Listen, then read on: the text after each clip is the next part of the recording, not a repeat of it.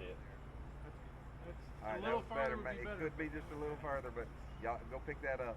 No shorter blind than that. planter, can you hear me on the radio? That's right where the ribbon's at. Right where the ribbon's at. He needs to either tell him to throw it past the ribbon. Throw it. Yes. Blind planter, can you hear me on the radio? I can see you. Wave at me. Can you hear me? He ain't got no clue how to talk on the radio. I didn't show him how. Hey, I can't hear you if you're talking to me, blind planter. You got to push that button on the side. He was talking to you and you was talking to him. No, I heard the other guy. I heard him talking. Yeah. Run out there. He can't hear me on the radio. He done turned to the channel or something.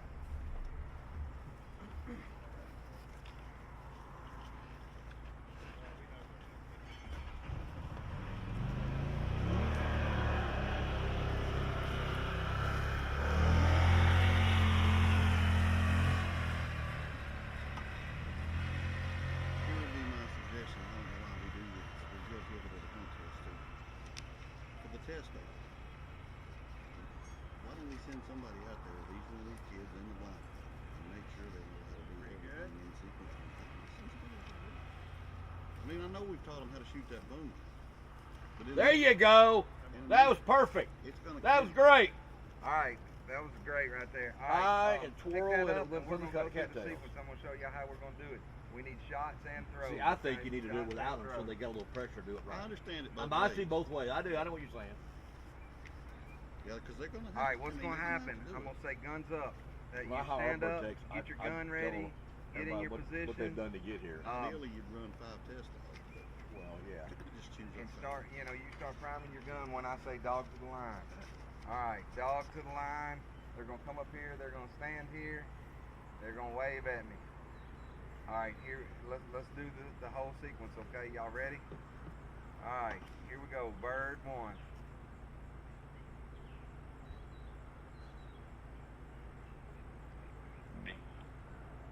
Yeah, I got you. Hey, Bird 1, are you ready? He's ready. All right, here we go. Bird 1, shoot and throw.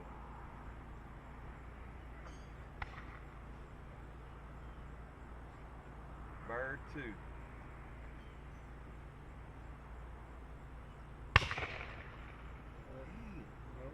All right, guys. Hey, bird 2. When I say bird 1, when I call for bird 1, you start priming your gun. That way you're ready, okay? All right. Bird 1, you're just going to have to kind of get your timing down. Bird 2, that has got to be, we would have to stop that, bird 2, and start over, okay? You got to be further. Let's do it one more time. That time you stepped out, go ahead and get where you're going to stand to throw that bird. Hey, bird 1, when I say guns up, that's when you go back and stand at your ribbon and get ready, okay? All right, guns up, guns up. Come on. You copy me? Yeah, I got you. All right, guys, here we go. Guns up, dog to the line. It'll take them 10 seconds to get up here or whatever. They get on the mat. All right, sit. Here we go. Bird 1. Bless you. Bless you. Thank you. God bless America. He's killing us. Hey, bird 1, you got to be ready. When I say bird 1, I want you to shoot and throw, okay? Let's start over. All right, here we go. Dog to the line. Dog's walking up here. You need to be ready to go. It gets to the line. All right.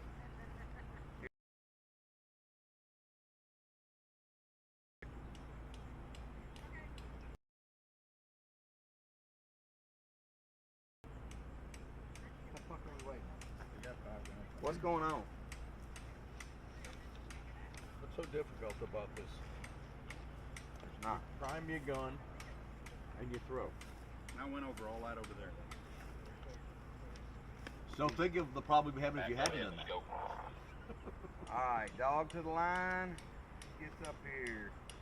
Waves it. All right, here we go. Bird 1. Let's go. Bird 2.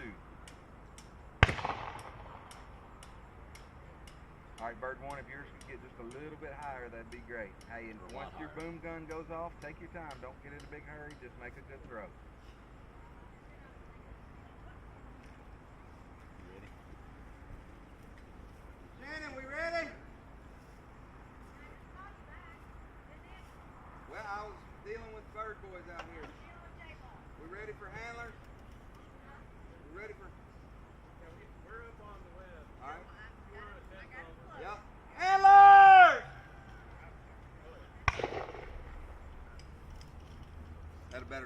A better throw. Yeah. That was a better throw there. A little higher would be nice, but that's acceptable. We'll get there. We'll get there.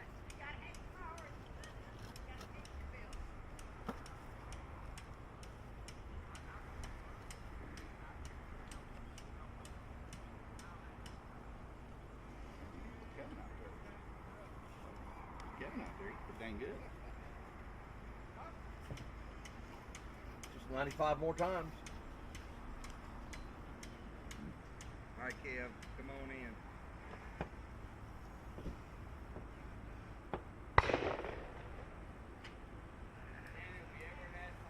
That was beautiful, right? That was actually too high. But that's all right. I'm not saying No. anything. You cut that pine tree down, a couple limbs off of it. Take that drone out there.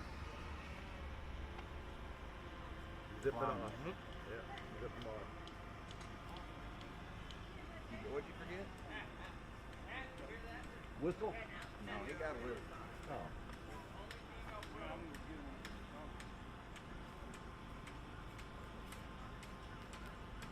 McGinnis and a big guy. Kevin McGinnis. Where? Where?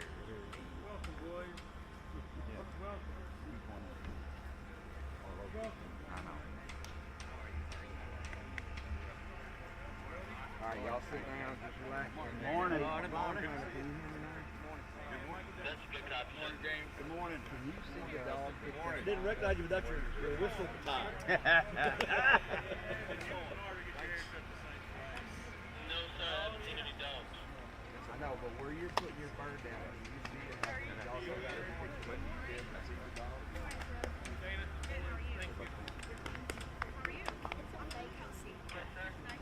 Okay, what I want you to do is every time that dog picks one of those birds up, you go put another one down, okay? That way there's always a bird there. They get all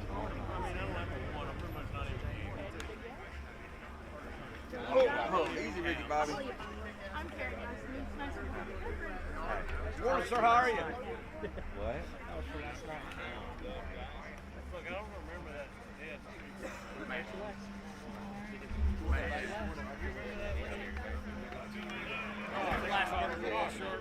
Dress, buy you books, send you to school. Two there and that one will walk out. What's that? No, it's a big one. There's a stump right there. We got the matching special.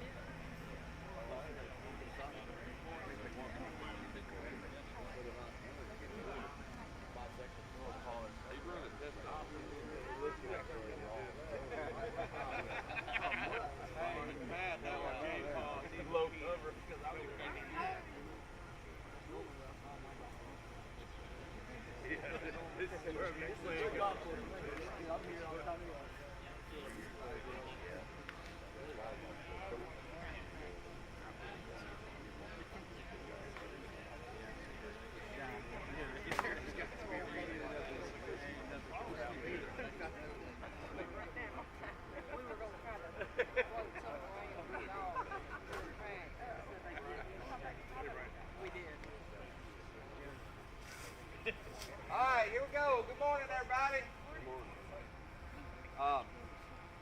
First off, I'm going to wish all y'all good luck. Alright, we're fixing to get started, get rolling. Couple things from me, alright? I say this at everyone. Don't forget sportsmanship, okay? Even more here. Alright, you got a camera watching you the whole time. People at home sitting there watching you the whole time. You're representing our sport. You hear me? I don't want to have to say anything to you. Alright? Other than that, let's have a good time. Dana, who's going to explain the test? Jamie? Somebody? Yeah. Sorry, we're gonna take that back. I'll do it. Come on. What's going on, guys? So we're gonna do an AKC Master quote-unquote style hunt test, right? You're gonna come out of the holding blind off lead. You're gonna come to the mat. You're gonna pick up your 10 gauge blunderbuss right here, and you're gonna hold this thing, and you're gonna have two marks come out. All right? Everybody see the holding blind on the hill? Can't see where your first mark coming from, but it's going to be behind those cattails, right to left with an angle back throw. Okay, so bird 1 from behind the cattails, right to left. Bird 2 will be the bird on the hill, right to left, landing in front of the cattails. Okay, 2 marks. You're going to know off those 2 marks. You're going to run your blind. Blind planter is going to come out of this group of trees over here. Everybody watch. Let's see him come out. Matt, there's already one there. Don't put another one. Yeah, don't put another one down. Just walk over there and pick it up and set it back down, please.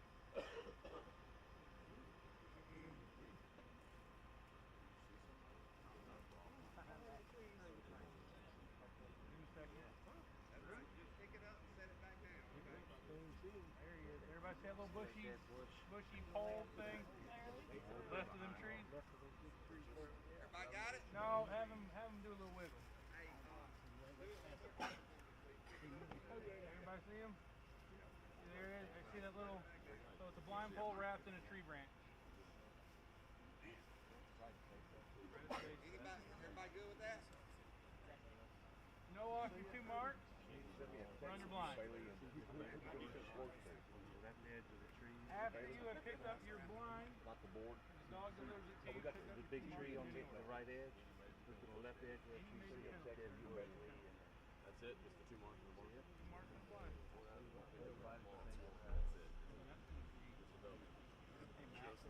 About where they're throwing, so we know what mark they're making. Bird 1, bird 2, walk out to where your birds are going to land and just stand there. Walk out and just stand in that spot where your bird's going to land. Stand on your ribbon. Alright, hey, while they're doing that, we're going to come in from this side over here. You got a holding line right here, to the line. When you pick up your last retrieve, I want you in that gap right over here. Watch the boom. You're going to receive there. There's a bucket over there. Throw it in the bucket and get out. We're fixing to keep moving, okay? Everybody understand that? I don't want to have to remind you. Do what? What? Steve over here. What did he say? I didn't hear Shoot him in you. the gap. Last retrieve. Hey, we're behind schedule. Nothing wrong. Nothing special. He is being nice this morning, isn't he? Oh. It's like that. Hey, He's being Leo nice. had a good question. Asking about Old Falls. Alright, this short station, it is an Old Fall.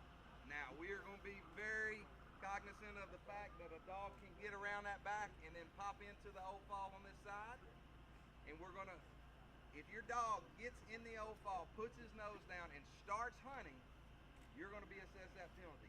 If you come back into that Old Fall and let the dog hunt, you're going to get the Old Fall penalty. So if he comes in there and you stop him and handle out, no problem. But if your dog actively hunts that Old Fall and you let him, you're going to get the penalty. Penalty by the book. By the book, correct. Is that long bird angle back? Yes. Yes. The left bird, the long bird is bird 1. The bird in front of the cattails, where you're seeing is bird 2. Go off them, run your blind, come back, pick your marks up. Flasher, mallard, yeah. What? No, there's no water. There was water in that last year. It's dry this year. Was water there. It's dry crap ground. We walked the whole field. Any hazards have been blocked. All right, guys. Hey, let's watch the test dog, and then if we got any more questions, most of those will be answered right here. All right, guys, go back and get ready. We're fixing to run a test dog.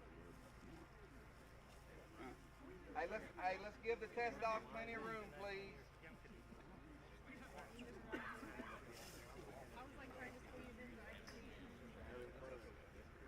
Hey guys, I know it's tight up here, but we got the. All right, guns up, guys. Guns up. Here we go. Dog to the line.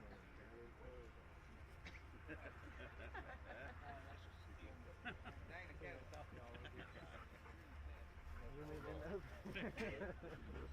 Heel.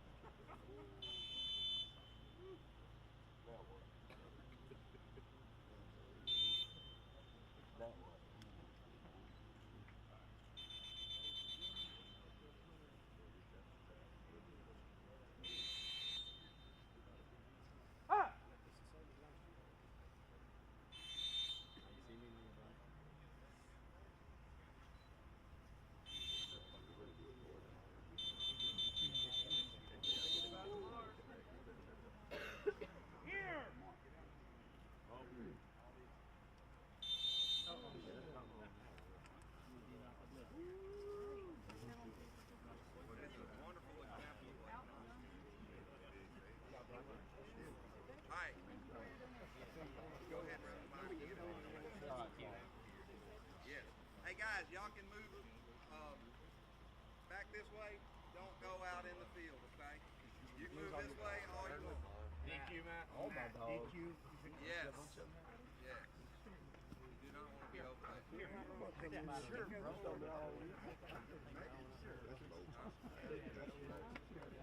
Lands at the cat's out. No, I don't. I'm just gonna blaze me a trail till you finish your body.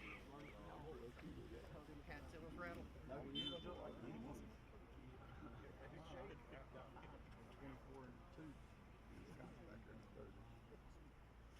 I got 2.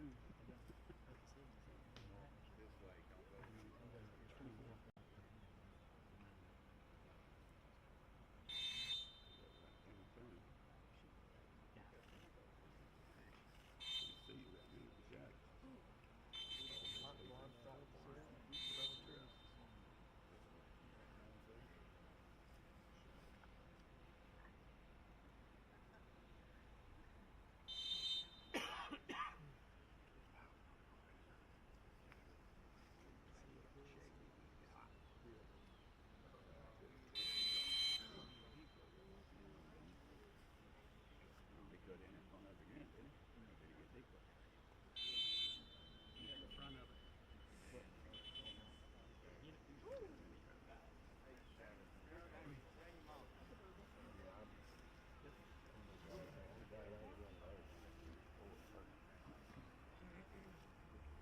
don't go. You think you're there? I thought she was there when the first one. Then she...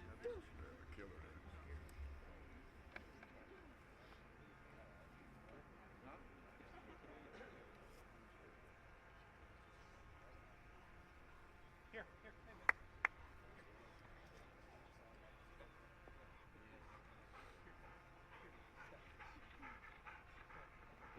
Yeah. Come on.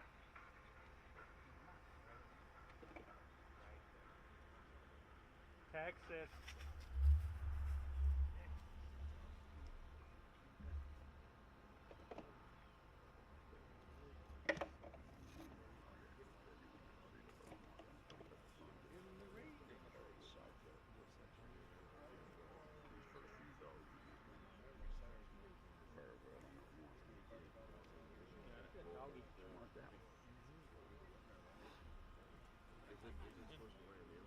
No, it should land in front of the cat tail, not in.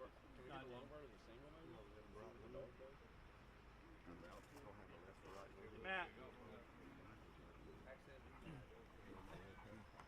Luke had a question. All right, questions. Here, Is there any way we could get like the longbird as a single or something so we could see the line of the bird? Yep. here. Come I here. got a question too. All right, go ahead. Is the blind an old fall? Yes. Here. Hey, one more thing. On your handle, just sit over and watch a second. Y'all see this white snow goose? Once your dog gets past these decoys on the blind, you can move forward, but no further than this white snow goose, okay? If it helps you to get in the sun a little bit, and where the dog can, make sure the dog can see you, we're okay with that, okay? What's the penalty for Huh? what's the penalty for going faster? Don't do it. You can move left and right all you want. Don't go past the snow goose. Hat color. I'm good with whatever hat color you want. No white hat, but It's a hunt test. this is a hunt Black or test. camo, Don't come up here with a dark white colored hat on, please. Like Luke's hat's fine. Brown, tan, kind of. They're for sale. No? Because it's just not a fair thing for you to have white on your hat to handle with. Like to be inside the hat. Correct. On top of your head, we want you to be hunt test Neutral like. color. All right, we're going to throw the bird one again and let him run it as a single, okay? All right, hey, bird one, get up, get ready. We're going to throw yours. Don't worry about throwing yours, bird two, okay? Just bird one. Let me know when you're up and ready.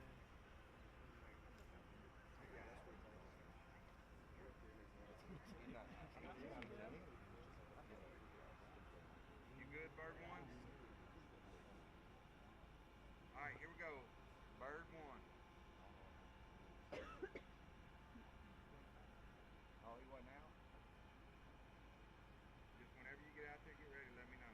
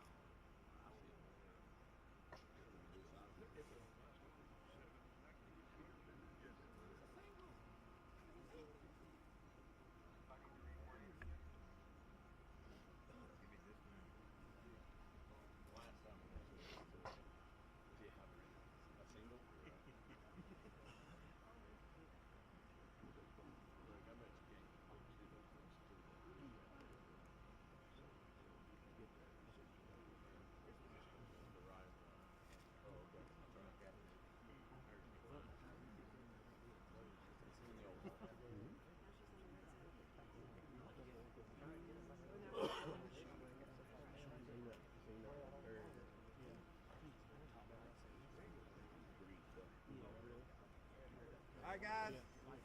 Any questions? What's that orange pole out there? I'll go get Kevin to lay it down for us. I think it's just marking a stomp or something. I don't know where it As soon as they pull I never the seen first it dog, walk. we'll have it laid down. Thank you. Anything else? Bird 1, bird 2, walk to where your birds are going to land like you did before. One more time for me, please. One more time. Come here, girl. Blind planter, watch out and plant a blind for me, please. Hey, y'all, hey, please, for me, don't forget, let's keep this thing efficient. We got 94 dogs to run today. All right?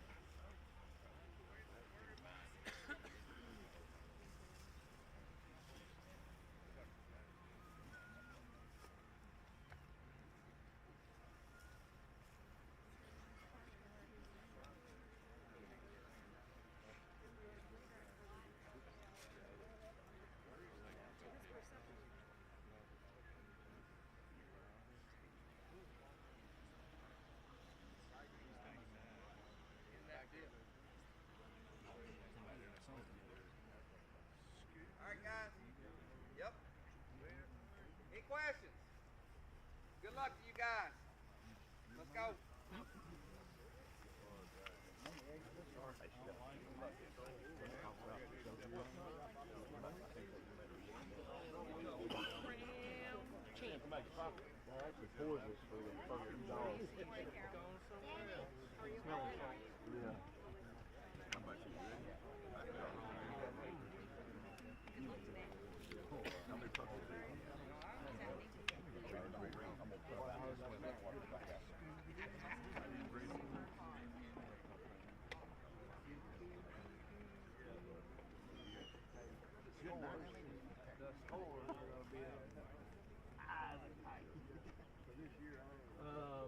Out there.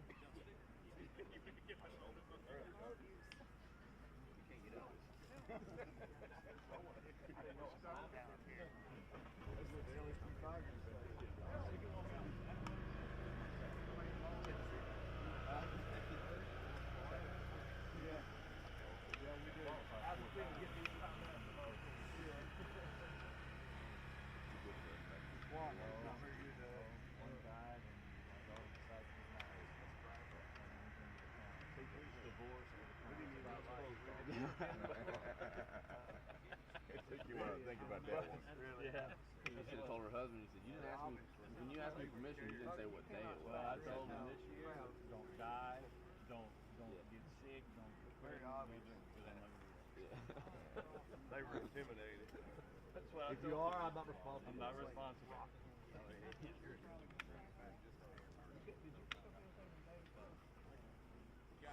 Right.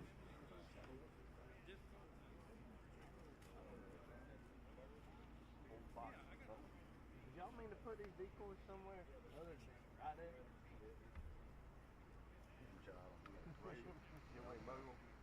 Yeah.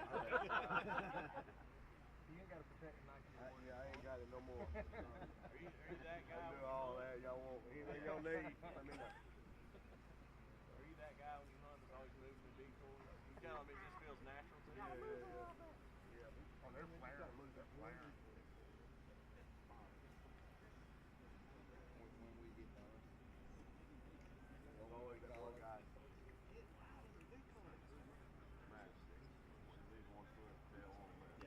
Yes, every cent from the mat.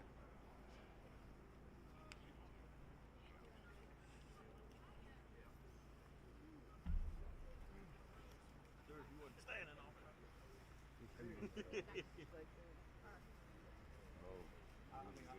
If it's going to be there, I want it to be there for everybody. Okay, y'all can go sit down, guys. Go sit down. Is that a safety concern? That is straight. Take it straight, not elongate, not kicking it.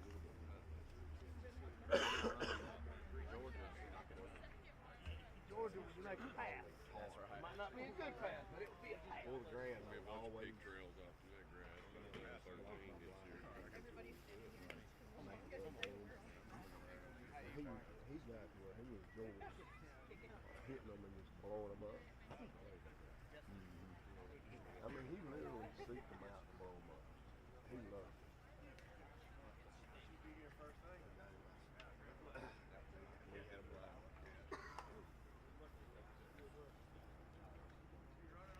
All them big boys in the way.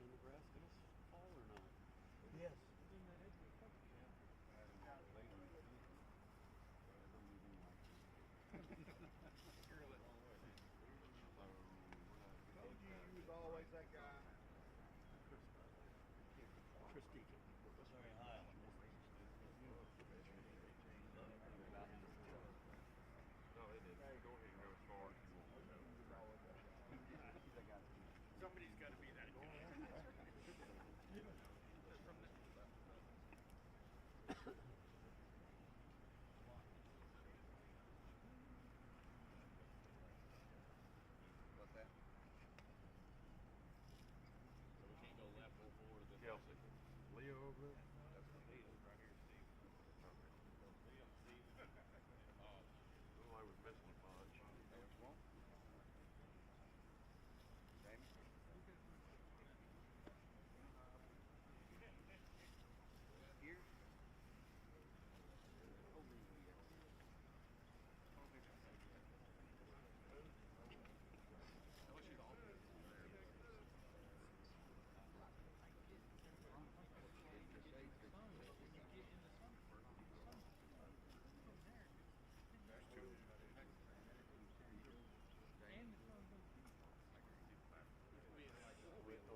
For the better today, I mean, never for the worse. You got movies going by behind you all the time.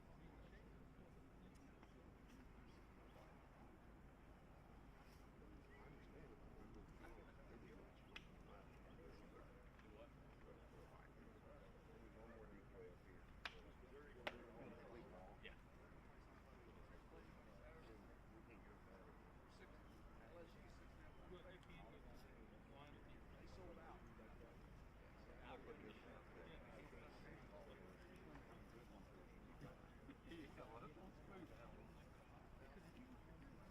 Alright guys. That's your line. You can move forward up to the snow goose, but you can't move past these geese going that way. Right, we changed. Yes. Is there any hamlets back there? Hey, Jason. Jason, come up here and let them explain it. Well, they're talking about movement on the line. The line is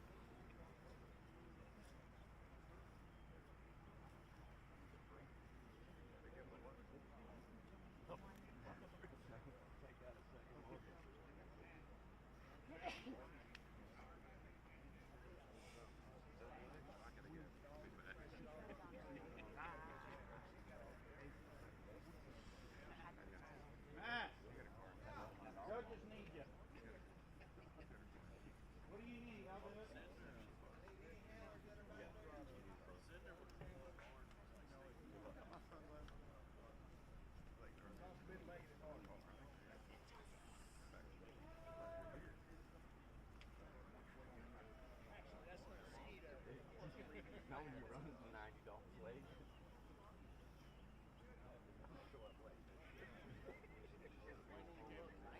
yeah. Kill him. Kill me.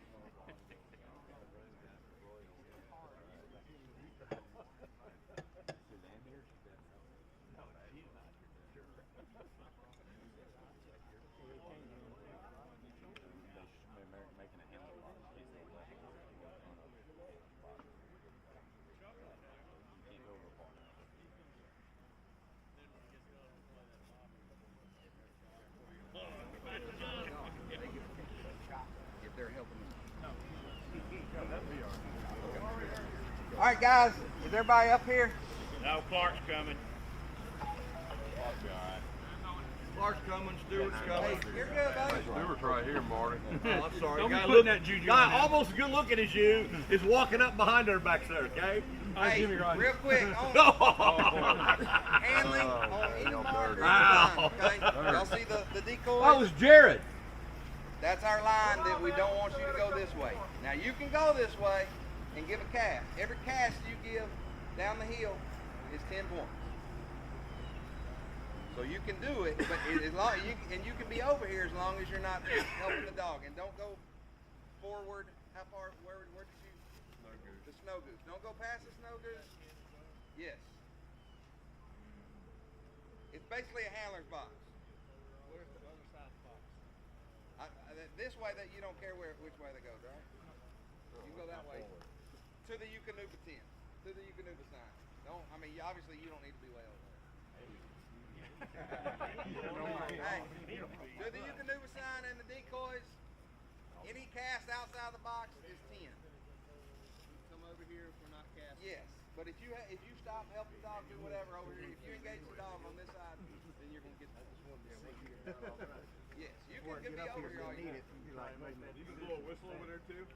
Sir? You want to blow a whistle? Yeah, if you engage the dog outside the box, it's 10 points. Whatever, whether whistle, cast, whatever you do, if you engage the dog, her engagement. All right. Any questions on that? Sorry about that, guys. We just wanted to make sure we were all on the same page there. We should have done that before. All right. Good luck, guys. Line them up. And gals. Call that a handler.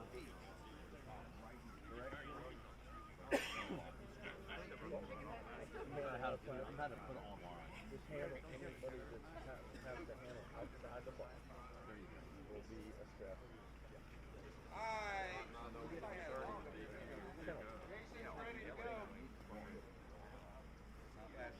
But you can walk up there. You can be anywhere. Yeah. All right. Good luck, guys.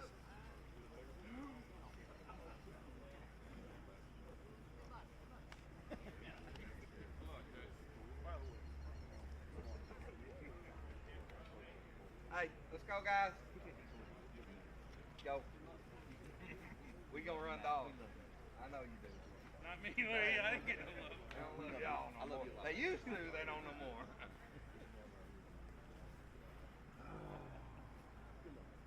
I made green. Just to help them. This doesn't matter out here anyway.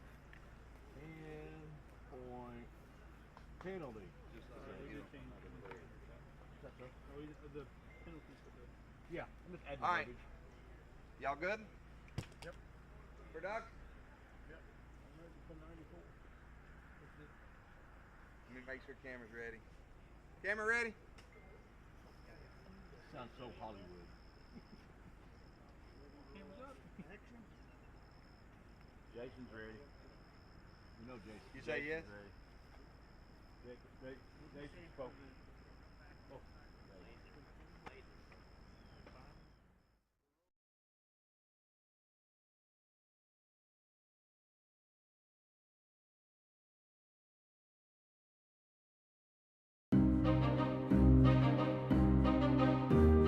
What draws us to the SRS is the not knowing what you're going to get. You come to an SRS event and you walk up to the line to see what you're going to run. The most challenging and funnest dog game I've ever competed in. I'm totally into the SRS. I think it's awesome. I think it's addicting. It's a heck of a lot of fun. I would recommend anybody who loves dog games to go to a qualifying event, try to get in it, go watch it. But man, making it to the crown is just awesome to see these animals here. Reality, in my opinion, is, and I think we're all under the same opinion, these are the best all-around dogs in the country.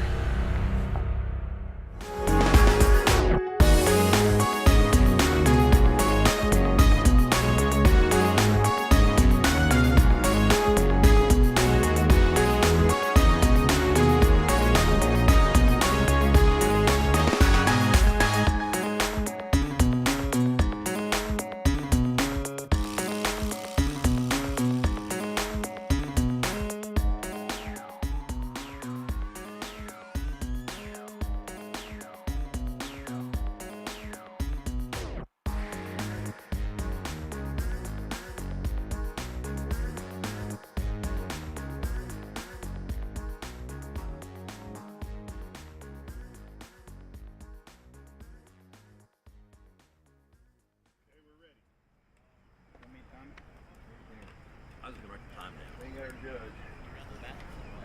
TV is ready. Call to call. Eruption's ready. Okay. Yes, sir. Just waiting on a judge. All right, guns up, guys. Guns up. This is the real deal. Is there a blind planted? Yes, there is one. Yes, sir, both are planted. Where? We got freaking walkers in a white coat with a white freaking dog. Oh. Sorry, brother. We'll make you bring a rifle for some reason. She gets just a little butted on the outside. But she needs to.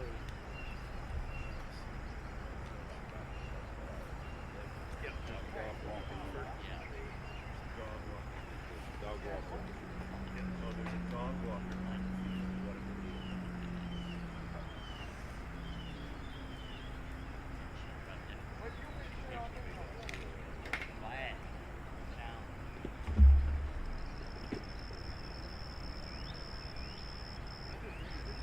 I thought I was there in that first one. Not gonna mess up her routine.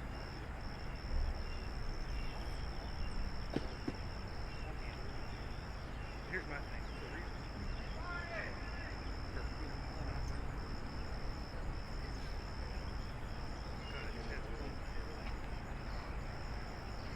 After I read it,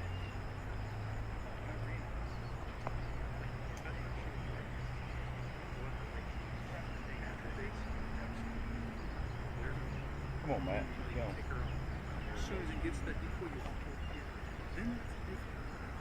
I know that line finished. I'm trying to get the guy that works But there. now that line over here, He's over there. That's what I said, the handling line.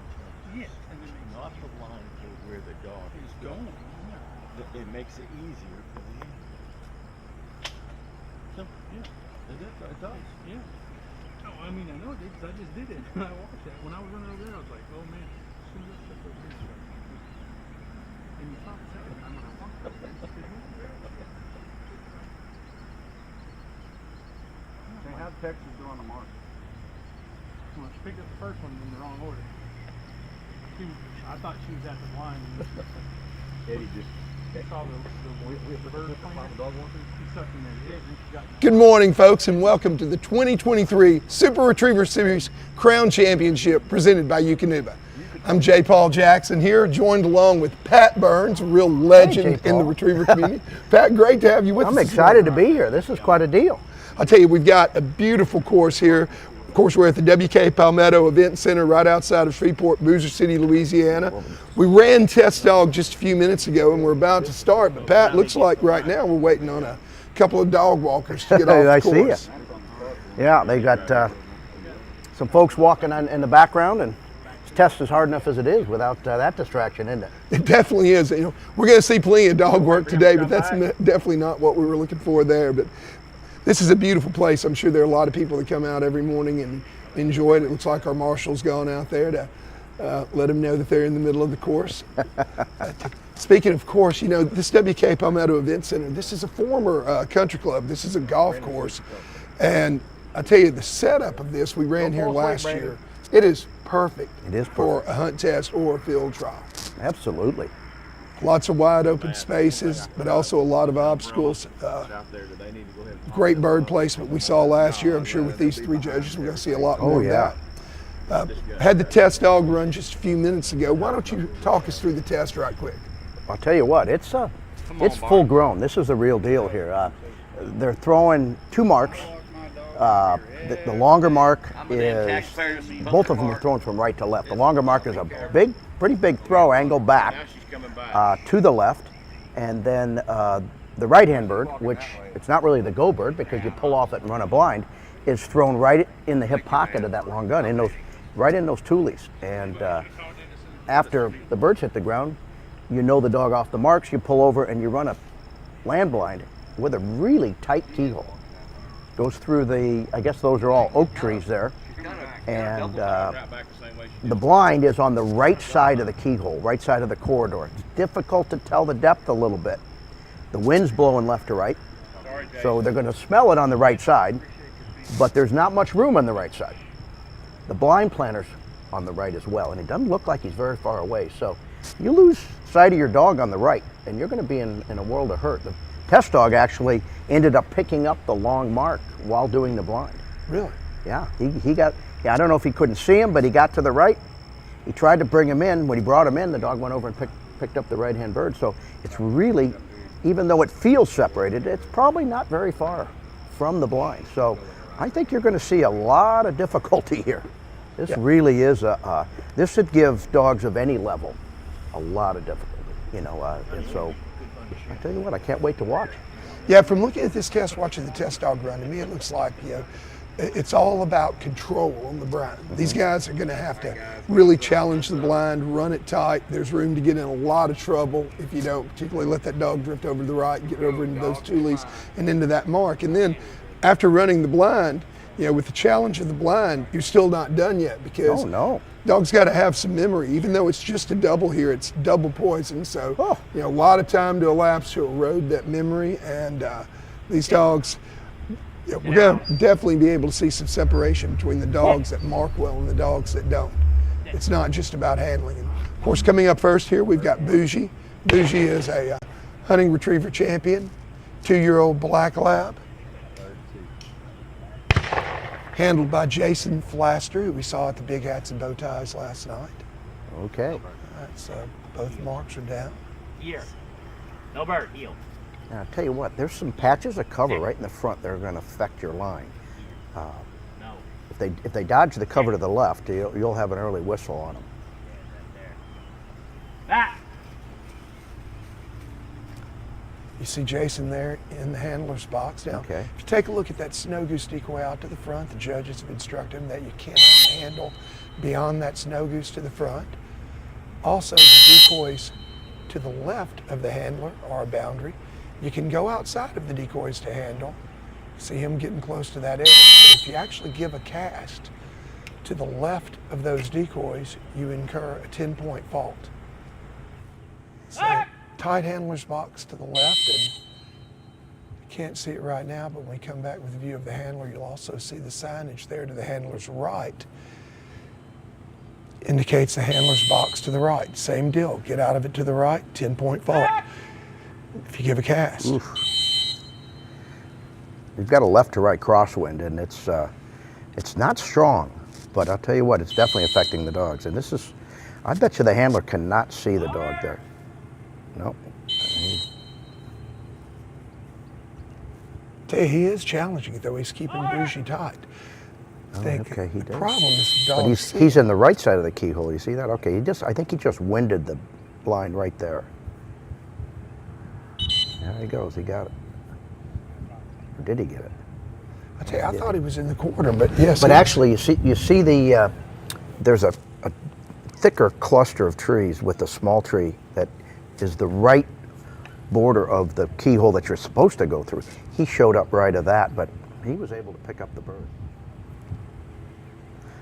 I'm going to assume most dogs are going to go for this right-hand bird first when they come back to do the marks. Test dog winded the bird under the arc. He definitely of the right-hand bird. Yeah, I think most of these dogs are going to be reticent to go back to where they just came from. And I agree. I think we'll see most of them go for that right bird second. When the test dog, they ran the test dog as a single on the long bird, and I'll tell you what, as a single, the test dog had a significant hunt on the longer bird.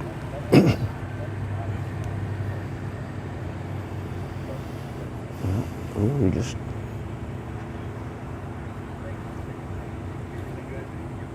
Well, he came back, didn't he?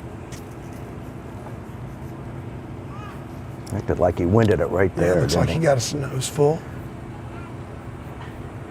But I'll tell you what, he didn't. Well, I'll tell you, I don't know if they can see him. See, now he sees him. Oof. So we ended up getting the long bird.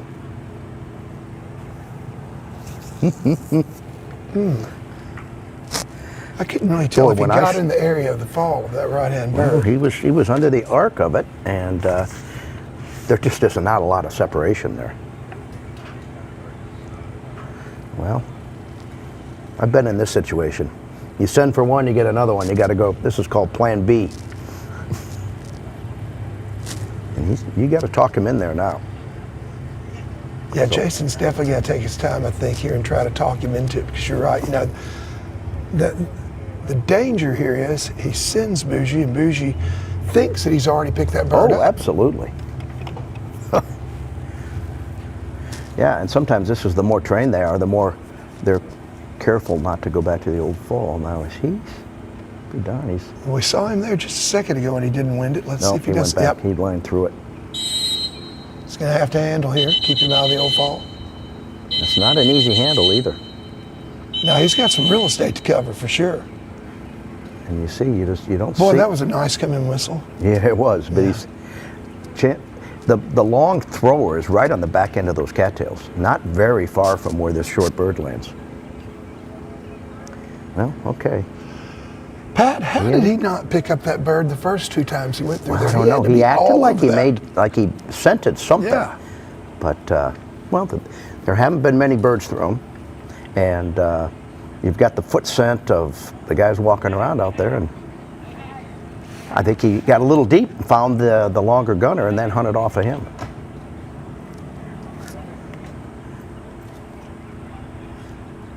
Of course, Jason had the unenviable position of running first, which it could be a blessing or it could be a curse.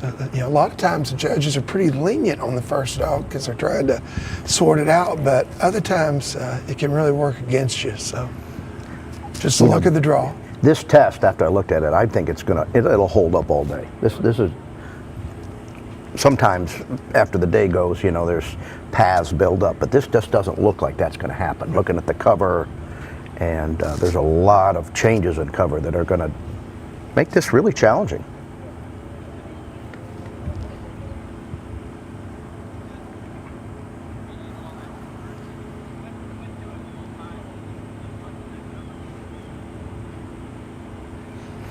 I'll tell you, the people here at WK Palmetto Event Center have really done a good job of leaving the cover, working with the organizers to make sure that there was plenty of cover. Last year, there were some areas that were mowed pretty clean, but I tell you, looking out here at the landscape today, there are a lot of challenges out there. The cover, the rolling hills, the little ponds. Somebody said there was water in there last year, huh? There was water in there last year.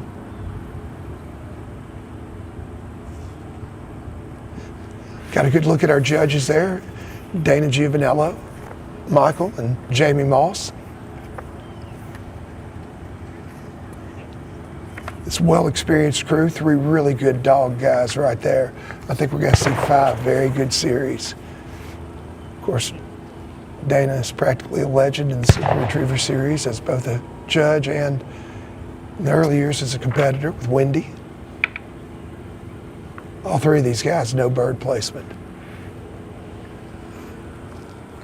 Wind's starting to get a little more established.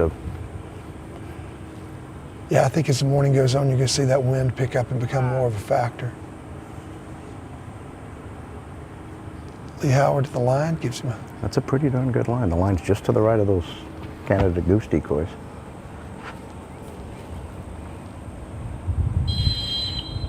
Looks like he's just a little bit right. Line. Yeah, gives him a left angle. Yeah. Oof. See, he's got the oak trees to the right. Ooh. Okay. Okay. Right. Good cast there. You know Lee's got to like that. 2 quick whistles. See Lee holding up 2 fingers. He's counting that score too, I guarantee you. Well, he likes that. You know, you deny those marks, and now you got to talk the dogs back in the, you know, they're real disciplined on the blind. Sometimes that carries over, and they need to be relaxed on this, especially this short bird. I got to go in there and be willing to hunt and not be concerned about being overly disciplined on this bird. See Lee really working with this dog there. Is. Getting him locked in. tell you, Lee Howard is always just a very calm, composed handler. I Mhm. love watching Lee at the line. He's a real gentleman as a person, too. Pretty firm send there. The holding blind on the right is pretty obvious. It's certainly going to draw some attention. Dog looks like he's hunting. Looks really nice there. Yeah, okay. That was nice. Made short work of that one. Probably picked up a couple of faults. Of course, here in the scoring, every whistle is 2 points. Handle to the area is 10 points. And you're going to see dogs pick up faults on just about every mark. You know, the judges are looking for that direct line to the bird. And so even though that was a really, really nice mark with just a little bit of hook there, started a few feet to the right and then hooked back to the left, that's still going to earn him a couple of points because these judges have to leave room for the dog that does it absolutely perfect. It looks like he's in a good spot here. Yep. That's a really nice place to be. Oh, yeah. Yeah, that was strong. He could sell that job. There are a lot of guys that would like to buy it too, I guarantee you right now. You know, there's back nothing there. better. You run early on one of the first series, and well, this dog's in the clubhouse, and that feels pretty good. He set the bar pretty high with that job. Yeah, he's definitely going to throw in a really good score there. Just not a whole lot to criticize. It's well done.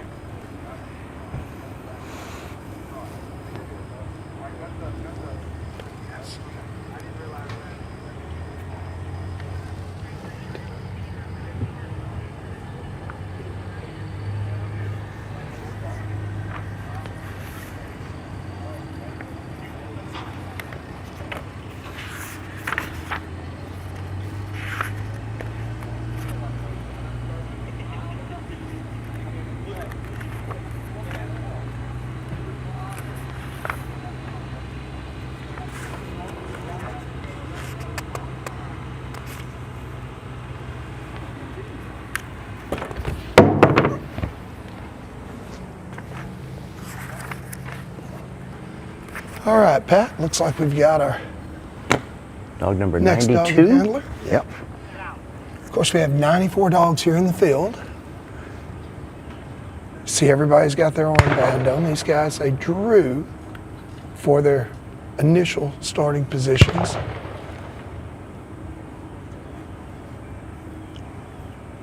We've got Jason Flaster back at the line with Cash. Cash, 6-year-old yellow male. He's been here before. Jason Hills from Grand Island, Nebraska. Big, good-looking dog there. Cash is a very good-looking dog. I really enjoy watching this dog run. He's big, he's stylish, he's strong, and he's talented. You know, sometimes a yellow dog is a challenge in certain cover, but with that the darkness in those trees, that yellow dog pays off. You can see him a little better in those shadowy areas. Yeah, I ran yellow dogs for years. My first master hunter, Master National Hunter, Grand Hunting Retriever Champion, dog named Maddie. She was yellow, and no, they didn't have a blind out, so. You can lose that yellow dog pretty easily in dead grass. I know from experience. Okay, well, apparently the blind had not been planted, so they took the dog off the line. So what's the procedure here? Does he wait a number of dogs, or does he come right back? You know, in this case, he really didn't see anything. He just walked up the line. They're probably not going to make him drop back 3 dogs as if it were a no bird. I'd be surprised if well, they did. They don't. They threw the marks, and they got ready to send for the blind, and they realized the blind wasn't planted. Okay, looks like he's coming right back, doesn't it?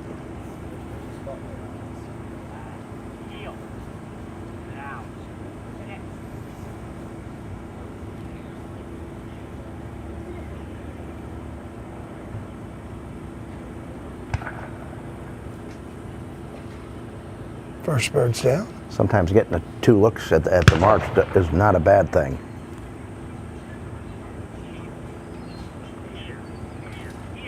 Yeah, I say he didn't get a look. He actually saw the first 2, but he never sent. No, he did not sent. And they didn't pick a bird up as if in a no bird, so.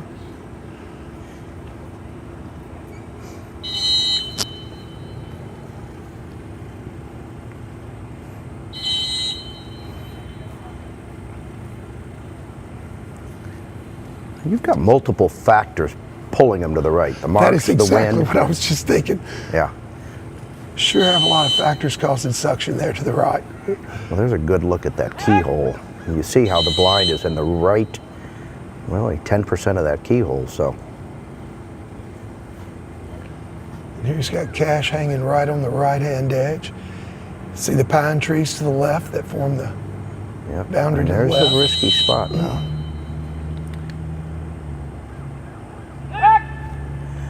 You couldn't, well, I'll tell you what, turned out just fine.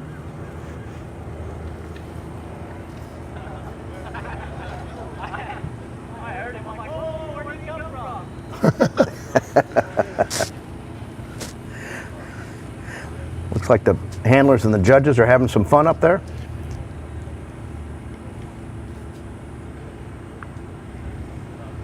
I tell you, this is a good crew to run under.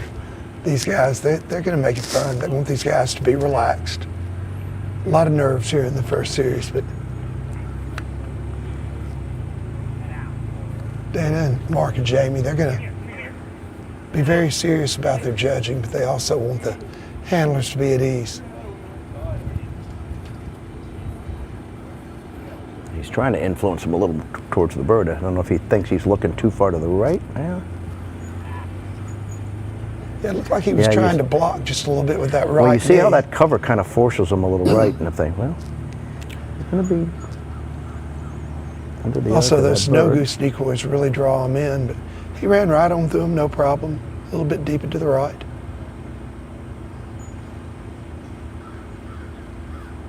Pops up on the wrong side of the gun. That's going to cost him a few faults, I'm sure. Yeah.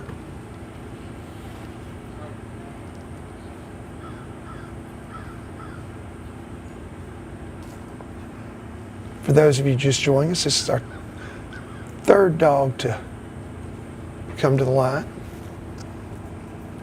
Jason Flaster and Cash.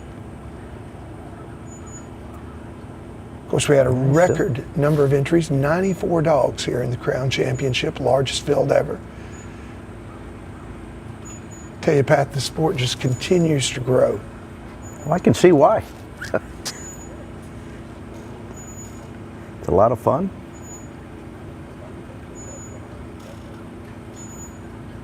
Okay, looks like it came up with that bird.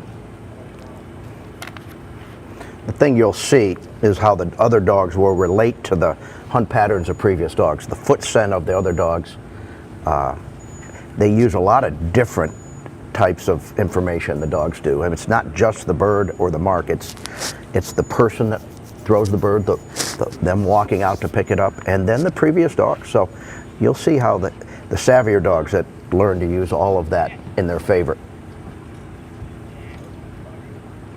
That's a pretty interesting observation. I've been doing this a very long time, and I'll tell you, Pat, I've never really considered, you know, the scent of the other dogs out there and how it might influence the... Typically what you'll start to see when you start to get bigger hunts, the other dogs, they'll kind of bleed into bigger hunts with a lot of dogs because of that foot scent. Do you think that's a factor of them saying, okay, somebody else has been hunting here, so there's probably something in this area? Yeah, exactly.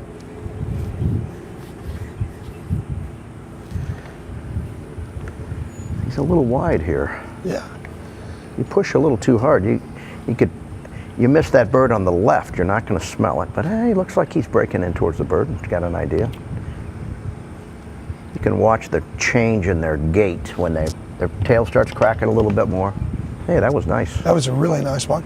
I tell you, I think Jason kicked him off just a little bit wide left. I think Jason saw Cash's reaction on the blind, how those factors, that hill threw him to the right. And I'm not so sure that he wasn't actually playing that just a little bit. Exactly. Well, there you can see, from that angle, you can see the blind planter, the holding blind. You can see that, him when he walked out to plant the blind there, when that dog was returning. Those are all things that handlers have to take in consideration. Because sometimes that foot scent of the person that's either throwing the mark or planting the blind helps you, and sometimes it hurts you.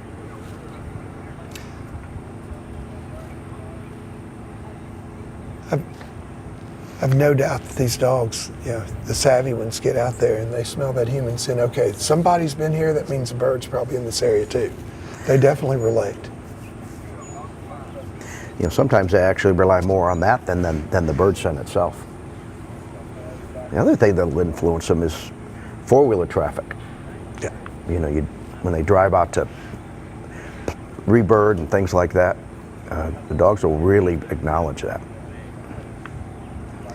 Okay. Here we have John Lamar coming to the line with Pine. Of course, John Lamar's no stranger to the crown.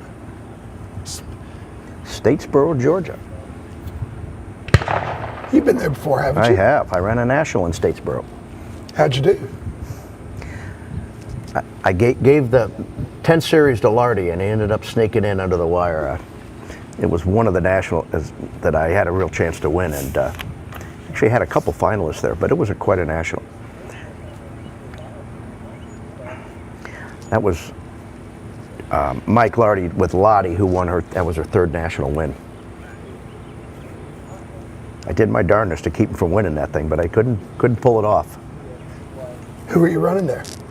Well, I had a black female named Chick, Hoyden's Candlewood Chickadee. She was out of Honcho, San Joaquin Honcho, and she ran a great trail. Actually, Lottie was the only dog that didn't handle in the 10th series. Wow. And that's what got her the win. Tell you, John had an early handle here, but Pine's doing a really good job. Just as I go to say that, you see those factors. We're dead on line now, but started to drift a little right. I like it.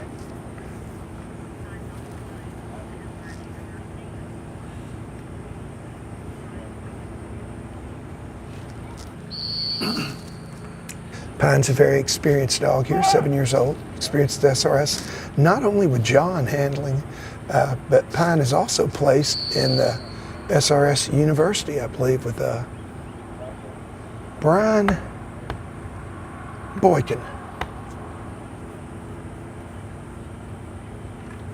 All right. The dogs are managing that a little bit better than I expected. They go out of sight a little bit just to the right, but the handlers keep their cool. They're able to get them a little deeper, and they get on the downwind side of that blind. It works out for them. Yeah, we've seen some really talented dogs here early, though, too. I mean, you know, just noted Pine, 7 years old, has been here several times. Cash before him with Jason. So even though these guys are running early, it was just by the luck of the draw, and we're seeing some pretty strong competitors. Sometimes there's an advantage to being early, especially on a day like today where the temperatures are going to get, they're approaching 90 degrees, I think, today. 91, I think, is supposed to be the high. Fortunately, I believe we're supposed to have very low humidity throughout the week. And then Thursday, chance of rain, turn off cool, and should have a beautiful weekend for the semifinals and finals.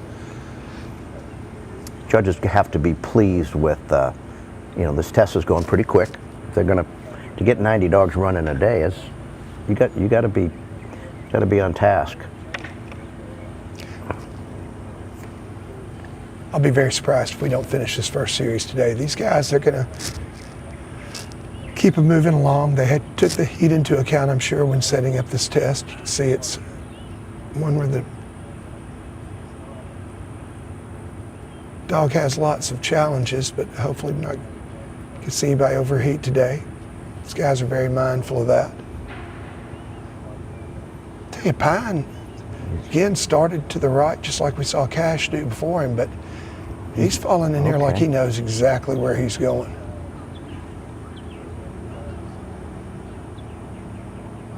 He went right in on it. I'm not seeing him quite yet. He's got it. Oh, yeah, he landed on that bird.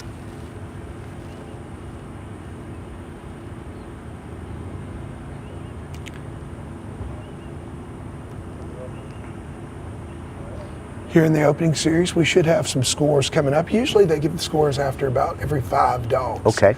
So, you know, we've seen some good runs here so far. It'll be very interesting to see if we can get a figure on the pulse of how the judges are scoring these dogs.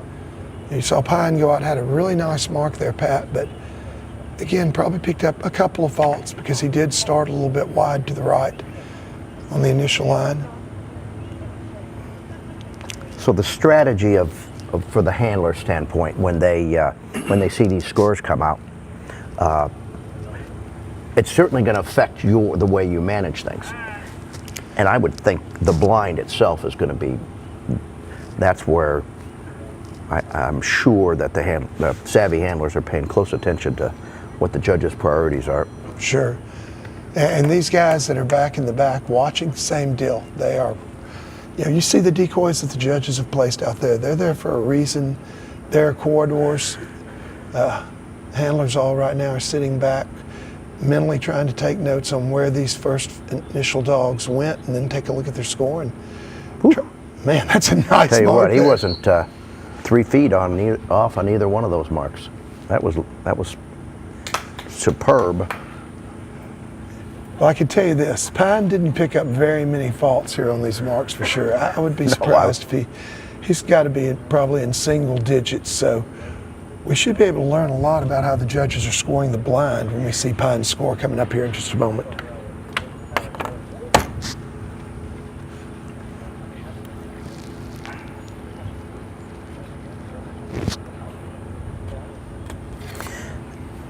This first series would be very typical of a first series in a field trial national, a double and a blind. But they would call this 2 series.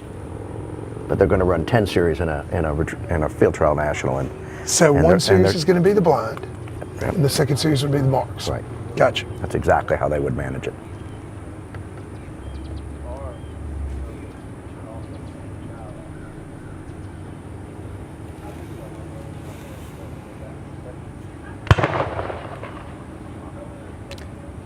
Not wasting any time, bringing up our 5th handler, Lyle Steinman, and Tigger.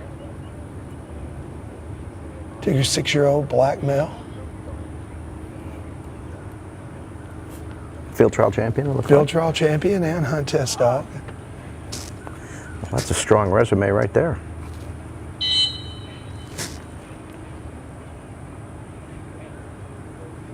I tell you, from that view, you get a really good look. There are 2 sets of decoys there. Mm-hmm. I didn't pay attention looking back from the line, but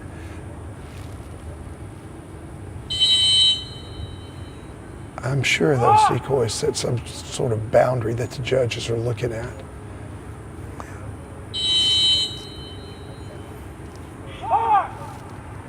Well, he came out of there, didn't he? Came out there to the left.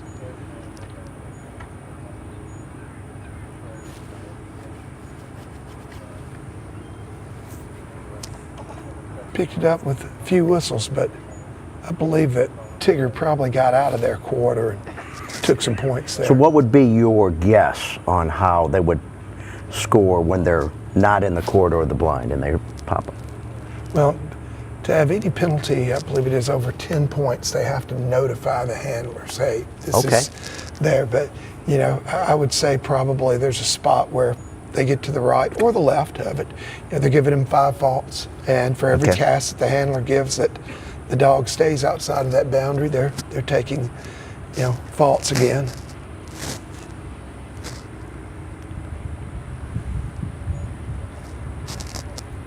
Just like in a field trial, these judges are looking for the handler and the dog to challenge the line to the blind. So,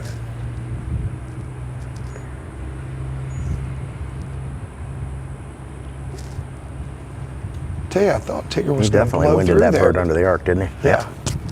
Did a nice job. Just when I thought he was going to keep on blowing and going, he broke down. And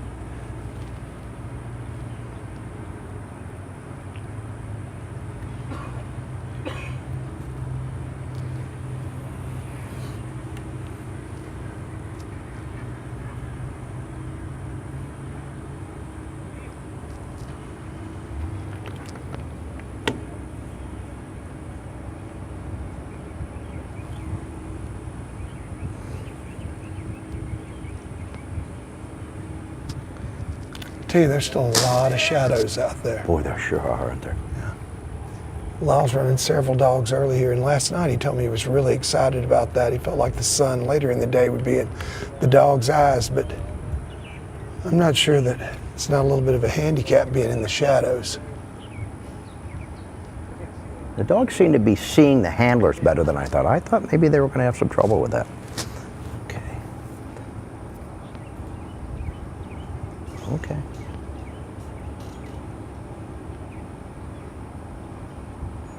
Alrighty. Nice, tight, composed hunt. Tell you, Tigger did a good job with these marks as well. But at this level, I think you're going to see that. I don't think you're going to see a lot of dogs have trouble with the marks.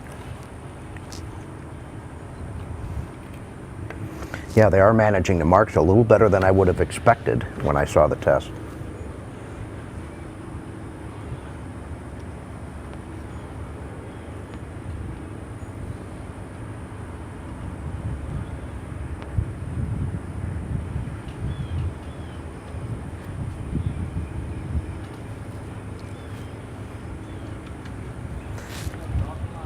Now, will the scores be posted just online, or will they be? No, they'll announce them to us. They'll announce, okay.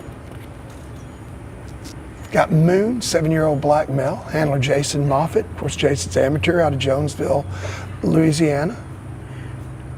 Jared Moffitt. Sorry, Jared. Yeah. Jared and I have been friends for many, many years. He'll shoot me too. How did you blow my name, J. Paul? Yeah. Moon's a Super Retriever Series amateur champion, Grand Hunting Retriever champion, master hunter. He's also qualified all age. And Moon is also a heck of a hunting dog. Jared is a guide at Honey Break Plantation. Moon picks up a lot of ducks every year, so this dog does it all. I'll tell you what, some people feel that hunting your dog is detrimental to field trials, and I totally disagree. I think that hunting is such a fantastic thing for these dogs, and well, that's what they're made to do. But they learn things in the duck blind and flush and pheasants that pays off in these sports. Yeah, you know, we were talking at dinner last night. You were telling me that Lottie, who you spoke of early, 3-time national champion, one of the greatest field trial dogs of all time, was a hunting dog first. Absolutely. My best friend growing up, Andy Attar, owned Lottie early, before Mary Holly got him in. Lottie used to ride, or when she got tired, Andy'd put her in the game pouch and continue to grouse hunt, and he'd have another dog on the ground. Okay. See, I'm kind of surprised to see this Moon is a very experienced dog, a very strong blind running dog. But he's gotten into a bad spot. As you can see, he's definitely out of the pocket. Ooh, way too far right there. This is, man, that's a dangerous this is what place the to test dog did. Now, I don't know. The handler did not. Yeah, I don't think Jared could see. He's in real trouble he lost there. sight of Moon and doesn't realize it. You can see the blind planter holding blind, and he's to the right of that and deep. That's going to be hard to recover from. Well, here's the danger too with that coming whistle with Moon so far to the right. He could Well, draw this is it what right our test back. dog did. The test dog, when he got right and he called him in, he ended up picking up the long mark. Looks like Moon saw him that time, took the cast to the left. But you can see just Boy, he got a heck of a far. cast there.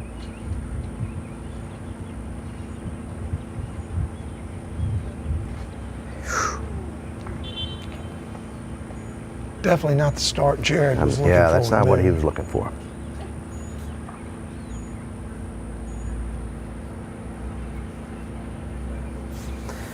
So if you play the left side of that corridor, you've got a little bit better visibility, but you're at risk of missing the blind on the upwind side.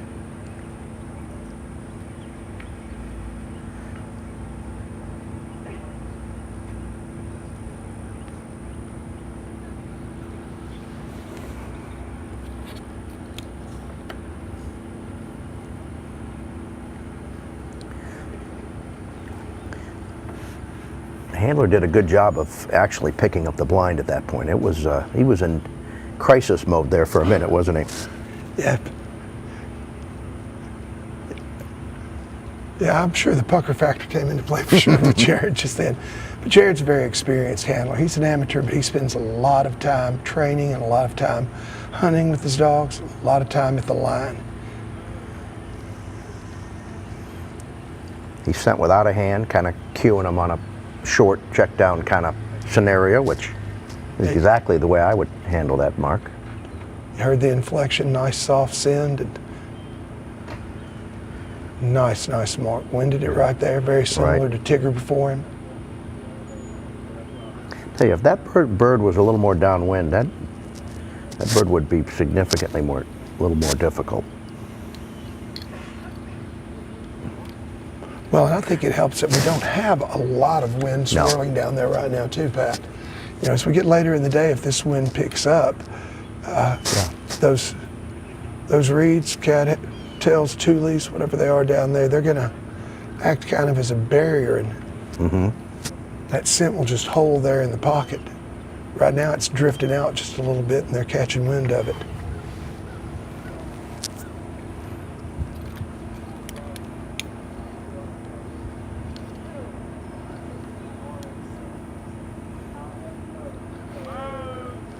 So he sends a little firmer on that mark.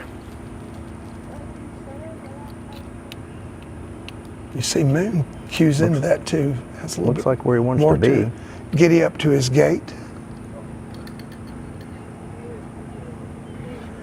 Yeah, he pulled a little bit to the right.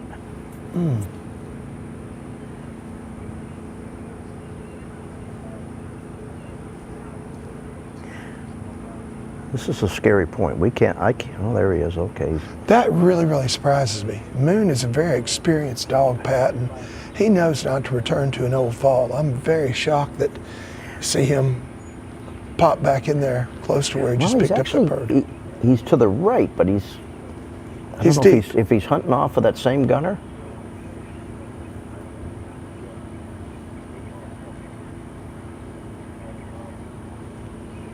That he's already picked up the right-hand bird.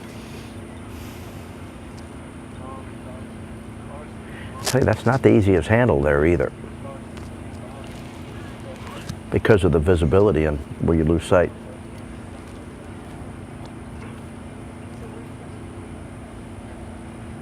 Another insight here, usually these judges, when that dog is out of sight, he's also picking up faults. Being out of the area, out of control. So every few seconds they're penalizing him. The longer he stays out, the more those faults are going to accumulate. Now I can't see him from here. I'm not sure they can either. Oh, where's he at? He came around the knob, Pat, and he popped up about way 40 yards. Over to the right. Yeah. Way over to the right and way short. You heard him give a big back cast.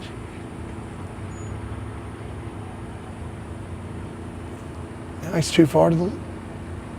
No, he didn't.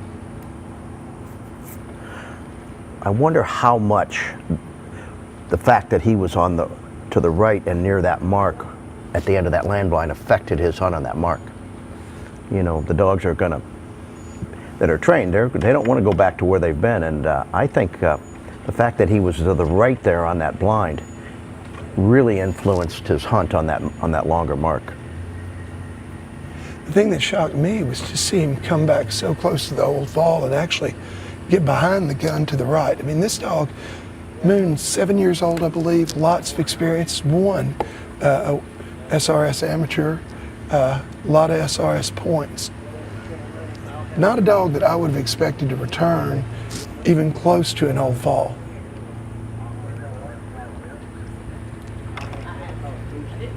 Sure, Jared's not going to be real happy with that score. No, I'm sure he isn't. That's not what he was looking for. Well, you know, if you take a look and you analyze that run, starting with the blind, he way out of the pocket to the right. Probably picked up some pretty significant faults, penalties for that, letting the points rack up. Had a really nice first mark. Said similar to Tigger's before that with Lyle, who's about to come to the line again. He didn't have much time between this and the previous dog, did he?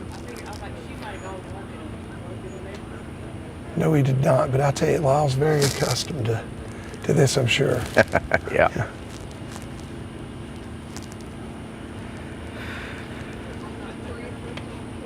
I think the last time I ran a master with Lyle, he had 15 or 17 dogs of the that's a full day's work. 75 in our flight, yeah. So he spent a lot of time jogging back and forth to the trailer. I made sure that was done. So this delay here, is this probably they're working on scores right now? Is that what they're? Probably getting ready to give them to us, sorting it out. Judges are comparing notes. They want to be consistent across the board.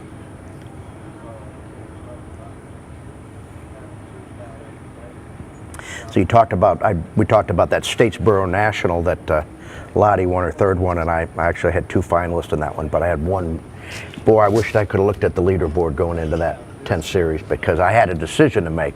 Lottie had, everybody had handled up to the point, and I watched Lottie run. She had a hunt not unlike that, a large hunt on the last bird, but ended up getting it. I had the decision to make. Do I wait it out and let my dog hunt, or do I go for a quick handle? Well, I decided to wait, and I ended up having a handle on top of it, so it didn't work in my favor. But that leaderboard would have given you a lot of information, whether or not I would have been better off putting a quick whistle on him and maybe still winning that national. So this is very interesting to me.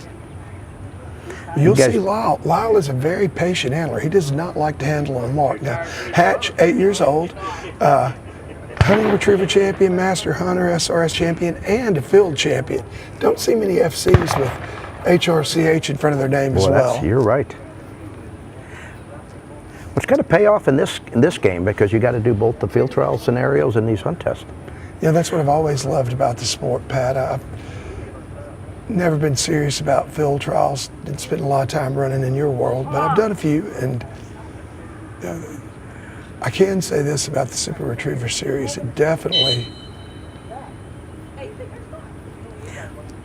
challenges and finds. This is the true decathlon of the retriever game, really. It really is.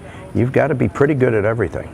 You talk about a versatile dog. That's what they're looking for here. Exactly. And you Hatch a little bit to the left, but that is definitely not a bad place to be. Getting the dog back to the right has not been an issue. Now he's going to give it with the wind cast here, and you're hoping to get a little change, but not too much. That worked out pretty well for him. Yeah, that turned out very, very nice. That's a great cast. He's going to be on the downwind side. Boom. Bang. Yeah, that was smooth. Yeah. You know, Lyle's happy with that as well. Coming back there. You see some guys handling in all black, some handling in camouflage. It's not obvious what the dogs are picking out better, but I got to believe that solid pattern is helpful. Yeah, even though he's because you can look right there and you see the contrast with the background.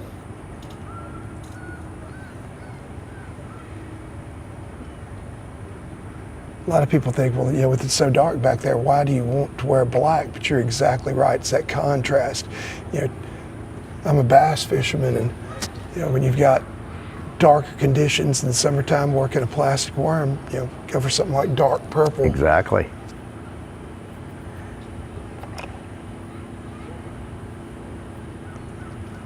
Well, that looks pretty good as well. Yeah, this is a very, very nice line. He's under the arc of that bird, which, if I was coaching my handlers, that's the safest place to be on those short birds, is between the bird and where the gun was, especially with that wind. Bang. Nice. You see Hatch went just to the left of those snow geese, furthest to the left. That line's pretty doggone tight to those snow geese decoys. I'm sure that they're there for a reason. Absolutely. You know, the only difference in this test than it would be a field trial is the fact that the guns, you don't see the guns when they throw. But as far as the distances in the scenario, this could, like I said, this could be a first and second series of any retriever field trial national. Distances are typical of what you might see.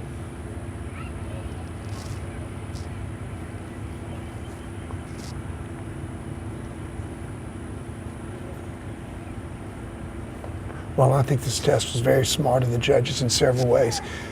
You know, similar to a national. Usually that first, second series, you know, it's not about crushing the dogs. It's about letting the handlers settle in, kind of establish themselves, get some baseline scores. Same thing's true here. These guys know that cooler weather is going to come later on in the week. Got 6 days to get this done with a large field. And they're getting some answers here. Man, that was another nice, solid. That was well-contained hunt. This is another score path that I'm really going to be looking for here in a minute. Should learn a lot.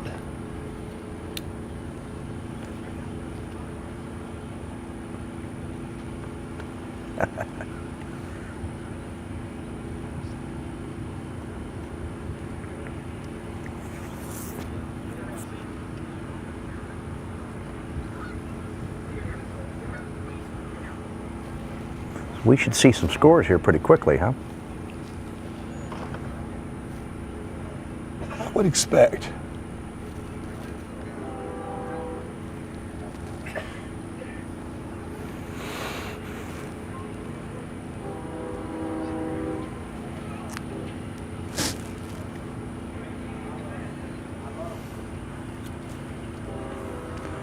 Lyle's got to So be what happy time? with What that time one. did the first dog to go to line? Do you remember? Because it's about 9:05. 8:15. What was it? About 8:20. 8:20. Okay. So we're at 9:06 right now. Yeah, we've been running about 45 minutes and ran 7 dogs in 45 minutes. Taking about 5 minutes per dog. A little bit more. Yeah, if they can average 5 to 6 minutes a dog, they'll get this test done today.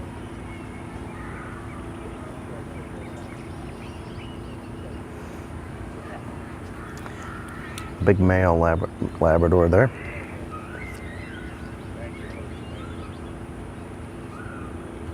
Nine We years got old. Carter Turner from Blackshear, Georgia. Zeus is 9 years old, but still running really strong. Started off a little bit too far to the right and staying there too. You learn a lot on that first cast, whether they're going to cast into the wind and how willing they're going to be. You see the terrain kind of rolls gently to the right. That's throwing them to the right. It's subtle, but it's trees. definitely consistent. The judges got all the factors are pulling them to the right. Of course, you can also see that holding blind back there. Yes. You know, sure the dog's looking at it going, hey, something's got to be close to Boy, this. Dude, that breeze really picked up all of a sudden then.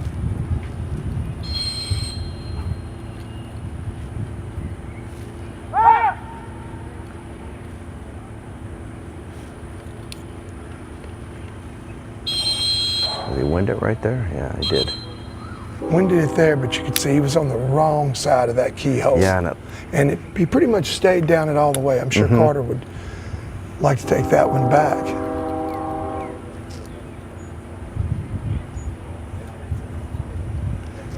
Of course, Carter, this is his rookie year. And he had quite a rookie year. He was a Nike Award winner. Okay. Team of the Year first, second, and third place. And I'm looking at the pick'em results for the Crown Championship here, the crowd favorites, and Carter is also favored to win with 14.8% of the vote with Shooter, who is had a tremendous amount of success here at the Crown Championship. And Carter's coming off of an extraordinarily successful year. So Carter may be a rookie, but he's already gained a ton of experience and had a ton of success. I got to talk to Carter for a little bit last night, the big hats and bow ties, and he also struck me as a very polite, humble young man. Really, really enjoyed chatting with him.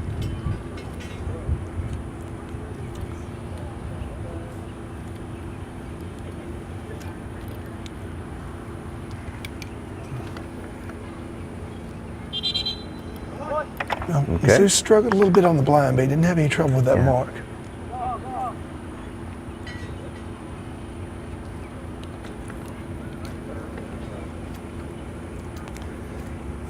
Looking over my shoulder here at the gallery, see Stephen Durrance looking at his phone. Stephen, he was picked second with Abby in the pick'em results, and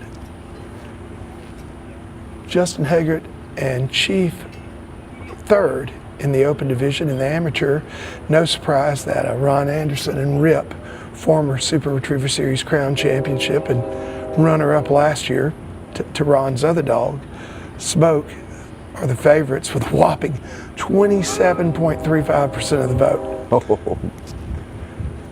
Behind them, find Dre and Steven Guzman with 18.39, and John Lamar, who we saw run earlier with Pine, comes in third in the pick'em with Smokey, 14.35% of the vote. Okay.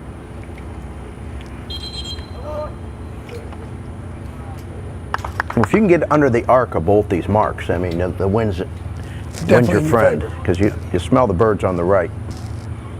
You just got to be in the area of the fall there, and came up with those marks pretty clean. Yeah, and this is another score that I look forward to seeing, because pretty much all of his points are going to have come from that blind. Be interesting to see how bad the judges are penalizing them for being totally out of the corridor there to the right. You're right. You're going to get a lot of information off this particular score, aren't you?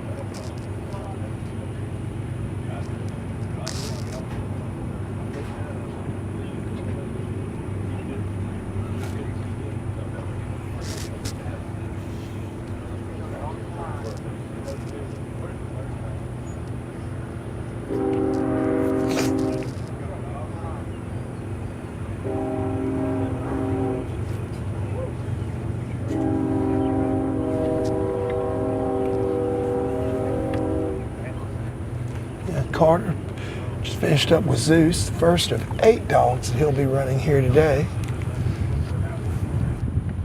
Now we've got Daisy. She's also a Super Retriever Series amateur champion, hunting retriever champion, master hunter. Brian Broussard. You're a Daisy if you do.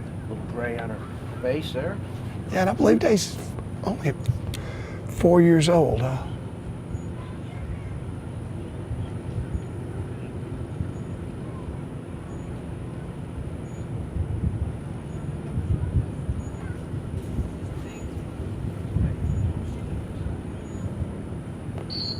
Brian's native Louisiana.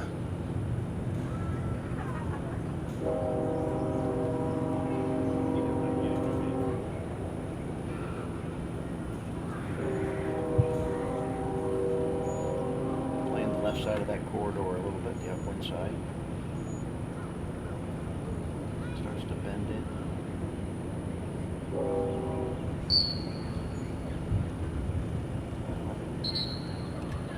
Landed on the bird there.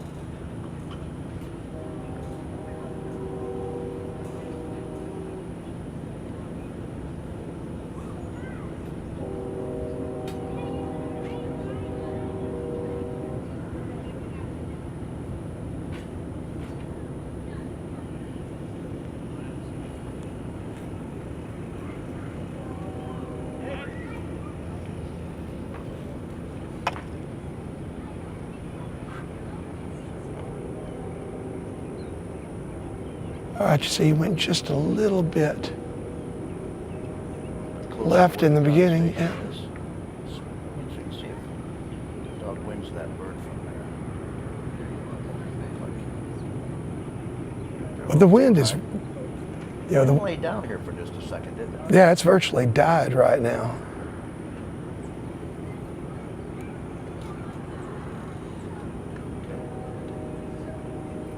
Breakdown.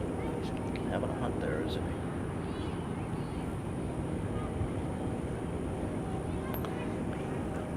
Earlier today, dogs were winding the bird right there, but twice he has almost ran over it without picking up the scent. And breeze just now starting to pick back up just a little bit. Ah, got him a nose full then. with it yet, did he? There you go.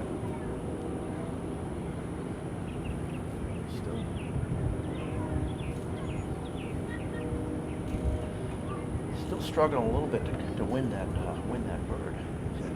Just got to trust his nose and hang in there at this point. He gets a little deep. He gets in that other gut station.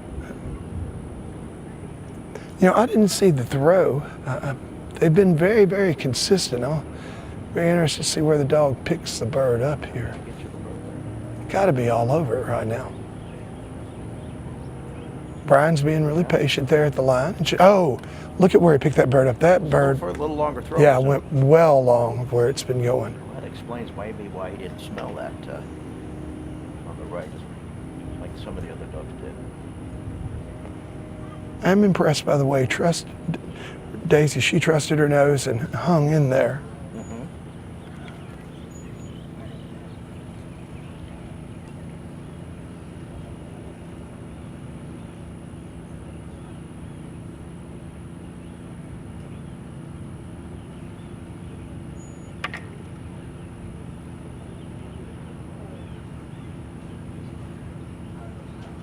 Interesting how some handlers elect to send the dog with her standing up.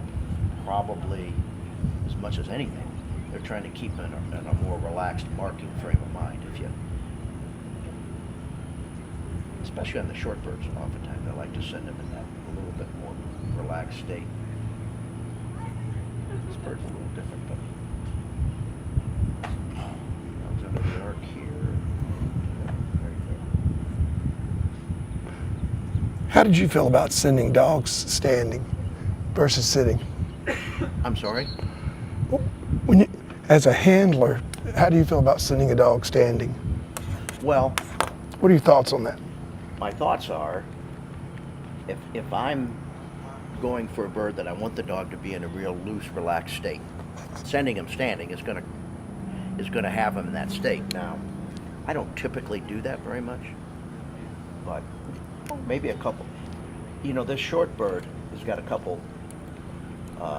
You know, you've denied it by running the blind. So if you think this dog is in more of a blind frame of mind, and you want to get them relaxed, well, sending them standing would certainly do that.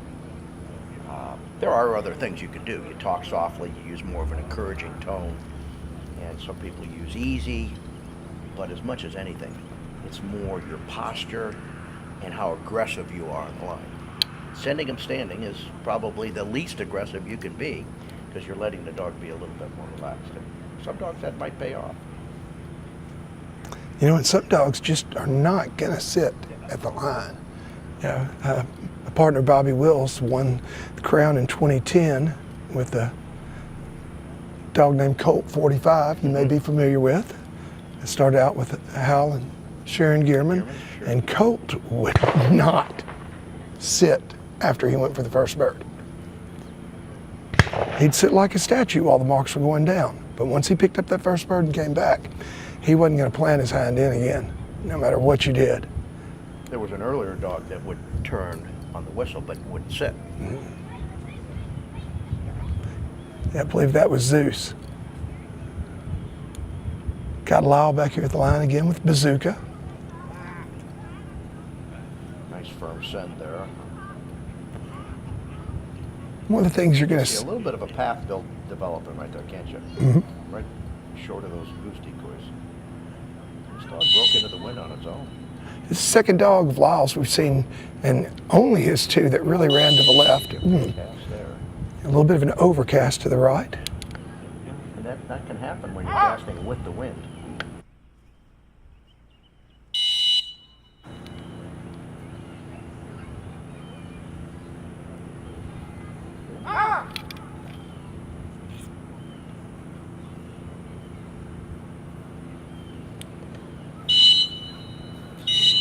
I apologize.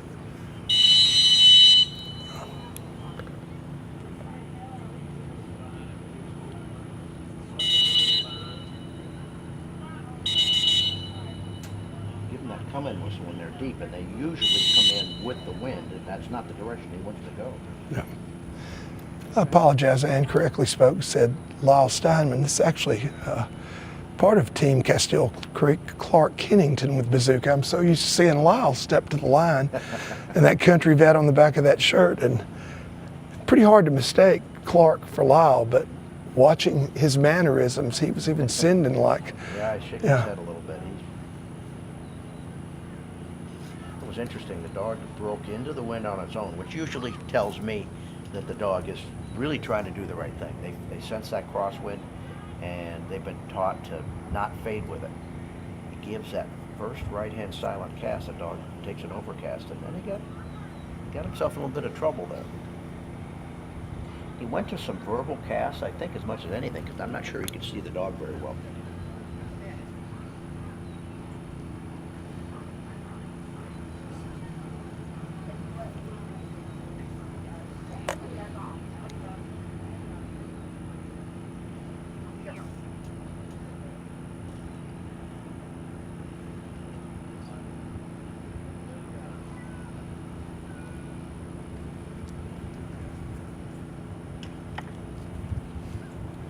Of course, Clark's no stranger to folks here at the Crown Championship. He's won this event.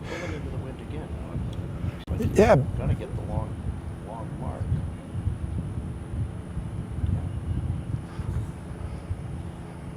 The first one we've seen pick up the longer bird after the blind. And I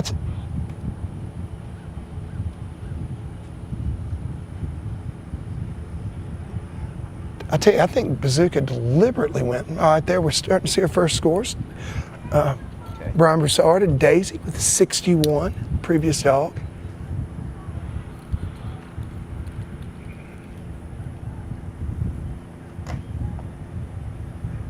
Not a big surprise there. Yeah, I really believe, Pat, that, I don't know about you, but Clark may have been trying to send for the short right bird, but I believe that Bazooka knew all along where he was going. I don't think he... Right to that long bird. See, you notice now and I think he's sending this dog standing up, because I think right now if this dog gets a little worried, he's going to take a line and not want to check down. That's the way I read that situation. I always told my handlers, identify the gun influence to the bird. And the gun is that holy bird. But man, he looks like he's almost on... No, man, that was a great correction if this turns out. He was right almost on the same path before, but broke to the right. I think he just broke through the Tulies as well.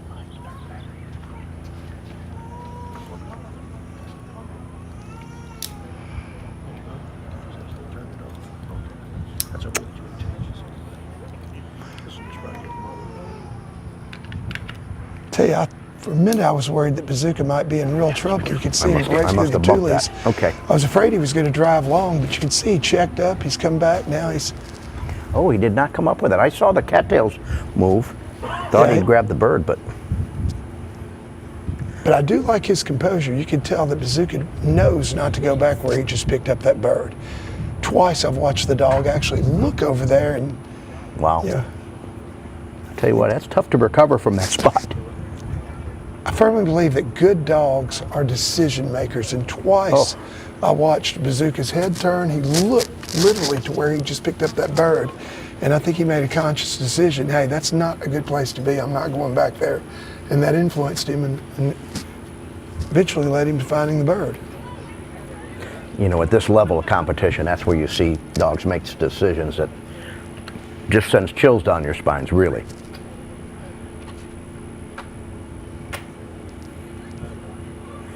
So we've just seen one score so far? Is that what you've seen? Just one score, just the most recent team prior to this, Daisy and Brian Broussard.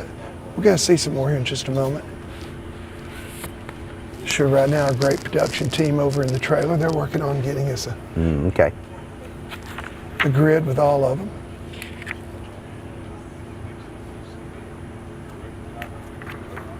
Coming up next, I believe this will be our 12th dog to the line, Luke Coors.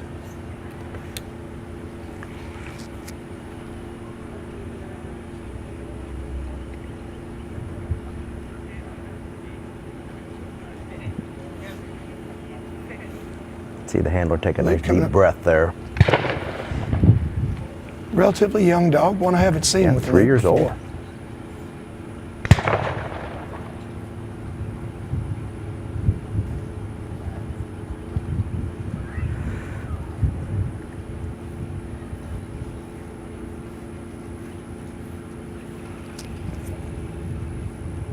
Tell you, we were talking names last night. I like that name, the Say Hey Kid. Call him Mays, Willie Mays. Yeah. This is another young man who's already had a tremendous amount of success. Luke's only 28 years old, and he's got quite a competitive history. Yeah, I'll tell you what, he's fighting that crosswind starting to play. Either the crosswind or the mark. They're both drawing that dog to the right. There that was a good whistle there. He didn't let that right hand momentum rebuild, but he's still got his work cut out for him here. Luke is a very experienced and deliberate handler. He doesn't get into trouble often. Mays is really not working with Luke right here. No, he's wow. Like I say, that's a tough place to recover from.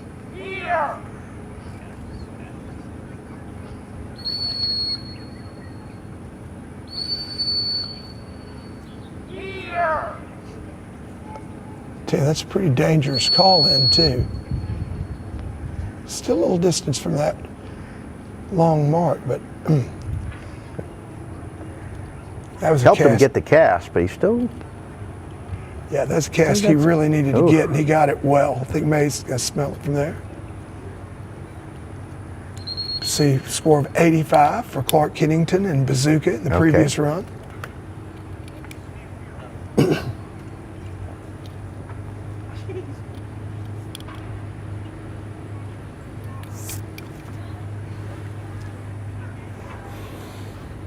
You could see that dog right off the bat. He wanted to curl right. He was fighting him most of the way.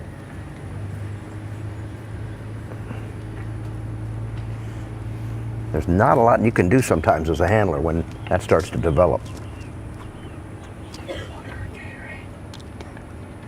Water would be great. Preference on the color.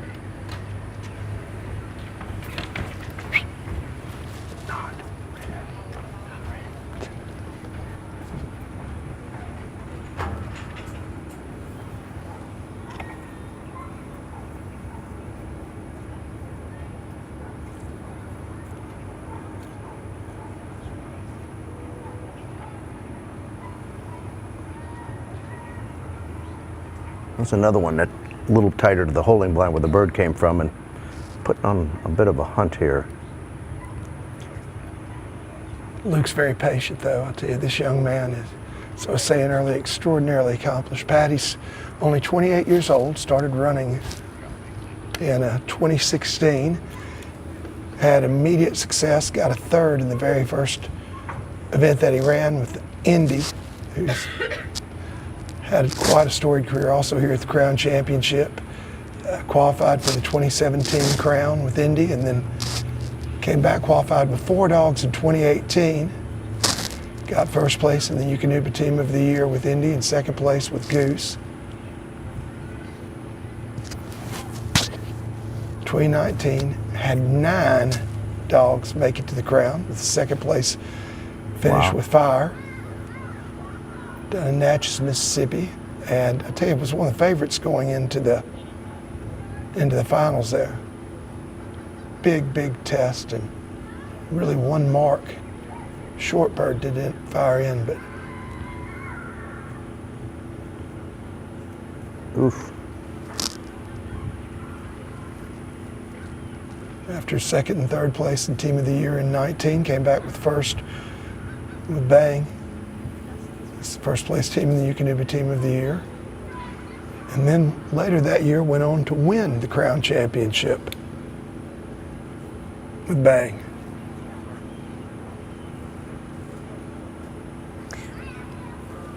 Three or 4 hours from now, I'm not sure you'd be able to let a dog hunt this long with the heat. This dog's had. Yeah, there's put a whistle on him there. Well, I don't think that they're going to give it to him, but I'm sure Luke is hoping maybe he'll get rewarded a handle in the area. Obviously, this dog had been out of the area for quite a bit, comes back in close, and I think he made a really good decision, as it is getting very hot, to quickly put the dog on the bird. Still got one to go here.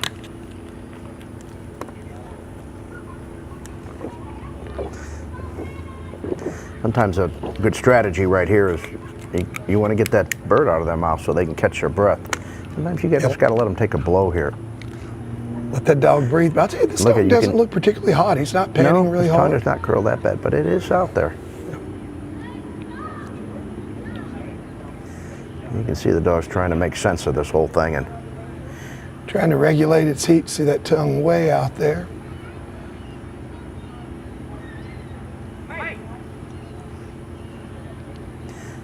He got the best look he could get. And doesn't look too bad there. Dog seems to be fading to the left, though. I thought he started a little right, but made a correction to the left. Not quite far enough. Ooh, did he line by the bird, though? Yeah, Luke's going to have to handle right here. It's pretty obvious this dog. You're not gonna... I believe if Luke hadn't blown that whistle, they'd have been chasing this one down with the ATV. Yes. Smart handle there. Oh, wait, not really. Interesting. He winded it on that time, did not wind it the previous time. Or if he did, he didn't acknowledge it.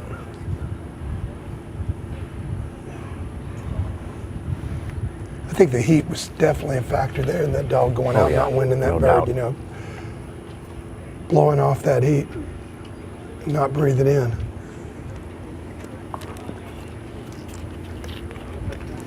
It'll be interesting to see. You know, a lot of times I notice in our nationals, you'll have stretches where you'll have good work, and then you'll have stretches where the dogs really struggle. And sometimes it's not, there's nothing that's changed enough. No rhyme or reason to it whatsoever. Right. But usually it's a little bit of lighting, a slight wind shift. Yeah, I think that's the nature of the beast at any level that you run at. I mean, I've seen it on weekend, HRC seasoned test where 4 or 5 dogs in a row are killing it, and then all of a sudden, boom, the next 4 or 5 all stumble. It's always interesting looking at the score sheets from the United Kennel Club HRC Grand. Mm-hmm. You'll be looking down that list and you'll see pass, pass, pass. Maybe it's third series, pass, pass, pass. And then fail, pass, fail. Right. And then you'll get into another string where something changed. Something changed, right.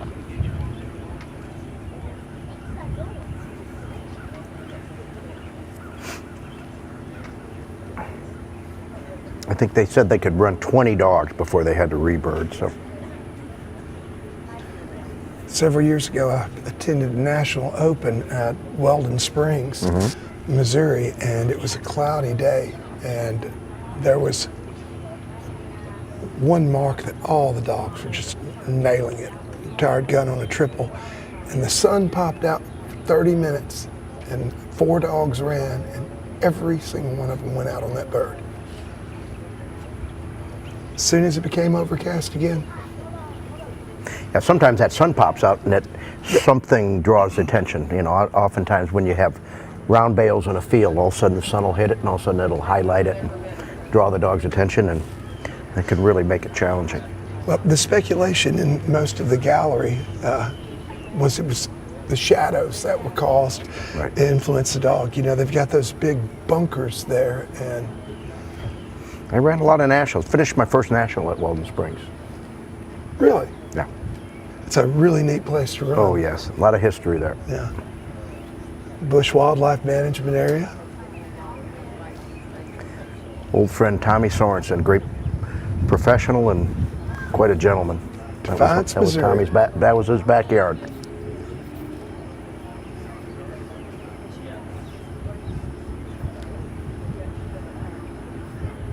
Judges going over the score sheets, conferring there.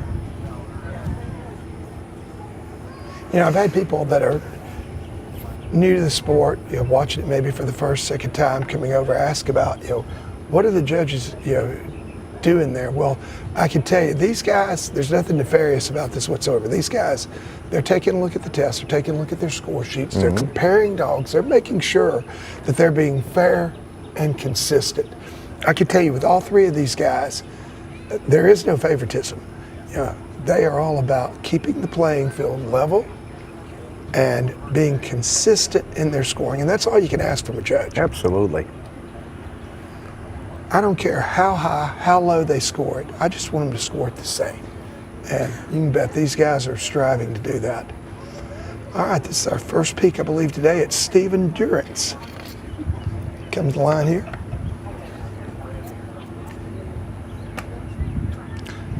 Like Luke before him, Stephen's another one that's had a tremendous amount of success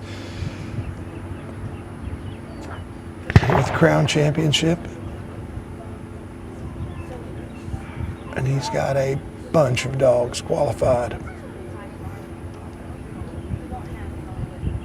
Well, something happened there. What didn't they like about that? Not sure. I wonder if they didn't get the blind planted because the throws looked fine. Well, obviously something went on. Well, I'm watching Stephen this guy just went come back out into on this holding right blind, so- bird. I think that bird may have went a little bit far. Oh, it's okay. And I think the left bird went a little bit short. And the combination of the two put them just too tight to one another. You see Luke Coor and Mays, 212.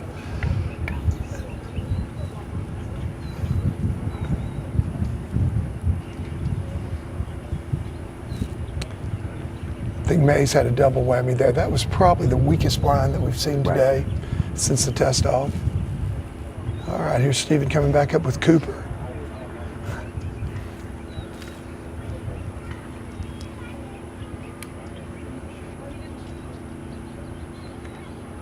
I was shocked they brought him to the line so quick. It's not a bird boy out there.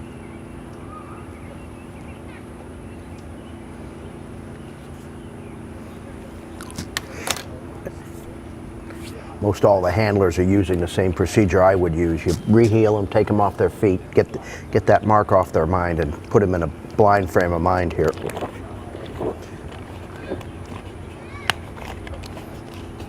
Yeah, after dogs see the mark, I always like to take that few steps back and then walk them into that line to the blind. Yes. You know, delineating the fact that, hey, this is where I want you to go. I don't want you to go over there. There's that wind kicking up a little bit here. Picked up quite a bit, and it's definitely influencing Cooper here to the right. That's 3 left backs Big here. Firm verbal here. Yeah. Stephen, he didn't like having to give that last one at all. You could hear it in his voice.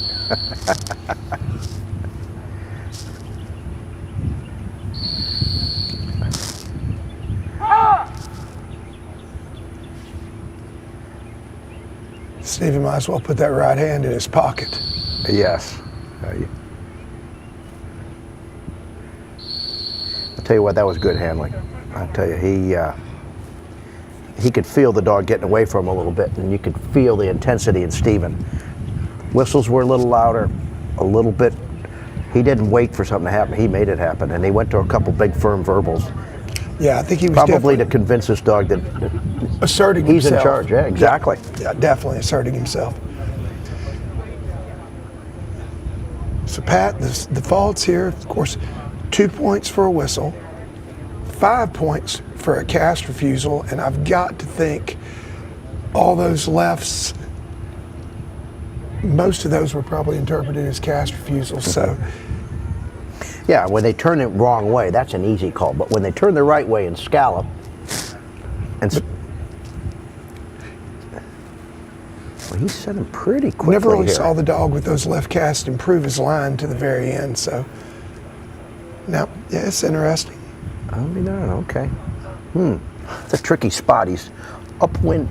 But a great that mark. was a mark, though, huh? Because it looked like this dog was headed for the long bird. I and thought then he broke was. right in and landed on that short bird. That was impressive. Stephen sent quickly there, and I'm like, it surprised me a little bit. But obviously, that dog, Stephen and the dog both knew where that bird was. All right, let's see what he's doing. I know he's taking his time a little bit more.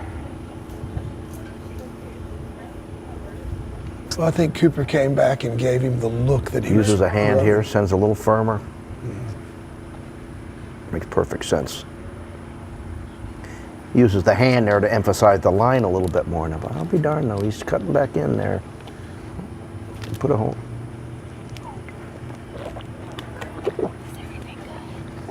Yeah, there's a wrist there. Yeah. They put it in. Cool. I got my mic muted.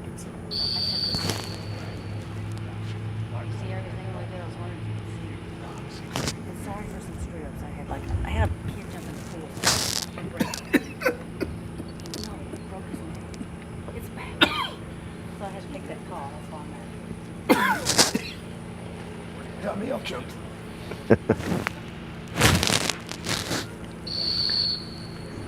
All right, so I lost contact with him. Yeah, I'm kind of perplexed here. I did not expect to see Cooper pop back up in this old fall. I'll And tell he you is what, he clearly dove hunting the right old into fall. yeah. He made the same move he did the first time. He was a little left, cut into the cattails. Yeah, I expected that. I didn't think Steven's not going to put up with this very long. We may see our first pickup of the day here. Yeah, and he did everything he could do. He took his time on the send, he put a hand in, sent a little firm, and that dog just curled right back into that old fall. Well, it looks like he's going to finish it up after all.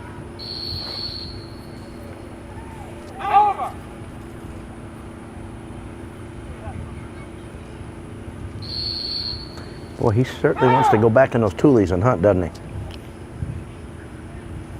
Yeah, you see, as soon as Steven gives that cast, Cooper's dropping his nose immediately. He is. Yeah, he's definitely in hunt, not handle mode.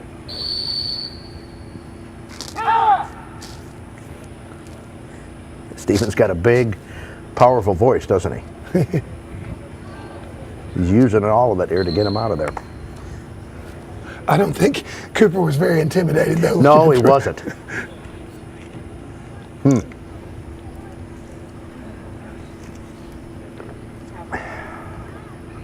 Well, this may be one of those stretches where the dogs are going to struggle a little bit, huh? And I'll tell you, Pat, Cooper is a very strong dog. I mean, this is not a young, inexperienced dog or a dog prone to make a lot of mistakes. But we've seen a couple dogs in a row. You're right. We may be coming into one of those. Yeah. You were just talking about it. Well, it is fun. It always happens, especially on these tests that span a long period of time. Conditions are going to shift and change. Lighting's going to change. The only thing that's different is the wind picked up slightly there.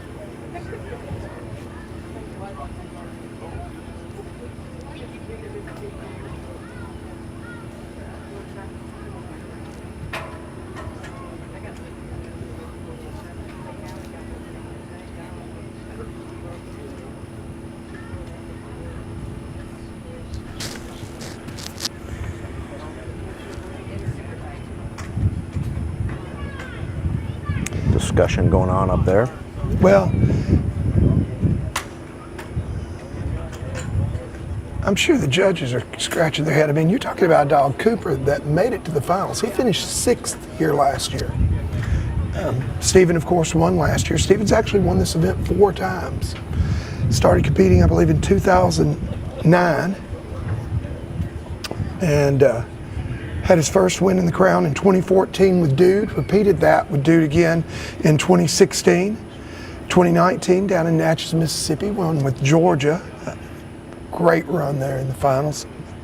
And last year had a tremendous final round here with Mason, who is now retired. He's not. That's right. I remember watching that, and he was a 10-year-old dog, wasn't he? Yes, he was. That was quite a final series from last year with the 2 field trial marks and the 3 hunt test marks and then the blind. All right, here's Rhodey. Yeah, they feel a little bit of everything in that final series Yeah. last year. But we saw some great dog kitchen work. sink. Yeah. They threw the kitchen sink at him. You're right. I'll tell you, Mason had a tremendous finals. Handled on that long bird, but it was a tremendous handle. Thought the dog was leaving the country. He stopped him, called him back. Dog came right in and scooped up the bird for the win.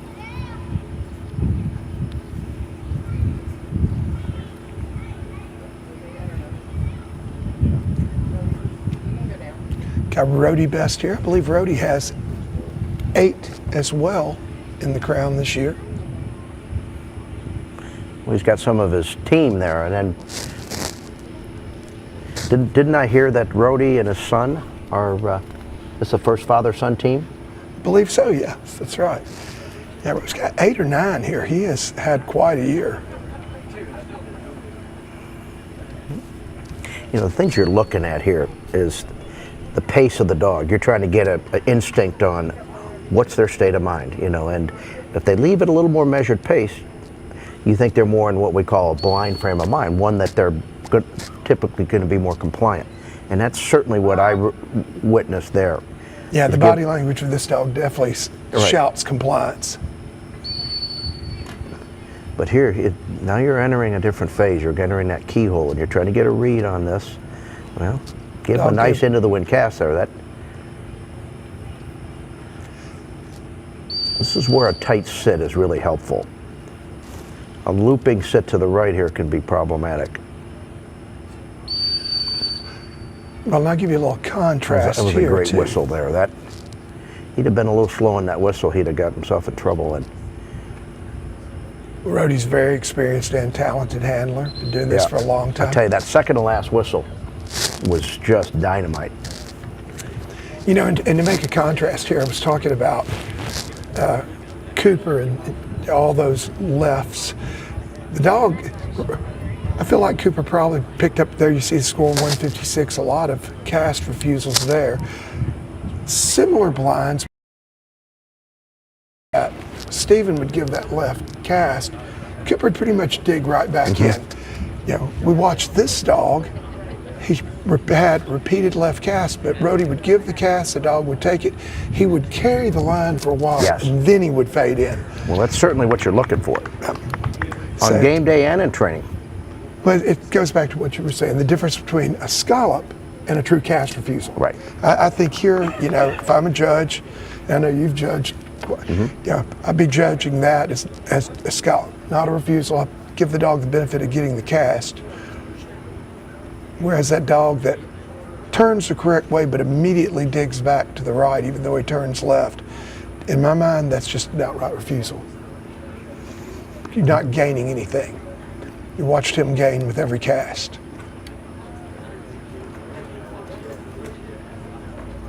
You can see Rhodey leaning a little left there, trying to give that dog a little English there. Got the whistle in his mouth. Happy with that? No, I thought when he tossed the... So maybe one of the changes, you see the lighting on that holding blind?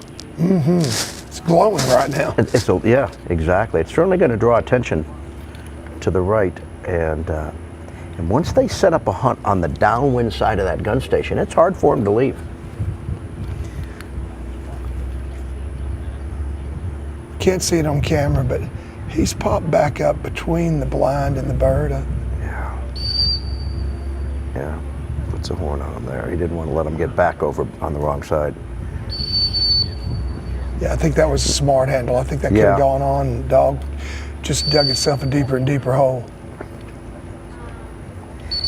You see how different it is when a dog's handling on a mark versus on a blind. This dog gave him those beautiful left-handed casts, but gave him a little bit of trouble on that first left-handed cast. Called him in a little bit.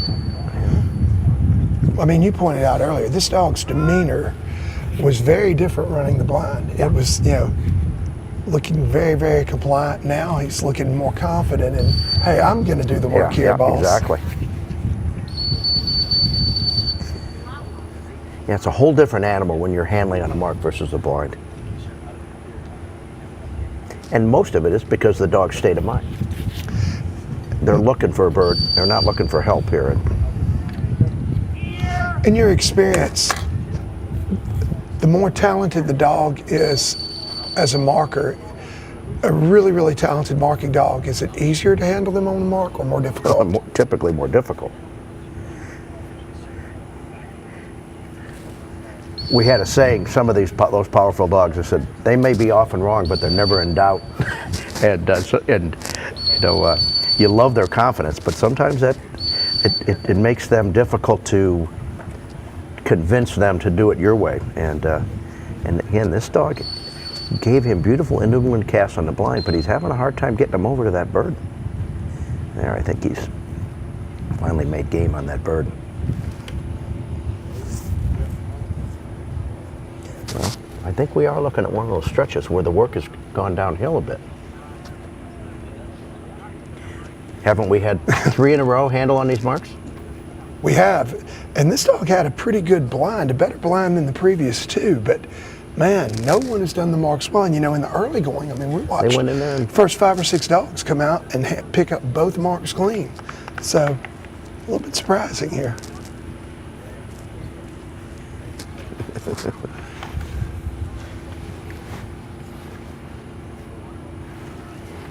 I need a taller chair. Jason Plaster walking by.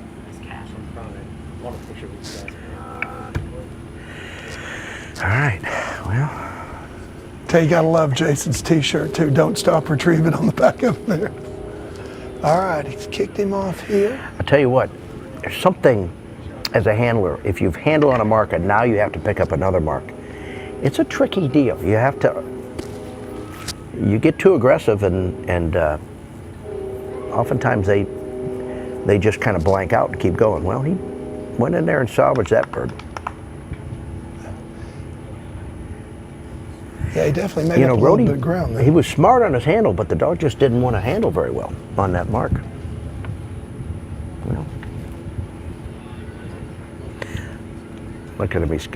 Rhodey's kind of, he's visualizing his next send. What, maybe you see him step from one side of the mat to the other, kind of like, all right, what could I have done different? Oh yeah, he's got 7 or 8 more dogs to run here. You Sure, better believe absolutely. He is analyzing this and breaking it down, taking advantage of that line time to do that. You know, you wouldn't think, but sometimes 10, 12 inches difference on where you send off that mat can make all the difference in the world.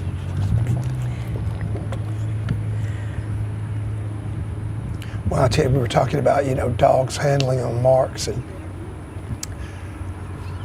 my experience, like yours, has been a dog that really, really marks well, just difficult to handle to a bird that they've seen fall.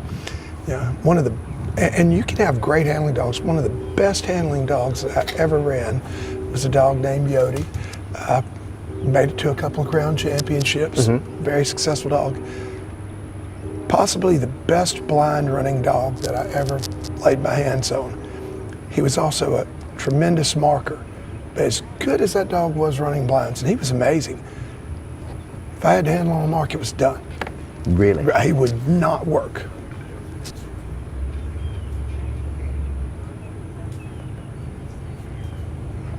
Tell you here, we've got Bang coming to the line. Another dog, super, super successful here. Yeah, look at that resume, huh? Yeah, look at that. Talk about a resume. There's a lot of letters in front and back of his name, isn't there? Former crown champion. 11-year-old. Amateur champion. Field champion. Qualified all-age master national hunter. 11 years old, owned by Ernie Dantino. I hope I didn't butcher Mr. Ernie's last name there. And yeah.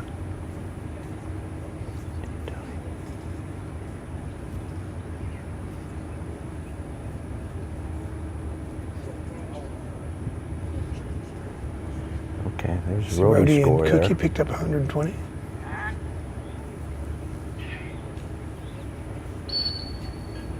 A little bit wide left on that IL. Ooh, well, I don't think the true line to that even goes through those. It goes to the right of those two decoys. Those 2 to the right. Yeah, 2 to the right, not between the 2 sets. The perfect line goes just off the right side of those 2 goose decoys.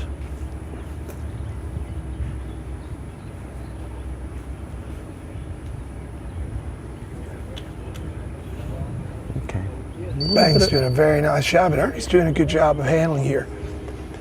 Pat, I gotta figure the dog that goes to the left of those two, I think those speckled-belly goose decoys there that we're seeing in the picture, he's gonna take a little more significant penalty for being offline. For your maybe initial 5 points instead of just 2. Right.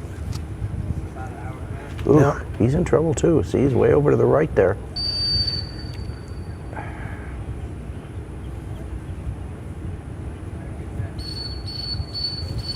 Yeah, that come-in whistle there is a tough spot.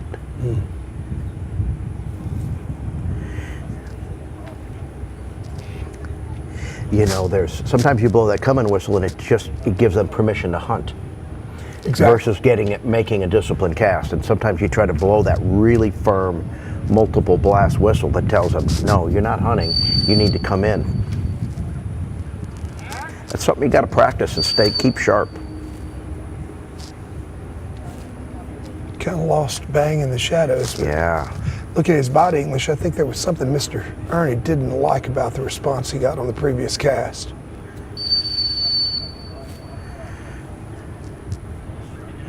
Yeah, well, he's over to the right again. And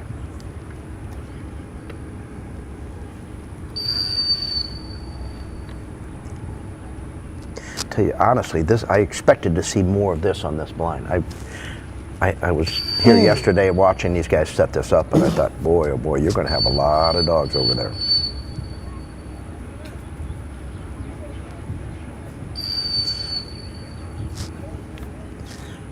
See, the handler's moving to try to see him, and sometimes the dog sees the handler move and interprets it as a cast.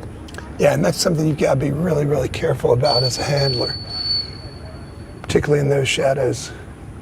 Well, and he's awful close to that longer mark there.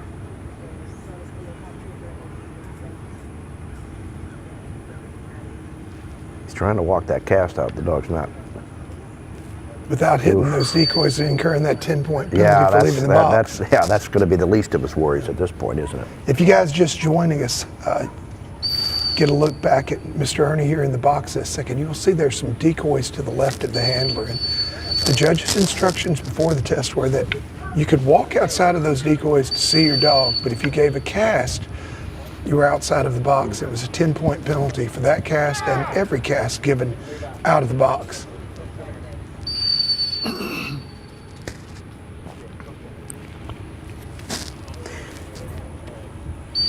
Well, I'll tell you what, it's almost impossible to get from where he is to where that bird is.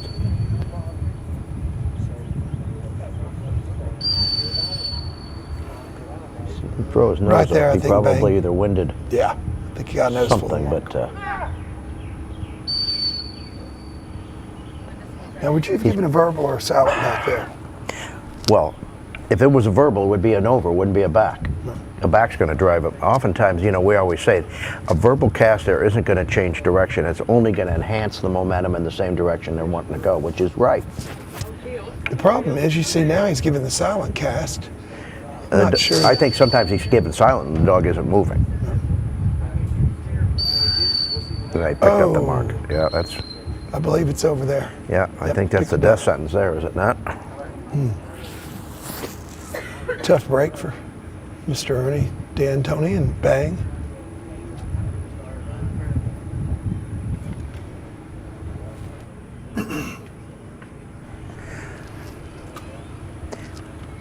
But I'll tell you what, even if he'd have gotten the blind, as an 11-year-old dog, I don't know how much dog he would have had left to complete those marks. I agree. Tell you, that's a tough to say as a handler. You know, you're at the highest level here, and you're fighting for your life. But you've certainly got to look out for the well-being of those dogs, no matter what. Well, and you see Mr. Ernie, he's not unhappy with the dog at all. Oh, he's yeah. loving on Bang Bang, and we all love Bang. Dog's had a tremendous career Well, I here. was Hate gonna to see him say, go out in the first series up. That's where you say to him, so that dog doesn't owe me anything anymore. Look at all those letters.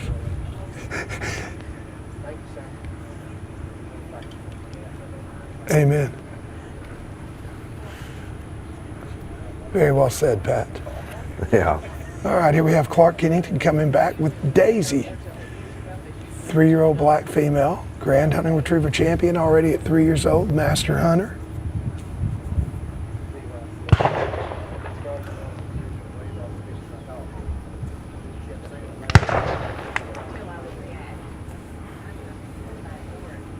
I think Daisy got a good look at both of those. Yeah, tail's cracking. I'll tell you, now he's got to reheel him, put him in a little bit blind frame of mind here. Well, Clark is a very talented and experienced handler. He doesn't make a lot of mistakes at the line. Well, you can see he's being real patient on this initial line. He sends firmly. And there's your initial line right there. Well, that's a nice sharp stop. I tell you, that was a great cast, and the dog took it well. This will be interesting. Well, look at that. The first hint that dog was going to go right, he blew a whistle, which was excellent handling. And he's probably going to blow another one here any second, I would guess. Yep. Yeah, he kept him right. Dog throwing that left shoulder into the wind, too. You really like to see. That might work for him. Boy, that depth is difficult, isn't it? But hey, that Clark finished came out of that pretty sharp. But Very a nice couple really timely whistles. And it's you know what, you're 1 second late on a couple of those whistles, and we say sometimes that's how you go from Cy Young to sayonara. Can I use that one? Sure you can. Sure you can. I've done it. You're reading the Monday morning headlines, and you get a little slow on the whistle, and it can go south on you. All right. Well, this dog acts like he knows where the birds are. Came up, heading real high.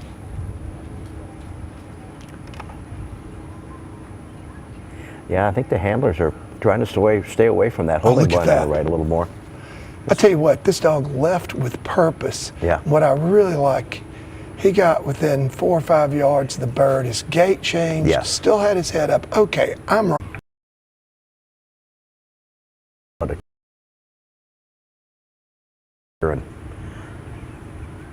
Well, you talk about showing marking in memory. I mean, to me, that's as good as it gets. I mean, the dog may not have just ran and speared it, but he went deliberately to the area with the guy within a few feet, and immediately his body language said, I know it's here. His dog's got a lot of tail action. He says, all right, but hey, he's taking his time.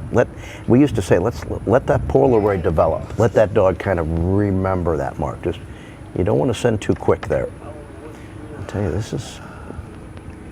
I'll tell you what though, there you go though. That was smart. Steven had an early dog that did that, and I don't think he had a choice there. He said nothing good was going to happen on the right there on that left-hand bird. Well, the stretch of difficult work has continued here.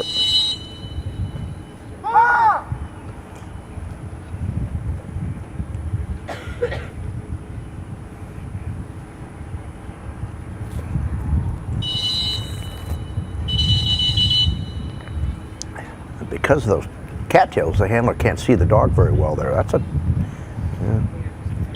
We can see him from this angle, but I don't think he can.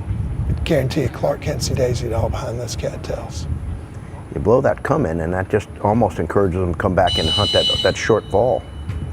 But he doesn't have a choice. He's got to get him where he can see him.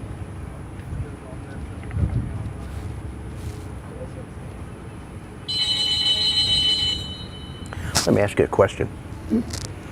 They told you couldn't, they would penalize you for moving left on the blind. What about moving left to handle on the mark? Are they going to have the same? Box is a box, regardless. Okay. You move out of that box, you're taking that penalty, whether it's on blind or a mark. Nice cast there.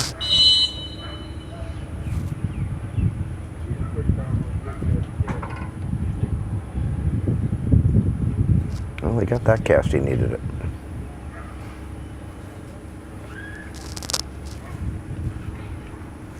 I've got to say that this score is going to be high. It is definitely not going to be indicative of Clark's handling on this run. Oh, yeah. In my opinion, he did everything he could do. Yeah, did a tremendous job keeping it together. As a matter of fact,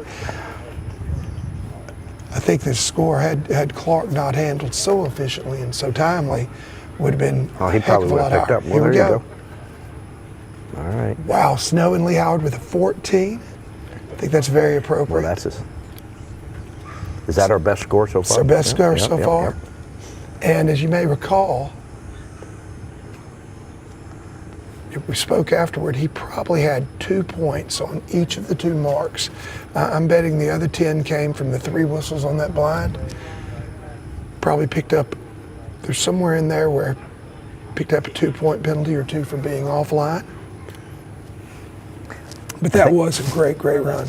I think I said earlier, I said he could sell that job, and I'm looking at the score, he could sell it for a lot of money. He could sell it for a lot of money right now. Okay. Luke coming back with Kona.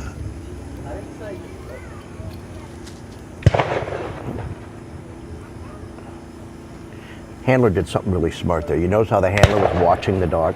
The dog looked left. He shuffled his feet a little bit, helped the dog see that long bird. So many handlers get to where they're watching the bird instead of watching their dog, and wouldn't have made that adjustment he made right there. That was excellent handling.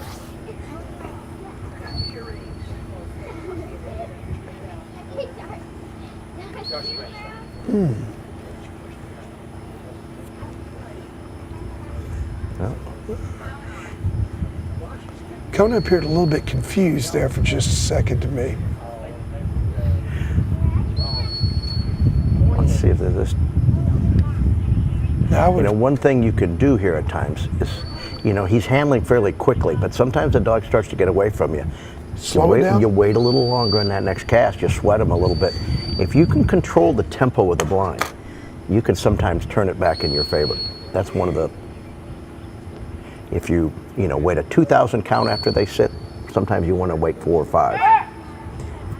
When they're fighting you a little bit, sometimes you can kind of reestablish control.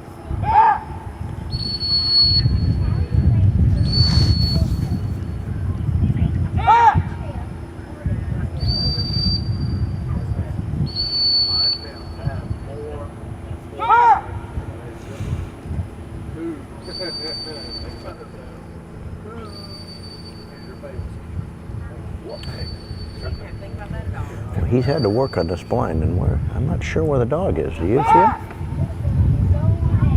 No, I don't. Sometimes if they go straight away from you, there he is. He's over by now. But. Well, again, that yellow dog gets over there in that dead grass. A little more difficult to see. Yeah, exactly. See, Clark and Daisy had 97.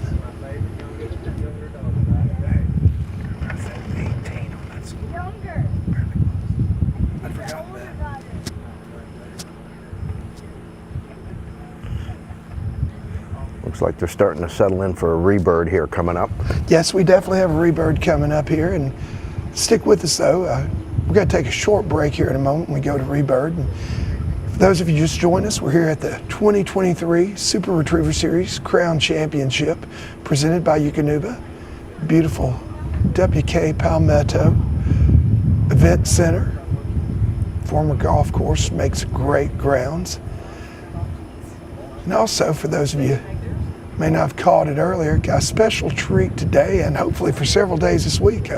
I'm joined up here in the booth with field trial legend,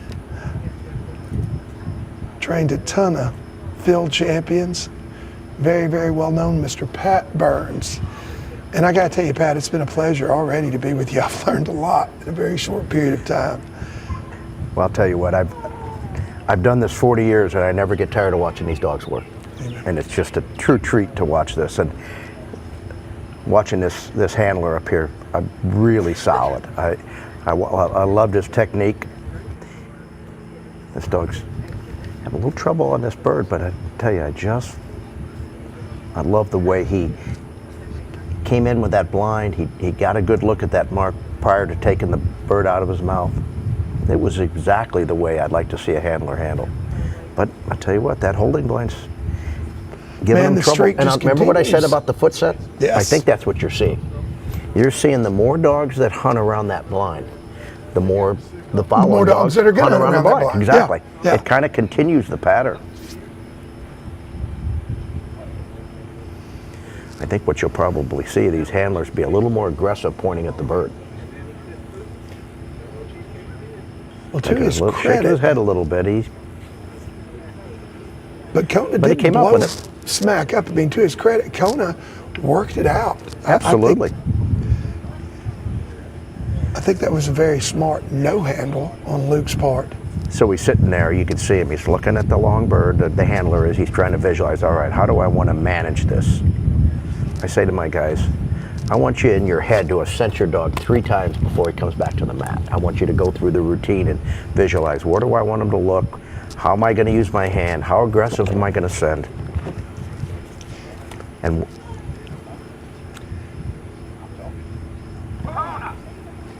And you can see that path there. There's a few paths in the foreground. But I'll tell you what, there's another dog fading right on that mark. Oof.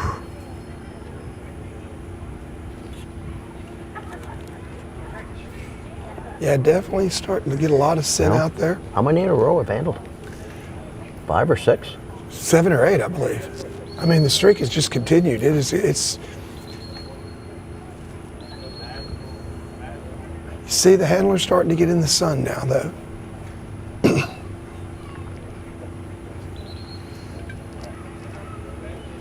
Well, you know, starting out, I really felt like we were going to see very, very few handles. That's the sense that you got, and then it just... I know, and I looked at the test, and I was surprised how well the dogs were doing. This is honestly what I expected when I looked at this test. Yeah, you predicted this last night, I believe. Well, folks, it's time for us to take a rebird. With that, we're going to let the guys go out and take some water to the bird boys, rebird. Stick with us. We're going to take a short break here, and then I'll be right back with Pat Burns here at the 2023 Super Retriever Series Crown Championship presented by Eukanuba. The Super Retriever Series Crown Championship is presented by Eukanuba. Sporting dogs give us everything we ask and then some. Their nutrition should do the same. And by the Shreveport-Bossier Sports Commission, teaming up with our community to bring sporting events to Shreveport-Bossier City, Caddo, and Bossier parishes. Margaritaville Resort Casino. Louisiana Tourism, feed your soul. Thor's Boats, drop the hammer. Splash Super Pools. And by Lucky Duck Kennels. Your puppy only gets one start to set the foundation for a lifetime of performance at your side. Fuel growth and activity, support digestive health, and give him a training edge to one day flush, point, track, retrieve. So when the gear comes out, he'll be ready. Make every milestone count with game-changing puppy fuel. Eukanuba Premium Performance Puppy Pro. The Shreveport-Bossier Sports Commission is here to help you with your amateur, collegiate, professional, or Olympic sporting event. Centrally located in the Arklatex area, Shreveport-Bossier is a premier sports destination, ideal for hosting sporting events of any size. With our wide variety of venues, including stadiums, convention centers, rivers, and universities, we are sure to have the perfect location for any event. Our team is ready to make your event a success. Visit us online at ShreveportBossierSports.com or on Facebook at Shreveport-Bossier Sports Commission and let us host your next event. 2 birds of a feather. We flock together every day, and I'll do anything to protect that loyalty. Durable. Talking about my dog. This right here in America. Ways. The Splash Super Pool is the original above-ground, soft-sided pool. We've been in business for almost 40 years now. We're still proudly made in the USA, and we've been serving our community in all kinds of ways. They're all testaments as to the strength and the durability of this super pool. And we've been serving the dock diving community for almost 20 years. The pool that they use is the exact same pool that you'll use in your backyard. So just remember, as you're watching these dogs fly through the air, this is the same super pool that you could have in your backyard. Splash Super Pools. Welcome back to the Super Retriever Series Crown Championship presented by Eukanuba. J. Paul Jackson here at the WK Palmetto Event Center in Shreveport, Bossier City, Louisiana, and we are into the first series, 94 dogs running here today. I think we've seen our first 15 or so run. Starting off in Series 1 with an AKC style hunt test, and if you're just joining us here, we've got 2 marks and a blind. This AKC style, meaning that the Bird boys out in the field are not wearing white, throwing the birds. Also, the handler's not shooting at the line, but he is holding a gun. The scenario, we've got 2 birds coming out from right to left. It's 2 marks fall. Know your dog off the 2 marks and running a blind. This is a keyhole blind, as you can see from the scores. All over the place, Lee Howard's got a pretty good lead with Snow, 14 points. Had by far the best run we've seen here today. Second place, Lyle Steinman with Tigger, 35, and then right there with Hatch, 36. Carter Turner, who came in here with, I believe, 9 dogs qualified. He's first year running the Crown Championship, but it's been quite a year. First, second, and third place in the Team of Year standings. Won the Nike Award, and he's run with Zeus. Several more to come. Clark Hiddington in Bazooka, 85. Luke Corin Mays, 212. Cooper and Stephen Durrance. Not the run that we expected out of Cooper for sure. Finished 6th here last year, but racked up 156 points in that first run. Cookie and Rhodey Best with 120. Daisy and Clark with 97. And we just watched Kona and Luke Coor score 167. And one of the interesting things here, Pat Burns has been up here in the booth with me, about to come back. Our guest analyst doing a great job. And, Pat pointed out early that sometimes when you go to these trials, you see a definite pattern here. Look at our amateurs. We've got Jason Flaster with Bougie with 111. Cass and Jason, 44. In first place among the AMs, John Lamar and Pine. Jared Moffitt and Moon with 187. Brian Broussard and Daisy had a very nice run with a 61. And Bang, one of the most decorated dogs in Super Retriever Series history, 11 years old. He and Mr. Ernie D'Antoni, first dog to fail to complete the test, but Bang had a terrific year. We all love Bang Bang, and sorry to see Mr. Ernie and Bang go out, but that dog certainly accomplished a tremendous amount in its SRS career. As I was saying earlier, really enjoyed being up here so far with Mr. Pat Burns. Pat has a tremendous amount of insight, of course, 40 years in the retriever game, very, very successful field trials, multiple nationals, multiple national amateur finals. Today he spends a lot of time working with handlers, and if you're listening to us today, I'll tell you there's a whole lot that you can learn just from listening to Pat Burns, one of the most knowledgeable dog people I've ever been around. And one of the things he pointed out early on was, whether it's hunt test, field trials, SRS, you see patterns develop for whatever reason. Today we started off the first 7 or 8 dogs, really didn't struggle very much, lower scores, and then we fell into a run of higher scores here. Inexplicably, all of a sudden events changed, and we started seeing dogs having to handle not on just 1 mark, but on 2, where earlier on we'd seen multiple dogs pick up both marks clean. And Pat's rejoining me here. I was just talking about how you commented on how we see that happening. You were a prognosticator. You brought it up, and sure enough, it materialized. Looks like with the last couple of dogs, we've seen that trend reverse. It'll be interesting to see here after this first rebird and the break. Well, I'll tell you, Lyle had some good work with his first 2 dogs. So we'll see how this 3rd dog of his goes. Well, he ran both of those dogs early when it seemed like all the dogs were really doing well, not only with the blind, but also with the marks. Boy, that's right where I'd want to be. Amen. You got a little bit of room on the right, but you're not offline. Boy, that's a...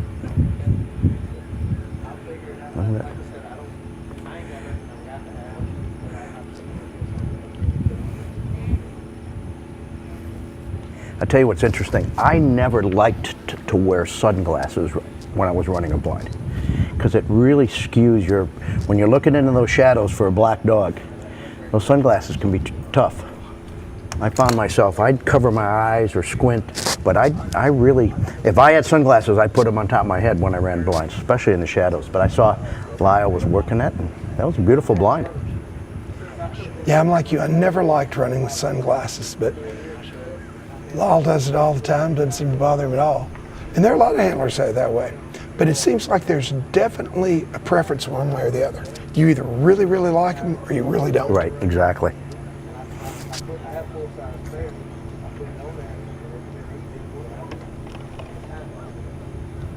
That wasn't a bad blind at all. I think. Oh. Holy smokes. Well, sometimes you ease them up a little too much and they run to the first object. That dog started to hunt off that tree, but he's going on. If this dog pulls this out, that's a heck of a recovery. And when he left, I really thought the dog knew where he was going. When he went through, did you see him on the backside? He's up. He's up in the area of the longbird now. Oh,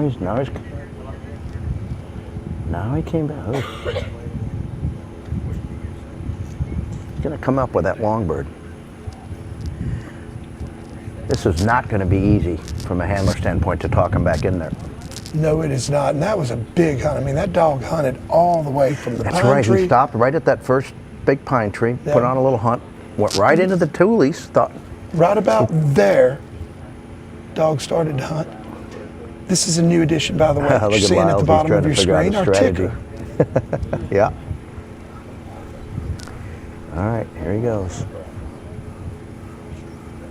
You know, as we look at those scores, we had a little bit of an anomaly there with Moon and Jared Moffitt with that 187, but you can see the trend there in the early going was much better.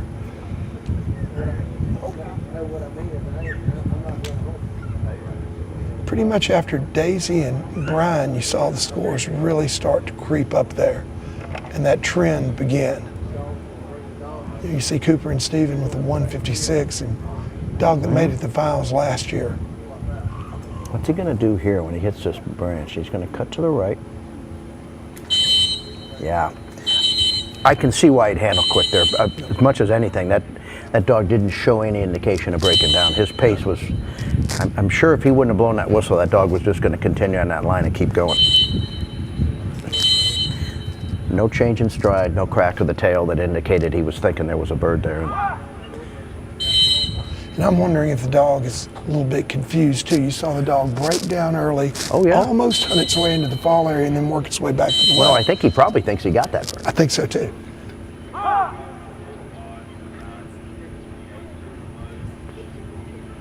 Oof. That's a dangerous Good cat. Lord. He was, when he went in there the first time, he couldn't have been a couple, 18 inches on the wrong side of the wind. That's a heartbreaker when that happens. And that was a dangerous cast that worked out for him too. Yeah. I was really scared with that left that he was going to push him past it on the wrong side of the wind. But Pat, it feels like the wind shifted. In the beginning, it was coming from our left to our right. Now it's angling in at us a little bit. More back at our face.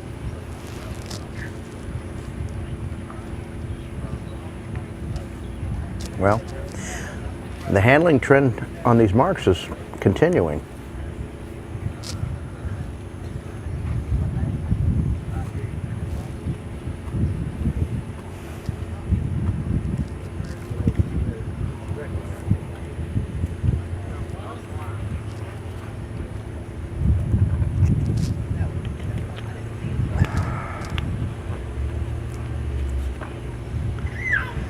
Coming back to the line, we've got Luke with Goose. Of course, Goose's registered name is Duck Duck. That's a great name.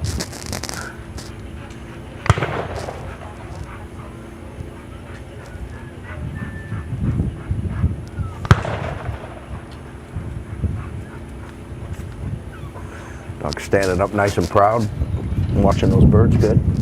I've watched Goose a lot. This is a really stylish dog. Long legs. We have too long of. Judges didn't like something about those throws, huh? I believe that second throw fell outside. Either of the that or ball the area. blind never got planted. Yeah. Nah. That short bird was angled in much further. Is that what that would have was? Yep. I was watching the dog more than I was the throw. Okay. I love watching Goose's dog. Long, lanky dog, covers a lot of ground, runs with a lot of style.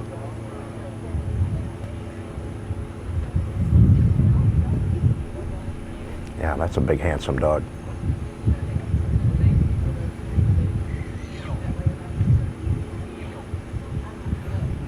Looks in good condition.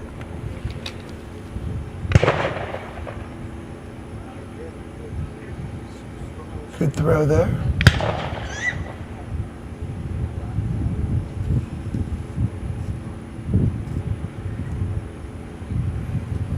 Goose seemed very, very focused, no head swinging. Mm-hmm. Look at those ears go back, going into compliance mode.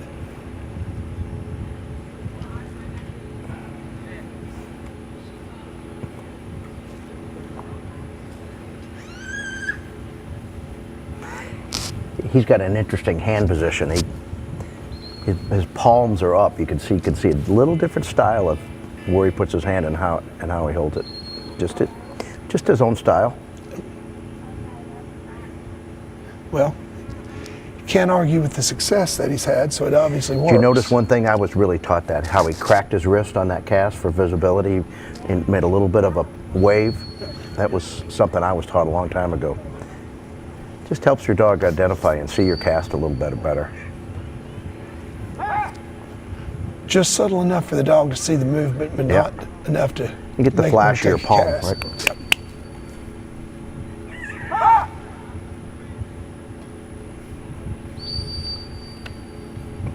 Okay, Luke's digging in here.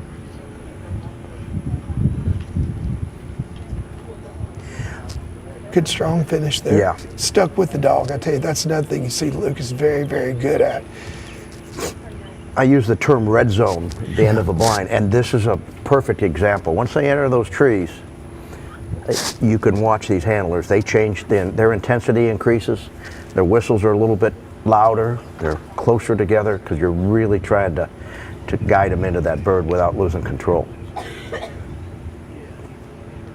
And that was a good example of good red zone handling right there. Well, you know, Goose stuck with Luke too. I mean, didn't fight him. Right. 5, 6 whistles. Yeah, I think that's about right. And I thought every one was just right. Yep. Didn't see any blatant refusals there. Looks for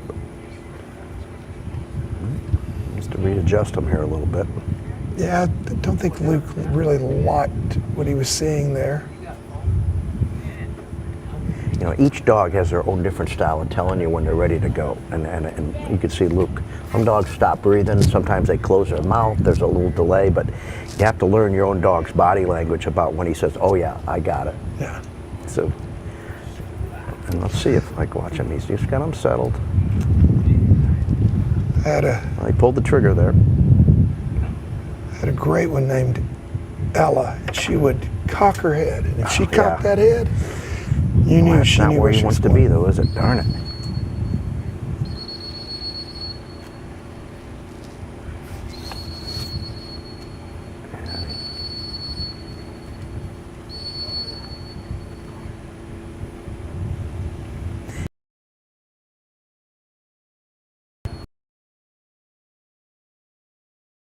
But this is a handle to the area of the fall, so he took a 10-point penalty for handling to the area right off the bat. Now, after that initial penalty, each whistle each whistle's just 2, unless the dog gets in the fall area, like this dog is. Now, let's say the dog doesn't find the birdie and leaves, and then he has to handle him back. That's another handle to the area, so the larger penalty comes back into play. Gotcha.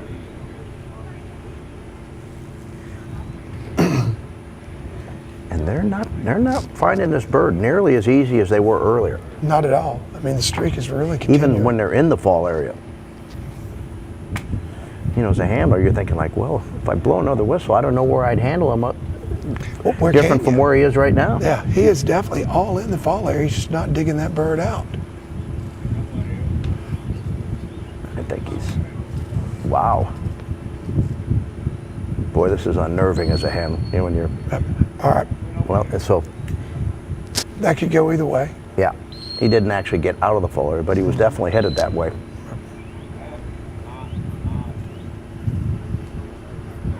Now he's definitely out of it. I tell you, and this is like so I said, nerve-wracking. you know, you're saying to yourself, I'm not sure where to put him where he hasn't already been.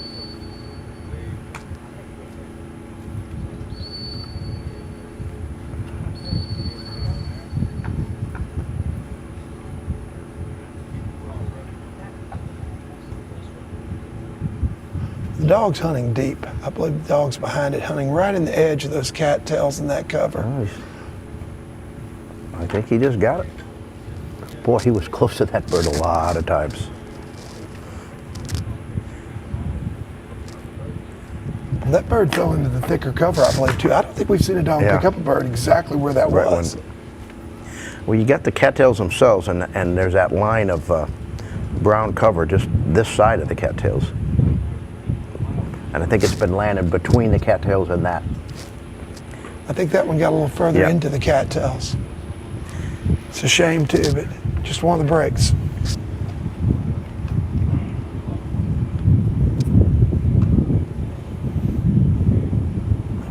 Dog's blowing pretty good here.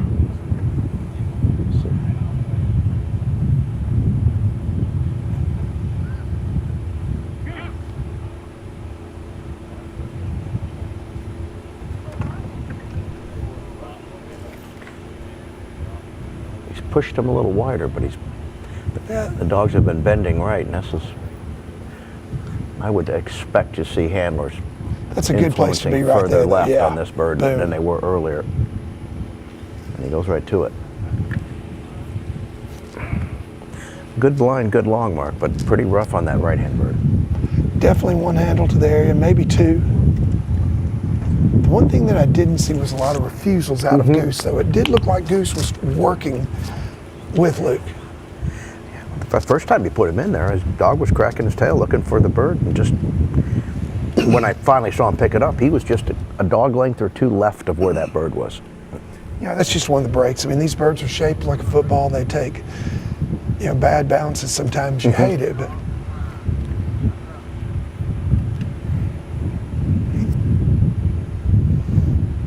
you can see some discussion going on. Here goes.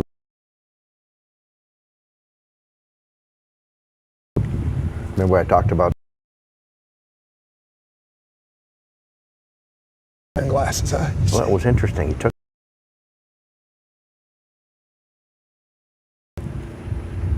Brody coming.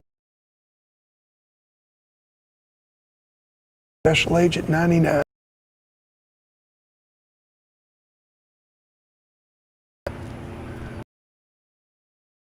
You can see that.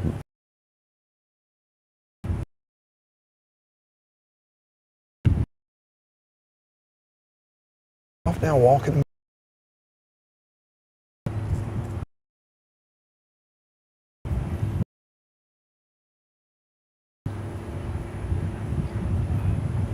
You can see the handlers are a little more serious now with this stretch of bad work. They're digging in a little harder. Yeah. Which is exactly what you got to do. Yeah, Rhodey's got the knob for the fine-tuned dial. Right. Definitely trying to dial JJ in. But you're right, Rhodey stayed with the sunglasses for a minute. I thought he was going to handle without them. You're going to learn a lot after this next cast. Surprised. Dog's tempo slowed down a little bit. Let's see. Come on, fight that win, JJ. He goes for it. Well, he probably went verbal because the previous cast he got a little more left than he thought he was going to. I would expect this to be a silent cast.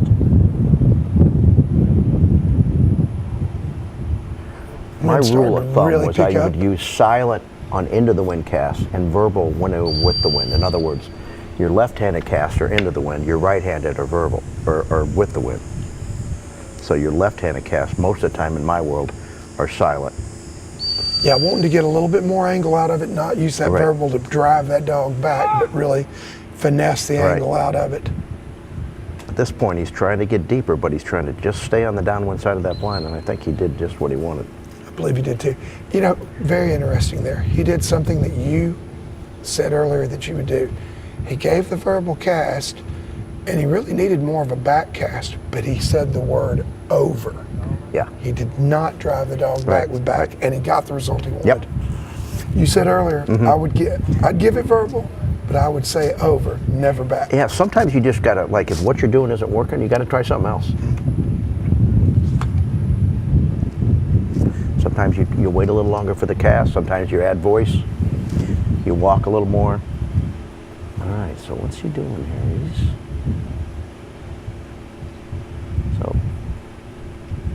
Working that left side of the mat here.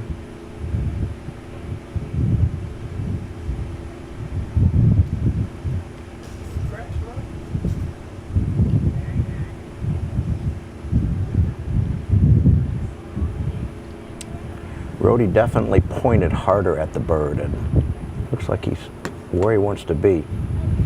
You can only do so much as a handler. You can't put the bird in their mouth, but you hopefully put him in a spot where you can help him. I think a great example of that is Clark earlier. I mean, he did everything he could possibly to help that dog. And still stayed under 100 points, which is not a bad score here. Tell you what, though, good Lord, man, are they having a hard time coming up with this bird? He was, and to get a little deep, they find that the gunner from the other station, and I mean, earlier they were winding that bird much earlier. This dog, we've seen 3 or 4 all in the area, not digging it out. I think he's going to come out with it right here. Yep. Rody's pretty happy about that. Yeah, he was. He'd like to. All right, don't let up now, Rody. Sigh of relief. I love it. You can feel the excitement and intensity.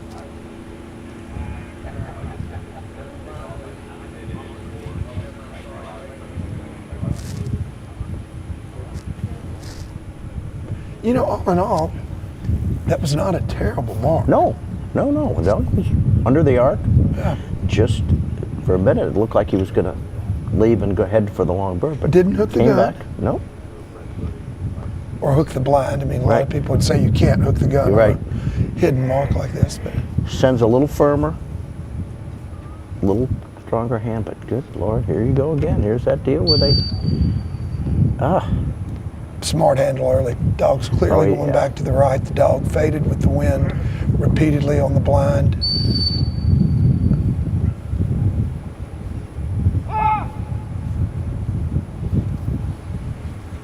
Needed to tell him get out of that old fall. I was going to come up with it. That's going to turn out good, I think. Bam. Once you get to that shadow right now, I think the dogs are winning. That's a good place to be. I mean, when you break that mark down right there, 3 whistles, handle to the area, 20 points maybe, we've seen dogs easily accumulate 30, 40, 50 points wandering and then never recover. Right. So I totally agree with what Rody was doing. Live to play another day. Look at Rody. He's doing what I like to do. He's trying to get down on his knees and look at it from the dog's perspective. What is the dog seeing? You know, what's Rody's trying to study, like, why is this change in behavior happening? Oh, you bet. I mean, I'm wondering the same thing. I guarantee he's wondering, why did he not just go directly to that last bird? What is it down there that's... Right. Yeah. He got down at dog head height, looked at it from the right side of the mat, looked at it from the left.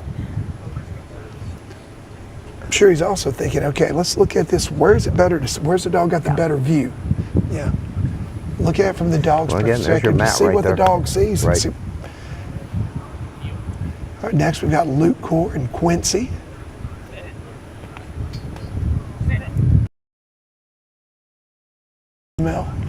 Super Retriever Series champion.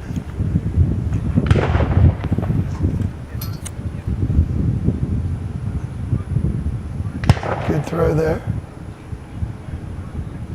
I think that bird fell a little bit short, and I'm not sure if Quincy saw that. Well, they're going to give him no bird. Yeah. Yep. I don't think Quincy could see that. It was really hard for us to see even from up here. Yeah. So one of the subtle, that's significantly shorter. So one of the subtle differences between this and, say, a field trial or even a HRC Grand, normally in a field trial, you get a no bird, mandatory, you drop back 3 dogs. Yes, sir. Here, a lot of times they'll leave it to the handler's discretion, particularly poison bird situation like this. Sure. So yeah, there's nothing in our rule book here at the Super Retriever Series that says you have to do it. Well, if they gave me the option right now, I'd want to wait, because I'd like something's going to. You're hoping something's going to change. Yeah. Yeah. Because I don't think it can be harder than it is right now.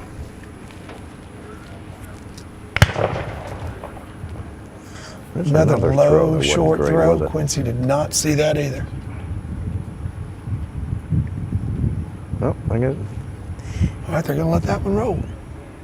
It was a better throw than the Yeah, one before. it was right on the right edge of the Tulies there. Wait a minute, wait a minute, wait a minute. Maybe they did. No bird. I guess they were talking about it. I bet you he waits this time now. I definitely would. No, he goes This right is a back into the blind situation. now. Well, he's talking to him about it right now. Now, sometimes the dogs can really get on nerve. This dog seems to be keeping his composure pretty good.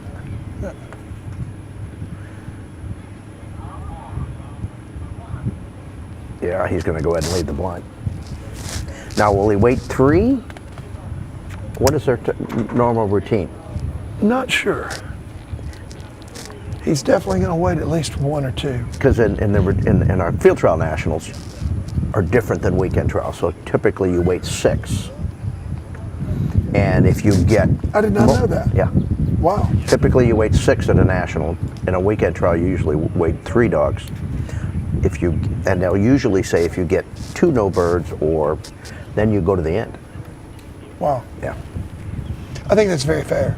Very fair. This is one of my favorite dogs, Pat, coming in here, Jordan. Been watching Jordan for several years. I love this dog's style. This dog can mark. One of the best blind ring Eight-year-old dogs. female, yeah. I'll tell you what, I've had some good females, and when you get a good one, there's nothing like it. This is a great dog. She's had a very successful career. Runs with style. It covers a lot of ground. What I really like about Jordan is this is a point and shoot dog. She's generally going to go exactly where a lot of points are, and she's going to go hard. So just got a little bit of feedback from Scott Greer. Thank you, Scott. He tells me that on the long bird, the flight of the bird is behind a tree limb. You see it, then it disappears behind the limb, and then you see it again right before it hits the ground. And he thinks the reason that these dogs are starting to struggle is because the visibility of it has changed as it's gotten lighter. Thank you, Scott, for that feedback.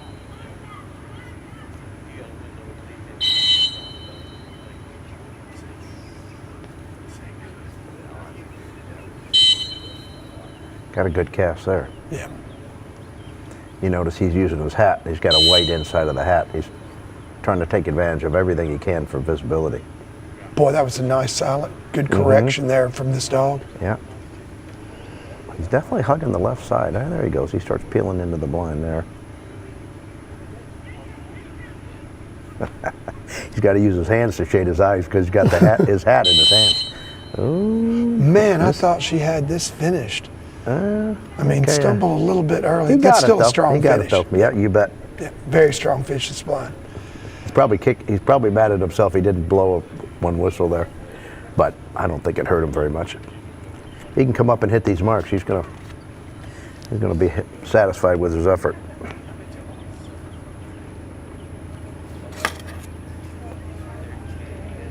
I'm sure Lyle had great expectation from Georgia, from Jordan also coming into this.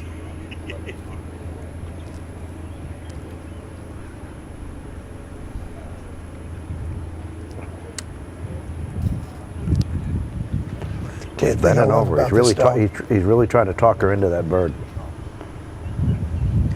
Well.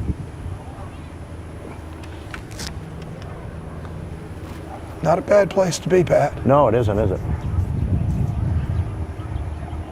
Boy, you want to see her crack her tail, though, here in a minute. Did she mind? The fact that she didn't break straight. Oh, she did. Boy, that's a tough spot, though. I tell you, I think we're about to see a heck of a recovery right here. Oh, I agree. This dog has made some. You can just see the wheels turning in her head, can't you? Again, she's a decision maker. Yep. Oh, I tell you, you called that one. Because when she got under the arc and deep, I thought she was on the brink of getting herself in real trouble. All right, let's see if he can.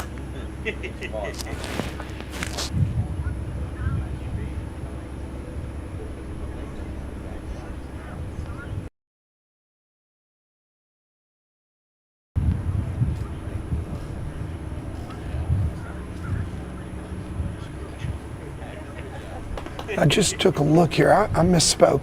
earlier, Pat. Mm-hmm. For several years, a handle to the area was 10 points, but it was changed a couple years ago. So now a handle to the area is actually 20 points.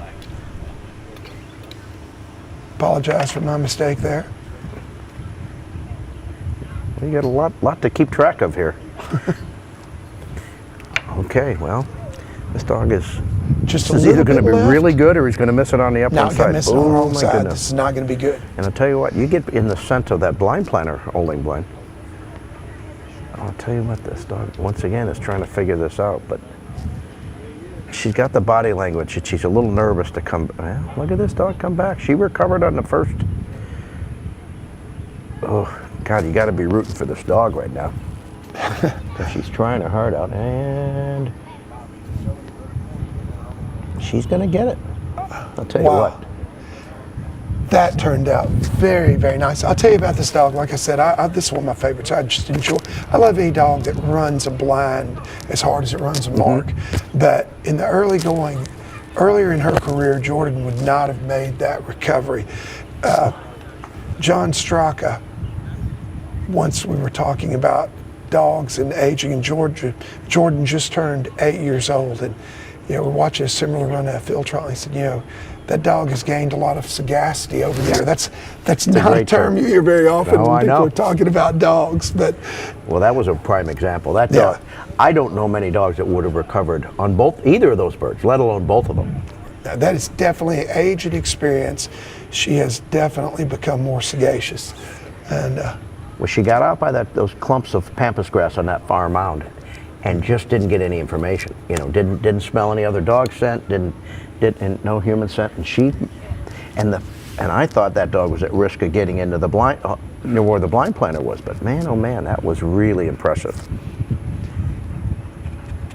And that's one of those deals that, there were hunts, but you had to love how that dog sorted that out. Yeah, hard to penalize a dog on a hunt like that. I don't think she was ever really wandering.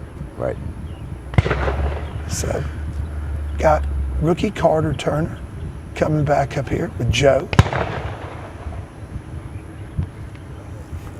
Grand Hunting Retriever Champion, plain old Joe. Love that. A little yawn there from the dog. Note him off those marks. And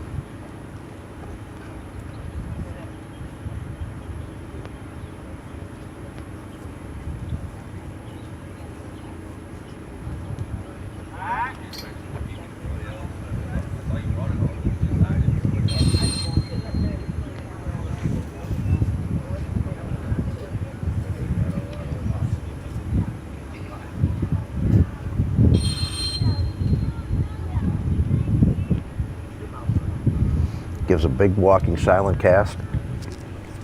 Looked like just the right cast based on the dog's behavior.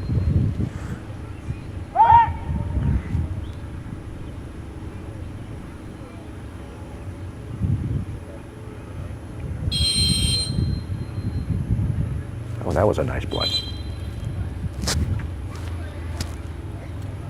You see why Carter's been so successful. He did a very good job handling as well there.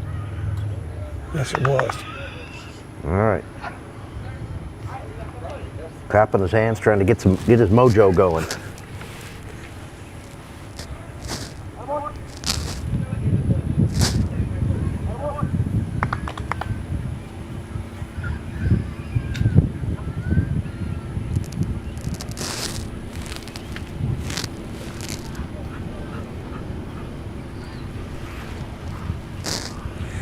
I call that the first look right there, right when the dog first turns around. It's such an important time. If you can kind of coach them right into that bird the first time they turn around, you're oftentimes way more successful. And he liked his look. Let's see what happens here. What I like to see is when that dog came back, first look was dead out there at the bird. Right. Well, once again, like I said, you can't be in a better spot than that. Now he looks like the dog. Yeah. Boy, that was a mark, huh? Well, he's clapping again.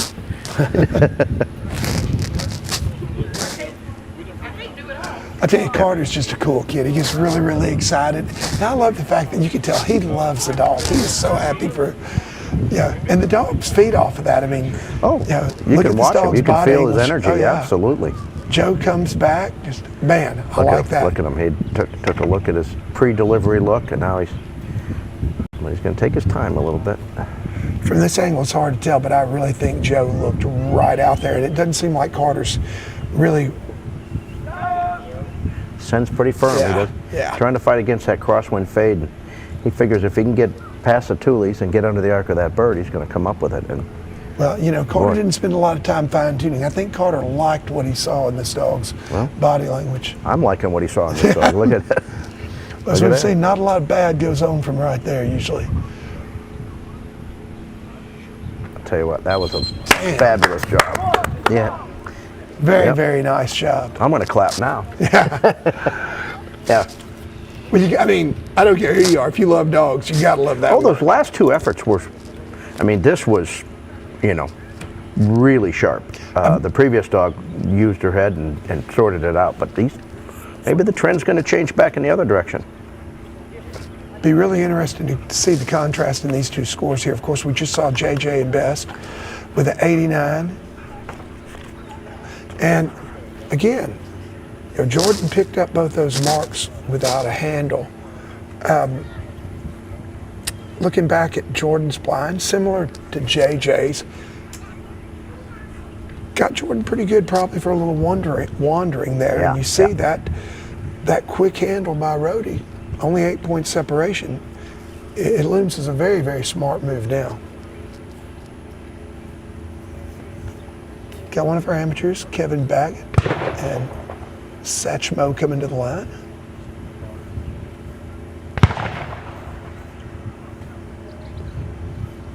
The thing that I saw out of Joe there that I haven't seen for a while, both those marks, that dog came back and looked directly at the area of fall. And we've had 3 scores definitely under 100 in a row right now, which the trend was above that. So I think we're coming back. I think you're seeing conditions possibly improve, even though the wind's picked up a little bit.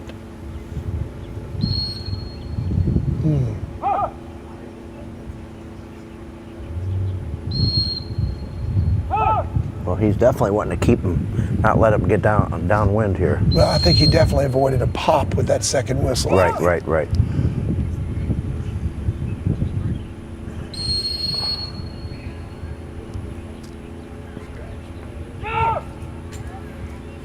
This dog just doesn't look very confident at all.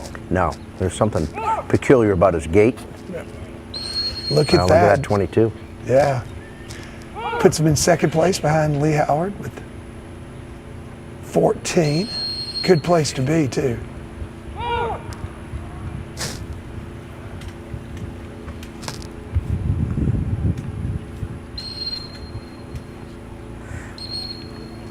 A little bit of a rough start, but he finished that blind pretty solid.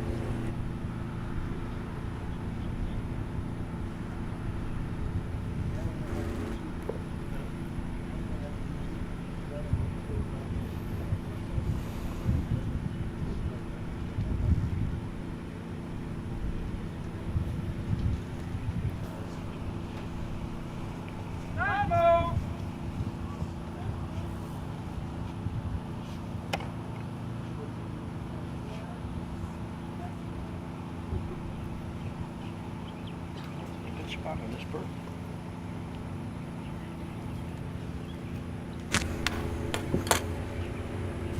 There he goes in on that bird well. Handlers are definitely influencing harder at the bird, and it's paying off. No doubt.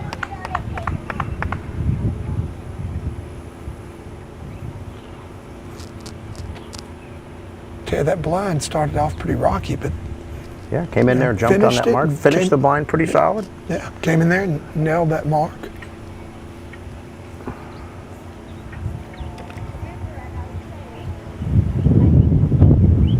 Another young dog as well. I mean, we've seen 2 in a row here. I'll tell you, that Joe dog that just ran 3 years old really impressed me. It's a dog to watch. That was a 3-year-old dog, Joe. Oh my goodness. Wow. 3-year-old dog, 3 for 3 at the Grand, 1 for 1 at the Master National, and won a 40 dog Q. Pretty consistent. You're going to hear more I'd from say. him. Maybe this week. Okay, there's a.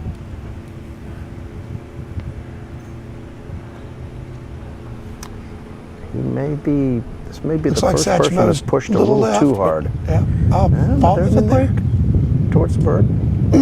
Pop. Yeah. So that pop's 7 points. 5 points for the pop, but then the rule books say that all casts must be preceded with a whistle. So you get the 2 points for the whistle even though you didn't blow it. Right.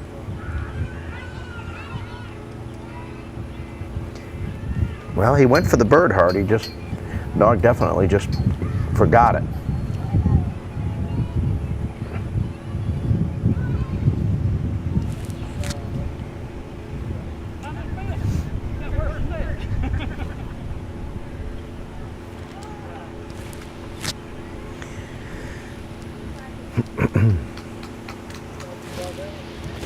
A Joe dog is out of NFC Gizmo. Dog I'm sure you know well. Yep. Well, Al Arthur won a national with Gizmo, yep.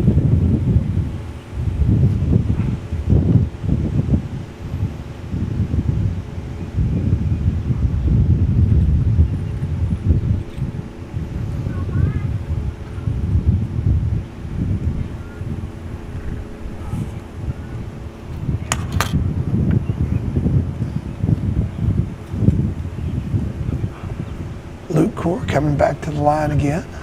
He's got himself quite a few dogs he's running, huh? He does. And one of the things that I really, really respect about Lee and like is, he's coming to the line here with Quincy.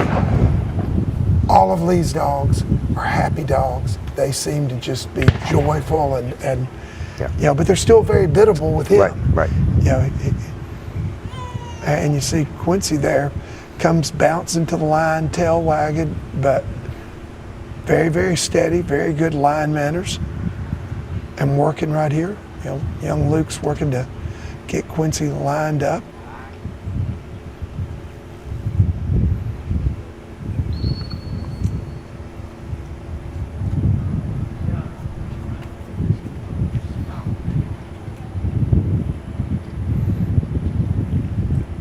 Come on, put that shoulder in the wind, fight it. Good whistle there. The minute that dog hit the line of the blind, started to go on the down one side, he put a whistle on him. Yep.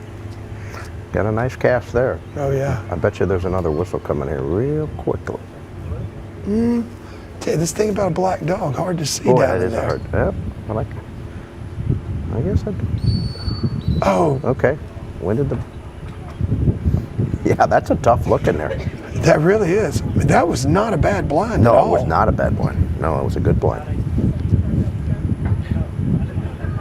I really like the way that Quincy was throwing that shoulder in the wind. Still faded with it a little bit, but not nearly as much as we've been seeing. I think the handler really set the tone, though. Blew a couple of those whistles right around those decoys that those dogs passing, and told that dog, "Don't fade with the wind," and it paid off at the end.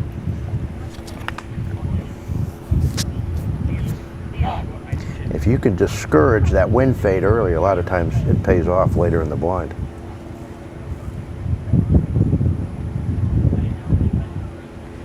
Yeah, definitely. Setting the tone early is very, very important. Yep, there's Satchmo. Got a new score there. Satchmo and Kevin, 61. Ooh, there's our first stumble, huh? But didn't seem to knock him off course. It's a good place to be right there. I'll tell you, a little bit surprised with that 61 Satchmo. But he did finish that mark really quickly after the popping the handle. And Satchmo did an excellent job on that right mark as well. Dang it. You would have thought that dog would have made some game scent when he got under the arc. He was pretty close to the cattails, but This wind's picked up, but it also seems to be swirling a little bit, changing direction. I'll tell you what, tough mark here. Nice cast. Quincy'd come back in a little bit shallower than I thought, but Luke really recovered well, one cast.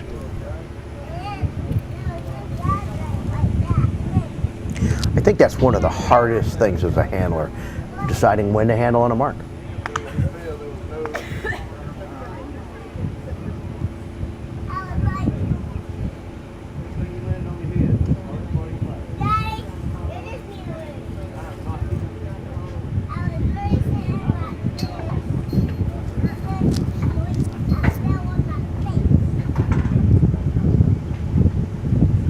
Quincy's only 4 years old, but in addition to being an SRS winner, Quincy's also received master title, 2 years old, and competed in 1 master national, came away with plate. Has 14 master passes total as a 4-year-old.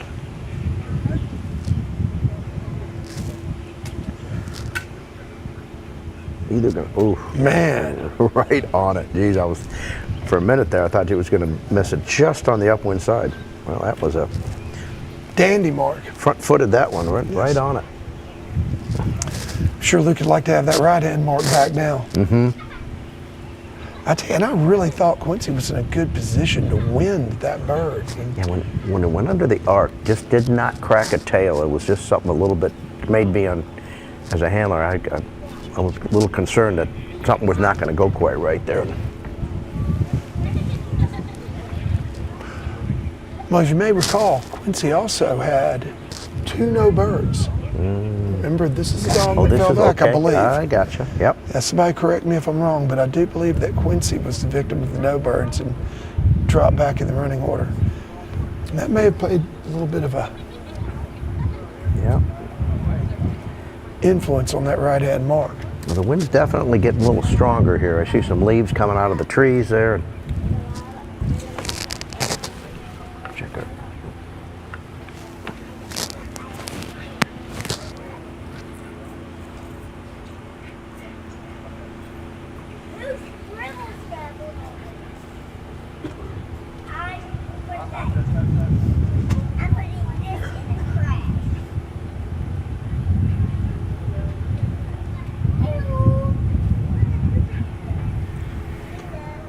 All right, coming up here we have Wendy with Kelsey Brown.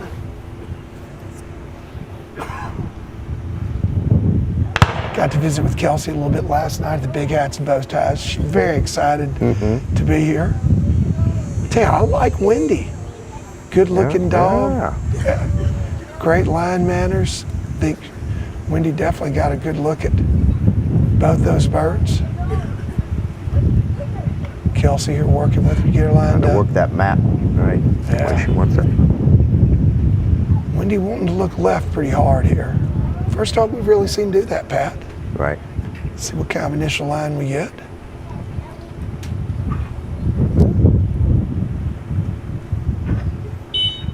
Nice, nice, smart whistle too. Right there. She goes with a big cast on her first cast, and well, I wanted to make sure she didn't get a wind fade. I tell you, that's a great response. So, and this dog, that dog's not fading with the wind at all. I'm not sure if Kelsey gave it the cast. I think that dog took, auto cast it took off before she. But stick with it, Kelsey.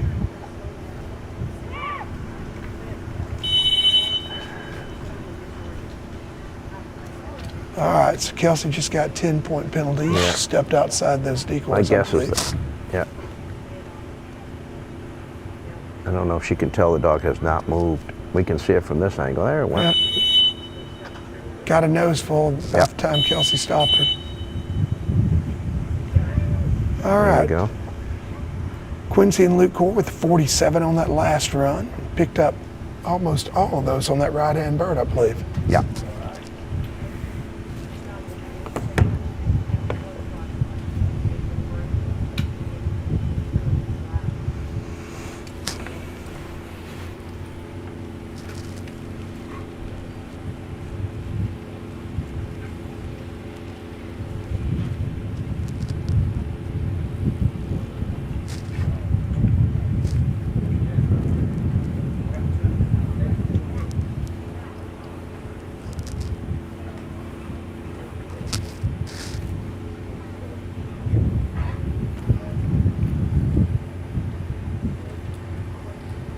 See Kelsey's husband, CT Brown, standing over here by the stage.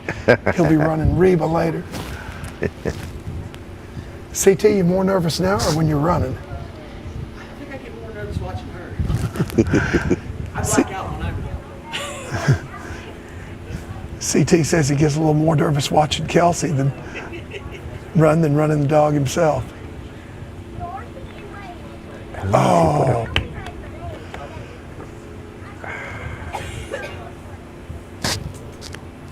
Hate to see that. I mean, that is a pop in the area. Yeah.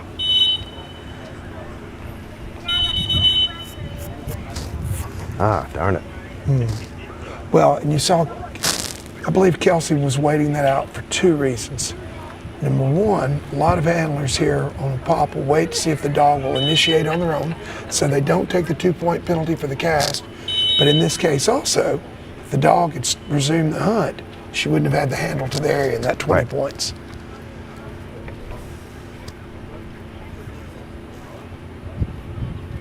Yeah, I did not see that coming. The dog did not telegraph that pop was about to happen.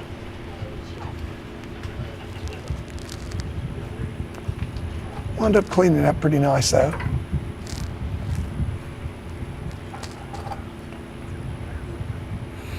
You got to be a little worried this dog might pop on this one as well if there's some pattern of uncertainty there. But you know, you wonder sometimes, that was a situation like it almost looked like the dog heard something. Yeah, you know, it wasn't like the dog started to get nervous and insecure. The dog just out of nowhere just wheeled around and sat.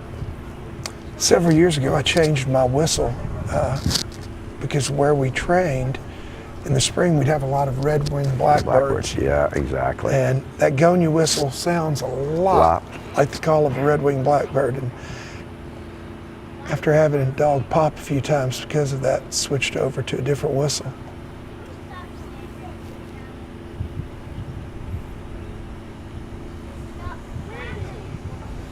Well, she took her time nice. Let's see if it paid off for her. Ooh, that isn't what she's looking for. Yeah.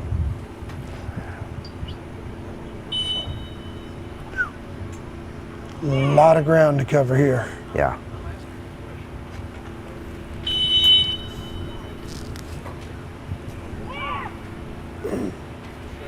Well,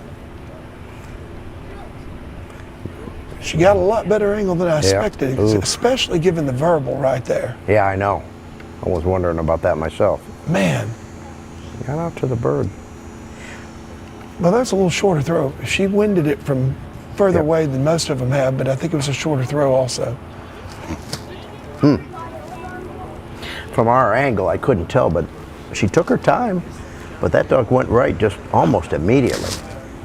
What impressed me was not only was she right, she was right of the line to the right-hand bird, and in, I think, 2 angles, she still got her all the way across all the way there. over, I know. Yeah. Don't see that often. And it's kind of like, too, the dogs that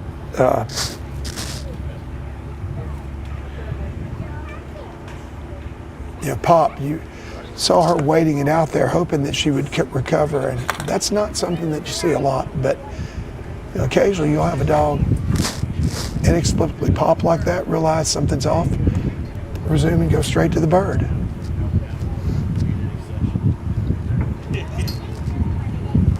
So we're almost 3 hours into this. Dog's 69, okay.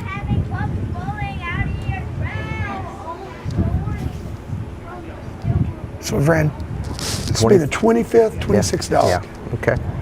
another Daisy coming up with my old friend Jimmy Rogers from Campbellsville, Kentucky. So we're averaging, right, about 8 dogs an hour, huh? Yep. I'm sorry there.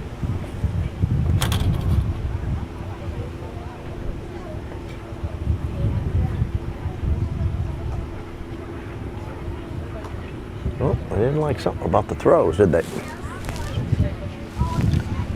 No, sir, I'm not sure exactly. Yeah, I think that right end bird was a little bit short again.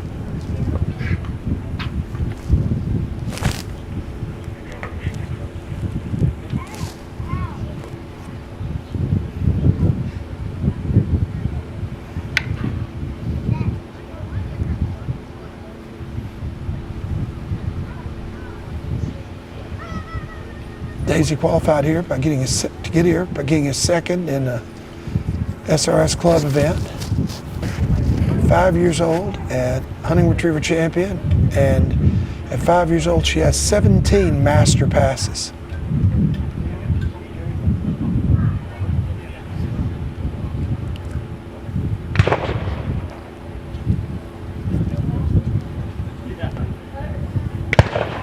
I've ran hunt tests with Jimmy for well over 20 years. Oh, is that right? Dating back to the late 90s. This is the first time that decided to try his hand at the SRS and had some success. Got a second with her and made it here to the Crown. Gotta love that. So what does it take to qualify? Would you clarify that for me? So you can qualify, got a new score here, Windy. With Kelsey coming in at 147. So a top 3 finish in a regular event automatically qualifies you for the Crown Championship. Okay. And now you can also qualify on points. And okay. Pat, I haven't looked recently. I'd have to do a little investigating. I really don't.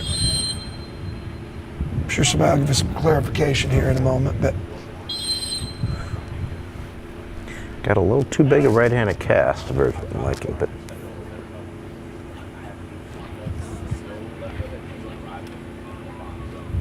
okay. Finish that up nice. Not a bad one.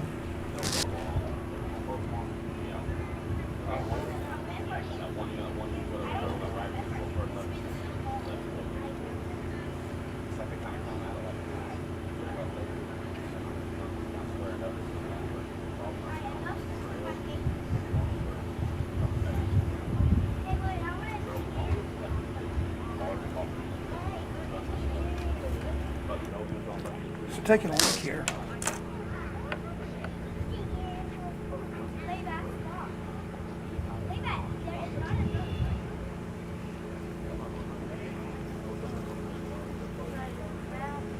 So taking a look here to answer your question, Pat, as we watch Daisy take off on this bird in a really good spot.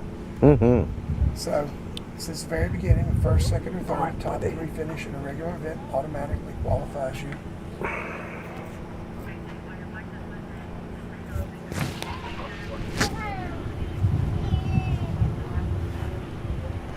So a top 3 finish qualifies you for the Crown, which it's been that way since the very beginning. Finish in the top 3, you automatically make it to the Crown Championship, or the Great Outdoor Games, predecessor to the Crown. But a couple of years ago, we also adopted a point standard. Mm-hmm. So first is 6 points, second is 5 points, third is 4 points. But you also receive points for 4th, 5th, and 6th.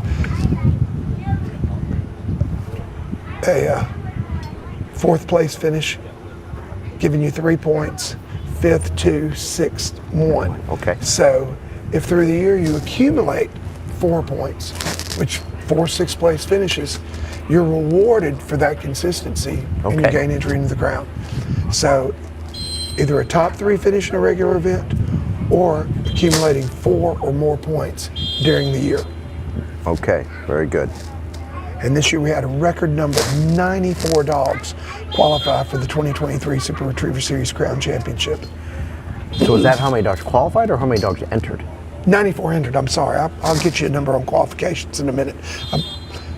118, which I believe is another record. 118 qualified, 94 entered. I am shocked that it's taken this much work. I mean, again, Jimmy's handling this dog right in the area. I know. I'll tell you what, it's gotten tough and stayed tough. So when you thought you had a good number, yeah, those early numbers, when yesterday they were frustrated, now it's looking pretty like those early numbers were actually an advantage. I'll tell you what is happening with these hunts and these handles.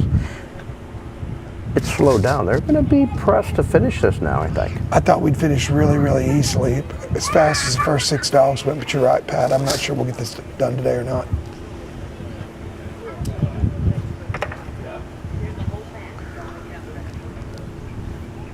Got to be on the wrong side of the wind. I'll tell you, this dog is not fading with the wind at all. Right. They don't fade when you want them to fade, do they?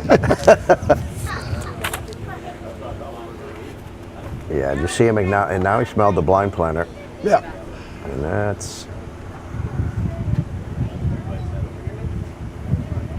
that puts you deep and upwind of that bird, which is a awful difficult spot to recover from. Yeah, this is a dangerous pace to be. Now we'll see what this dog's made of, how this dog handles. I mean, you can't blame him for pushing an influence at the bird, but that just turned out to be a little more than he wanted.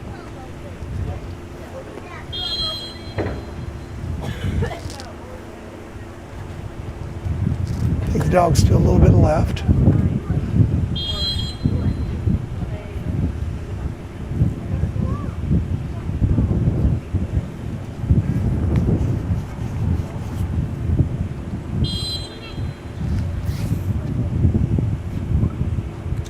I'll tell you, from where that dog was so far to the left, that was a pretty impressive recovery. I didn't see that coming. I'm happy for him too, I'll tell you.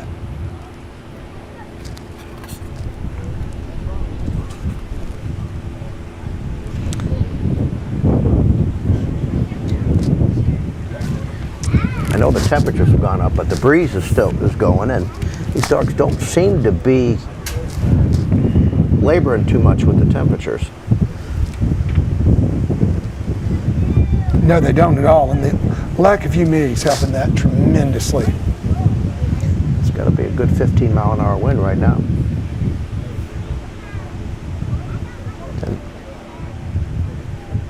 We're close to it. All right.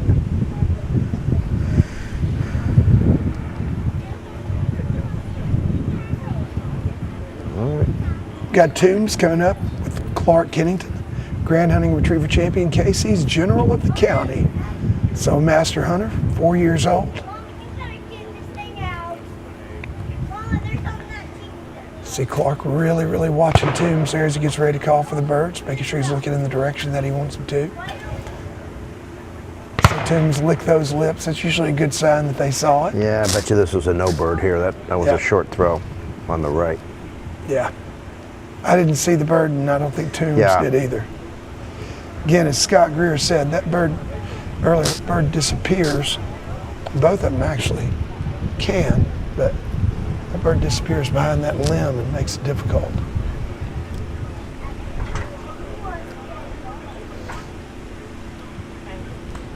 Well, that Snow and Lee Howard, that 14 is looking hard to beat there, isn't it?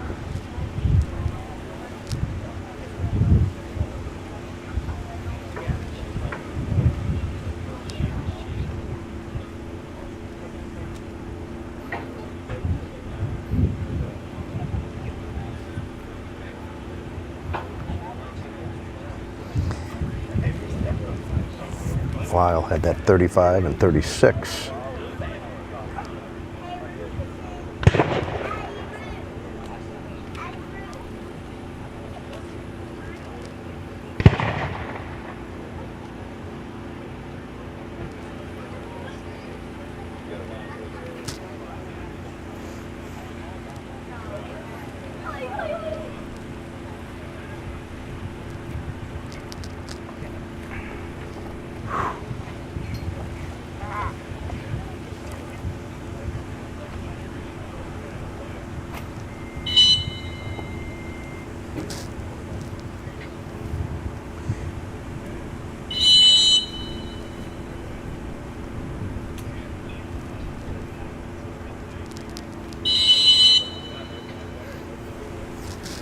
this guy's handling well here.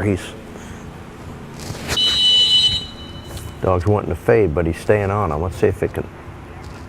Well, that's one thing. Finish Clark this. is not going to let up once he starts. Well, you Is that a can't. pop? And again, there's an example of that with that right-handed cast being a verbal. Now he's trying to keep him in that keyhole and get just downwind of it, and there he goes. Yeah, that was excellent handling. Clark's impressed me today. He's done a really good job with all of his dogs handling. Clark has always been a good handler. I definitely see a little bit of Lyle's influence on him now that he's gone to Castile Creek, though. Which is definitely not a bad thing. I'm very impressed with his handling today. Then we see Daisy and Rogers picked up a 145.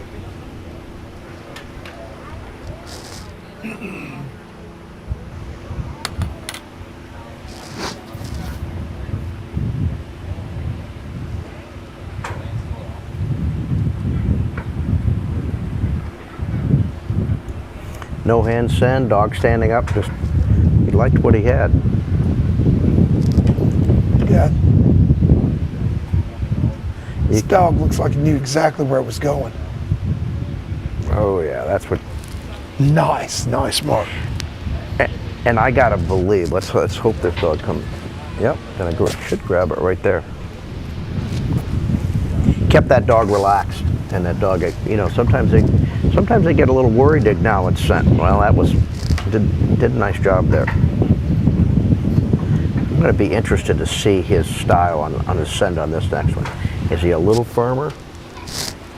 Does he change his pattern? I don't know. Does he put a hand in? I don't know what. I think he's going to send the dog a little bit more inflection to his voice, a little firmer. Yeah, you want to create a little bit of a distinction and difference. But again, look at the dog's tail wagging. The dog's calm. It's collected. Okay. See, Clark's He's definitely not taking going to his force time a a sit little bit. right here. Yeah, he settles this dog in, gets him to sit. Sends louder. Like I said, a little bit more inflection. Yeah. Boy, I was watching him. He was pretty far back on that dog. I bet you he wishes he'd have been up a little further. Create a little more left influence. We call that closing the door. When you get up near in their shoulder, up near their ear, you're going to influence them away from you a little more. And sometimes you can will the dog out there, even if they don't know where they're going. Yeah, I think Clark misread this dog. I mean, dog came back relaxed. He didn't force a sit. You know, sent the dog standing before I heard him say sit one time, and the dog did. Just then, he gave him a real quiet sit, and the dog complied. I think he thought the dog was dead on line. Yeah, you can tell. He's a little frustrated with himself. Yeah, I don't blame him. You can see him right now. Rare mistake on his part, too.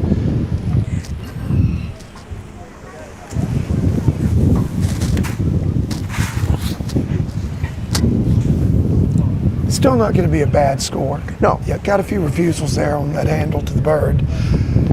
That and the 20-point penalty are definitely going to hurt, but still think it's going to be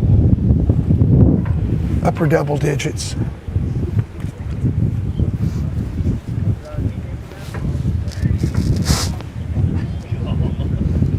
See Rhodey Best coming back to the line. Yep.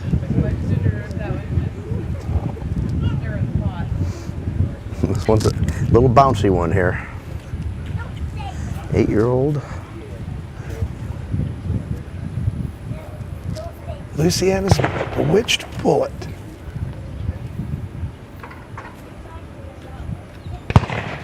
Ted, that's a name that goes back with Labrador Retrievers in Louisiana for many, many years. Is that Louisiana, you said? Yep. Yeah, my first Open National I went to, I watched John Parrott win with One Upon the Louisiana Girl. And John and Laura Parrott, yep. One of the few, there aren't many husband and wife teams that have won national opens, and Parrott's were. And that was not terribly far from here. That was Lufkin, Texas. Really? Yep, 1984. First year I went to work for with Mike Lardy.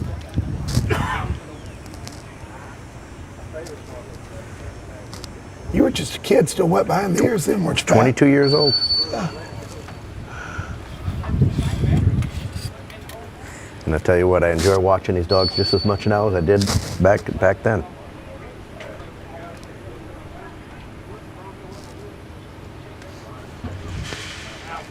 What's the biggest change you've seen over the last 40 years in the sport? I'll tell you what, I think well, first of all, you have more good dogs. I think the training has gotten better.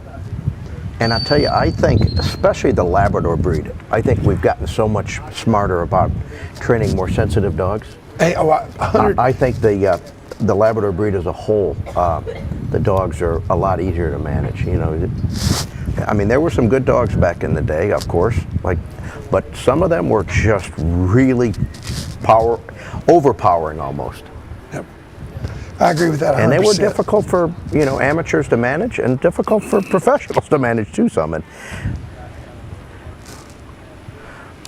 Tell you, we were talking to him, but Rhodey had a very solid blind there. You saw Rhodey really handled that dog tight, stuck with it, never let the dog get out of the pocket. I think that's going to be a pretty nice one. Also, we just saw Clark and Toombs had a score in the 70s, which right where it felt like it should have been.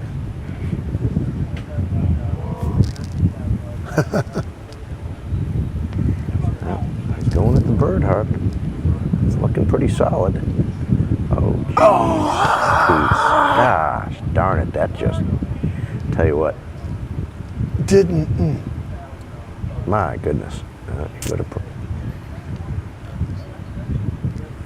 Once again, I just didn't see that coming. Neither did I. That dog left with so much purpose. Very, very sharp. Felt like the dog knew where it was going. Tell you what. I wonder if they're hearing something because well, I know. Kelsey's dog popped in close to the same spot. Yeah, exactly.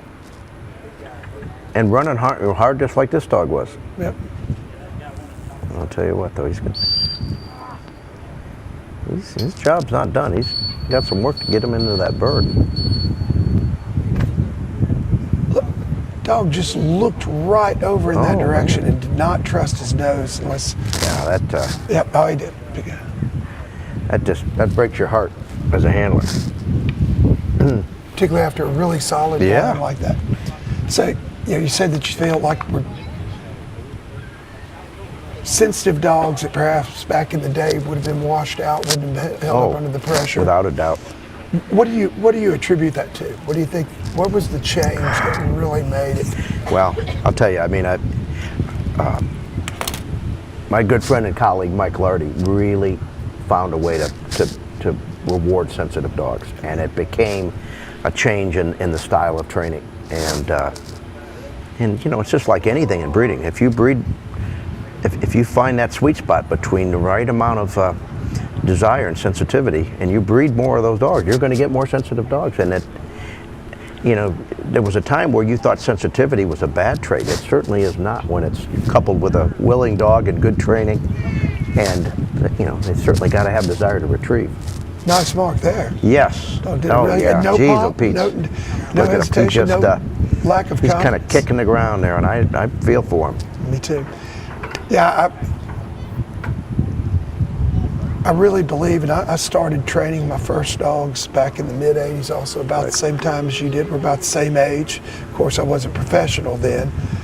The big thing that I saw that huge difference maker, and I know it was a difference maker for me as a trainer, total retriever training in the mid-'90s, indirect pressure, momentary corrections. Yes.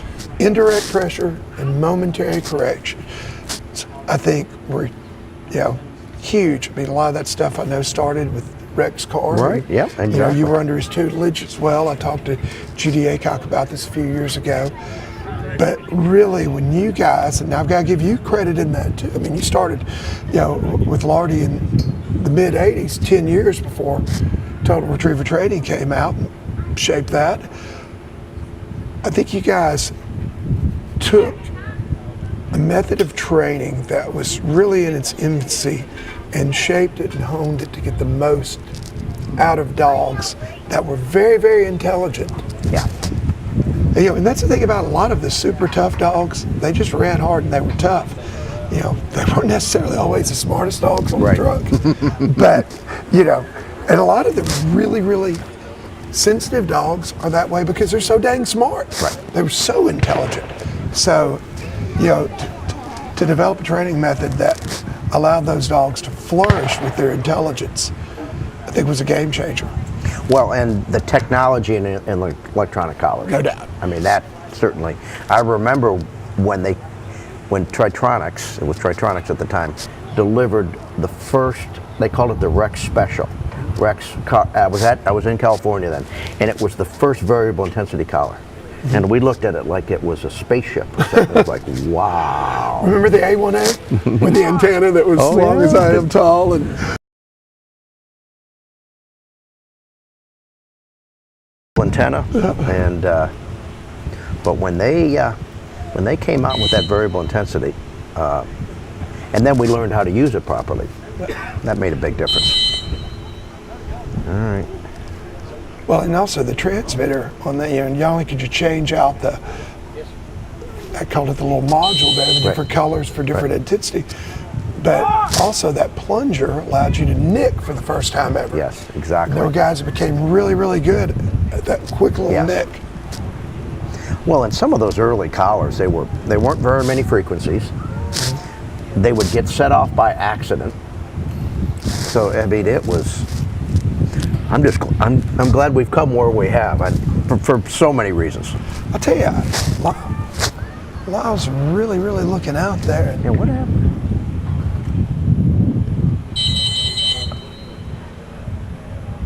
Thought he was right on. I bet you he got a little deep and right. And well, there's that little there. swell down there. I think Lyle thought the dog was about to recover, and I really thought he was finishing this blind too. I did too. I dropped my guard thinking he had it, and and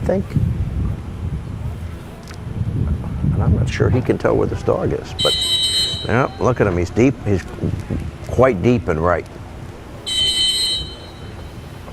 Oh wow, yeah. Monitor was blocking my view there, but you're right, Pat. This dog is. I don't know how he got by that blind. Oh my goodness! I'm sure he's. Look at him. He's not happy with how that finished up, and I don't. Well, you know, Lyle says that one of his weaknesses. He's 59 years old, and he says that one of his weaknesses is his vision's just not what it used to be, and depth perception. And you could see it just then. He gave that dog a huge verbal back when that dog was right on the bird. So wait a minute. What's going on here now? Oh no, he's got it. Okay. Yeah, no, the dog. That's where you're hoping they didn't plant the blind. I'll tell you that. But it did. Okay, I couldn't see him in the shadow. No, the dog was on the stake, and Lyle gave him that back, and the dog picked up the bird. He was right on top of it. Yep. But again, that's that vision deal, and I can certainly relate. Exactly. I never wore glasses back in that day, but now I do. And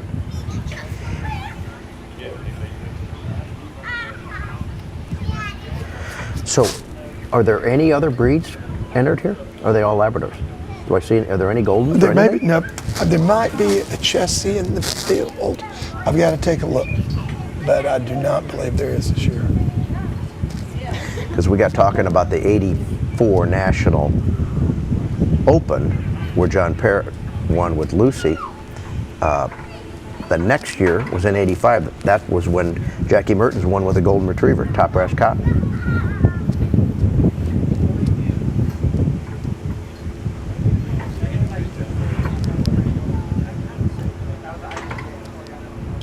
The last Golden to win. And there were 2 Golden finalists in that national. Really? Yeah. Carol Lilienfeld. Was that the last time that happened? I'm sure it is. Carol Lilienfeld had a dog named Stony Brook's Gold Digger. Female Golden Retriever finished that national amateur.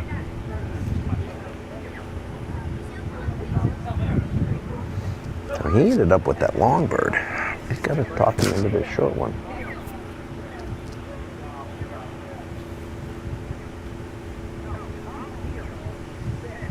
Yeah, Top Brass and Stony Brook were 2 names you heard a lot. Yes. In Golden, and still do in Golden Retrievers.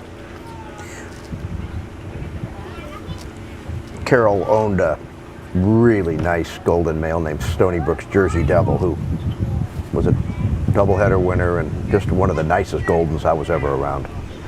He was in our basics crew. Ooh, he's gonna miss it again, isn't he? Oh. Yep.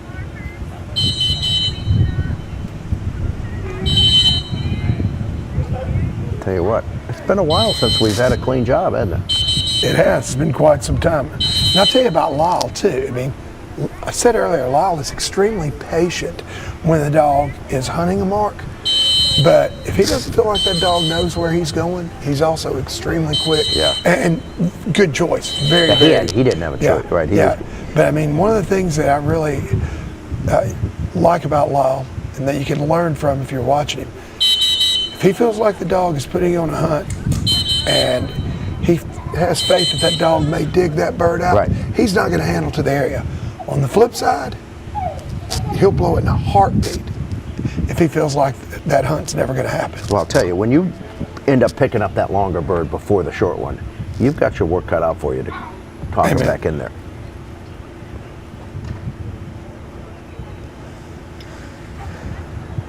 Most definitely. So I wonder, is that his last dog? Yeah, I saw him go over and shake the judge's hands. No, definitely not. He's got a few more, I believe. Let's see who that is. Tell you, that wind's starting to really pick up here too. Chase down my glass case here. Yeah, the wind's blowing our gear around, isn't it?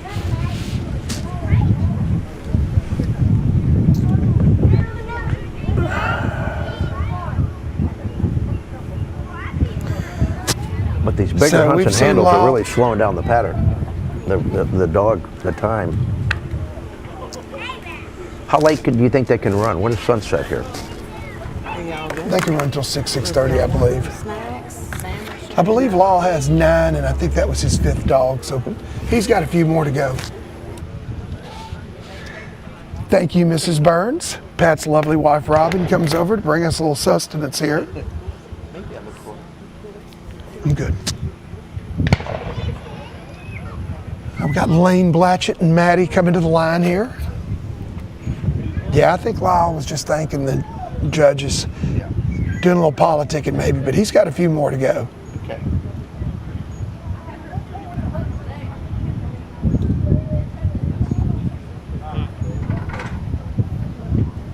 I'll tell you what, all these different retriever venues, whether it's field trials, hunt tests, or this, you still got to be able to mark and they got to be able to handle. Amen. You can dress it up any way you want, but the goals are the same. And that's what it's good to see.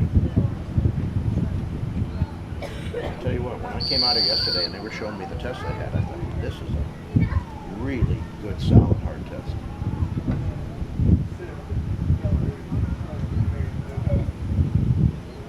Yeah, 2 marks in a blind doesn't sound like much, but it is a very solid test.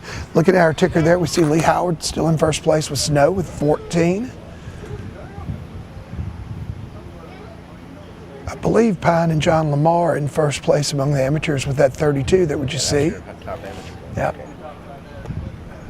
Tigger and Hatch with Lyle Stein with 35 and 36. I believe that places them in 3rd and 4th place, respectively.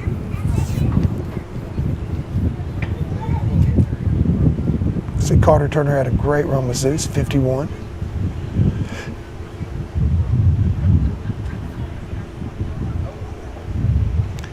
And you see that 85 by Clark, and then take a look at the scores moving through the next half dozen dogs. Look at that. Triple digits, triple digits, triple digits. Did not finish. Daisy and Clark barely avoided triple digits. Kona and Luke got into triple digits. Lyle barely avoided it with Ducky. Yeah, you can. Goose, great dog, a 102. So you see that trend there where the scores started. I'll tell you, those really 80s are up. starting to look good there, aren't they? Yep. Well, Definitely. here's the dandy. That's that Joe and Carter. Yeah, 2nd place with that 22. But those 80s don't look bad. No, they don't. They've got you in striking distance. Well, look, and you see them trend right back down. Look at there now. Yep.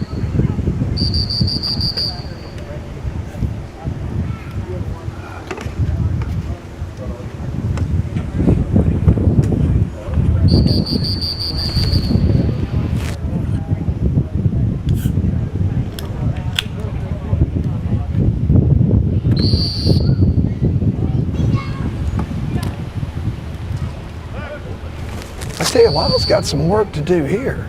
Yeah. I'm sorry, Lane has some work to do here. Yeah, the monitor was blocking. Did he? He must have broke down short, huh? Broke down very, very short and very, very far right. Well, you're afraid to send too loud on that bird. And then picking, no, not at all.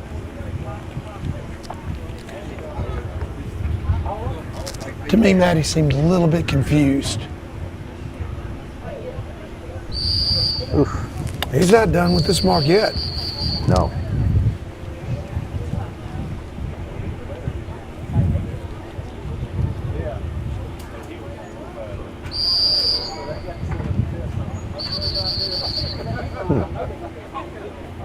AJ and Lyle at 135.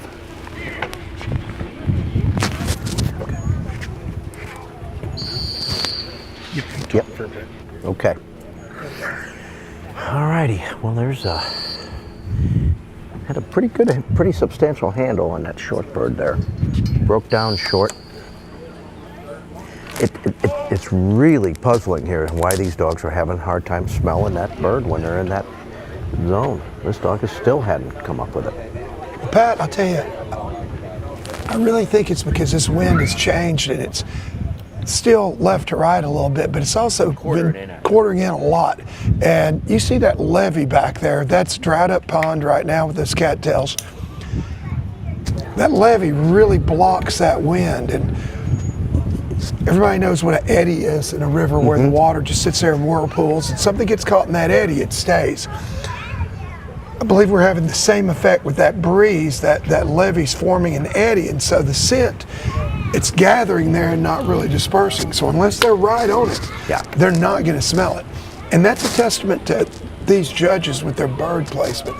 I mean, they recognize that you put it right there, and they're going to have the least chance of winding it.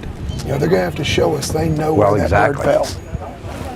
Well, that's certainly what you're looking for in a marking test. I want to know. I want to put the bird where the dog's not going to go there unless he knows there's a bird there.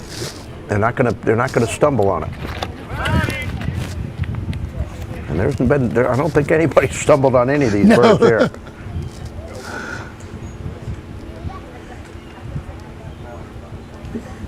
Dog left like he was a bit fatigued here and a little bit. But he's in a pretty good spot. I think this dog's in a really good spot to be. Those shadows have shortened up. This dog is where it needs to be. It's not as far left as he's either going to land right on it or go just. I'm hoping. Oh, ran right through it. He had that pace, almost a blind pace that has got to worry you. Oof. He's back in those clumps of pampas I don't think grass. Lane can see the dog. I don't think Lane realized how deep Maddie's gotten here. Well, dogs are coming. Tell you what, it's just hard for dogs to come back from there. That was it. Jordan, that one early dog that recovered, and that was so impressive. And this is more what you'd expect to see. Again, Jordan, 8-year-old dog, lots of experience. Yeah, definitely paying off. Of course, Maddie, she's no pup either, 7 years old. But Maddie's been primarily a hunt test dog, not playing at this level. Not taking anything away from the dog at all, just a difference in life experiences. Yeah, he's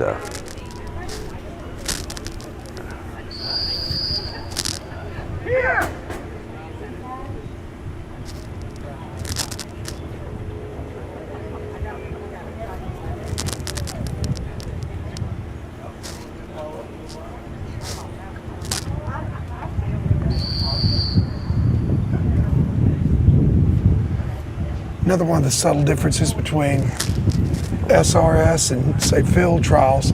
A hear like that in a field trial? Yeah, you've picked up, and that's what puzzled me at first. So what is the difference between, is there any difference between saying here and blowing a come-in whistle? Not any difference whatsoever. Okay. And here's the thing, I mean, some people compare, SRS is kind of the MMA of dog events, where more things go. But I could read the look on your face when he gave that here, and then when he gave that cast, you looked a little puzzled, like, wait a minute, the dog was just picked up. right? That's one of the differences, you know. Well, I saw some of the early ones. I was just, I looked because I was a little concerned. This dog looked fatigued and tired, and you got to be worried a little bit about heat, but yeah, the lack of humidity, it definitely makes it better, but it's still hot. Black dog in the sun, in the grass. Well, I'll tell you this, you prepare for these big events like this, and having them in tip-top physical condition is just crucial.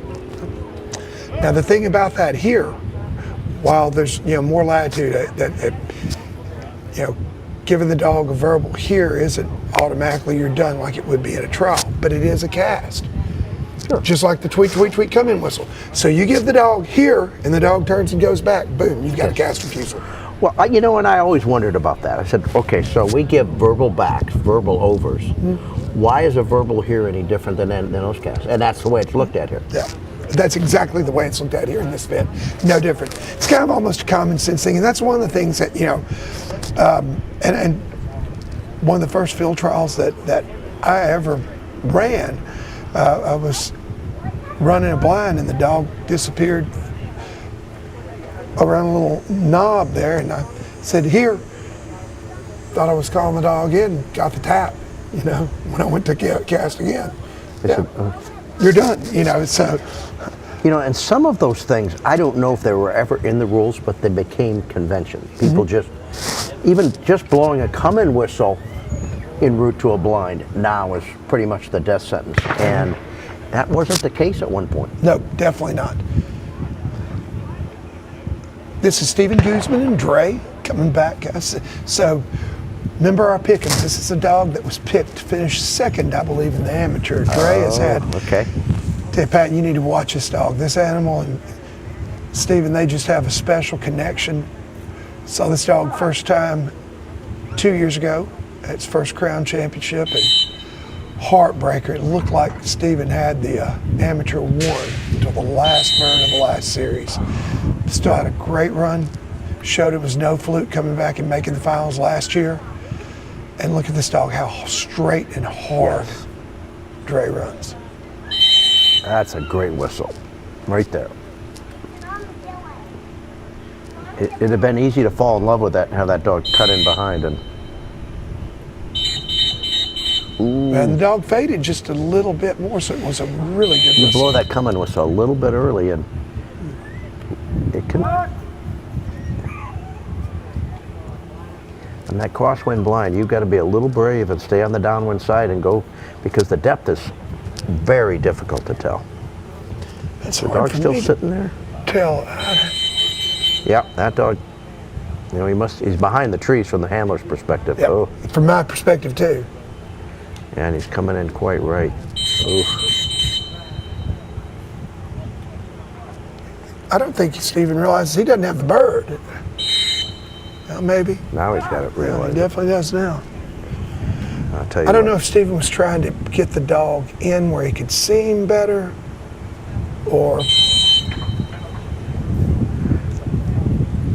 I'll tell you, I bet you he wasn't 5 feet short of winding that bird when he blew that come-in whistle. And I'll tell you, I've done it myself many times. On that crosswind blind, you've got to believe, put them on the downwind side, and let their nose tell you what the depth is, because it's almost impossible as a handler to tell that depth. You blow that come-in whistle 5 feet short, they come in, and they're typically going to go downwind with that come-in. Puts them behind the trees.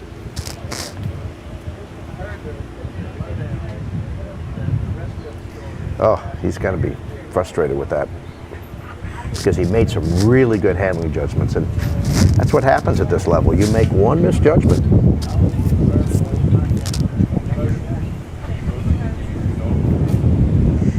And it can go south in a hurry. God, he's going in there.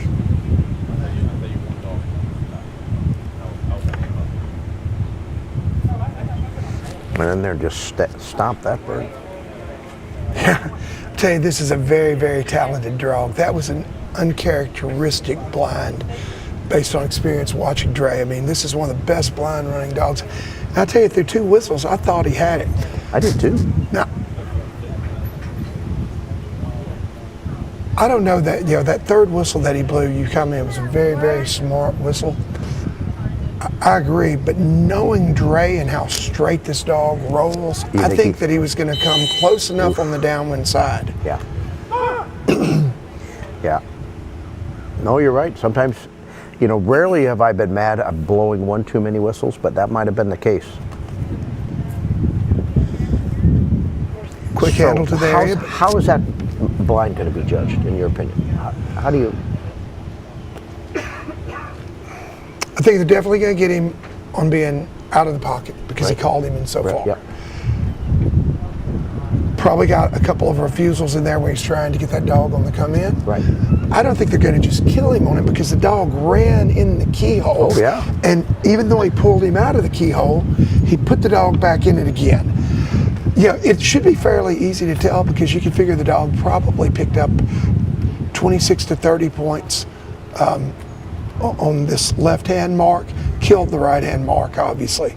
So everything else is going to be everything over 30 points is going to be over that blind, in my opinion. Sure. And again, guys, we're armchair quarterbacking. Yeah. I'm not saying that with the judges scoring it, but nope. Pat asked my opinion. My opinion. Well, that's right. That's all you can do. Yep. My expectation is 60-ish. Well, I know that the handler's frustrated at how that wrapped up and probably kicking himself. I'm sure. 8-year-old field champion here. Yeah, another set of titles you typically don't see anywhere else but the SRS dog. That's a field champion, grand hunting retriever champion, and master hunter. And of course, that SRSC means Super Retriever Series champion as well. Justin coming in line here. Another dog I really like. Look at that, like a statue. No head swinging whatsoever. And I'll tell you what's really neat. As much as I love hunt tests, as much as I love HRC and the grands, it teaches head swinging. There's no doubt about it. Swinging with that gun teaches head swinging. To have a dog that can move with the gun and be successful in a grand master, but still earn its FC and sit there like that, that is impressive. It absolutely is. Okay, so he's going to let this long. Start him a little bit left. He's going to get some penalty for that. Went to the left of those speckle-bellied decoys to the right, but not a bad place to be at all. He's going to have to get over, though, a little bit. He's going with verbals on these right-hand casts, and I can see why. Yeah, he just didn't. Now, this is going to be a crucial cast here. He only gave the verbal because the dog didn't see him move, I feel like. Well, but and that's a great, took him to the peg, didn't it? Dre lets it go 5 feet further. Bam. Yeah. It's that outcome right there.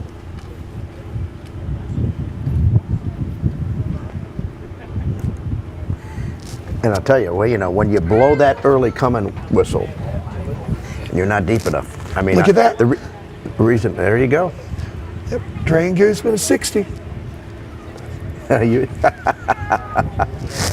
Well, I've done this once. You've been here before, haven't you?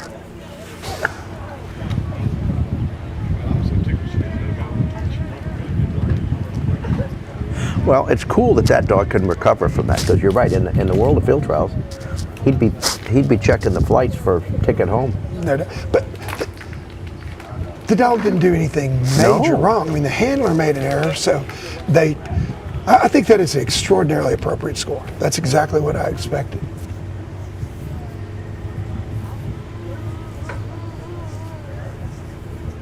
Again, early this was a good spot to be, but not so much lately. It hasn't been the case. Now, I thought the decoy might help the dog. You saw him check up, and a lot of times when a dog checks up and look at that decoy, he goes, okay, maybe in this area here.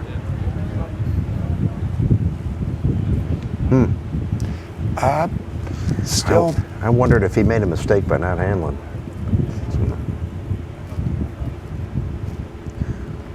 Or is he going to show up? Be very interesting to see where this dog pops out. That'll tell the tale. Oh, okay, there he did come back, didn't he? So I think that answers your question right there. He didn't make a mistake by handling. That reminds me, we talked earlier, I know this is your first one to watch, but What Justin did there is what we see out of Lost Diamond a lot of the time. A dog, he checked up a little at the decoy, he started to hunt. Justin let him work it out. Oh, yeah. And I think that was smart. And you'll see Lyle do that before this week's over more than once, I guarantee you. Well, and obviously, Justin knows his dog here. Yes, sir. And also, I didn't see 20 points worth of wandering there, which is what you'd have got right. just for the handle, not even counting the whistles that might have ensued. Now, I like what Justin's doing here. He's taking his time, yeah.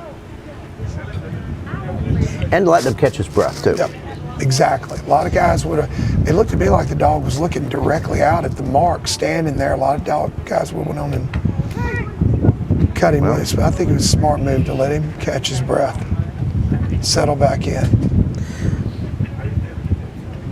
Look. This is a really nice looking run. Pretty right here. solid here. You'd like him, see him glance over to the right here, there. Oh, nice. Nah, good correction. Yeah, he had a real presence of awareness. Yeah, that was cool. That was very, very nice. And I tell you, when I watched him handle there, how he took his time on that last send, reminds me of one of the greatest amateur handlers I know of, Lynn DeBose, won 3 national amateurs. Lynn you'd watch her, you'd wonder if she's ever going to send the dog. But she'd just take her time and let things develop. And she wasn't fiddling with them. She was just letting them clear their head. And that's what I saw Justin do right there.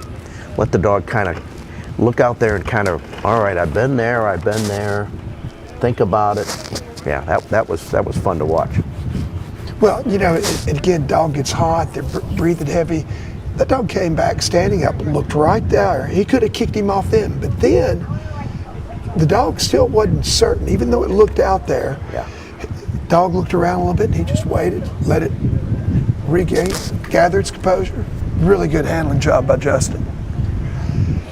And you know, you can tell, not just handling here, but how good of a training job he's done, because that dog believed in him. Sure. And he trusted him. And through good handling and good coaching, he put him in the right spot. That's probably why there's an FC in front of that dog, right? Definitely. Because they don't give those away. So, and all the I've never stuff. managed to earn one. My partner Bobby has, but I haven't. So. Chuck McCall coming to the line, another Louisiana boy here. One of my favorite handlers. I've known Chuck for many, many years. One of the nicest, hardest working guys out there. Unbelievably successful in both HRC and AKC at the hunt test level. He's done a pretty doggone good job in the SRS as well. And the amateurs that train with Chuck have also had a great deal of success, which says a lot about his unselfishness and his ability as a teacher. I know that's something that you take tremendous pride in.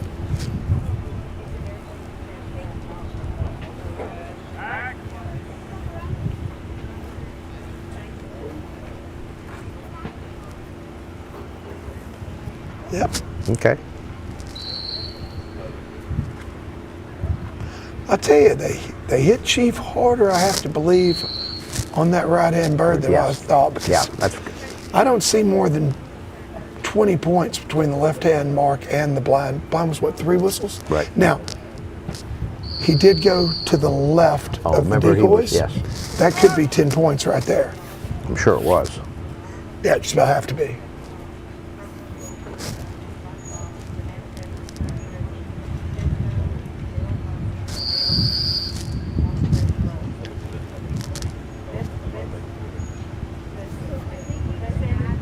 Okay, well, there's that example of being on the downwind side and just getting deep enough and letting the dog's nose tell you where the blind is. Yep. Good.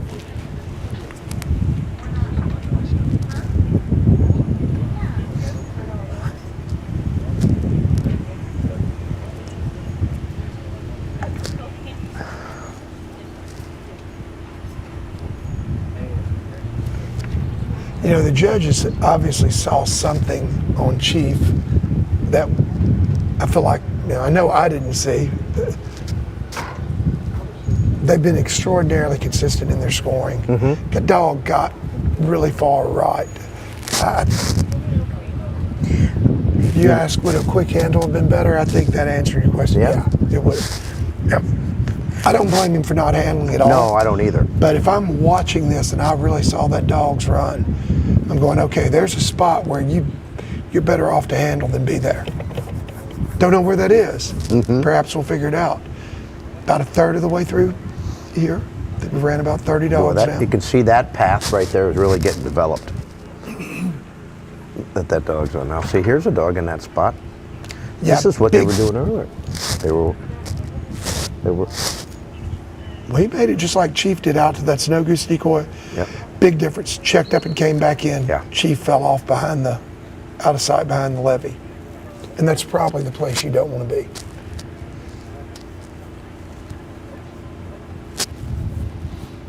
So I'm sitting here watching a lot of the other handlers, and they're certainly studying both what the dogs are doing and what the scores are.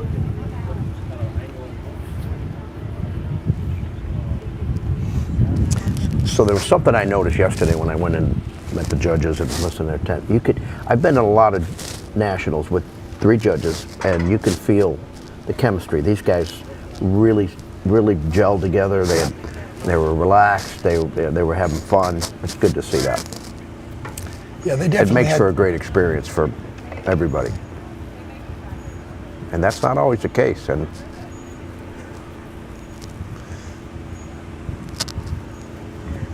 I think we got a good job coming here. I don't want to jinx them. Come on, baby, smell it. Yep, there it is. That was nice. That was nice. It's been a while since we've seen that one that nice.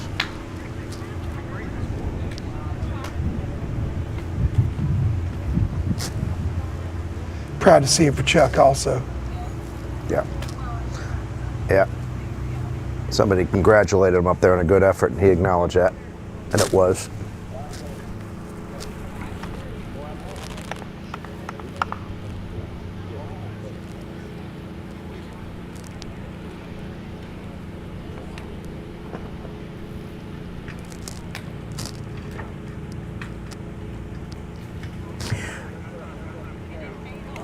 So this Shreveport area has a rich history in the world of field trials, and I was looking up. There were 3 national champions came out of Shreveport. Really? From one city. Yep. Who were they? They were Don Weiss's dog. I think Don Weiss's dog was that Creole Sister was one, and then I think the Crows had, and I may be wrong with exactly, the other one was Happy Playboy Pearl. And then Judy Wyko, was here when she went with Hancho. She lived in Shreveport. And that's when Danny Farmer started training with Judy, and well, he saw what that did. That created a... One time didn't Danny string together 30 consecutive field trial wins? Yeah, he was... I don't think there's going to be anybody in history that'll ever match his total all-age wins. That is totally amazing.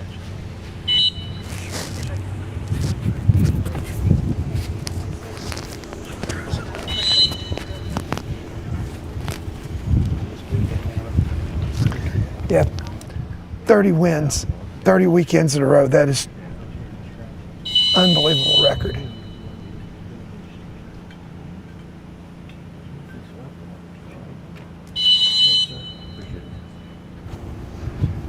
This dog's. Yeah, there aren't many states that have 3 national champions, let alone one city. Yeah. And there's a number of them. Sissy Stone had a really good dog named Stone Throws Marion's Choice. So there was a lot of great, and the state of Louisiana has produced a lot of, well, Monroe area, John Parrott with Lucy, so. I bet you if you did the statistics. Been a lot of great trials back in the day at the Spillway before. Oh, absolutely. See a great score there put up by Chuck and Winston, 42. Yeah, that was a dandy.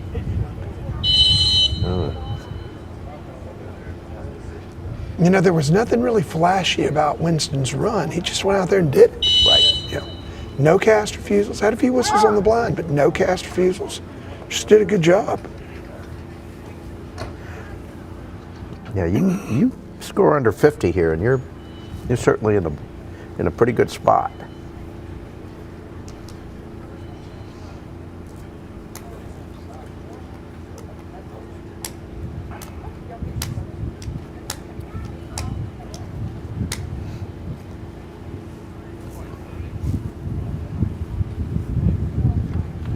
So we're almost 4 hours into this event.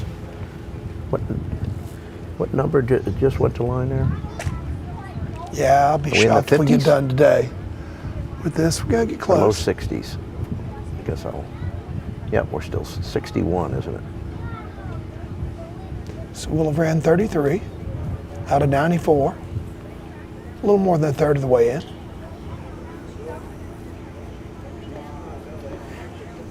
So we're averaging about 8 dogs an hour.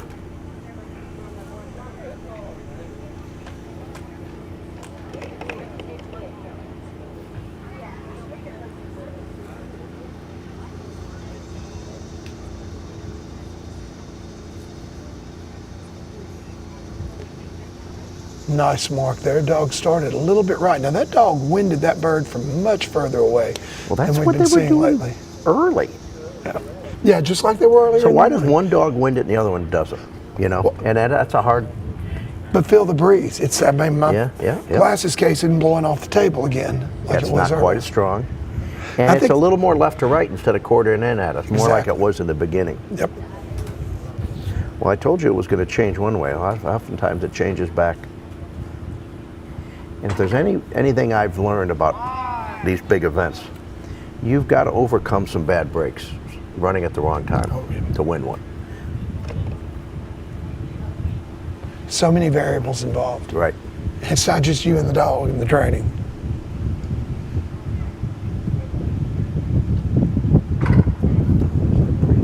But he ought to win this bird here in a minute. This dog took a line and just held it. And got rewarded for it. Yes, he did. I got a sneaking chance to eat something, don't you? Shut up. I think we got rebird after every 20 dogs, so we're still 5 or 6 away from our rebird.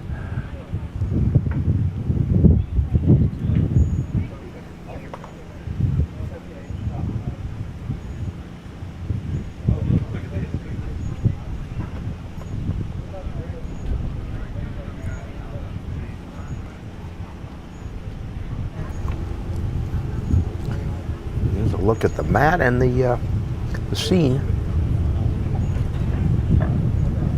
Those black mats can get hot sitting in the sun like that. They sure can in a hurry. The rubber ones like that don't seem to do as bad as some of the other ones, though. Yes, they definitely can.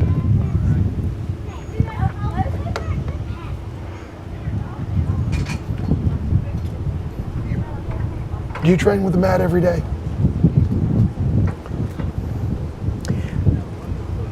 I guess the answer is probably yes. Out of habit more than anything. But it is interesting. I think of the evolution of line markers, you know, spray paint we use, a stick. Then there was they would use one of those kind of yellow landscape chains and just pin it down. But, you know, a mat is really common anymore.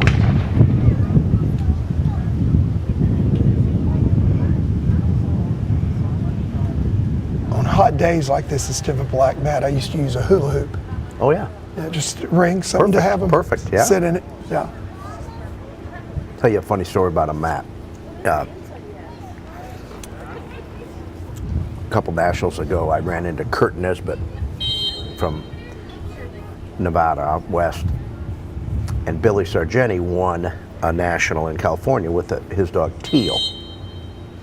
And he happens to be out at the national site, and he was walking around, you know, just trying to remember where the 10 series was. And he's standing there, and he's saying, "Oh yeah, that bird was there." And he looks down in the grass, and he kicks the grass away, and the mat was still in the. 4 years later, they'd left it. Wow. And he went to the exact spot. Went to the same spot. He pulled it out of the ground, put it in his garage Oh, I'm to sure. remember his. And I think now they actually give you the mat if you win the national. But that's a great story. Tell you, we've been talking. Got to show Ray's due here. This is Yeah, he's having some trouble there. Ray Cato, and my daddy's the big black dude, 2-time SRS Crown champion. Dog's had a lot of success here at the SRS and in the Crown. But yep. I tell you, this was going really good while we were chatting. I stopped. Yeah, it got a little messy there, didn't it? Got in that Recognize him, red zone yeah, I didn't. They got that cast. I'm sure he got dinged a bit there.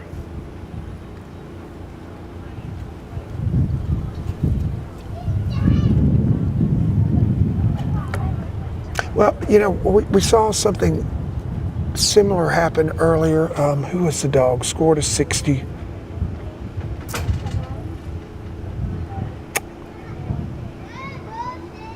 Oh, yeah. Was it Dre? Where it pulled him in, similar. So, and it wasn't the kiss of death by any means. We'd sure like to come out and have a good set of marks here now. I guarantee you Ray's thinking the exact same thing. He must have liked his look, because he pulled the trigger on that send pretty quickly. But I like that line. Yeah, yeah. And he's not a whole lot not to like on tail that. Came up. But darn it, I would. Got that tail He going? made some. Okay, there he goes. I think he. Yep. Yeah, there. Okay, good. And when you said he'd like it, he got it. Yeah. Look at him. He's trying to think, do I want to be on the right side of the mat? Do I want to be on the left? Where? Exactly. Let me tell you, Ray definitely takes his time to. He chose the right side. That'd be interesting.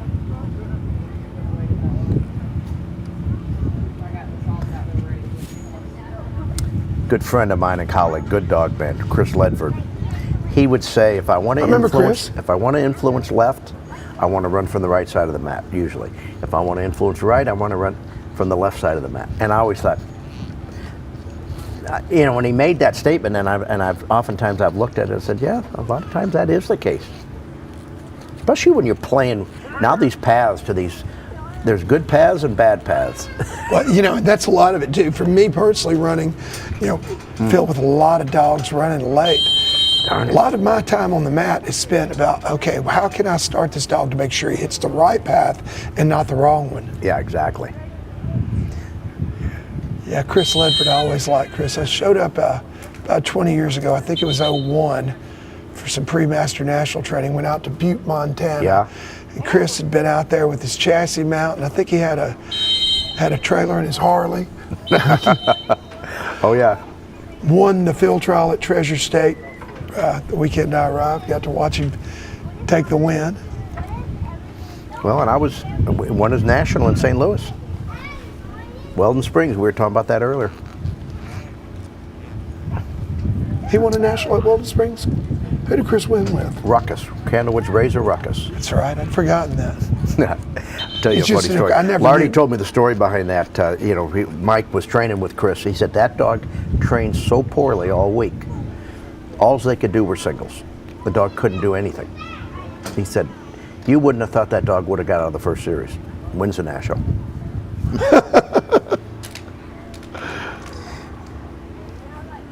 I finished that national as well. I wasn't in contention, but the dog that we thought was winning was Jim Gagne in Code Blue. And he handled in the 10th series on a short bird, and that just opened the door enough. Chris took advantage of it. Breaking. Candlewood's Razor Ruckus. He was, and again, he might have been 10 years old when he won that national. There were a number of 10-year-old national winners. You know, if their body can hold up, and we've seen a few of these older dogs here,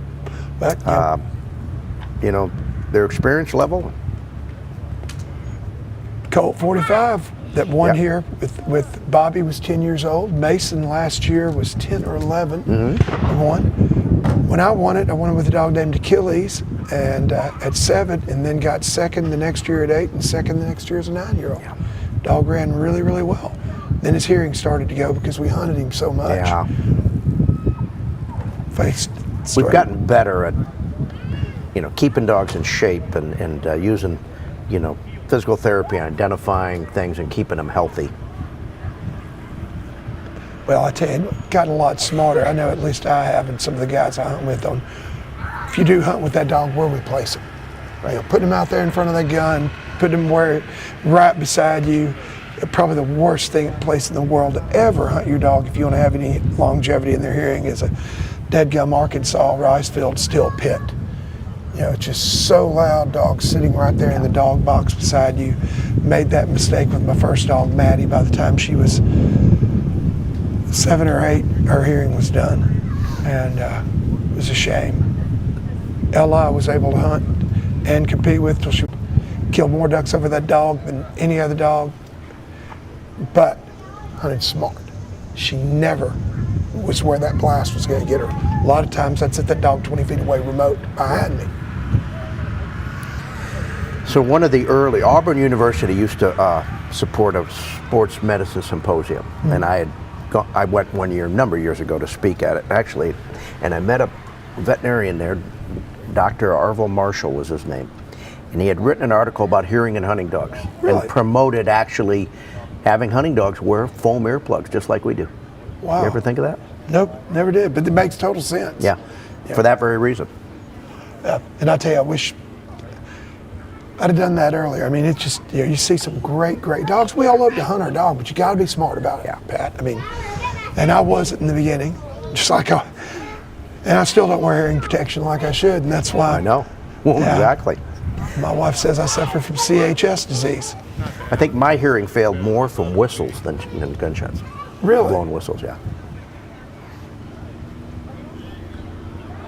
Well, I blew a Fox 40 for years, and that certainly can't help you. Yeah. Well, when I went away from the Gonia, because I had 2 terrible mishaps. One, the red-winged blackbirds, and then 2, I was at Master Nationals, the Sooner Club in Oklahoma. The name of the town we ran, and it'll come to me. They've ran National Open Series. Not Ardmore. I'm trying to think where the Sooner Retriever Club. Lawton? I'm trying to think. Not Lawton. Charlie Hayes won one of those nationals in Oklahoma with that Toby dog. And by the way, we're taking a little break here. I'm not sure if we're rebirding out in the field. See, our next dog's in the hole in the blind. Looks like that's allowed. And Shawnee, Oklahoma. Okay. Master National. Same dog, Achilles, that I won the Great Outdoor Games with. We are in the last series. He's ran a super clean Master National. It's going to be his second plate. The very last bird, blind.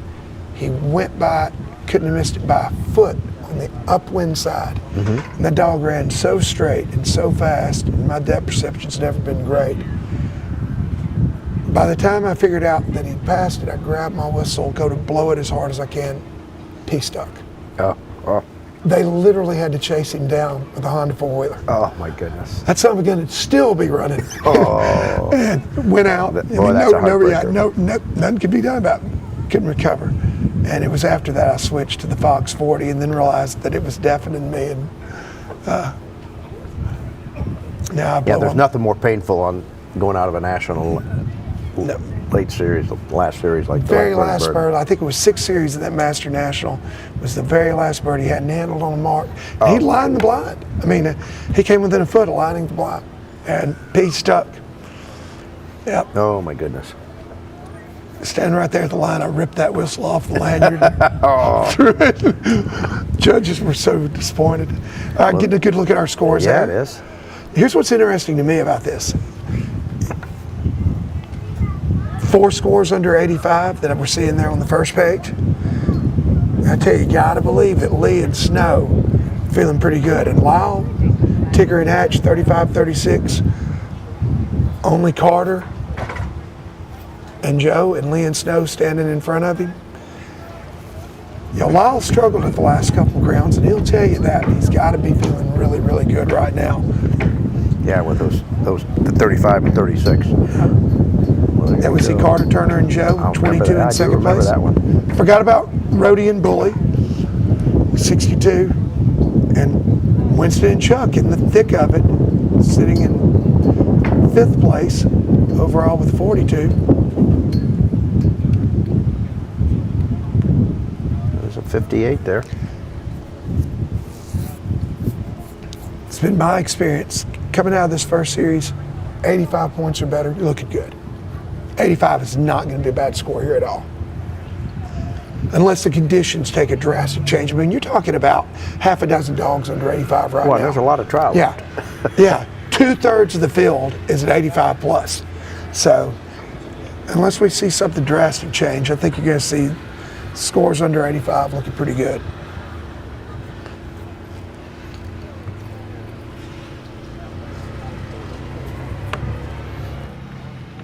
But we've still got some great dogs to run here as well. And we're not even just barely a third of the way through this.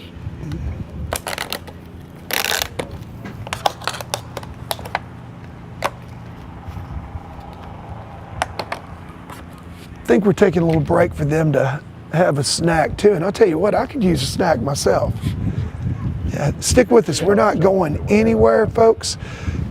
Pat and I are going to take about a 2-minute break to eat a bite, and we'll be right back.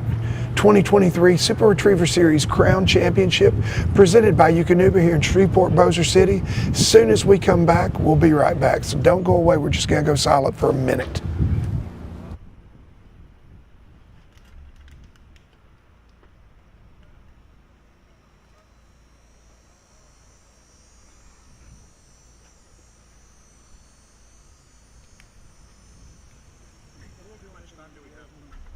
What? How much time do we have?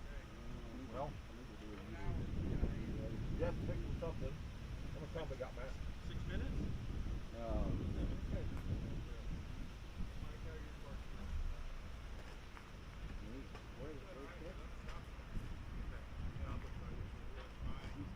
No, he's back in. Parking lot. All right, guys, y'all ready to go? All right, guns up, guns up. I didn't realize he was back. I thought he pulled back here. No, he's moved to the parking lot. Sorry about that. Oh, Jeff's out there right now. Working on something with Rick. No, he's out. So he's out there. So yeah, All right, here we go. Dogs in the line. I was waiting on Kevin to pull up back here.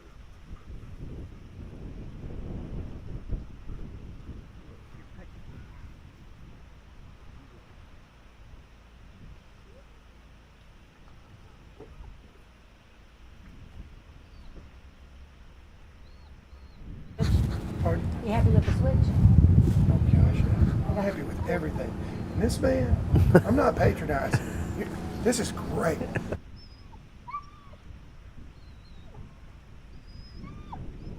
Bird one.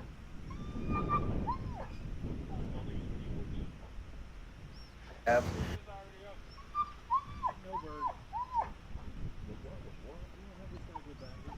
What do you want to do? Right back up?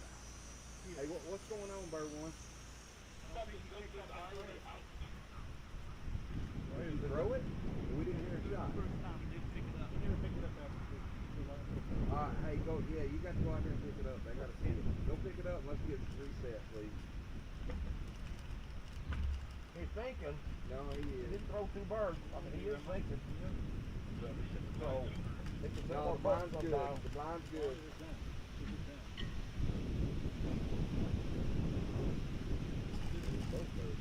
All right. All right, here we go. Guns up, guns up. Here we go. Dogs to the line. Yeah, the same. Get it.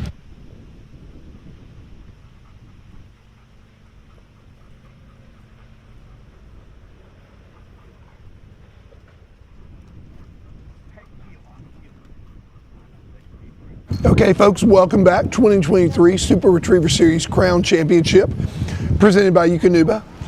You just joined us, J. Paul Jackson here, commentating here on your live stream, and I've got a great guest up here on stage with me, not just today, but hopefully for the rest of the week.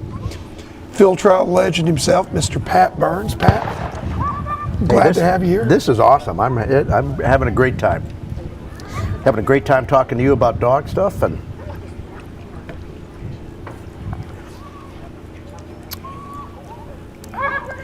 good friend, client of mine told me a long time ago, he said, in the department store life, this is the toy department. Amen. And I'll I'll agree tell you with what, that. and he's right. If you can't have fun in the toy department, you're in the wrong business. Definitely, definitely. Yeah, this is Toys R Us, man. What are you talking about? I'll tell you, one of the things I've enjoyed is, Pat, you're not only a great trainer and handler, but you're a pretty dang good historian. Man, I used to love getting the Retriever News when it was still like a tabloid, like newspaper-like deal. And of course, the one that I really liked every year was, the February, The year-end summary? Yeah, the summary, and yeah, you bet. studying those dogs, and so many names that. Oh yeah, there's actually, I picked up a bunch of the old issues just to kind of catch up on that, and I do remember it very well. Oh, I've got a stack of them. Let me tell you, and I've got the yellow one, which was a summary.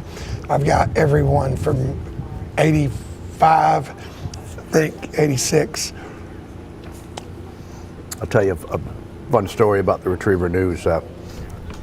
I mentioned Linda Bose. Well, her husband Mac DeBose, and another incredibly successful couple who both won nationals. Mac was telling me a story over a evening cocktail about him being, he was a surgeon in Vietnam. He said, I was probably the only guy in Vietnam that was getting Retriever News. Really? He would get his Retriever News when he was in Vietnam in the war, and he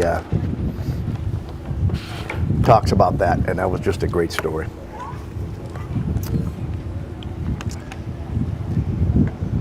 I did not know that he was a surgeon. That's a tidbit that I didn't know.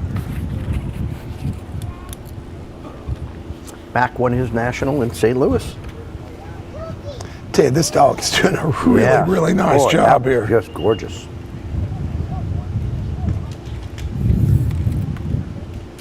Well, there was an example of a dog that, well, marked the bird, but also winded it when other dogs were having trouble. When they were having a rough time with it.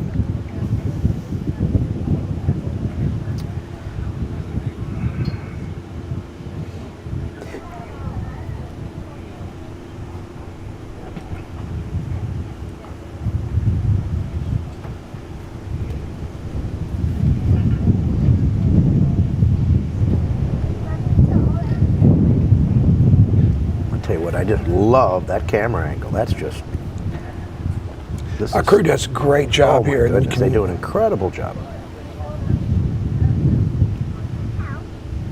Not only is it entertaining, it's incredibly educational. There's another. Well, that was impressive. This dog's had a heck of a run right here. I'd be anxious to see this score. The young men are hustling out there, planting the blind. You see them running out there on a hot day like this? They're doing a great job, too. I tell you, and it didn't take him long to get the job done at all, either. No, he made short order of that.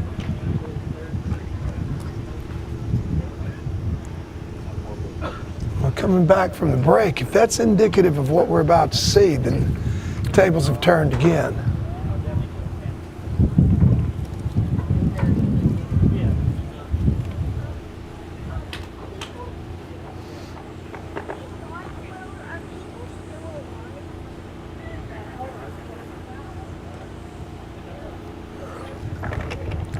So it's my understanding that Kerrigan is the only female professional handler. Yep. We've got Kelsey in the amateur, but yeah, as far as I know, that is actually right. Coming in with Remy, 3-year-old female, master hunter.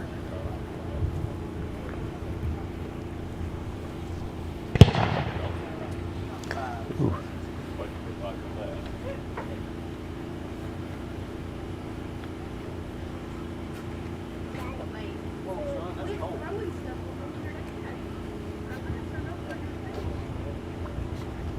This is our only pro female. Yeah, so I just mentioned that. She's taking her time too.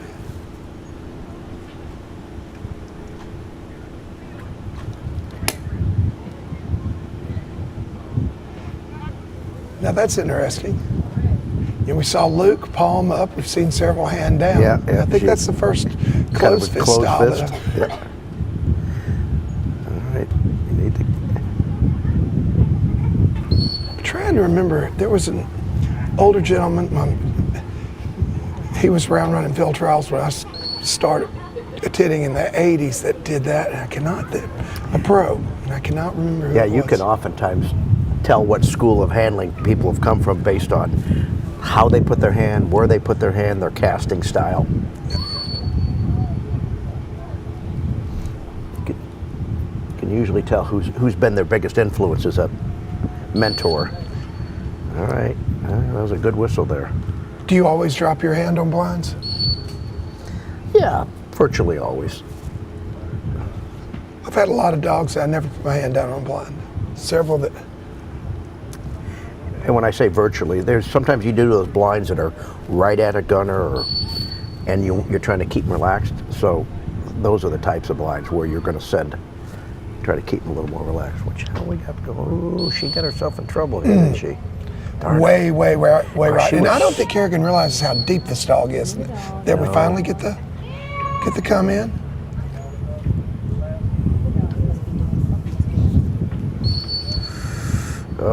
That's a sinking feeling. I got to speak with her last night at the Big Hats and Bow Ties, and I'll tell you, I think some nerves are coming into play. She seemed very, very excited, but also you could just sense she's probably going to be a little nervous being the only female pro coming to the line here. But I can tell you that's not uncommon. Oh, it isn't. If you're not nervous at this level, there's something wrong. Darn it. And that's just a tough spot to recover from. It really is.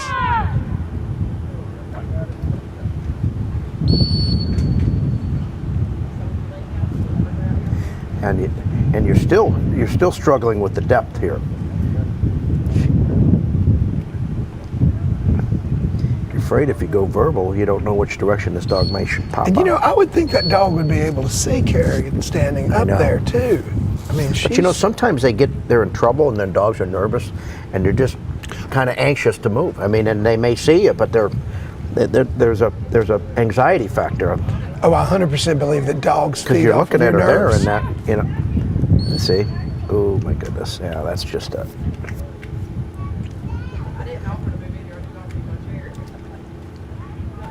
I'll tell you two theories. And to some people, both of these probably sound off the wall, but I 100% believe. I 100% believe that dogs have that sixth sense where they completely feed off of your emotions, way more than people do. Oh, absolutely. And Judy Aycock told me this several years ago, and I believe she was right. I believe that dogs have a homing sense or a GPS, if you will, internally, where you and I look out there and we pick a spot where that bird fell, whereas the dog locates in its mind and knows it's there. Just like, and that holds just a little bit of, when you think about it, in the wild, homing pigeons, yeah, tell you what, great score for Caleb and Williams just then, 39. And all of that was on the blind, I believe. She's really having a hard time seeing it, isn't she? But I really do think that. I mean, Oh. She's at risk of picking up here. and then the third one that's off the wall, but I also thoroughly believe dogs have some form of ESP. Well, I know my house dogs, my wife can be a mile from the driveway and they'll know it and get up and start to go to the door. And there's no way they hear the car coming, they're amazing animals. Yep. And, Judy once said that, told me, when she was explaining this, you take one of those trees out there and you throw that bird beside that tree. And most people would think the dogs mark off the tree, but her theory, and I believe it's true, was that they know the location. You could take that tree away and they're still going to go to Sometimes because they they are. have that sense, and it's probably developed better in some than others. Sure. Like all other senses. What do you think about Yeah, when that? you see some great markers, and I can think of dogs that are just unbelievable. Have you heard that and theory they, and they before? know the blade of grass that birds have sometimes. Have you heard that theory before? Yeah, and certainly Judy. I mean, I've known Judy forever, and So she's y'all have talked about this before, yeah, then? absolutely. And she's such a brilliant mind in the world of dogs. I was at the National she won with Zip Code, and I was actually throwing birds for Rex, and I was at that National, and that was quite an experience. There were 4 female handlers in the group. That's all was there. 6 dogs, 4 female handlers, all 4 were finalists. Wow. And the winner. I mean, that was Delma Hazard with Snake Eyes Double or Nothing. Judy won with True Mark Zip Code. Leslie Ray Carnes finished with a dog named True Mark's Monster Malone.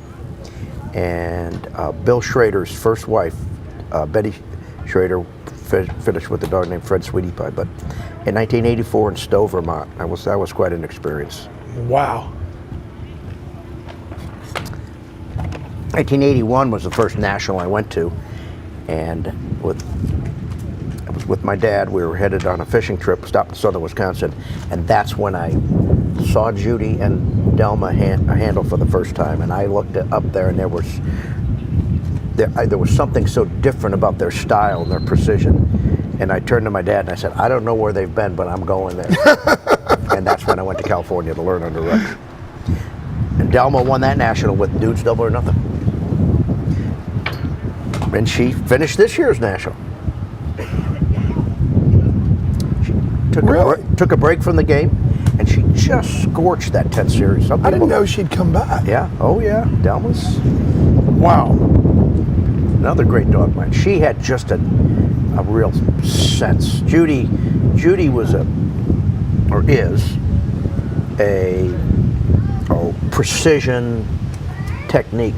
Delma was more gut instinct. Yeah. Judy was very analytical, Right, very exactly. or is very.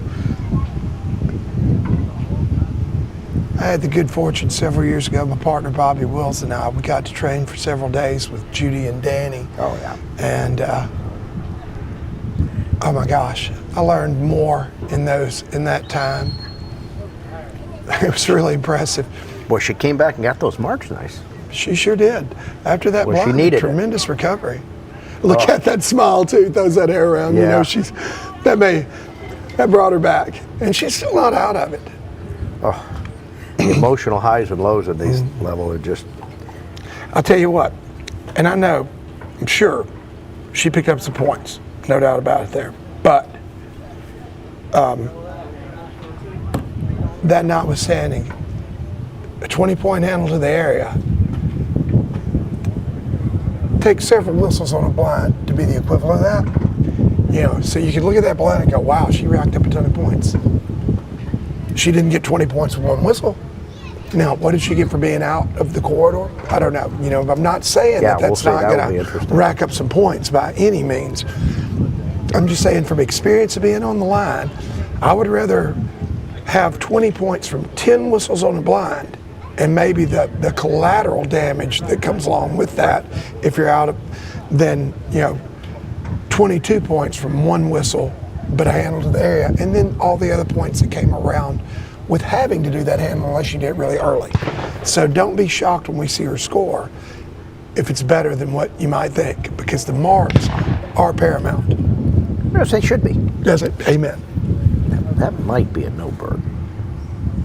Believe A we've little got bit one short, there. maybe. I guess not. Well, he's backing him up to line him back up, not necessarily walk away. I'll tell you why. Yeah. No, they're calling I'll it. tell you why I was so impressed with that.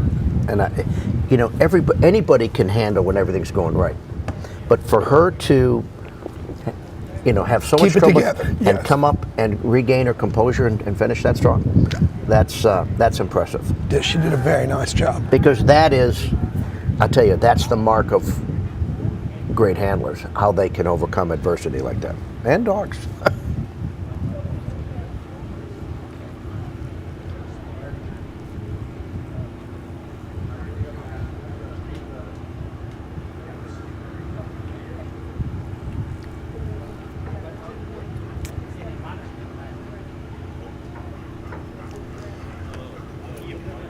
Well, coming right back to the line. All right, dog 57. Dustin Owens and Ranger. Riverbend's only John Wayne. Like that. Another Georgia boy, got a big contingency, particularly Dublin. Several folks from Dublin, Georgia here, part of the field. Yeah, there's the throw we're looking for. I've had a couple people text me and ask about handlers joining us here. We do that fairly frequently in the SRS, but only after they've finished with all their dogs in a series. So we will have a couple of handlers come up and be our guest analyst commentators. I'm sure there are a couple guys that would love the privilege of sitting in my seat and talking to you a little bit, Pat. I'm not gonna deny them that privilege, but want to keep the playing field level. So some of your favorite handlers that come up here often, they'll be back, but only after they finish running their dogs. And I think we're going to be here again tomorrow for the next series. Yep.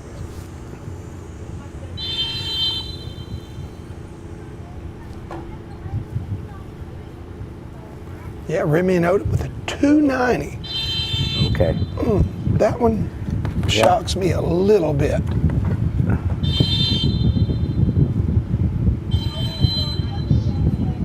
Yeah, I think maybe if she would have recovered the first time she brought her in, I think all she those might have refusals. survived, survived that score a little bit better. But well, and that dog stayed deep for a while, and she did rack up a lot of refusals.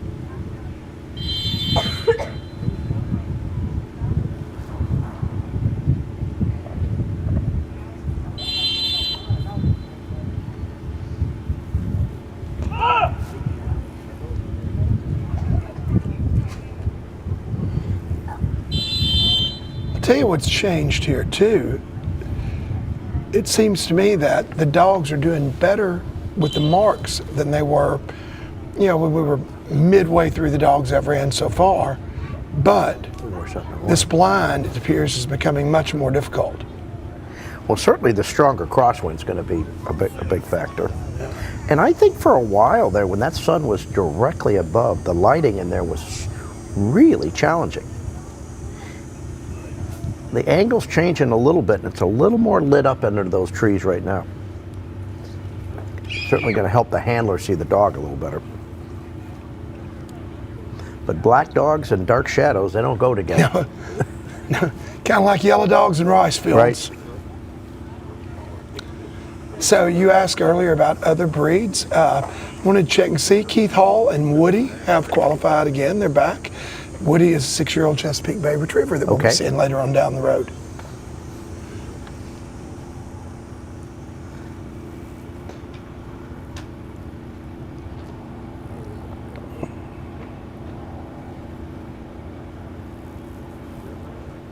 You got through under the arc of that bird, darn it. I do believe that Woody is our only, and someone please feel free to correct me really quick if I'm wrong, but I do believe that Woody, our Chessie, is the only breed other than a Labrador Retriever here in the field.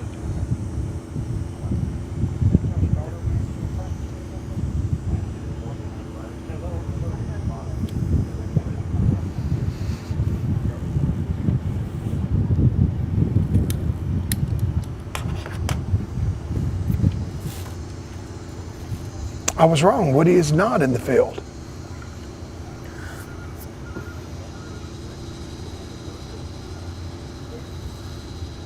So is it common? Do you not see many golden retrievers at weekend events?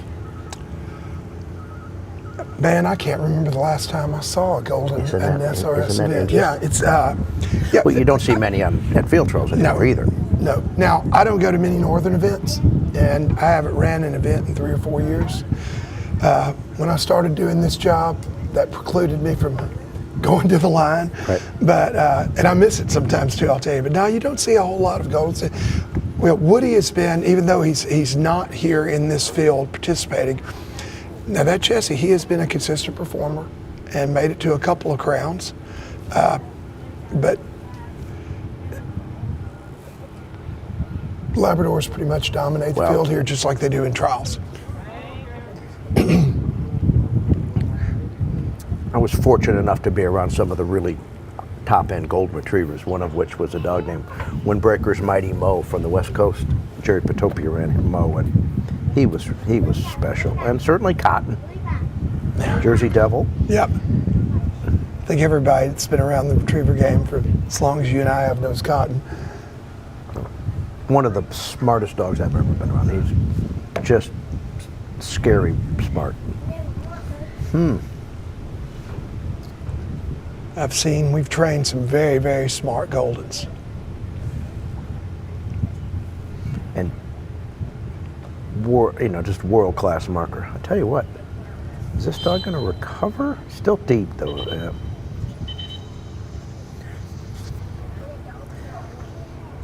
First dog in a while to miss that bird on the left. 10. We got it. I don't know if he realizes how deep this dog is, but I think this dog's a good 15, 20 yards deep, Pat. There comes the coming.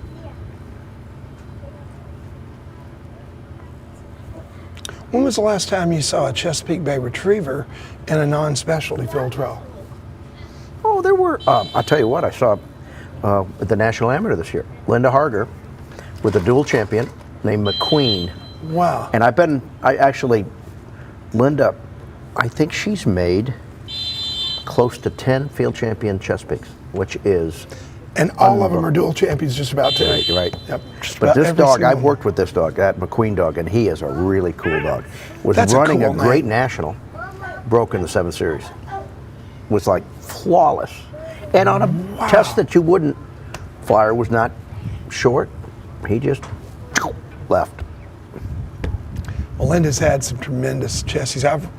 When I used to go out west and run, I ran with her a few times, and nice animals. And this dog was not only a talented dog, he was a really cool dog. I mean, you get a feel when you kind of meet and watch him train, the dogs that you really enjoy seeing, and he was certainly that dog. Just a great attitude.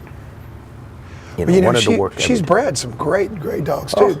The last Chesapeake Bay Retriever that I trained, or that we trained, my wife and I, it came out of her program as well. Young man, he was a soldier at Fort Campbell, Kentucky. While he was stationed there, dog spent a year, maybe 2, with this really nice dog. And pretty atypical from what you expect in a lot of Chesapeake. Tremendous demeanor, great in the house. And I think back, because you did see Chesapeakes and more Goldens. The first year, winter of 1985, my first basics crew that I worked with, Mike, we had titled Chesapeake, Golden, and Labrador out of the 12 dogs in that basics crew. Title dog of each of those 3 breeds. Wow. And at the time, I didn't think much of it. I look back on it now, I said, oh my goodness, that was unbelievable. Here we got Mark Carter coming to the line with Padre. Bayou Tech clergyman, qualified all-age dog. Right. Mark, of course, been here before.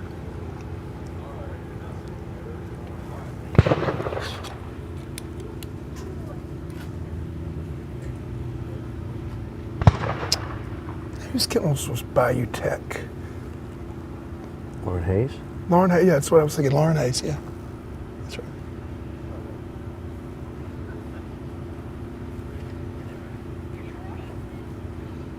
He's another good dog person. Yeah.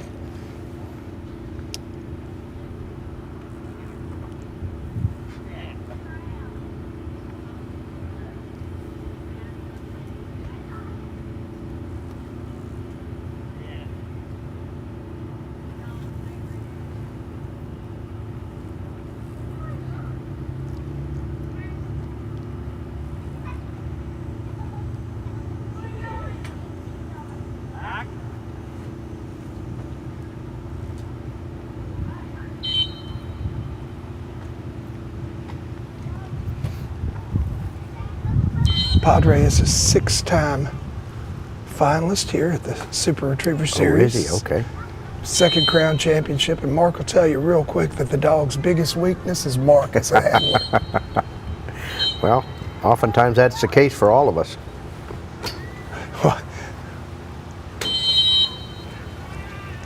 he's having to be on it here. He picked up a couple odd cast refusals. Just can't seem to quite get on the same page. Dogs had 4 or 5 whistles within 20 yards. There's another one. Well, he's just not giving them much of a cast into the wind, and I'll tell you, you're right. This obviously they can't see him in that dip because we could see him from this angle. Oh yeah, from this angle we see him great. But those dogs are not seeing him. Boy, that's a tough to get from there to the bird.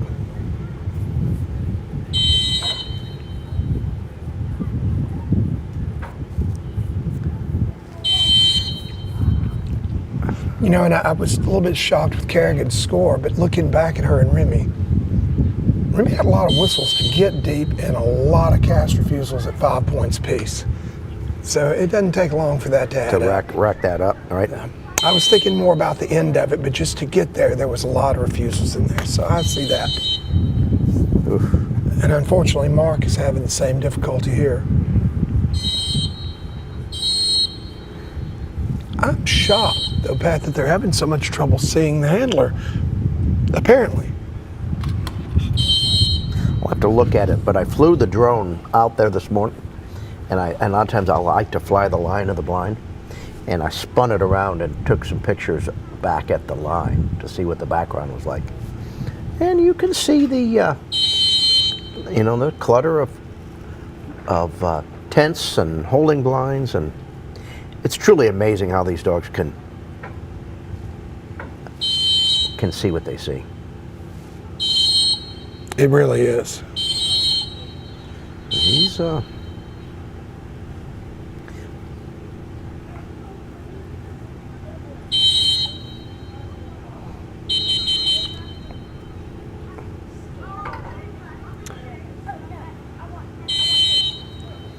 right, last team score, Ranger and Owens, 130.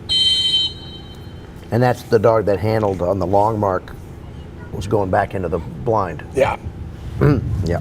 Picked up a ton of points there. Yep. Is he going to finally come up with this sucker? Yeah. Oh. I know that. I'm sure Mike's breathing a sigh of relief. When you're standing there, it seems like, oh God, that took forever. Yeah, no.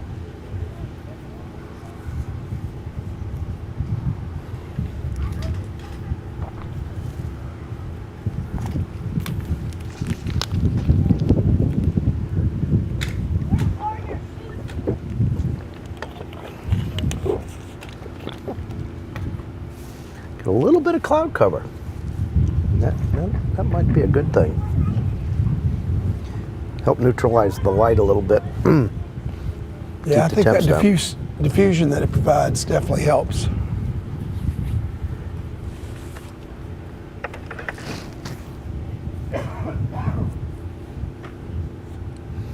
He's puffing pretty good. You know, the dogs seem to hold up really, really well, though, despite the heat today. Again, I think the lack of humidity definitely plays a part there, thankfully.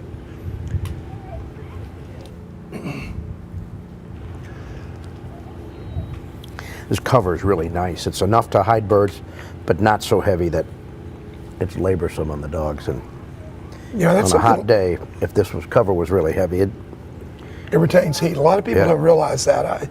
I once saw a study that was also done by some folks at Auburn, where they were taking ambient temperatures, and it was amazing how even on a dry day in dry grass, heavy cover holds the heat.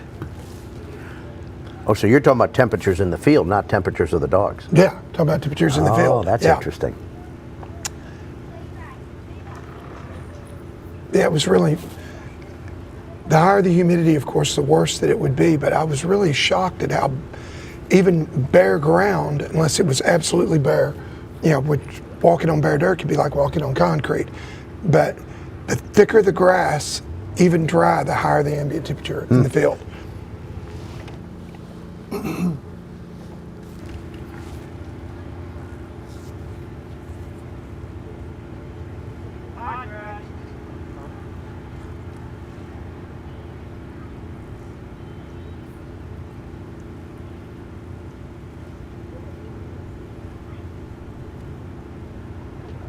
It's a good Looks looking like here's line another right dog that had a rough blind, but looks like he's gonna hit these marks well. Ran right through the scent. Oh, Yep. Okay. Oh, they literally ran over the top of it. Wow. I thought he was deep of it. Talk about lack of depth perception. Yeah. He's just frustrated with how that blind went, because those marks were really, really good. I couldn't figure it out because it looked to me like he'd ran right through the scent cone, and then no, he hadn't. Once he got there, he did wind it really nicely.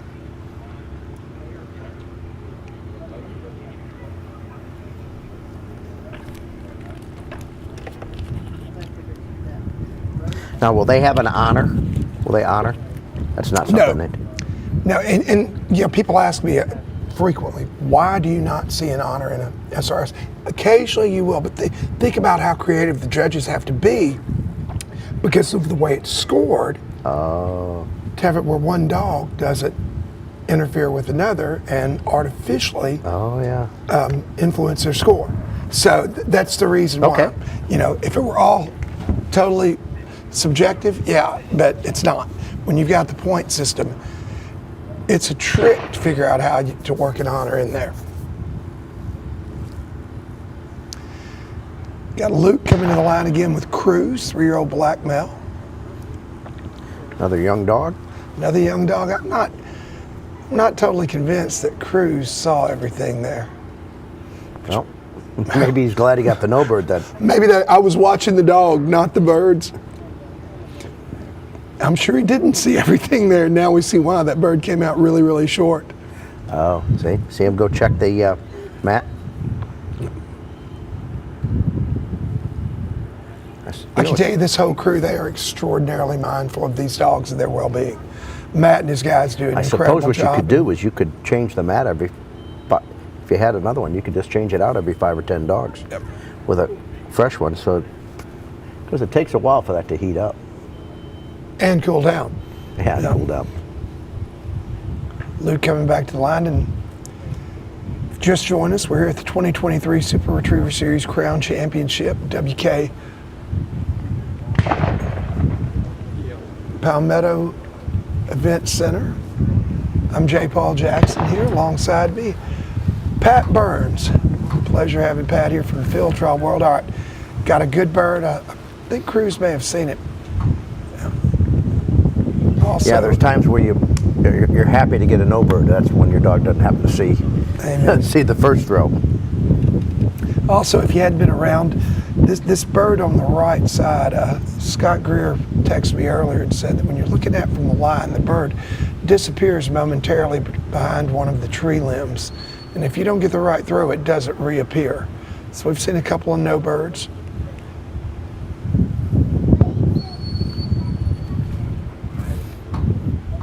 Well, very much like yeah, very similar blind, very similar outcome. Consistency's the key with these judges. They've got it. Take Cruz. There's that little dip right before they get to that first tree, and that's. And then it's like there's a crease there. They fall off in it. And we see Cruz is in it. Now he's on the wrong side of the blind planter. You know, I say to myself, I identify where the death zones are, and that would be a death zone. You better not be there. I used to call them the snake pits. Yeah.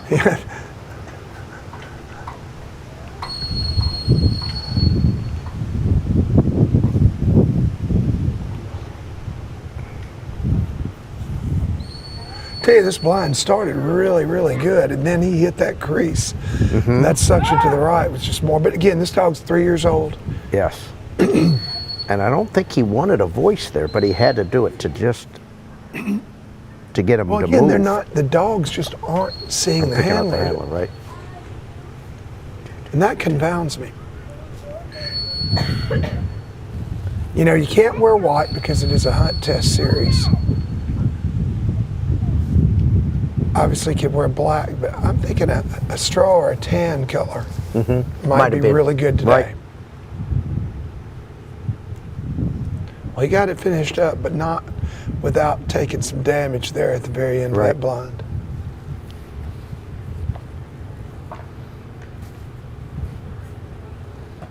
So do you see handlers with multiple different legal hunt test jackets in their Oh, vehicle? you better believe it, yeah. So you're going to have different Yes, marsh sir. patterns and different like. Yes, sir. I always kept a tan shirt, long sleeve, Columbia PFG fishing shirt, that black jacket, white. Loads of guys. Avery, I cannot remember, it wasn't a buck brush, but it was a marsh, a yellow. Yeah. But it really, really stood out. And those things were, I mean, you'll see guys still here that have that Avery Handler's jacket in that yellowish camo pattern that are ragged because you can't get them anymore in their truck. Well, they probably weren't very effective camo jackets for camouflage, because if the Not dog unless could you're see in a them- cornfield or a rice Right, field. Right. Cornfield camo was another one that was really, really popular back in the day. And no, in most scenarios, not very effective, but in a rice field or a cornfield, spot on.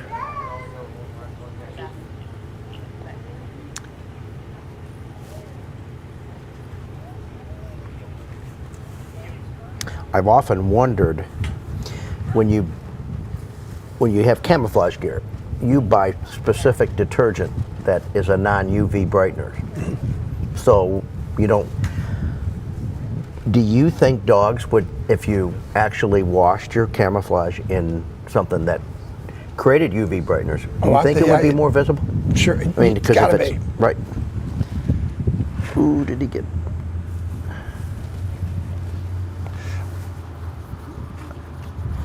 I don't know a lot about rod cells and cone cells, but I do know that dogs have more rods, which let you see in detail, not color, and rod cells pick up ultraviolet rays spectrum better than cones. So yeah, I would think it would.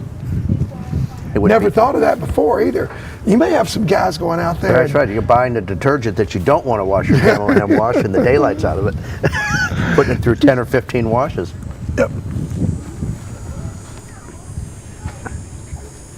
Well, you'd probably Pat, find you out. might have a marketable product. There you go.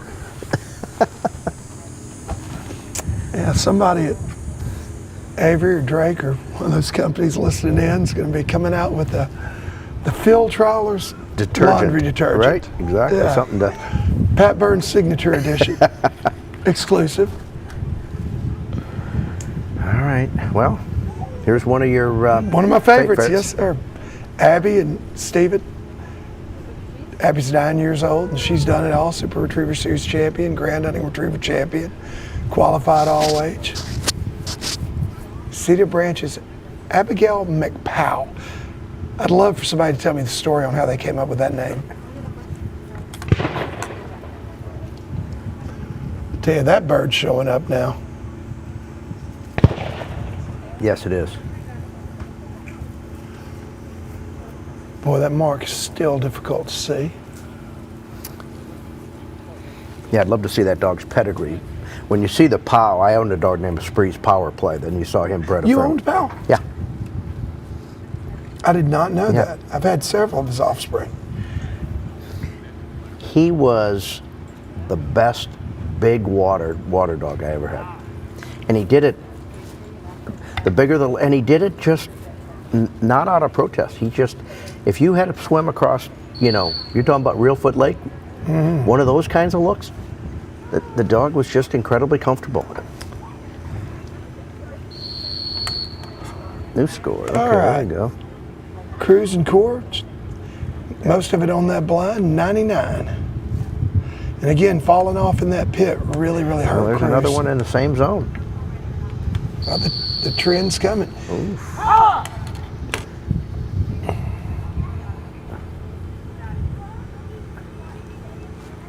Yeah, I had a couple of really nice dogs out in the kennels. Texas Red and God, I'm trying to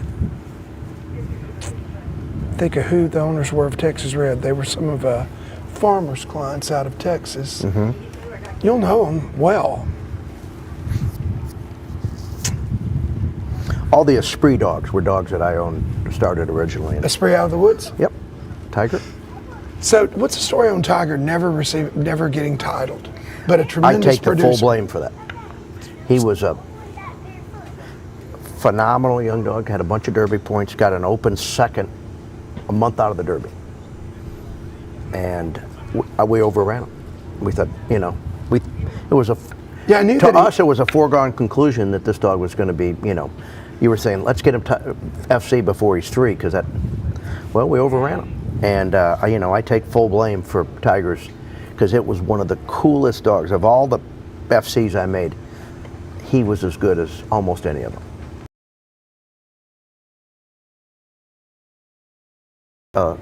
And how many Derby points did Tiger have? Oh, I don't remember exactly. I mean, he had a, you know, I was never one that ran a ton of Derbies. Mhm. You know, I'd like to run 10, 12. Get him on the list. But he had, I mean, he was, you know, I'm going to say 20, 30 points. Yeah, he got, I think he sent for the short bird and hit the left side of the Cooley's, tucked in behind. See where she is now? Yeah. And we know from experience, dog that gets Well, back there is racking up some there. points. Now that's another incredible recovery, really. Again, this to dog, miss that on the left side, discover that other gunner, and come back and get that bird. Pretty impressive.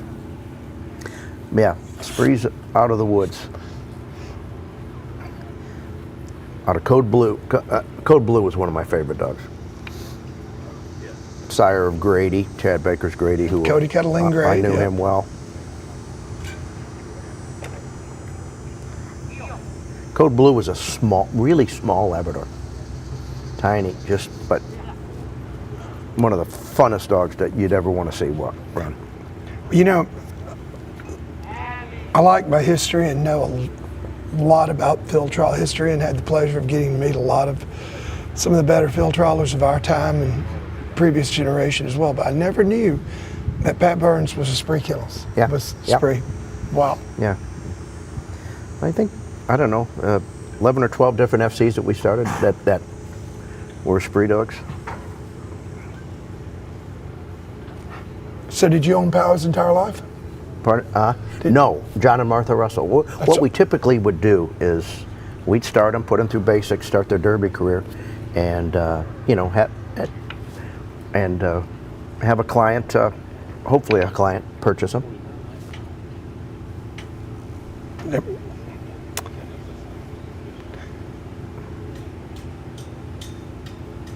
The Outlaw Texas Red was out of Powell and came from John and Martha. Yeah. Along with, oh gosh.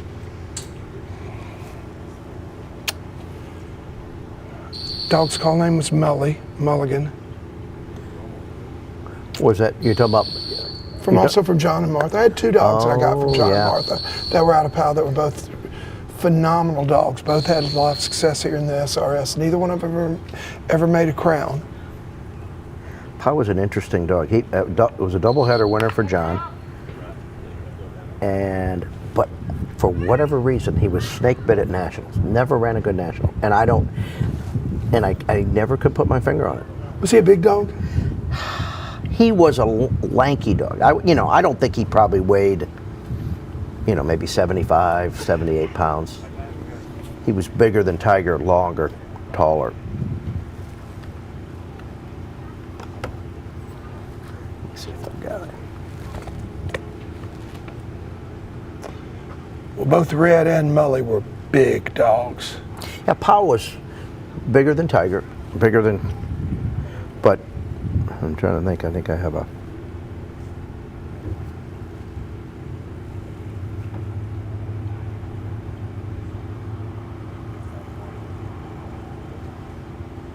See if I can find a. Well, Abby had some. She got the birds, but she had some hunts, and he came out of that blind better than I thought he would have. Okay.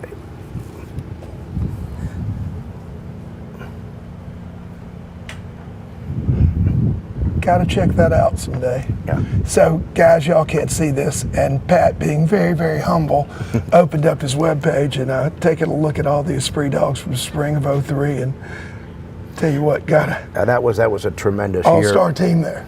Yeah, well, you know, Shadow, Marvin Blunt Shadow, and Cherokee Rose. Those, how many are there? 7 dogs? Those 7 dogs combined for 14 all-age wins in that spring and won the national amateur. That was one of our best springs. But Spree's power plays. But you can see, you asked about his size. You can see he's a taller dog than. Oh yeah, big old boy. You can see a lot of Red and Mulligan both in him. Yeah, Red was out of Watermark's Big Sky Pink. Yeah, Watermark's being. Watermark's the boss, and some of those dogs back that time. I had a client looking for a dog that could play at the SRS level, and either Danny or Judy told me about Red, and I contacted the Russells, and I think John was kind of excited to see one of his dogs come and Absolutely. They decided that he couldn't win a national, and great blind running dog, great marking dog, but they'd ran him in a bunch of derbies, got happy feet. Yeah. Yeah, it's probably why I did not push running derbies, just because some of those bad habits, line manners, bird handling, water cheating can kind of get away from you. All right, we got a 5-year-old yellow male, huh? Yeah, Mike Dixon out of Stuart, Florida, coming in line with Osceola's King of the Wild Frontier, Crockett.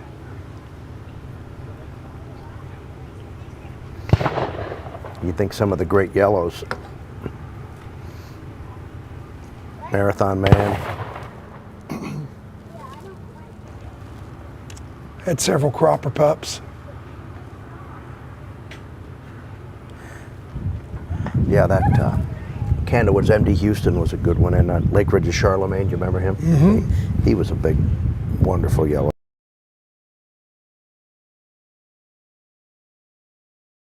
Remember Captain Kid? Yeah. Just a neat dog. I tell you don't see 200 all-age points. He was a big time. He was a high-end dog.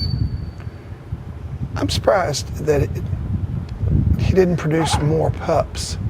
You're right. Unlike MD Houston, I mean, you look at a yellow dog. You see that dog stopping pattern? See how he hops? I thought first time that he stumbled a little bit, but he's just got to. And he turns left, so he's probably going to like that turn. Is he going to pop back into sight? I tell you what.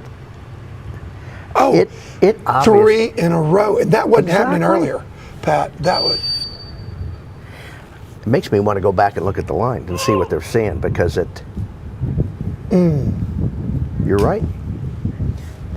That same little hump, drop down, go to the right of that tree, and now this dog came out of it, but a few early ones didn't come out of that so well.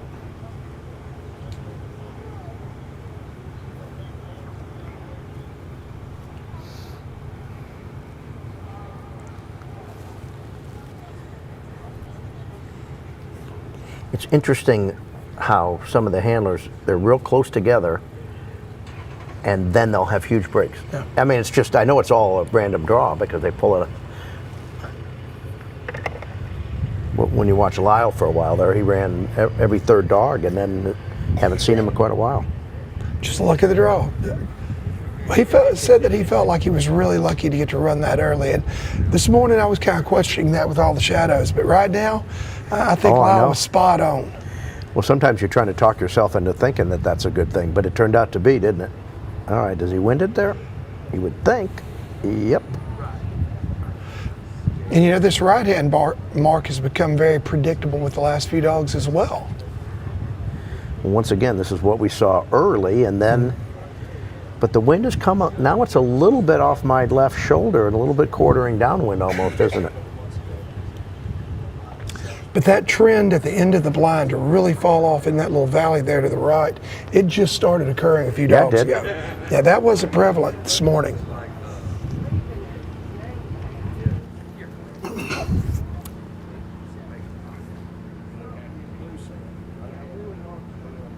Taking his time here.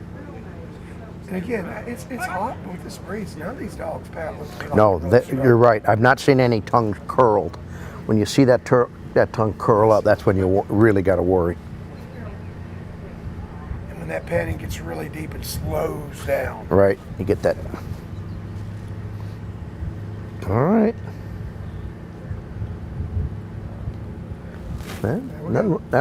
That'll play. Okay, that shadow has changed too, and it's really making it tricky to. Earlier, it was much easier to discern where that bird. Yeah, for us, yeah, exactly. Us back here. I wonder if it's the same way from the line.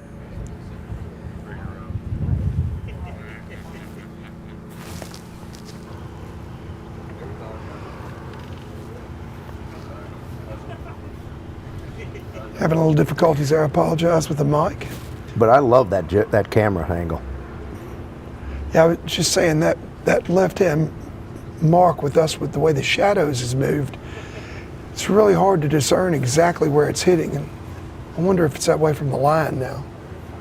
Although yeah, it was a good. That shadow was a good reference early on, but here comes somebody up with a different camo pattern to handle it. That's the one that I was talking about. No, actually, that's the Avery buck brush. They have one even lighter than that one.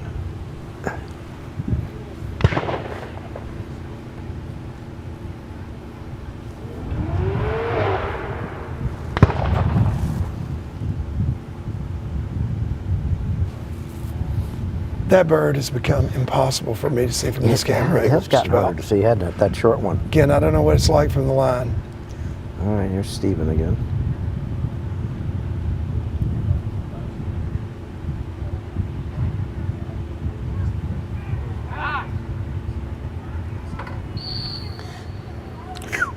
You learn a lot from this first cast. You see what I mean? They don't change direction at 40 yards. No, they don't. In a crosswind, you're in for a fight.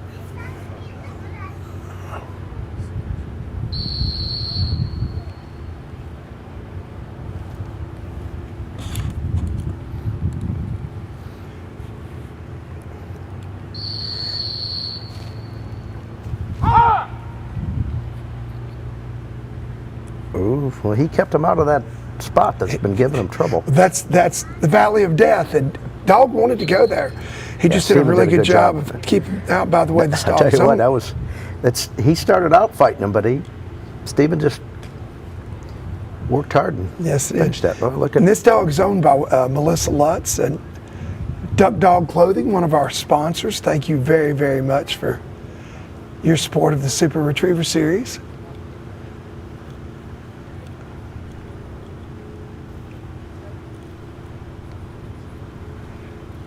Really, really nice to see our sponsors like Melissa invested also in the sport itself. Got her a heck of a trainer here too in Stephen Duritz.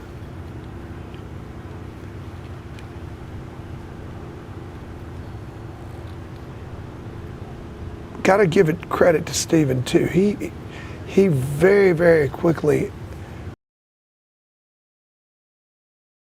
Yeah, he did. Man, killed that mark.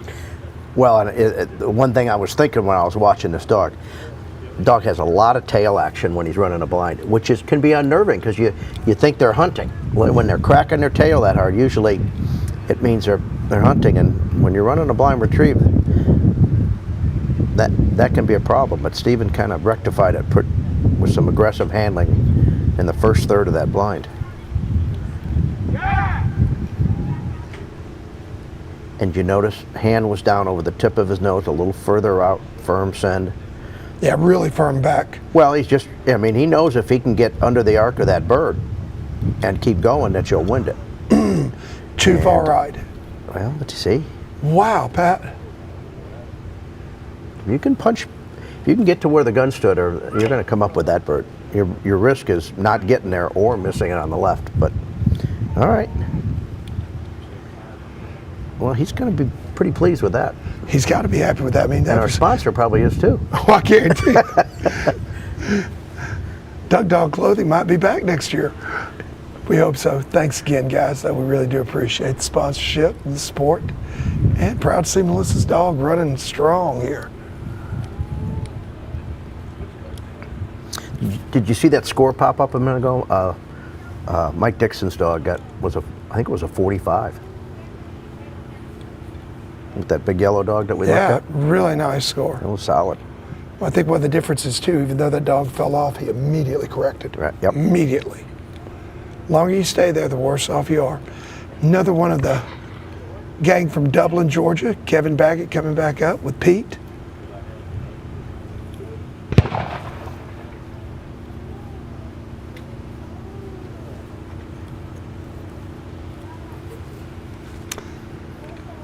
The other pow dog we had was Eminem's Second Chance, call named Mully.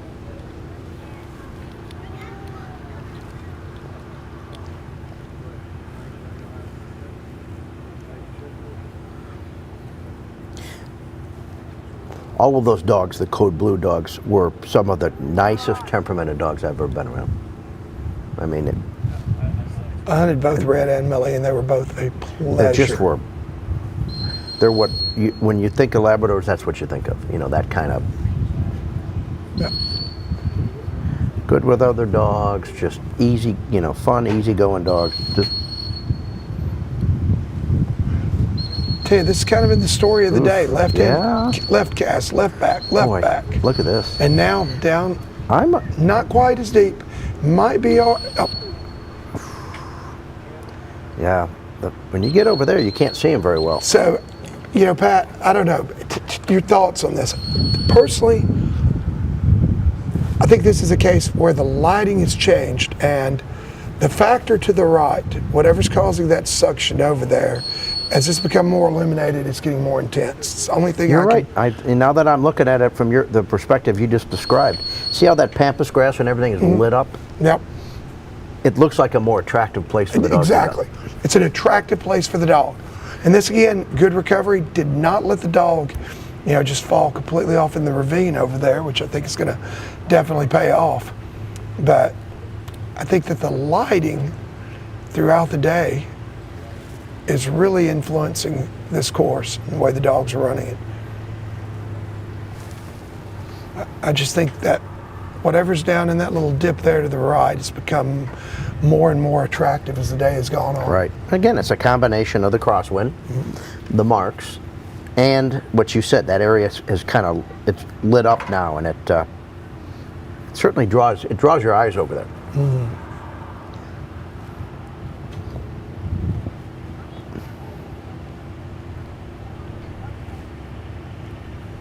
If I was handling now, I'd be telling myself, I've got to win the argument before they cross that cart path, the first one.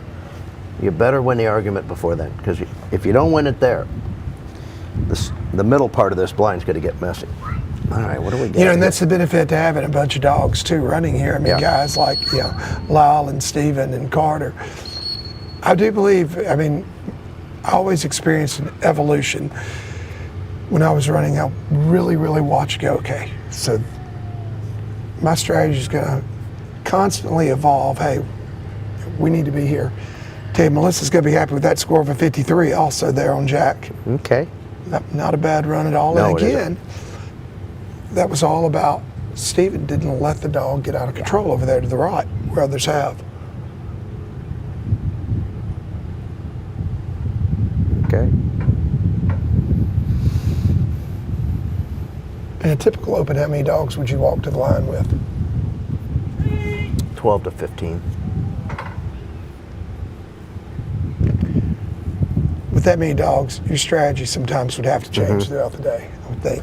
Yeah, you know, sometimes it's a blessing, sometimes it's a curse. You get started on the wrong foot and you lose your mojo, and sometimes it's a challenge to kind of regain your composure. Well, here's another.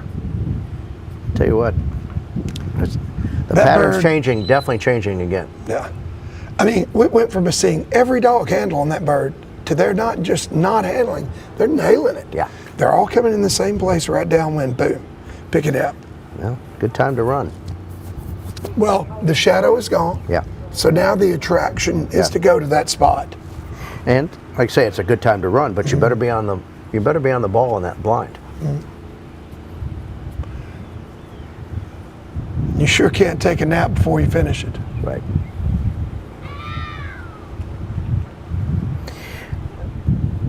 And I can just think of so many nationals. I thought of there was oftentimes in some of these early series, a third of the time you couldn't screw the test up. A third of the time you couldn't do it. and then the other third, if you were on your game, you were somewhere in the middle. And it was lighting, wind, just some different things. But the dogs that win these things are the dogs that can overcome running into rough times, because you're going to, especially in a retriever or field trial national, because there's 10 series. I think me got a good look at both of those. Yeah. But here's an example where this test is and actually become a little more friendly. It's definitely become more friendly. Actually, I believe it's called, dog's call name is Emmy. Lee hasn't run a dog in quite a while, has he? No, Lee hasn't. He had a draw that was kind of all over the place. Very methodical, good hand position. That's textbook, really. Dog runs out from under a stationary hand. Here's a Did you dog see that wanted path go to the Yeah, right? Yeah, Really? that's not the path you want. No. Now, clearly 2 paths. This is a critical cast. If you can get it, and he got the cast he needed. This right-hand cast is a tricky one. You go right-hand verbal? Yes, right-hand. That's verbal with the wind. You go silent there, and you're probably going to get too much right. You're going to fall off in the abyss. And he stays with the verbal on the with the wind cast. So the wind's going left to right. Let him run. Oh. Let him run. Yeah, that's a. Oh yeah. He's got to get a little deeper.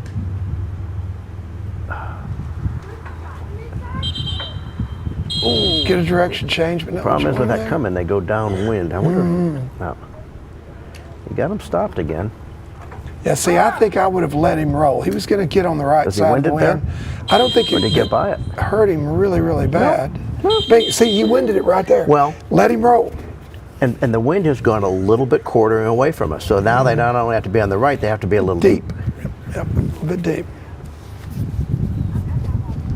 But you know, I mean, it cost him a couple of whistles, maybe one refusal on the in and over when he came in and right instead.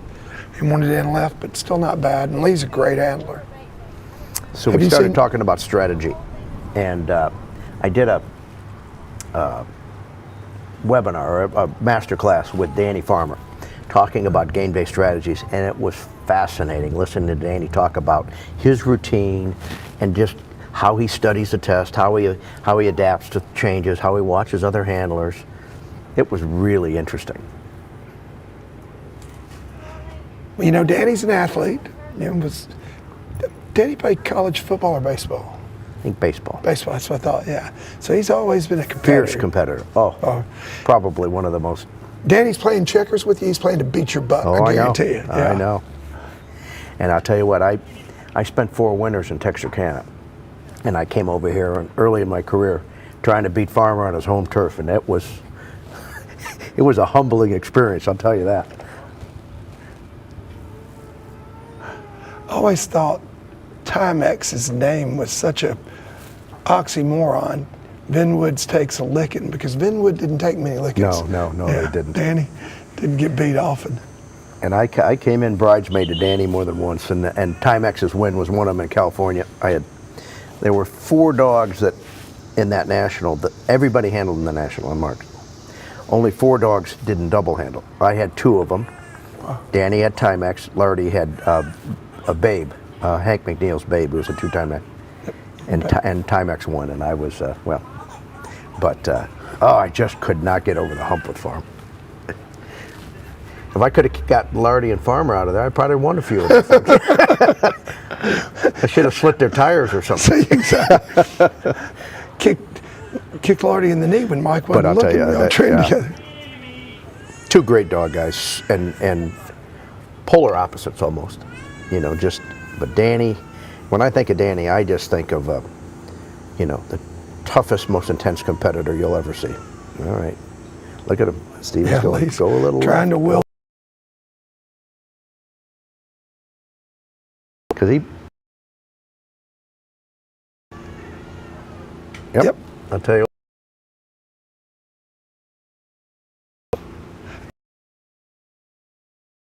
Look at the cover break and how it's all lit up. Out there, they're going to come in downwind. and it almost looks like the cut of that grass at an angle. They kind of follow that line. Yeah, now it's lit up and they can see that to draw them in there, where earlier today it was in the shadow. Well, that's a sweet spot right now. Yep. And you can bet these good handlers are paying attention to it.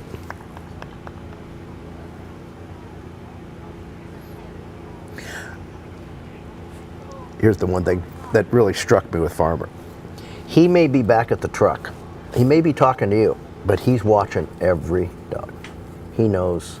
He talked about having a kind of a internal leaderboard, like our board here, but he knew it, and he knew when to go for it and when not to. Really, really interesting. It's a great interview here. Now this dog, probably Indy's last year, 10 years old, won everything possible out there, team of the year.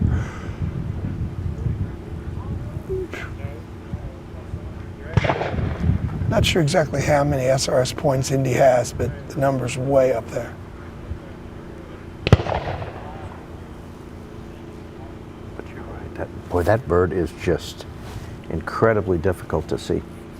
Yeah, Indy's old eyes, I'm not sure that Indy can see as well now as. Well, sometimes with their eyes lack, their brain takes over, and they figure out how to find things, maybe not by seeing them, but by using all the information.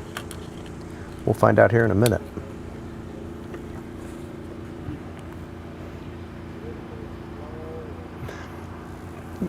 Yeah, the word that comes to mind for me with Indy is consistency. This dog has been unbelievably consistent.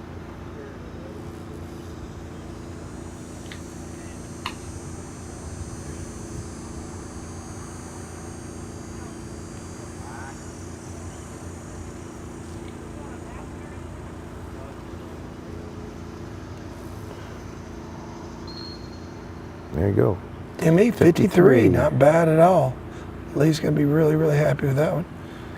Very nice right angle back.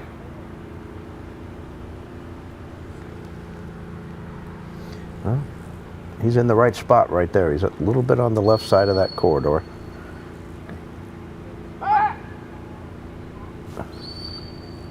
Ooh, went the wrong way though, didn't he? Okay. I think Luke stopped Indy just a hair early. There we go. Not a bad blind at all. No. Though. Not at all. Picked up that one wrong cast, that one cast refusal, but he dug in there and finished off that blind pretty strong. Mm-hmm.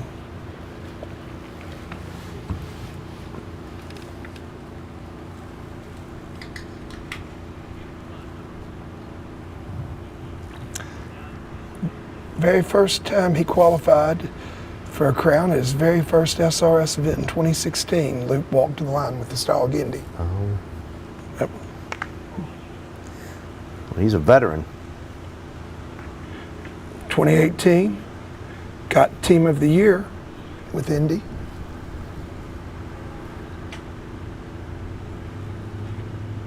(2019) Team of the Year again with Indy.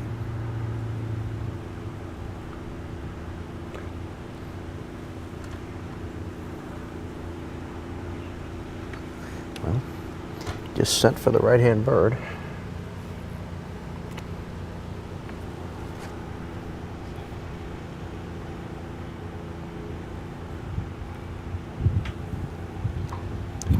Another interesting fact about Indy, at 8 years old, Indy tore an ACL a couple weeks before the Crown Championship 2 years ago. And this made a great comeback. I mean, look at this performance. Yes.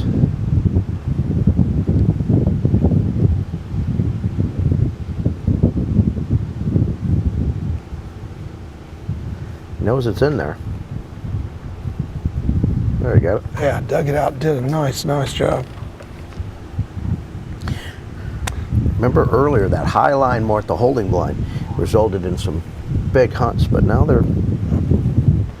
Yeah, after tearing the, actually CCL, everybody calls it ACL, the cranial cruciate, they've been dogs. After tearing CCL in 2021 at 8 years old, Indy came back last year and got third place finish here at the Crown. Okay. 9 years old and 10. I mean, look at this dog. No. It doesn't look lame at all. He looks really sound. He's got his weight nice and thin, and that's really helpful for that too. Notice every scent he sent with the dog standing up, and that might be easier on his knee, on his CCL repair, not have it launch from a seated position. Oh, definitely. Maybe that just. Well, certainly moves with style, doesn't he? And he keeps driving. That's been the perfect spot to be. And he should have winded any second. Can of corn here. Right there. Boom, it's done. Stick a fork in it. That steak's done. I mean, there's been almost, the last 3 dogs in a row have been the exact same spot. And 4 or 5 in a row now. Yeah. 4 or 5 in a row. Yeah. Yeah, you know, dogs rehabbed right after that CCL with successful surgery. And I've had really good success. I know. I have too. Achilles. Different deal. It's funny. I used to road my dogs. My wife still does a lot with four-wheeler. And Achilles had ran beside a four-wheeler thousands of miles, probably hundreds of miles. And about a month before the Great Outdoor Games, the year that we won it, he, for whatever reason, inexplicably darted under the four-wheeler. I ran over him and broke his tail. Oh, jeez. Oh, I thought, man, it might have only been a week or two before it. And I'll be danged we didn't go and we won the dead gum I'll thing. be darned. Yep. And the next year, he tore during duck season, into January, his CCL, and we immediately had surgery on it and started the rehab. Came back and as an 8-year-old got a second year. And then as a 9-year-old dog, injured elbow about a month before the Crown and got a second again. Well, those elbow injuries scare me more than anything. So that Mulligan dog I was telling you about, M&M Second Chance, I believe it was a litter mate to Hard Scrabbles, Powder My Buns also. Another Powder, he said. He had an elbow injury and I forget what he tore, but it just flopped. Oh, it was a terrible thing to watch. We were out in the field, we were actually training for the Crown Championship. He'd qualified and was running, and just all of a sudden, it just unnaturally, he's still dog had so much heart, he's still trying to run. Oh, geez, yeah, they do. Yeah, I had to stop him and run out to him. Hell, he was going to pick up the mark. And we had a successful surgery to repair it, but wasn't able to. Yeah, they don't come back from some of those front end. Well, there's Indy, 44. I think these guys are being really consistent too, because, you know, that wasn't. It's a little bit better than some of the runs we've seen.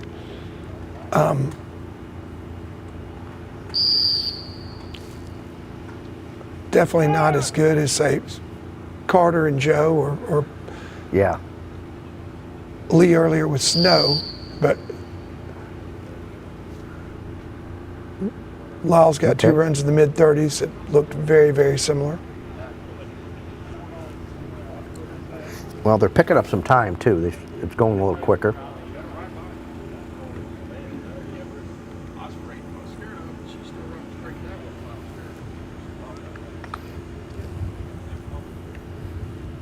Bunch of yellows in a row here. Yeah. There was a time where you didn't see that many yellows, but now you see a ton.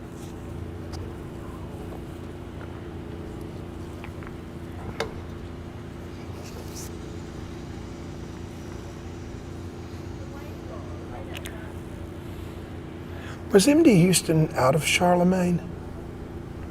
Yes. So let's see. I was doing Houston's double T when the space shuttle blew up. Really? I was in Florida. I remember looking over my shoulder going, I wonder what that was. Remember when that? Oh, yeah, I remember. I was sitting in a bank parking lot. Yep. I was in college. Yeah. And that's what I remember about Houston. Yep. Mary Holly owned him, sold him to Newt Cropper. Newt had quite a career with him.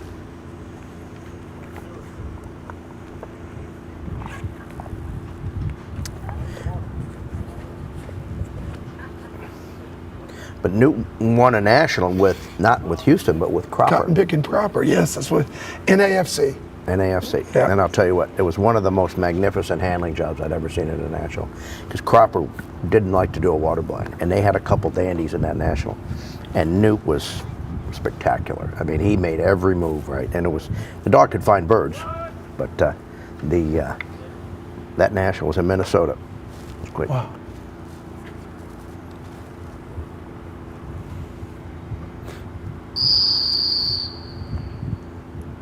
First one we've seen do this in a while. This dog got too far right. And it will be very interesting to see if this is an anomaly or if that continues. Okay. Boss comes up here and gives Mr. Burns some direction, I see. Well, I'll tell you what we got is somebody was talking about Abby. And I assume that's Steven's dog, Abby, yeah. Out of Powder My Buns.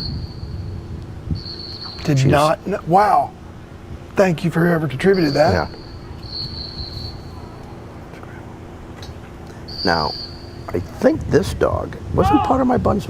That was Mitch Patterson's dog, or no, Mitch Brown's dog. Yep, the Brown. Yep. And they said she is sired, but no, that was a bitch. That was a bitch. Yeah, Hard Scrub Powder My Buns was Bunny. Yeah. Was a bitch dog, and I'm trying to think of who she was out of.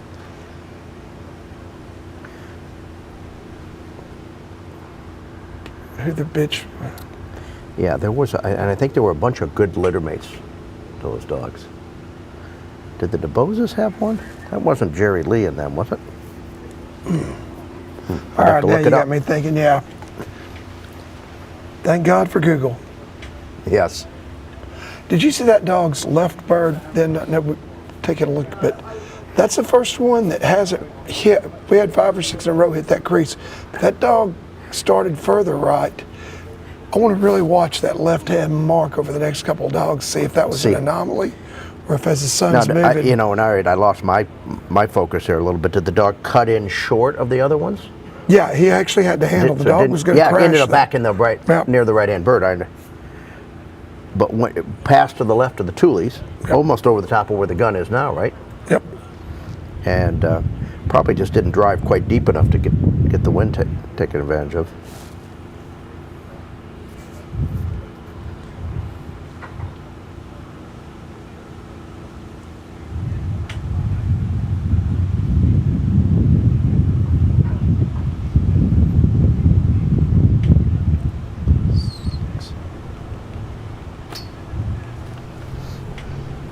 Probably got about 6 hours of test left. I think we're going to be here tomorrow morning watching this test finish up. I'm feel certain that we are.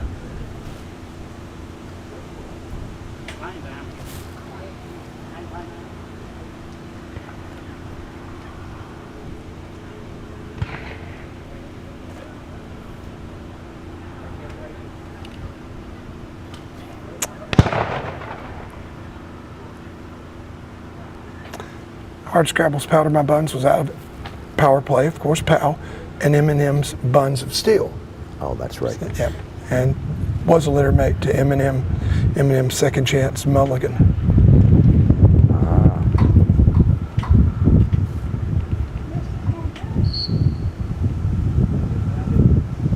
Okay, there's that 71 there. Yep, I can see that. Very consistent in these judges' scoring. And I tell you, it was that handle on that, had a good blind, that handle on that left-hand mark. Huck just...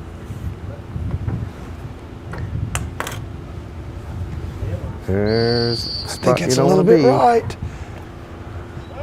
Oh, he's going to get out of it though, isn't he? I caught him just in time. I'll tell you what, they got a... Good cast there. Yeah. Yeah. He has a $100 cast right there. You got a great cast, blew a great whistle there right before that, the Death Valley we were talking about, and really finished that blind up quite nicely.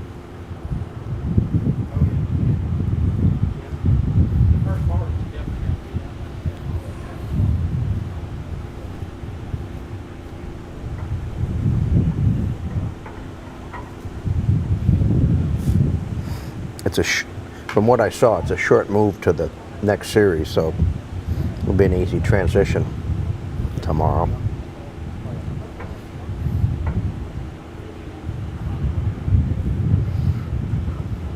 So what was the previous high number of entries at one of these? That one I couldn't tell you.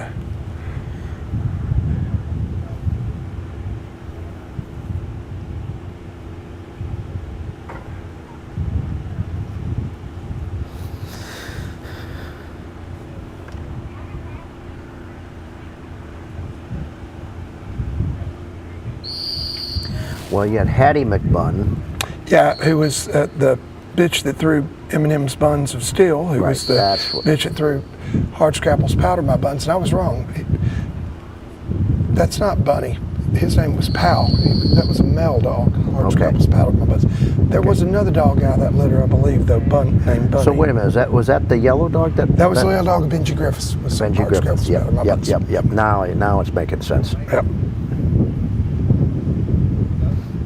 But the breeder was Mitch Brown. Yep. Yeah, that's exactly right. That's all making sense. Yep,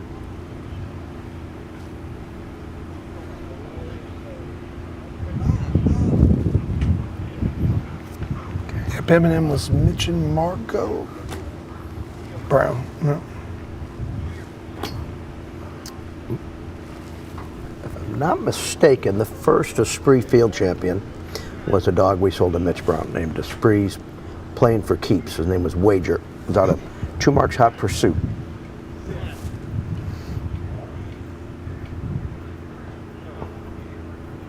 Mitch has been in the game a long time. Good dog man.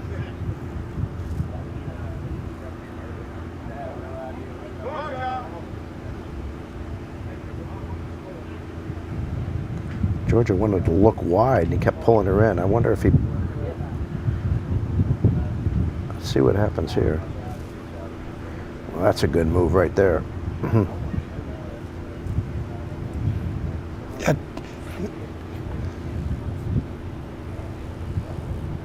That really is. That was just kind of on a methodical straight line. Let's see, a little further right there. than we've been seeing, but still winded it. Yeah. Yeah, but not bad. Yeah.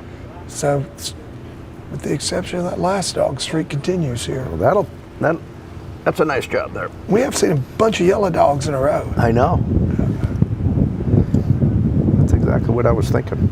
That tiger was out of Debbie Does Ducks. Debbie Does Ducks and Code Blue, right.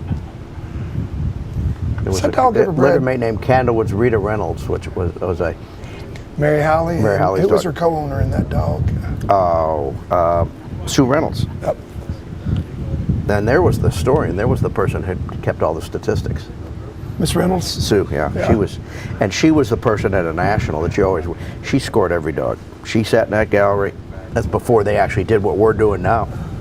Sue knew exactly. You went back, who's winning, Sue?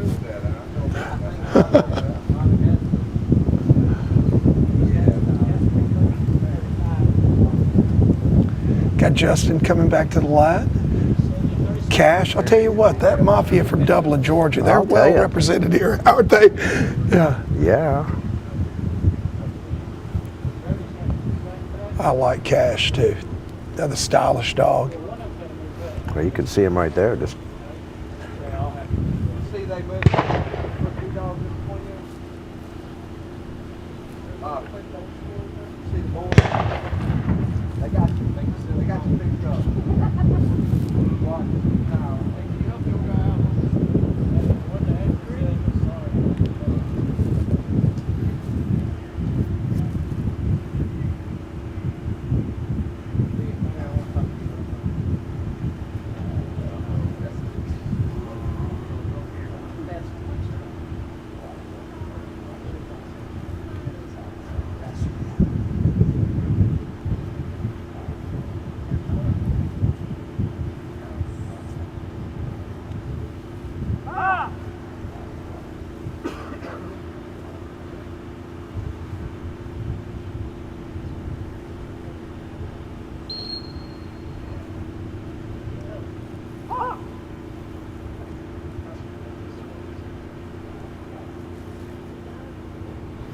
Another handler going with a verbal and a right-handed back, which You like that a put him in a lot? good spot, huh? It wins your approval. Well, yeah, I certainly will.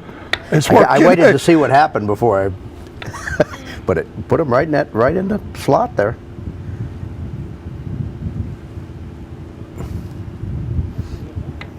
Dog's in a nice methodical blind pace. Gotta.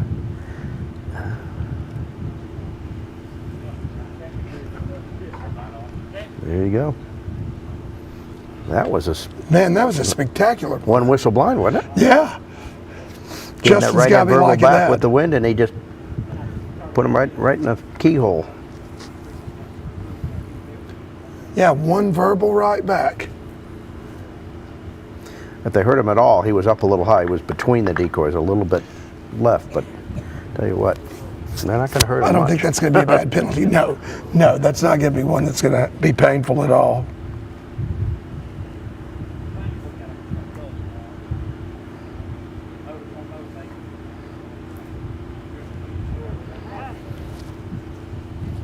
Was always my theory on a best way to get a crosswind cast is never get on the downwind side of the line and not have to give a crosswind cast, and that's kind of what happened there. He's going in there right. Oof. He either gonna hammer it or line through it. He lined through the damn thing. Look at that. Oh, come on back. God, he didn't miss that bird right through the middle of those tulies by much. Well, if he just keeps on driving, he could. Oh, no, right there, he's picking up some that's points. just not a good place to be. Man, after a one whistle blind, maybe the best blind we've seen all day. That's a shame. Is this dog going to come back and get this? Oh, he didn't. Oh. When he came back, he just didn't come on this side of the tulies. The dog damn near recovered there. Right there, he's going to make it. I would like to see this dog just crush that left-hand bird, and here's why. Not just for the dog. I'm rooting for the dog, obviously. Be really indicative of what they're doing to those dogs when they get over that hill. We've theorized and wondered about that all day. Yeah, how they score that. All right. Got a new score up there. Georgia and Blanchard come in with 79. All right, let's see what Justin can do here.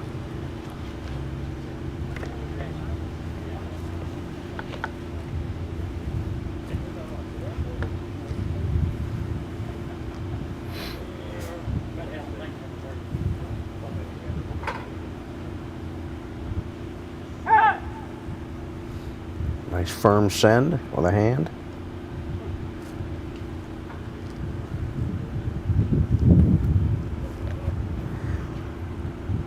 Good place to be. Yeah, it is a good place to be.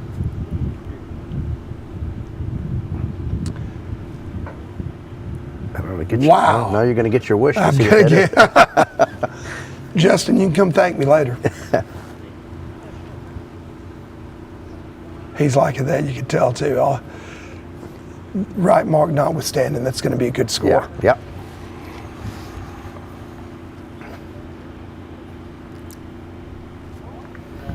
Well, and I'll tell you what, that to me is the best handle because the dog, you're still trying to judge the mark. Mm-hmm. And the dog didn't miss that bird by a dog length on the left. Got a little deep, came back, and told you he knew it was there somewhere, but didn't get, and then put him, handle a little bit, put him on the bird, and then nailed the other one.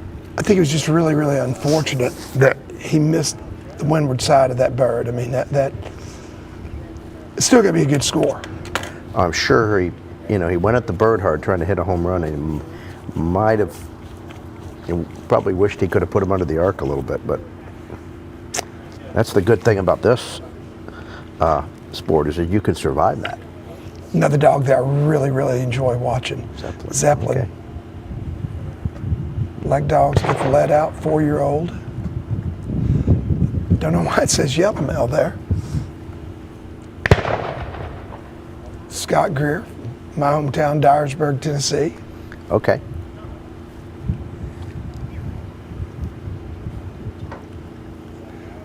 Still remember the day over almost 25 years ago, Scott showed up at my doorstep with the with a puppy, and he just worked all night long. And he said, "Hey, I hear you train dogs. We're neighbors." He graduated high school with my wife, Melanie. I got this. That's cool. 46 right there. There you go. Yeah, so, I mean, you got to think all that came by. You're getting hit pretty hard for wandering if you fall behind that hill. It's not a good place to be. Well, that should be, ooh, don't be slow here. Yeah, Scott showed up. Ooh, darn it. Well, you know what, though? He's going to... I thought he was a little bit of trouble, but he finished that pretty solid. Scott usually does a really good job finishing. That's one thing I can say about him. He's a dang good So what's the finisher. breeding on this dog? I'm not sure on Zeppelin.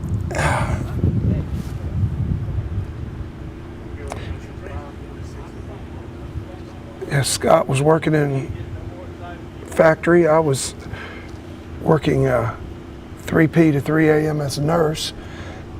Believe it or not, I used to be a registered nurse. Yeah. And just got to sleep. He just got off work. He shows up. Says, "Hey, can I work with you working with my dog?" And I said, "Yeah." He said, "I bought the dog. It'll be a good hunting dog. Doesn't have a whole lot of breeding." I said, "God, just as long as it isn't a chocolate dog, it'll be fine." He walks out the truck and comes back with this little chocolate puppy Paxton in his arms. But let me tell you something. Oh, From day darn it. one, Scott's been this is one hard-working fella. Gonna end up with I'm that very, long very bird. shocked to see Zeppelin not. He lined under the arc of that, got to the pampas grass, and Took a left. Now, man, it's going to be a challenge to pick up that short bird. Oh, that's brutal. I don't think there's a harder challenge than sending for a bird like that. Oh, yeah. Lining under the arc of it, keep going, and talk them back in there. Because the likelihood that they're going to remember this bird is slim. Or check up. Or slim to none. So you've got to have this is finesse handling here. So Joe Harp said even Ren 1010 can't go long, short. Yeah, I've used the Ren 1010 thing more than once. And Joe Harp is one of the funniest guys on the planet. Twin Oaks, yes, sir. Well, where are we? Yeah. He thinks he got that short bird. He thinks he got it. He's going for the long bird now. He's going to have to capture the candle. The question here, Pat, is how hard are they going to hit him for starting for the right bird and winding up with the left? I mean, it was a pretty deliberate route. I would never have called. I mean, he didn't hunt the short bird and leave it. No, he did just not. lined underneath it to the pampas grass, and so certainly not going to call a switch. Offline penalties for sure, but how brutal. Boy, he didn't spend much time. He went to the right, curled around, and jumped on that longer bird. But you're right; it will be interesting. My mic is muted. 75 to 95. Let's see.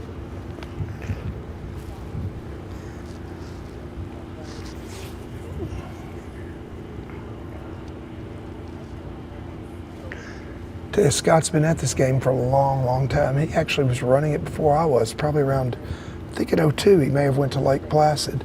Oh. What was the first one? Lake Placid, New York, 2001. I believe it was won by Barry Lyons, maybe. Okay. I want to say the second one was.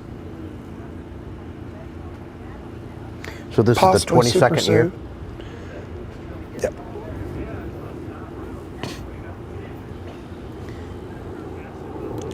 I remember when the first hunt test happened, let alone the first this.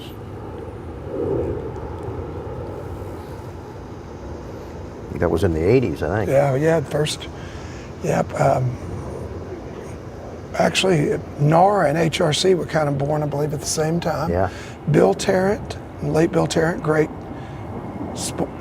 writer for Outdoor Rider. I believe he was the gun dog editor for Outdoor Life, Field and Stream. I believe it was Outdoor Life. Omar Driscoll, who's still a legend. That's Mr. Omar.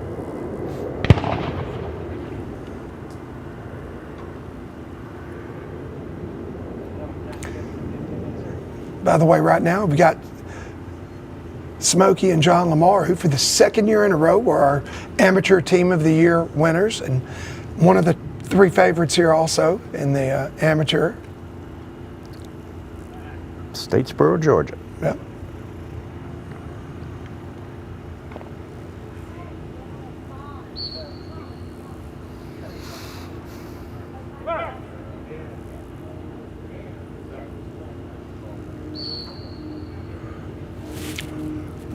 Wow, well I said 75, that was a little bit better.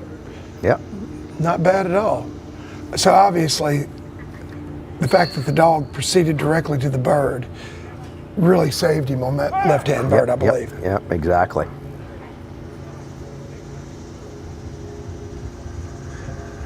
And I totally agree with that as well. I think that was not a bad run at all.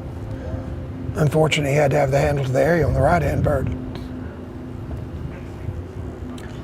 Tim. I thought that was a good place to be. Mm-hmm. Boy, what a great cast. Yes, it was. Now let him roll. Should wind it right in there. Bam. Yeah, that was lovely. That was really nice handling by John That's how you Lamar. get to be the Team of the Year twice in a row. That's right. With that kind of work. So you said Statesboro, Georgia, the field trialer back in the day. Bobby Bryant was his name. Actually, he owned the grounds that one national was on. But Bobby started a bunch of really good dogs, and owned the dog that Felix Mock won the national with in St. Louis, named Hoss, Jubilacious T.C. Malarkey. But Bobby had a bunch of them and Felix. What's a name I hadn't heard in a long Felix time? worked for. He was one of the last private pros. Worked for John Larkin. East Coast, right?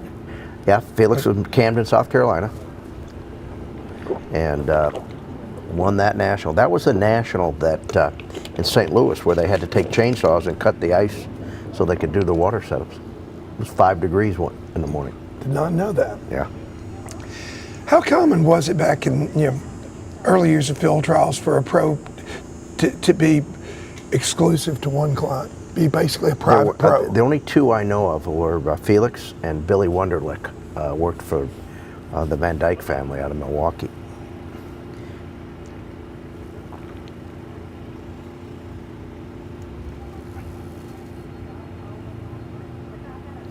And Felix would show up with 10 open dogs, all Johns, and he was hard to beat.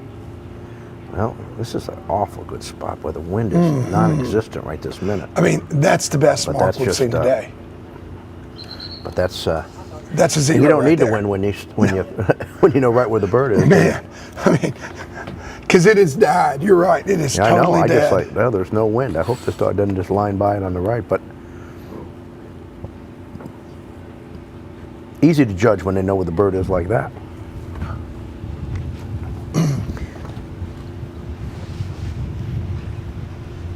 Let's see what this.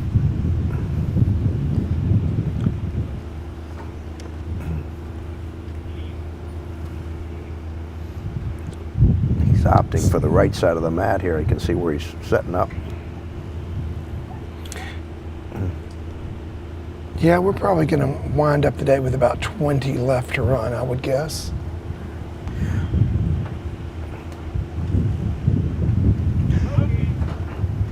I have to This dog really wanted to look pace. left when he first came in. So we pulled him in. John pulled him in, did a nice job loaning him up. And one thing about Smokey, he's a point and shoot dog. Boy, that's a good move there now. Hopefully he doesn't. A little bit left. I know. This is the first time we've seen this in a while. Curl, Okay, curl, there you curl. go. Is he going to stand on this one or miss it? Oh, man. Oh, he missed it, didn't he? No, he didn't. Oh, boom. So I'll tell you what, that's gonna challenge some of those early scores that were really strong. I mean, I don't know. I mean, those were 2 perfect marks and a damn good blind. A lot of people have been stopping him a little bit short of that dot, not to lose him to the right. But we hadn't seen him drifting to the right so much. I think he did a really good job letting that dog roll. Yeah, right. Yeah, it's gonna challenge some of them. How old is this dog?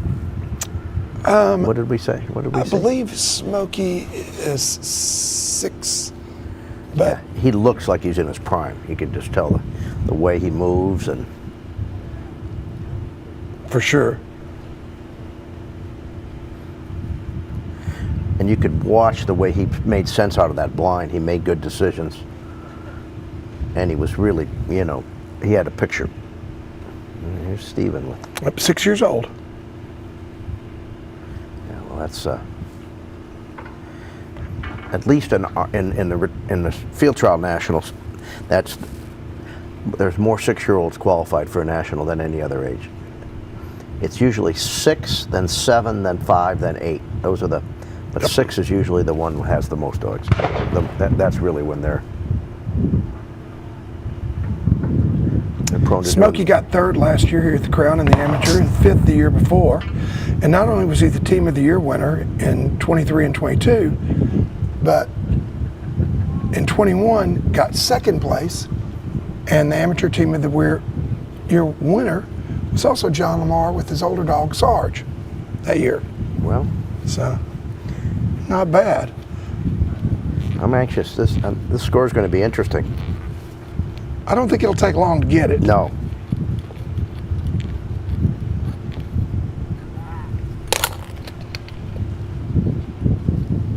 There's a good line. Oh no, actually it's okay. I was thinking it was at the right of the decoys, but that is a spot, not a bad spot to be. Remember where you said the best way to get a crosswind cast is don't be on downwind side. You see how he's stopping him. The minute he hits the line of the blind, he's stopping him. There you go, 24. Yeah, 24. Great score. Leader amongst the amateurs, 2nd overall now. But he ended This up, dog is just not working with Steven to go left, and no, right. That's been a fairly common theme today for. Where's he going to show? Oh, he's in that spot there. First one we've seen do that in a while. Actually, sitting on the cart path. Turn the wrong way. Yeah, boy, that's a. This is what's interesting. He didn't wait very long. He didn't blow 7 come-in whistles and then finally resort to here. He went and look at the cast. He's got it.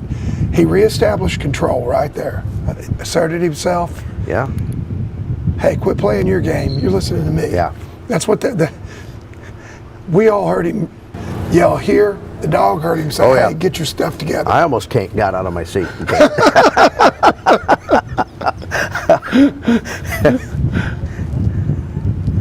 Yeah, that here came from down deep. Came along with bolt of lightning. My guess is that's not the first time he's hollered that word. And I would bet that the outcome usually isn't great for the dog when he has to.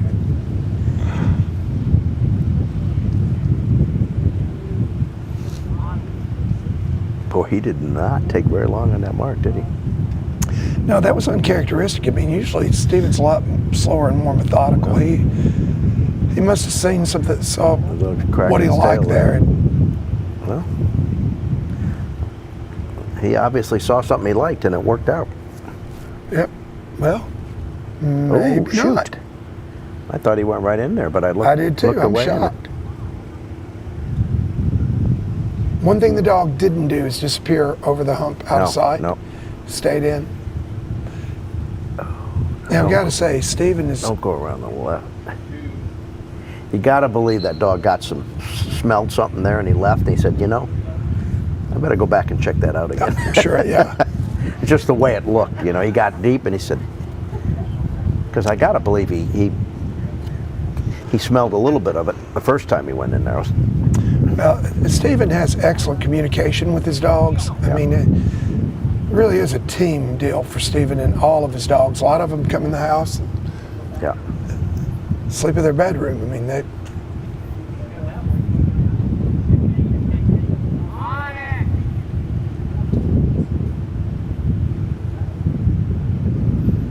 Catching just the right corner of that shadow. Yeah, that's a great place to be. That's it. That's the first time we've seen one really go right there. Be interesting to see if the woods cause the dog to ping left. The longer you don't see them, the worse it is, isn't it? Well, so... I'm just saying, I mean, you have to assume they've either continued on straight or back over that hill behind that pampas grass. No, so here he comes.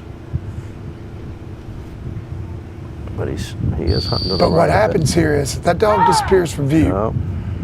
If it doesn't pop out, those judges, they're giving it a 3 count, a 5 count, whatever, and they're giving it points. Yep, yep. 2 count, 3 count, 4 count, 5 count, giving it points for wandering.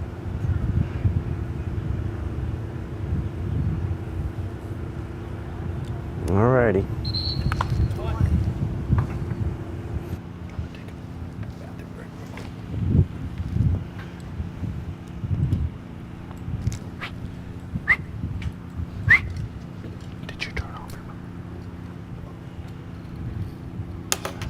Yeah, Stephen's probably not thrilled with that, but he's got to be happy with the way that, you know, after he gave him that here command, Onyx switched gears and said, okay, I'm going to start cooperating with you. Definitely could have been bleeding a whole heck of a lot worse after that. And it was a great recovery. So he's definitely not out of it with 4 more series to go with this dog.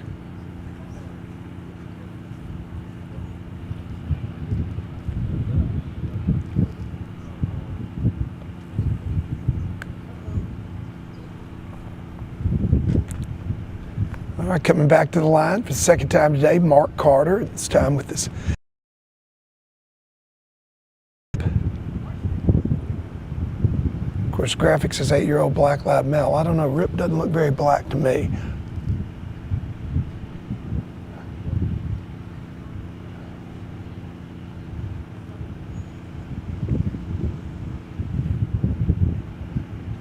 Get him lined up. Not sure if Rip saw that one or not. If he did, he flash marked it, that's for sure.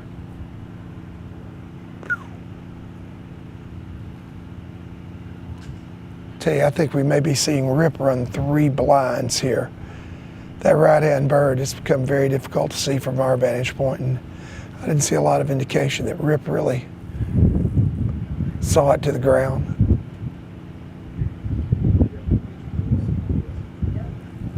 Had another wind shift here too, folks. Wind's now starting to come more into our face.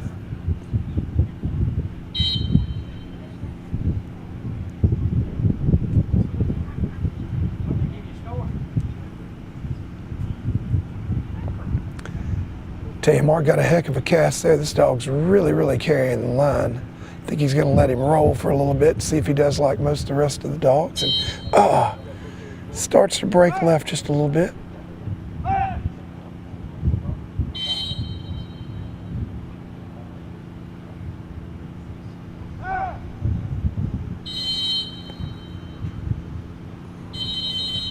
Mark trying to keep it together here. Got a cast refusal for sure.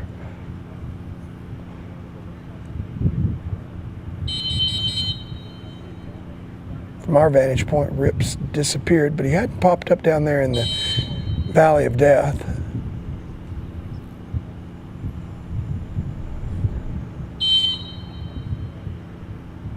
See, Onyx Endurance, 99. His Rip disappeared, score pops up.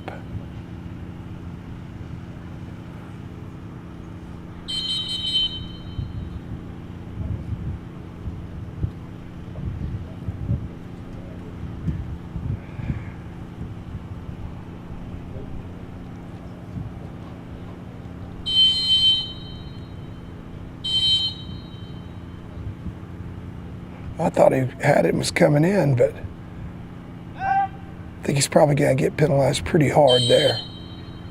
You know, the one thing the judges are really looking for on these blinds is control, and I have a feeling Mark probably thought like I did, that he might have picked up the bird and be on his way in, but definitely starting to come back in on his own volition is not going to help him.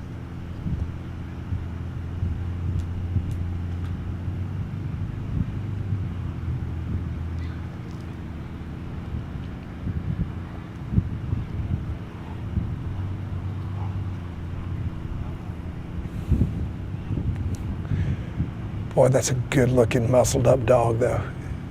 Gotta love watching Rip run.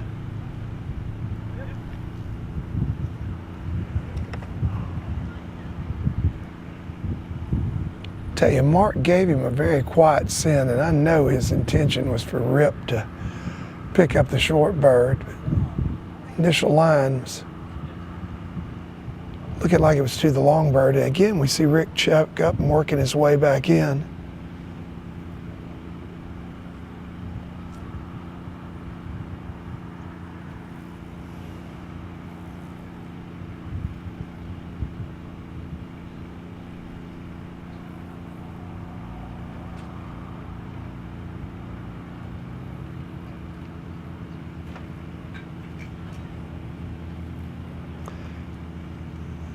I really don't think Rip saw this bird, so he's just kind of out there hunting. Mark did a good job, but you know, if he thought like we did that Rip didn't see the bird, he gave him that cue, you know, that kickoff on just a real quiet Rip. Not really running it like a blind because he doesn't want him to run long, but wanting him to check up short, and had to be hoping that he'd be able to hunt his way into it. Just didn't happen.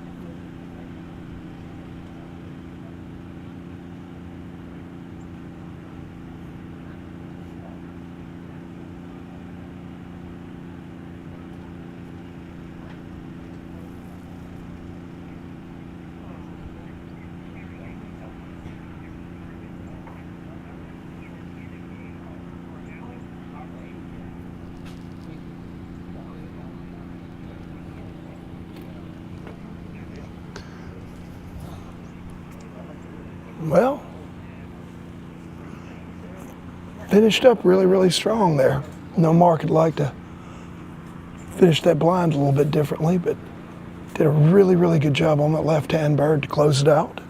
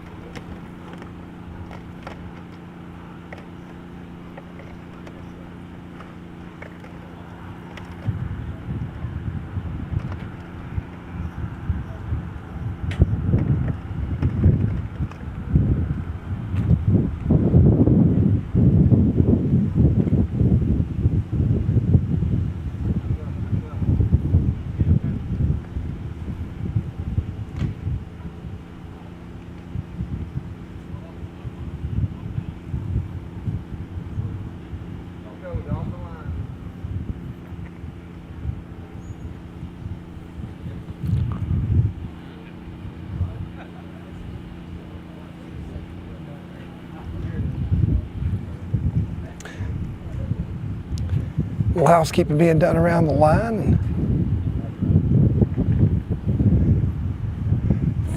Familiar face coming up, one of our favorite amateurs. Mike Gibson, Galena, Kansas, and Blaze. Mike's had a tremendous amount of success here in the amateur division at the Super Retriever Series. And young dog now, 4-year-old Blaze. He's regrouping and reloading.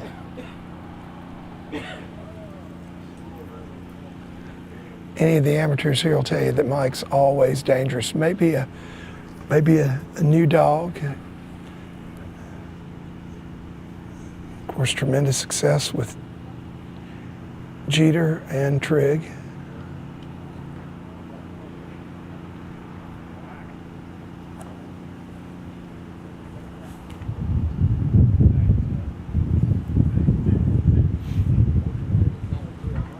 He's off to a really good start on this blind. Excellent place for that first whistle.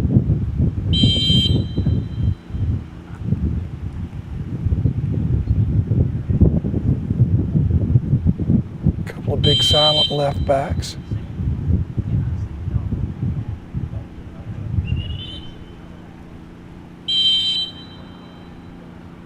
Plays just a little bit to the right, but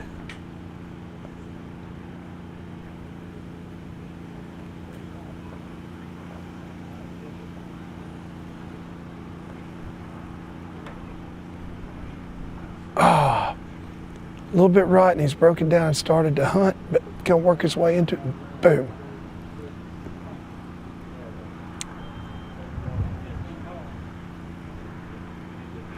Really hard to know what to do in that scenario. I mean, he only had 4 or 5 whistles in there, but Blaze did get a little bit fat right and broke down and really kind of hunted his way into the bird.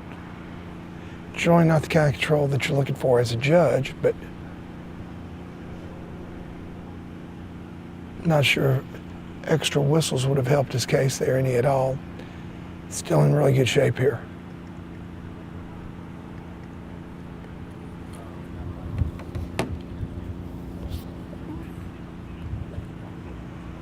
Pull him around to the right. I'm not 100% sure that Blaze saw both of these marks. Be interesting to see. Mike's definitely trying to work and talk him into this bird.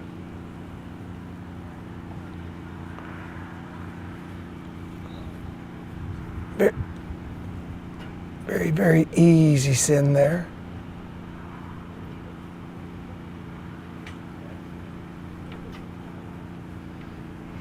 Wow, look at this.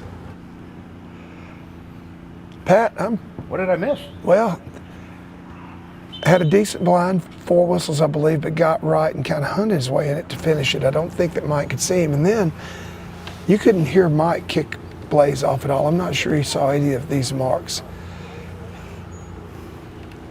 There we see 151 for Rip and Carter, but I'm not sure he saw either one of these. I'm certain that Mike was trying to talk him into that right end bird. Sent came him up with the long one? really, really quietly for it. Yeah. Blaze proceeded directly To to the the long long one. Yeah, didn't hesitate.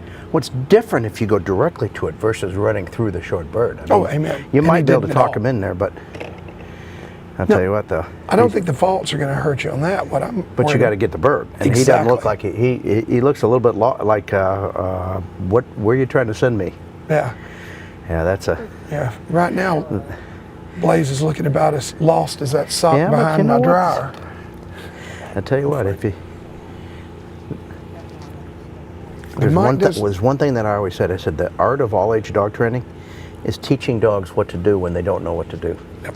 And here's a perfect example of, all right, he's just got to lean on you a little bit. He's got be willing to go where he's pointed, not go back where he's been, and if he can.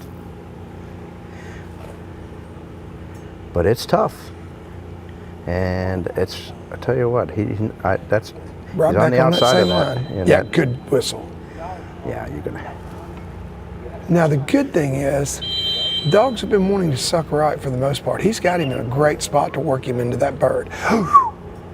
I don't think that come-in whistle was advised. yeah. I don't think he realized Blaze was a good 15 feet short of that bird, at least when he gave No. that toot to come in.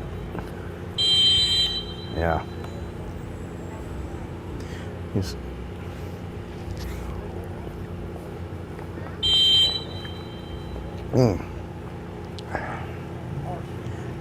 He's still got some work to do here. It's not over with. Oof. On that knoll in front. He looked to the left there. Is that? You know what he did though? Yeah, well, he may have winded because it looks like he's going right in there to it now. But the thing is, see where he's picking that bird up? He never made it there before Mike gave him that tweet in. And that's going to cost him. And I'll tell you, Mike doesn't make a lot of mistakes as a handler. Yeah. I'm sure some of these other AMs, you know, I hate to see it for the dog, but I'm sure they're smiling, thinking about what's to come for them. Yeah.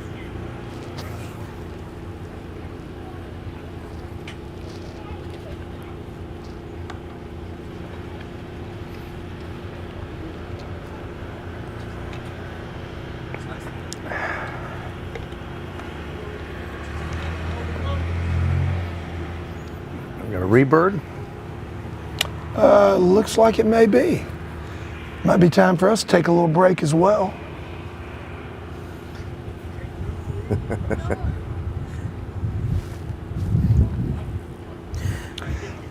All right, folks, well, we're going to take a rebird here. Pat and I are going to take a little bit of a break. I want to thank all of our sponsors here at the Super Retriever Series Crown Championship presented by Eukanuba.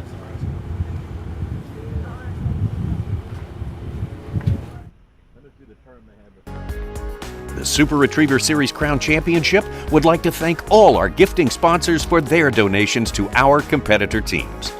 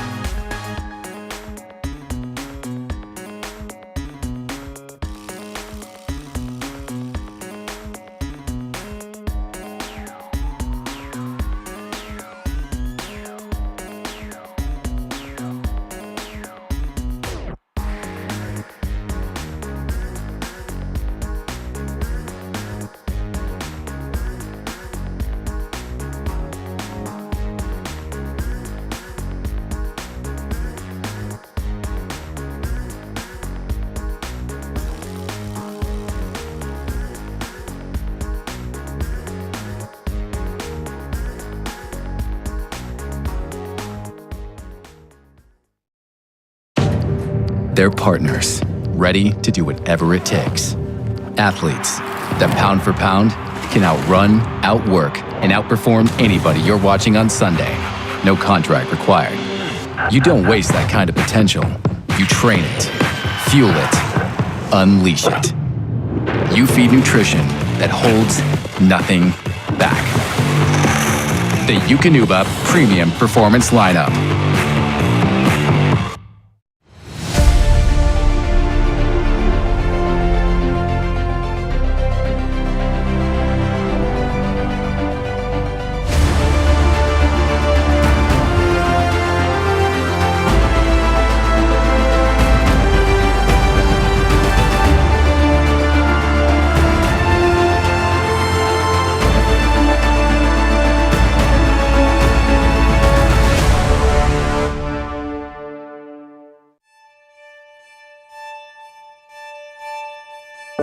This is no ordinary puppy.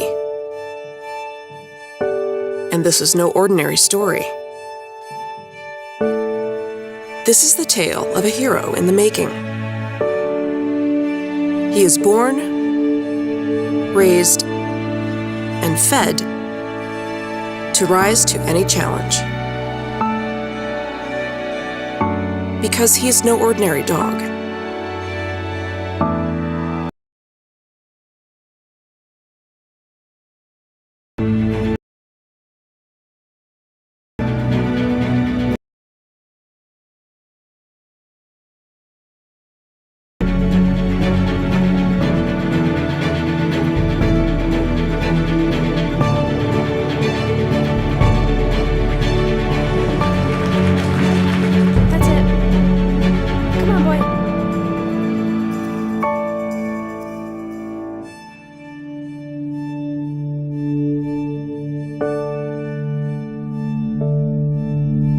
Eukanuba provides animal proteins and high levels of DHA for a strong body and mind. Feed the extraordinary in your puppy and make your dog a Eukanuba dog. The Splash Super Pool is the original above-ground, soft-sided pool. We've been in business for almost 40 years now. We're still proudly made in the USA, and we've been serving our community in all kinds of ways. They're all testaments as to the strength and the durability of this super pool. And we've been serving the dock diving community for almost 20 years. The pool that they use is the exact same pool that you'll use in your backyard. So just remember, as you're watching these dogs fly through the air, this is the same super pool that you could have in your backyard. Splash Super Pools. In my Louisiana, the day starts at 4 a.m. In my Louisiana, every meal is a celebration. My Louisiana really makes me wonder. Ours is fast! With real-life swamp creatures! features. In my Louisiana, music is a way of life. My Louisiana is sheer magic. From sun up to sundown. Till sunup again. What will your Louisiana be? When you find your Louisiana, you feed your soul.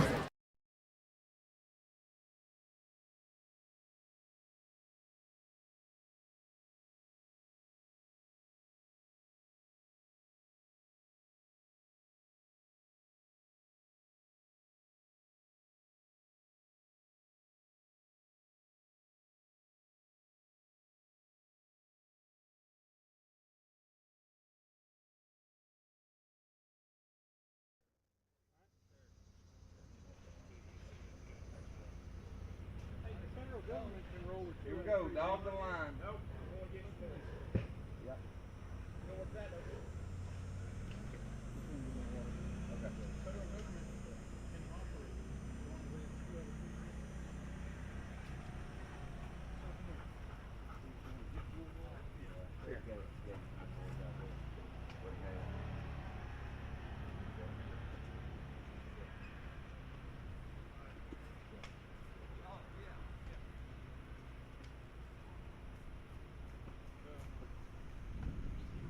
Bird one.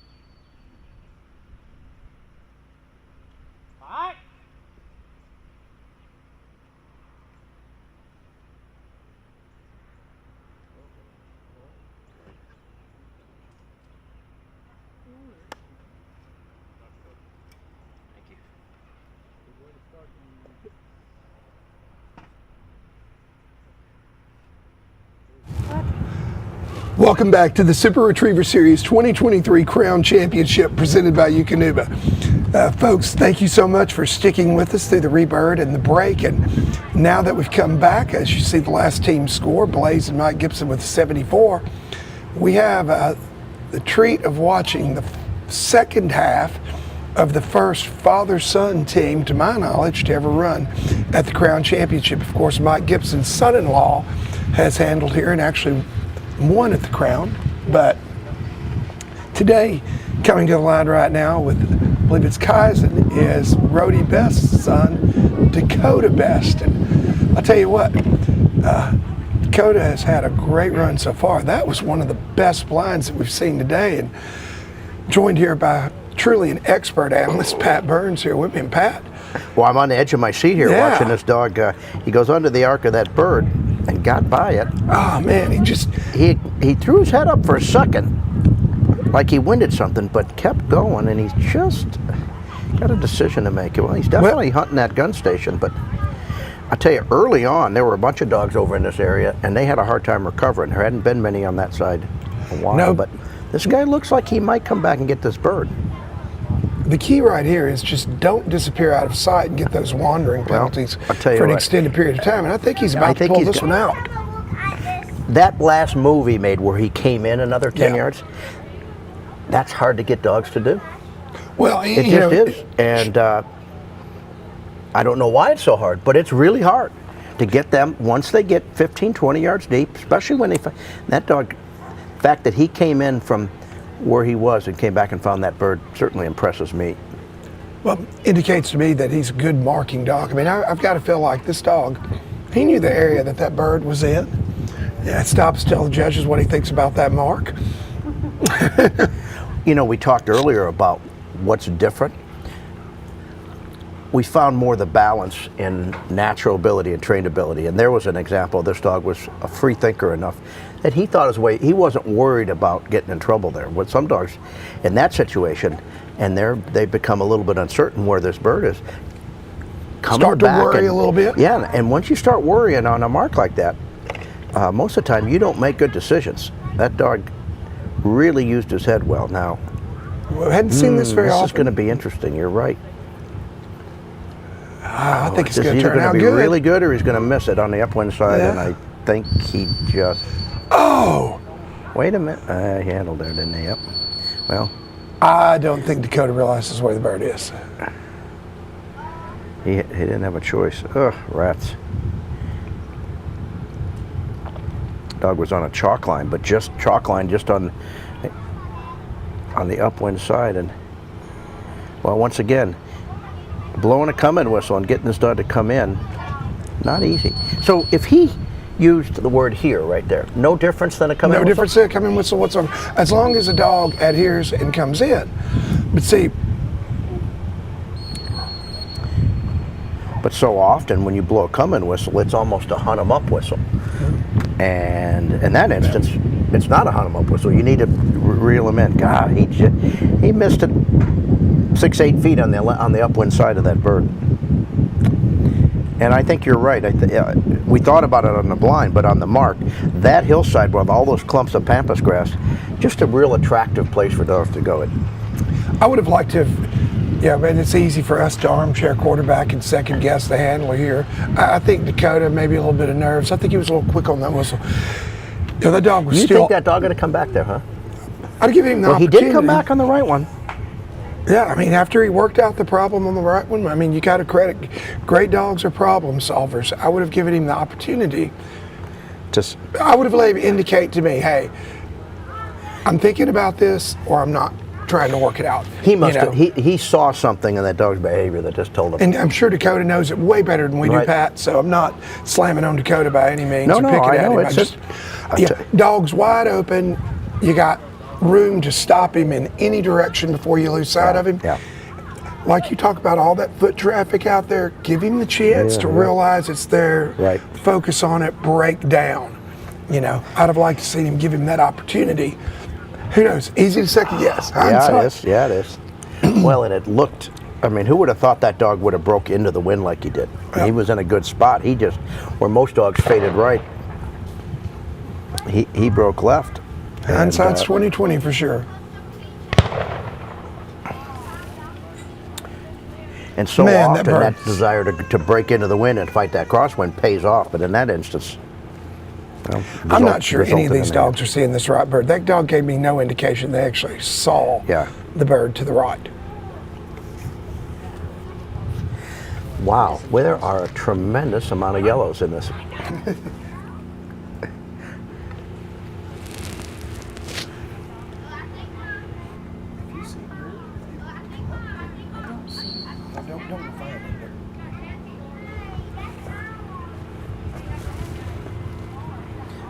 Now, that was an interesting initial line right there. I don't think we've seen a dog break that far to the right.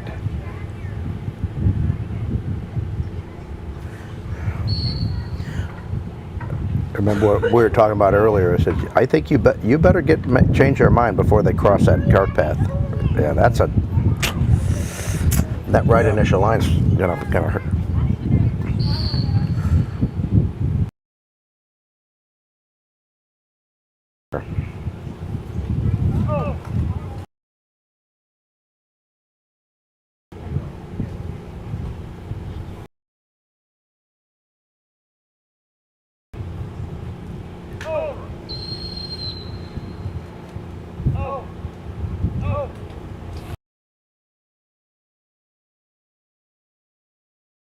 That pampas grass. I mean, when you're in that stuff, you are a long way. From the bird, You know, right? you called it Death Valley earlier. The pit of despair, whatever. Circle of strife.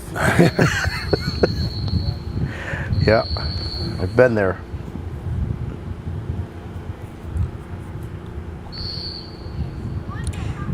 I believe we've got Stuart Williams handling here. Hard to tell with that sombrero. That's not a look I've seen on him before, but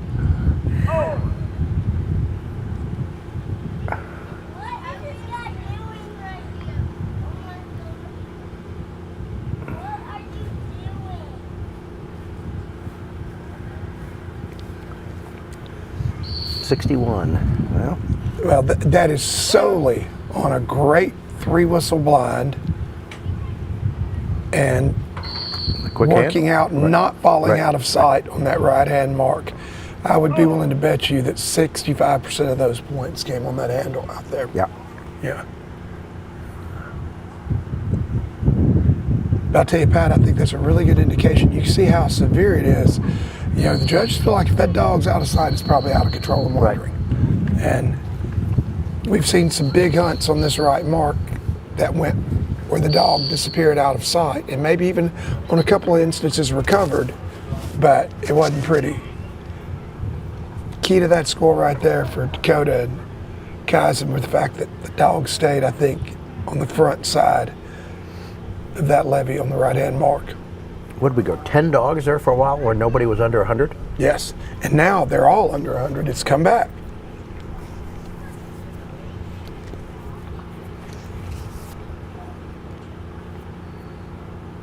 Yeah, that 10-2 window was not a good time to run.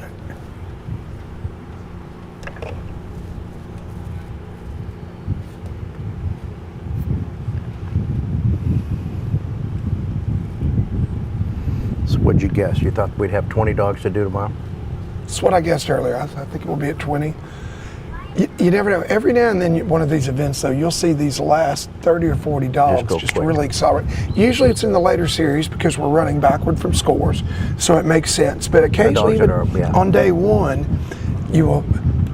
And the other thing that you'll see sometimes is with both the handlers, the judges, and Matt and the crew here, they will recognize, okay, we got X amount of time, we got X amount of dogs.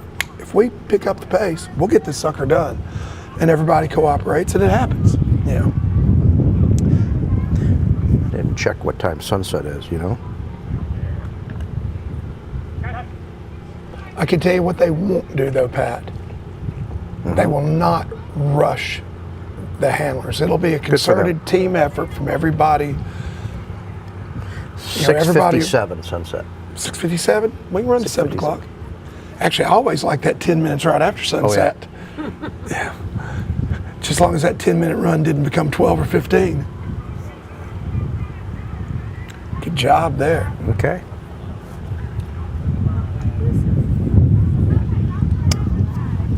There's Stuart Williams. I'm not sure of the dog. Of course, everybody remembers Casper, his old yellow dog, who's retired now. And then he also was in the finals last year with Stormy, and he lost this spring. These young men throwing and planting blinds are doing a good job. Unbelievable job. Very polite, nice young men. Spoke to a couple of them earlier today. Yes, sir. No, sir. Thank you, sir.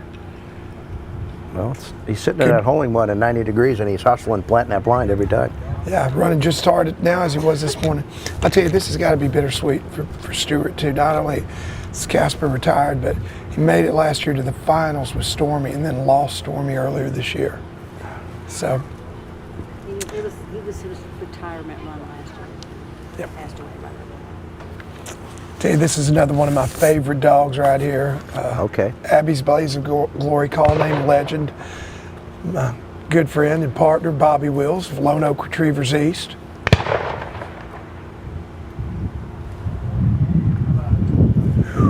Now, I think Legend might have got a glimpse of that. He licked his lips and didn't move his head until Bobby stepped back. Now, you watch Bobby. Bobby's going to walk him into the line to the blind. And I tell you one thing, Bobby is very methodical out in his dogs run incredible poison bird blinds. Look at that, that has a great initial line. Get a little to the right, Bobby's gonna stop him. Yeah, you learn so much from that first cast. Yeah. Whether they're gonna play ball or not, and that's pretty darn good spot to be. And he doesn't look like he's got fade in him yet, but there he just started to drop his right shoulder, and he put the whistle on him. That's a good place to be. Darn good place. Black dog, Ooh, yeah, good whistle. You bet that. Just hope the dog can see you. There you go. I'll tell you what, Bobby's really, really good at creating directional changes in his dogs, even if they can't see him. Well, it's a good place to be.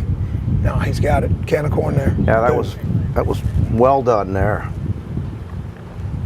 Some very kindly whistles. All right, Cassie and McInnes. I'm sorry, I thought that was Williams. My apologies, folks, particularly to McInnes and Cassie, and Stuart Williams for that matter.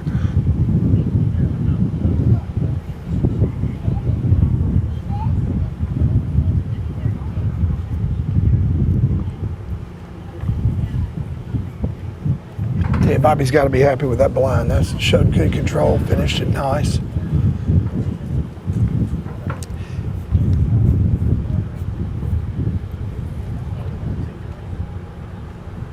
You saw Bobby there back up and walk Legend into that blind, but I don't know if you caught it also, Pat.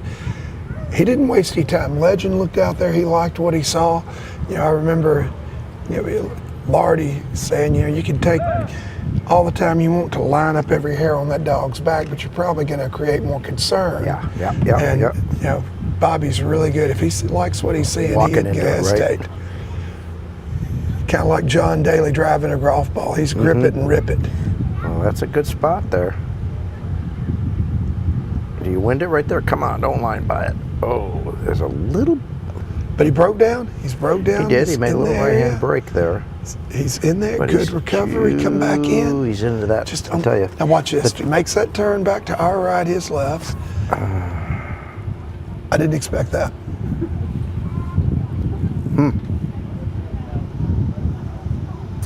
Boy, he's in the sweet spot, but he never saw that. He never broke stride, never cracked his tail like he. I would have thought he kicked the dang thing. I know. I know. Still not bad. I mean, has anybody come back and gotten this bird with that? This will be the first if he does it clean, I believe. I don't think we've seen anybody recover after that. Without having to handle us, whatever. Now you can bet Bobby's got, as quick as he kicked him off on the blind, he's going to do the opposite here. Actually, he must have liked what he was seeing. As Bobby won't hesitate to blow that whistle. You're going to have to handle right there. Bingo, great whistle.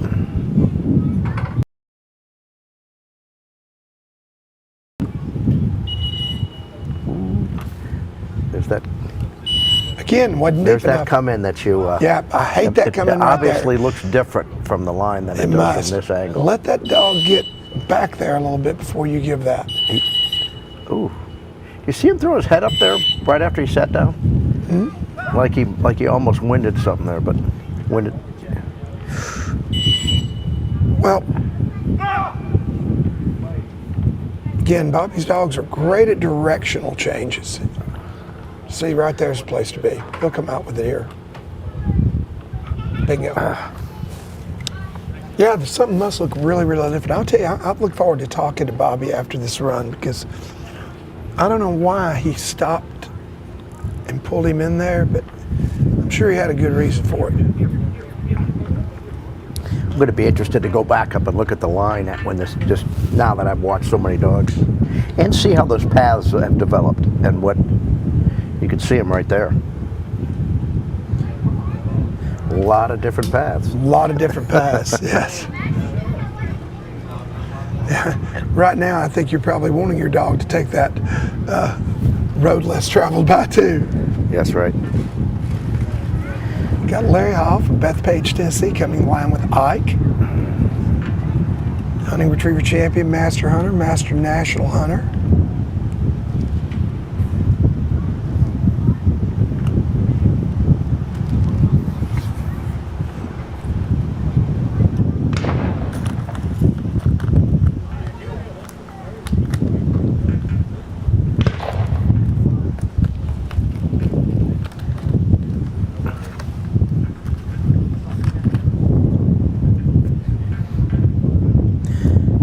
Looks like the lighting's a little bit better on the handler.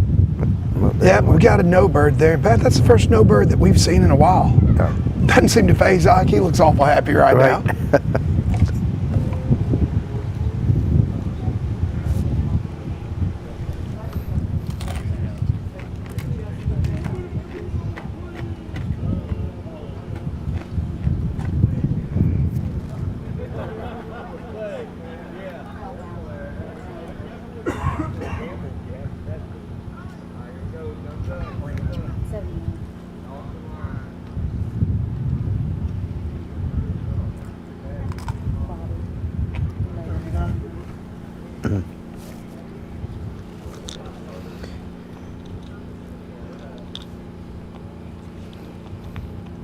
He's in good shape.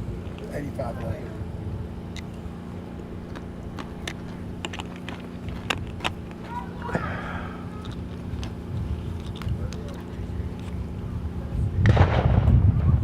All right, Ike and Larry are back at the line. I think Ike saw that first bird. Oh yeah, yeah. First dog I've seen in a while that I feel very confident saw both birds.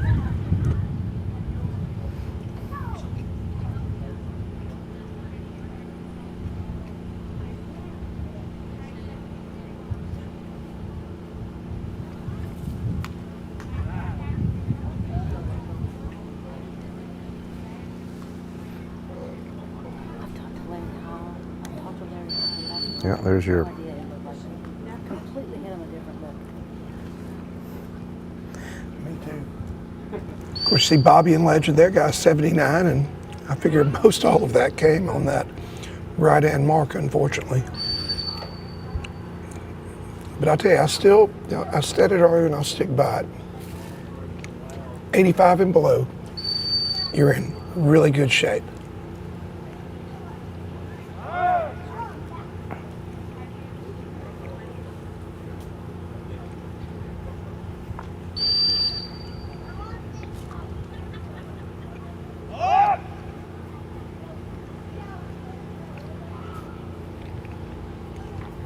Tell you, Pat, in those shadows, it's getting.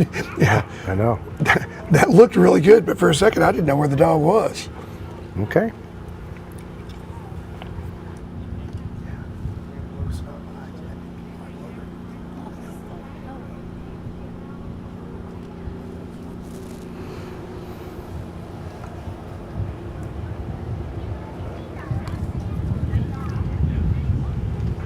Tell you, that breeze still feels good, though. Nice day to be on a golf course. In the shade. In the shade, right.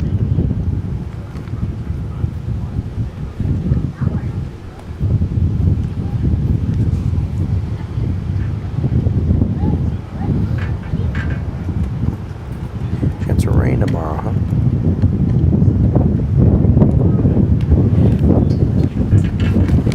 Oh. Tell you, that breeze picked up pretty good for a minute there. Yeah, it did. That's good. It's off.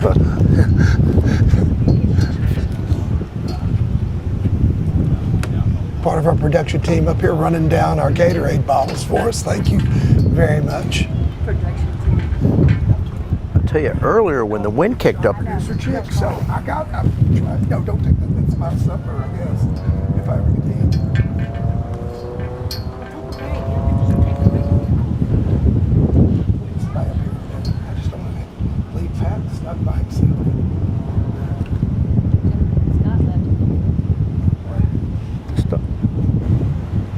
I didn't hear a whistle, did you? This dog. No, I did not. The dog just popped. The dog's popped, yeah. And then oh, and now it starts to come in. Yeah, when he left, the dog was kind of moving at an odd pace, like he was really not sure where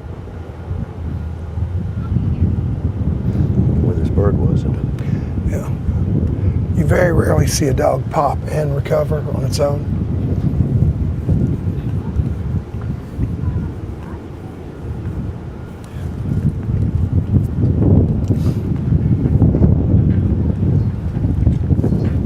Can't remember the dog. But Middle Tennessee Amateur Retriever or Middle Tennessee Retriever Club opened once in Pools Knob there off of Percy Priest in Nashville, Tennessee. I think it was Clint Joyner was running a dog that killing the quad. And on the last bird, runs out there, and stops on a dime, sits there for a second, then just on its own accord went and goes and spears the bird. But how often do you see that? And as I recall, I think they carried the dog. this happened in Ardmore, Oklahoma. Lardy's running the chocolate dog.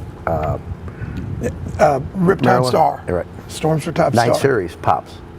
but it was gallery interference, and the dog got popped and got the bird, won the national. I remember hearing about that Dennis as well. Bath was judging, and you heard, you know, there was back in the gallery there was a couple trucks, dogs were fighting in the truck or something. Somebody hollered, "No, quiet!" and the dog spun around on that, and Mike sat there and waited it out. Dog, and he was swimming, so he was going to do something. And he turned, and he actually, when he turned, he put himself in a better position and got a bird that nobody was getting, and that ended was up winning that national. 05 Rascal won, wasn't it? And I'm trying to think when it was. I think it was. Maryland, the owner of Maryland Fender passed away this past year. And her co-owner was from out west. What was the gentleman's name? She eventually bought him out. Well, you remember more than I do about that part. Well, I mean, Rascal was pretty remarkable. The only chocolate to ever win in NFC. Yep, exactly.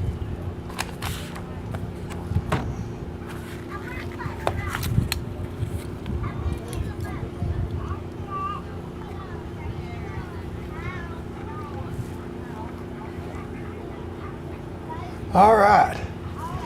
Right here, last year's amateur champion, one of the favorites for sure. Oh, okay. And one that if I were an amateur, I would be terrified to be running against. And that's Ron Anderson and Rip. And let me tell you something, this big black dog, he gorgeous, stylish. And Pat Burns, he absolutely 4-year-old killed it. Young. Yeah. He got voted most popular watched dog this year by the competitors. Been told by the producers, most watched dog by the competitors. And I'm totally buy into that. I mean, I love watching Rip run. Well, he's a big, handsome male. After we That's watch what they him. used to say about you back in the day, wasn't it? His mother's a crown champion. Ron's got 3 crown champions. Yeah, Ron has had 3 crown champions and is the favorite to win it this year with this other dog, Smoke, who took second to Rip last year. Or is it Rip that's favorite? I apologize. Oh boy, that dog made it. Certainly see why. So look at this one.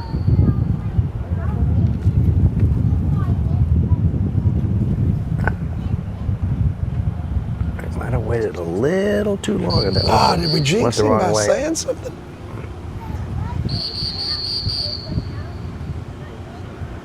Boy, you get on the wrong side of that holding blind.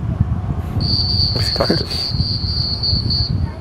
Our last team, Eichenhall, 72. And I got a text, pretty sure it's from Stuart Williams, saying, that is definitely not me handling. Yep, sorry about that, brother. My true apologies. Oh.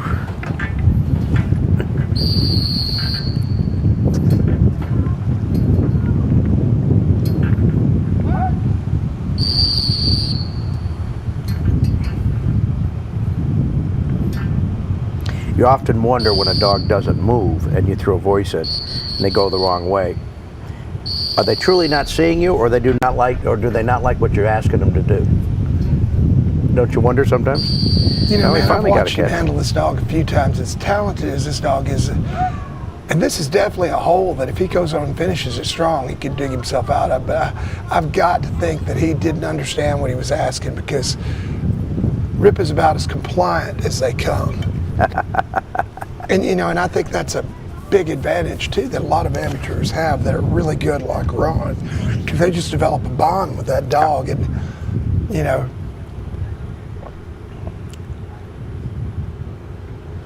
Moves good too, doesn't it? Nicely gated. Oh yes. For a big dog like that. Wonderful gait.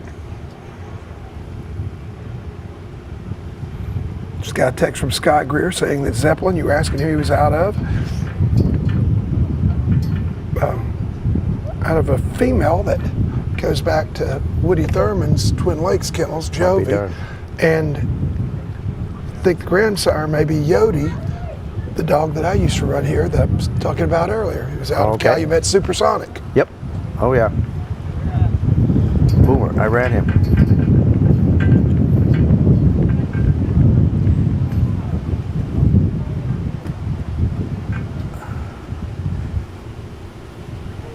right in on it here. And you get by, no, doesn't get by it there.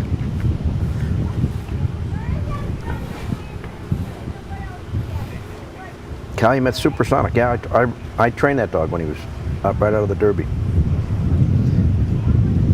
That was Hal Gearman's dog.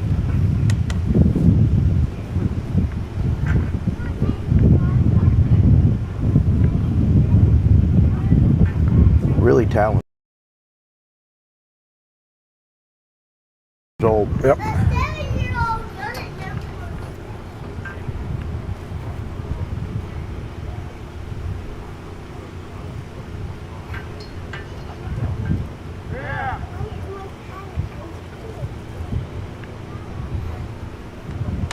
That looks like a good spot.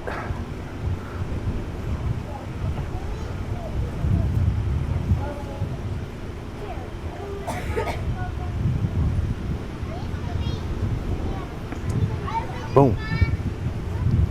Well, good spot, a good mark. Yeah, this is a hit super both nice those marks dog. well. And he can still recover. That first blind is not indicative of this dog's ability or where I think he's going to finish. What were you saying about Soupy again? About the Boomer dog, you mean? Yep. I said he was he was a 3-year-old field champion. I had him from tail end of his Derby career till he was about 5, and I ran one national in Ardmore with him. But he was a really smart, really good marker. Did the Gearmans own him all that time? Yeah. I thought that his calling was Soupy for some reason. Okay, so they had, is that the yellow? Calumet Supersonic was yellow. Okay, so the sire of that dog is the dog I'm talking about. That It was Boomer. It was a black dog. Yes. Yes. And that was Hal's dog. Sharon had not gotten back in the game, but Sharon ended up running the Soupy dog, yeah. And then Soupy was the sire of FC Colt 45, who my partner Bobby won the crown with in 2010 at Pepper's Pond. And Soupy was also the sire of the Yodi dog, I believe that I read. So I think the sire was a Calumet Sonic Boom? Is that the Calumet Sonic Boom was Boomer. Calumet Supersonic was Soupy, and I forget which one sired the other. But the Boomer was the sire. He was the first one. Of Soupy, Calumet Supersonic. Yep, Calumet Sonic Boom. Boomer he was a black black dog. Yep. Soupy was yellow. Small male, real tiny. They were male. all small. Huh? Yodi was tiny. Probably the most athletic dog that I ever had on my truck. Right. I had an old 12-hole Burns chassis mount, and the top 2 holes were pretty doggone high. Burns had built it for Bill Hillman, and I got it from Dave Mosier, who'd lost the ladder. 68's not bad for him, like I said, under 85. Yodi always rode the top because he was one of the few dogs I didn't have to grab the ladder out of. He could jump flat-footed right into the top hole.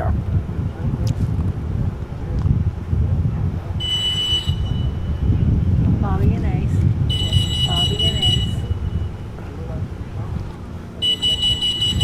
I didn't recognize. He wasn't going to get over Bobby there. and Ace here at the line. That was probably a smart move. Nothing good's happened on the right over there. No, it hadn't. This is one of Bobby's younger dogs.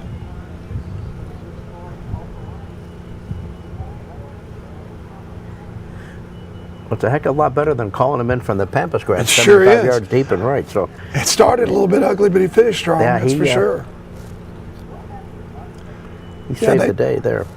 That Yodi dog, not only could he jump into the top hole of the box, I went and trained for a few days with Joe Harp and Sarah Dog Bred, and he had a bunch of hay bales out. And he was teaching the dogs to go over the hay bales. So I trained like 2 days there with Joe doing that, and we came back, and a week or 2 later, I don't think it was an SRS, I think it was a hunt test event, but there were round hay bales in the field, and there was a blind that went right by this round hay bale. Couldn't have been 5 foot offline. Oh yeah, he saw that, he went, jumped over it, and then came back in and lined the blind. Not sure what had stopped him, it wasn't 5 feet offline. Yep. But he was so athletic. I mean, he leaped up, his toes barely touched the top of that bell, and then he flew right off the other side. But that had to leave an impression with the judges.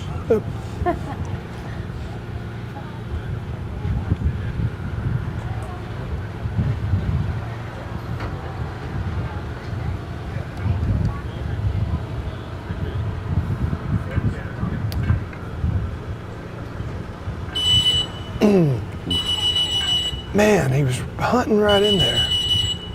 Come on, Ace. It's a little difficult to tell if they're, if they're 10, 15 feet deep of that bird on the right, it's not easy to recover. I mean, the score's vindicated. When they disappear over that berm, over that old levee hill, whatever, they are getting slammed on.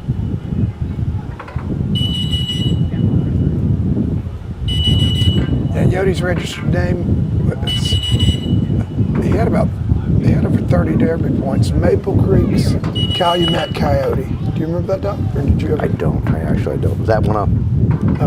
Came directly from Hal and Sharon.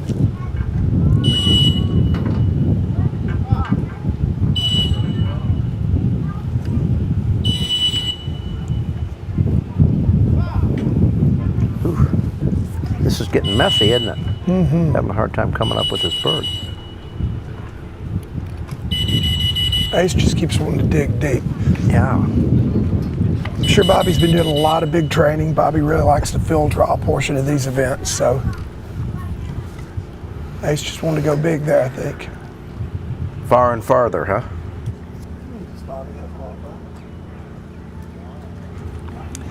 This is the second dog we've seen Bobby come to line with. He also had a legend earlier, and he could be coming back one more before the day's over with, hopefully here.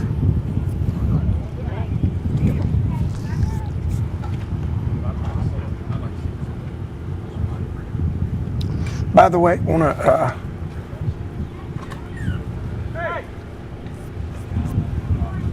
be sure and thank my buddy Kevin Bearden. We were talking earlier about that camo pattern that was so light colored. From Avery, he tells me it was called Killer Weed. Killer Weed. Yeah, the buckbrush was the darker Killer Weed. And you talk about yellow and one that would stand out. It definitely does.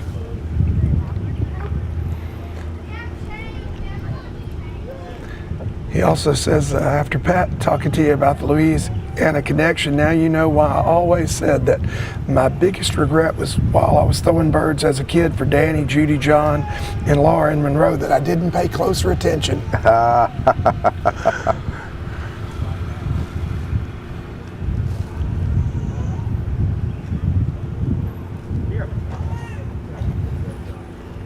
Appreciate you helping me out there, Kevin.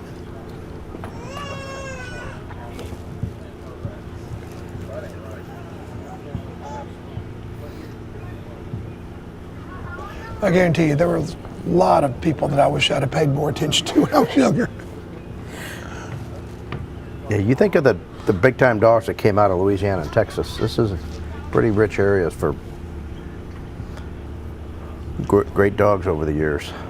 Didn't John and Laura develop one of the first remote throwing devices also? Yes. Louisiana Strong Arm, I think. Yeah, Louisiana Strong Arm, that was it. That and Terry Woods and Terry Giffen that was the Tangelo Tosser. Yeah. They had a How do you golden come up name. with that name, the Tangelo Tosser? Well, they had a dog named Tangelo Sidekick. That must have been their kennel name. Might have been a field champion golden. It was a golden. Bill Woods and Terry Giffen, I think they're. Well, here's a chocolate dog. Yeah, we had another one earlier while you were.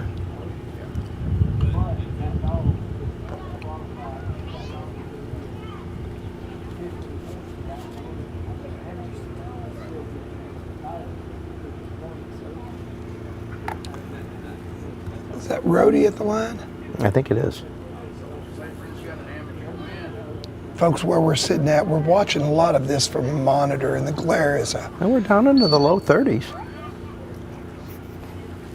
You're gonna. With 4 hours left, we're gonna finish. If we're in the low 30s, we're gonna finish. At 8 dogs an hour, we'll be done by 7:15. So, well, we're close. How low in the low 30s? Yeah.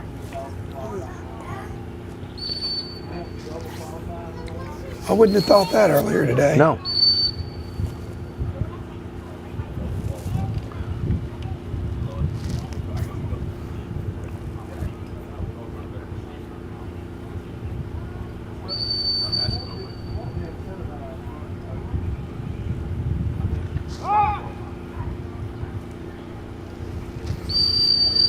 Oof.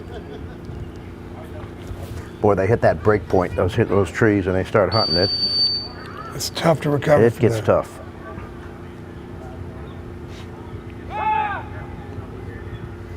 Couple verbals though, he punched him out of there.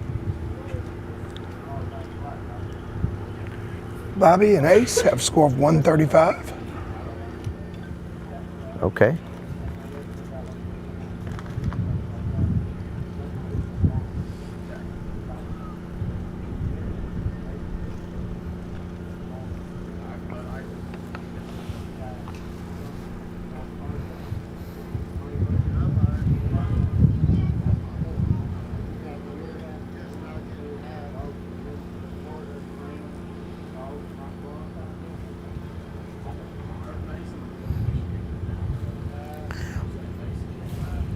Just like you said, though, I have not seen any dogs come offline overly hot. And that's a good thing to see. They're really handling the heat well.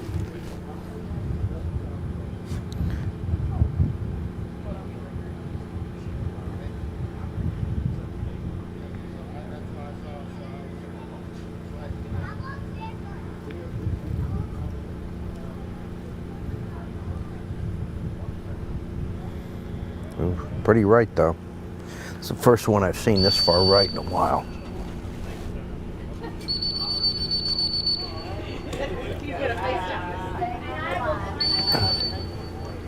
Yeah. Yeah, you talk about far right.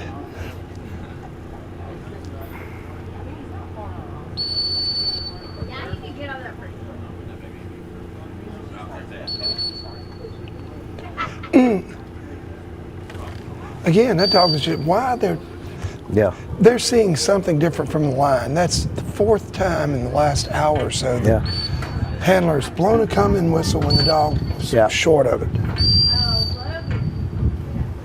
Well, we've got an elevated and a little bit different angle. And we have the advantage, we don't have the pressure of handling on us up here watching either. It is cool up here, feels good.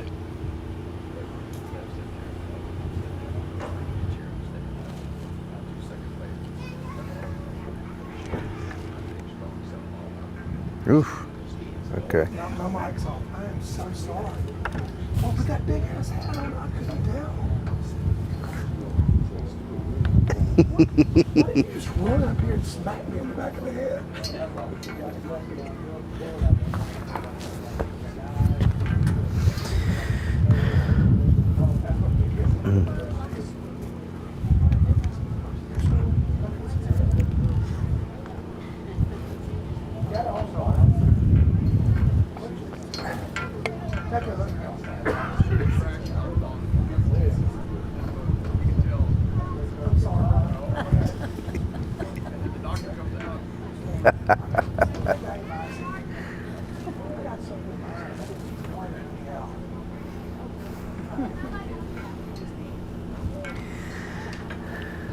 He got to take his time here after that rough handle on that right bird, doesn't he? That's awesome.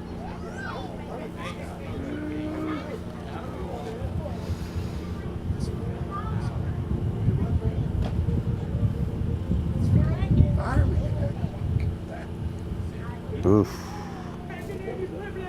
Yep. Okay. Well, that'll get.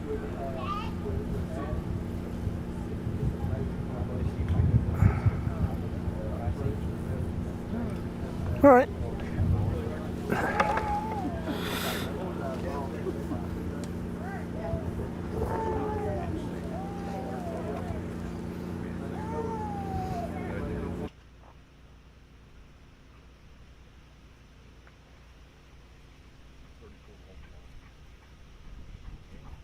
Thank y'all.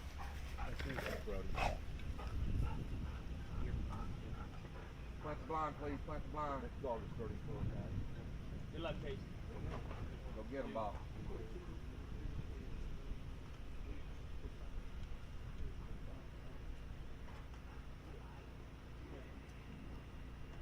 All right, guns up. Here we go. Guns up. Dog to the line.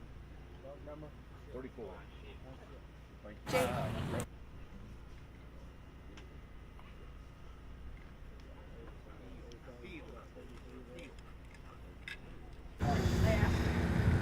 All right.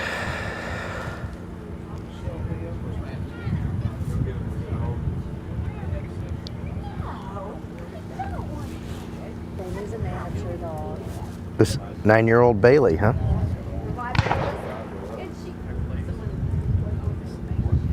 She kind of looked off there, didn't she?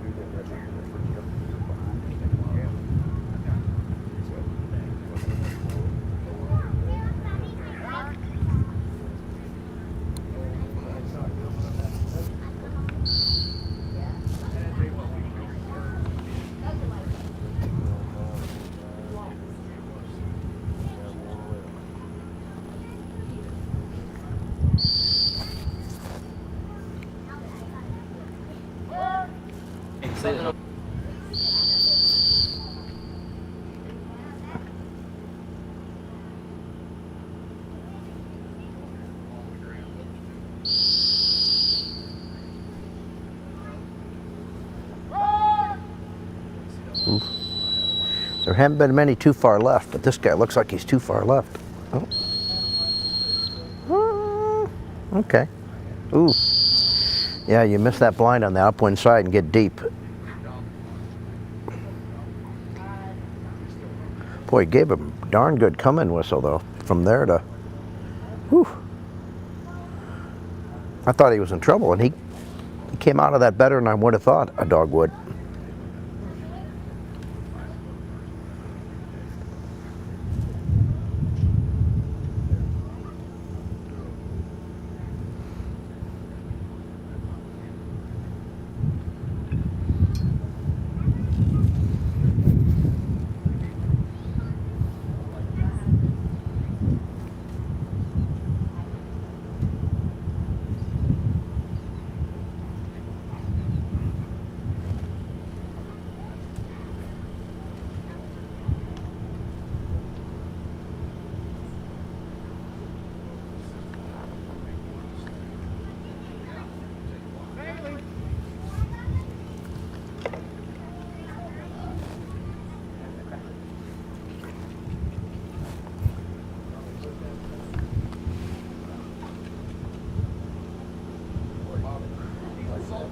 Okay.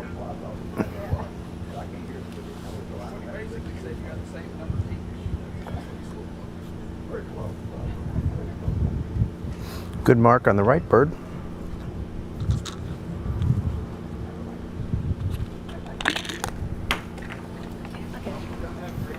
Yeah, it's just right there.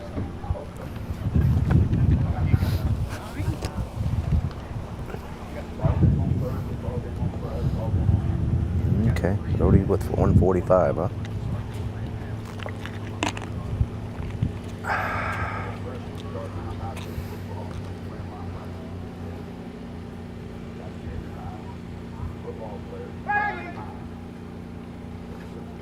There goes Bailey. A little further left than he thinks he.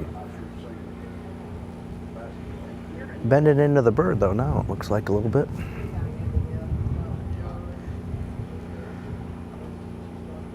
Either gonna, oh, well there's one way to do it, run right over the top of the bird.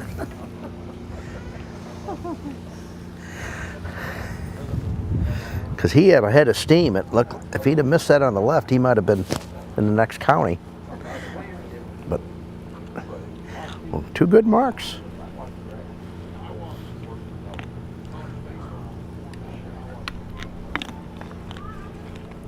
A little bit of a messy ending to that line, but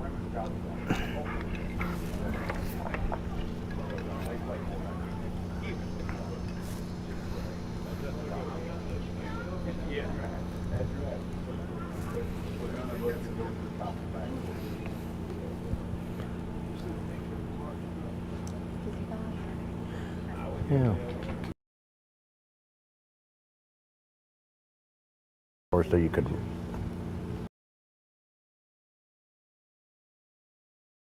About 8 dogs an hour. 3/8 are 24.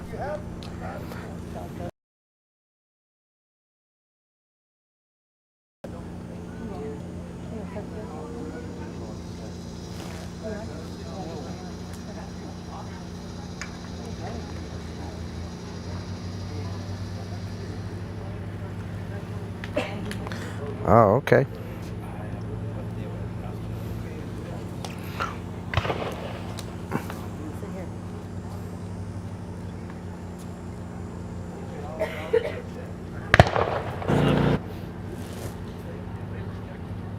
Oof, big throw there.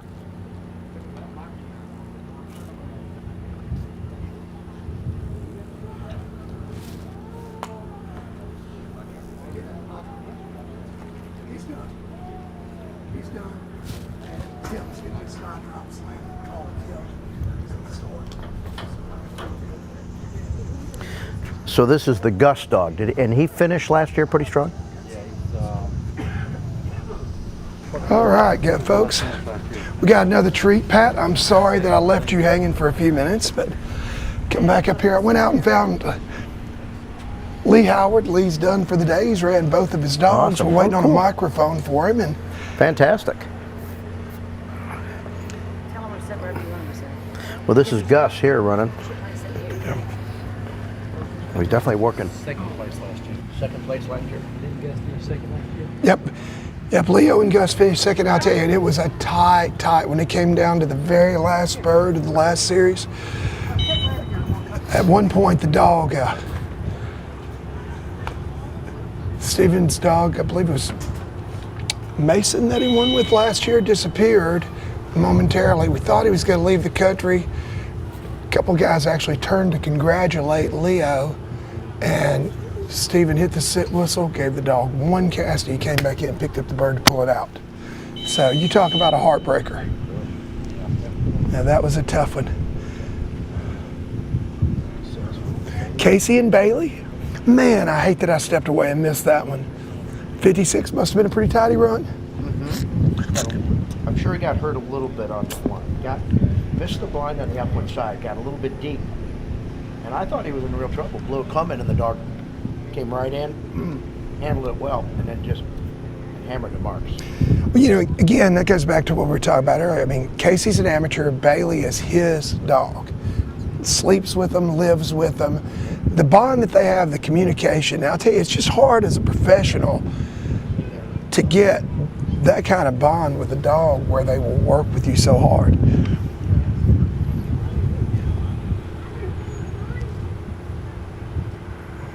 And I was just corrected, Bailey's score was actually 55 instead of 56. A little mistake there in the graphic, trim a point off there. I guarantee you that might be the Casey difference. Parker, he's glad to have every point they want to take away. Yeah, yeah. Lee, you can't hear him yet. We don't have his microphone, but Lee's sitting there. Oh yeah, every point you give me, I'll take. Let's subtract them all day long. Like an extra point in a football game. You better believe it. They all count. All count. All right, where you at here, Gus? This is looking good right here. He got here. a longer bird, almost to the left side of the tulies. Well, but he smells it. He'll pick Should it up. dig it out from there, we'd hope. Yeah, he should. I think you're going to see him pop up with a bird. Yep. Now that was a nerve-wracking minute. By the way, while I was back there, Pat, I had the opportunity to talk to Bobby Wills, and I said, Bobby, you stopped that dog, and he just held his hand up. He said, yeah, 5 feet short. It looks different from the line. Yeah, it must. You watch.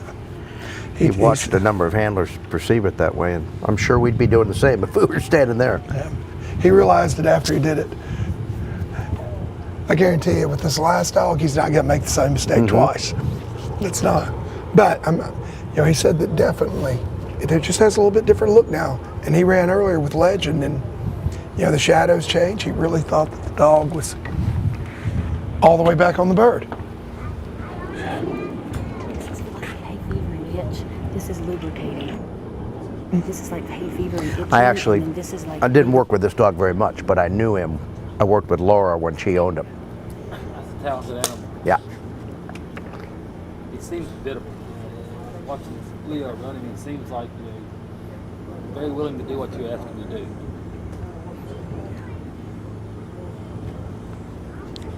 So this is ditch.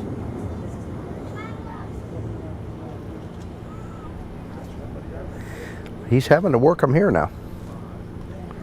It's a good job by Leo. Probably doesn't hurt that he's up there catching his breath either. Yep.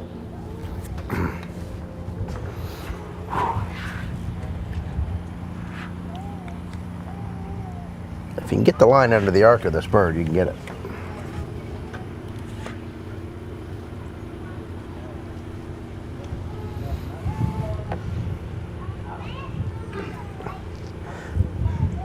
Taking his time here for yeah, sure. he sure is. And this dog's blowing pretty hard, and he's not really had a hunt and had a quick blind, so. Some dogs just run hotter than others. Yeah, that's what I was about to say. Some dogs just have a natural propensity to run hotter.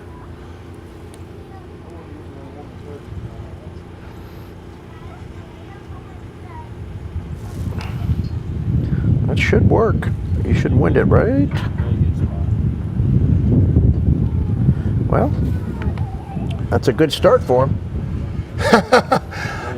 Well, I tell you, Gus scares a lot of people, and you see why right now, too. He took off where he left off last year, huh? Yes, tremendous amount of talent. Definitely took off where he left off last year.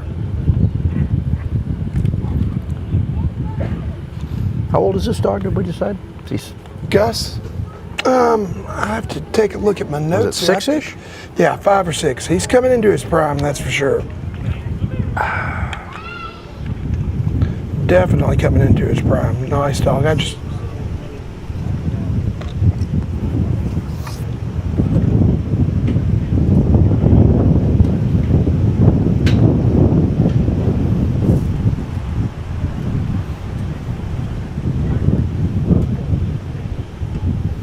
Well, there's that wind coming in at us again, like it did for a while early. When it got tough. That's when it got tough. He's right. That's exactly when it got tough. Whether it was a combination of the wind and the lighting, you just don't know. But something changed for sure. All right, coming to the line now, we've got Luke and Harley. Harley's a 5-year-old black lab male, qualified all age. First time I believe I've seen Harley here. All right, and after dragging Lee Howard up here, it looks like we're about to have a microphone on him. Be very interested to get his take on this.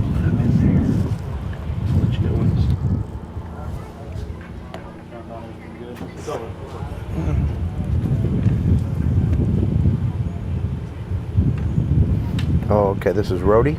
Now, did the graphics say Rhodey? No. The graphics said Luke. The graphics, all right, so I haven't lost my mind. No, you haven't. That wasn't my total mistake. All right. Yeah. This is Deuce, Barracuda's double shot, not Harley. Okay. 4-year-old chocolate with Rhodey Best. Rhodey had 3 or 4 numbers in a row, so they're having to face him out. Oh, yeah, Lee just okay. informed us while we're waiting on his mic to go hot that Rhodey has Deuce. 3 or 4. That's the second dog we've seen Rhodey run that checked up there to hunt for some reason. Stuck his head down in the decoys? Yep. Okay, they tell me that you're hot, Lee Howard. So your mic's hot. Welcome. Thank you, thank you. Good to be here. Glad to have you with us. So you ran a few hours apart, and I just got an apology. Yeah, we did have the graphic incorrect. That's okay. Hey, stuff happens. That's the only mistake that's made today. It'll be a really, really good day for Yeah, sure. Real good. Man, talk about not making mistakes. Pretty good looking blind here. So Lee, you ran early, and then you ran a little bit later. Obviously, you are the leader in the clubhouse, low score with snow of a 14. Yeah, I truly believe the conditions first thing this morning, I would say probably for the first 10 to 15 dogs were pretty good. I mean, as good as they've been all day long. Lighting was probably the worst of the conditions, but your wind condition this morning was set up right. Little breeze, straight left to right. It was a good time to run. Snowed. I don't know. I want to say snow. Even if the wind hadn't been right, she was pretty well conscious of where the birds were, and handled really well. So that's how you always want to start off. So that's exactly where you want to be. I like to shrink that hole up on everybody a little bit, get a good run real early, make everybody a little bit more nervous. Put the pressure on them. What kind of strategy did you have on that blind? With Snow, I was shooting straight at it. She's a dog that will turn both ways. Okay. So she doesn't have a tendency one way or the other. I really wanted to shoot straight at it. Initial line, I was trying to poke her right through, right at the big tree that's right there in line, really close to being in line. And then from that tree, I wanted to get if I had to cast, I wanted to get a left-hand cast at that tree. And fortunately, she carried the line to the tree, and I got the left-hand cast I needed right there. So one of those occasions where strategy and what actually happened went hand in hand. So where a plan actually worked out? A plan actually worked out. So that was the plan, to keep her just on that right edge until I needed that left right there at the tree, and that's what she did. That's what she did for me. How difficult is the depth perception in that blind from the mat? It really is difficult, and it seems when I run my second dogs, it seemed more difficult with the little shadow movement that had occurred. This morning it was difficult, but there was a little sunshine peeking in the backside, kind of closer back towards the blind, that kind of helped with the depth perception there. Throughout the middle of the day, it's been more of a complete shadow, and that depth perception is definitely thrown off more right now.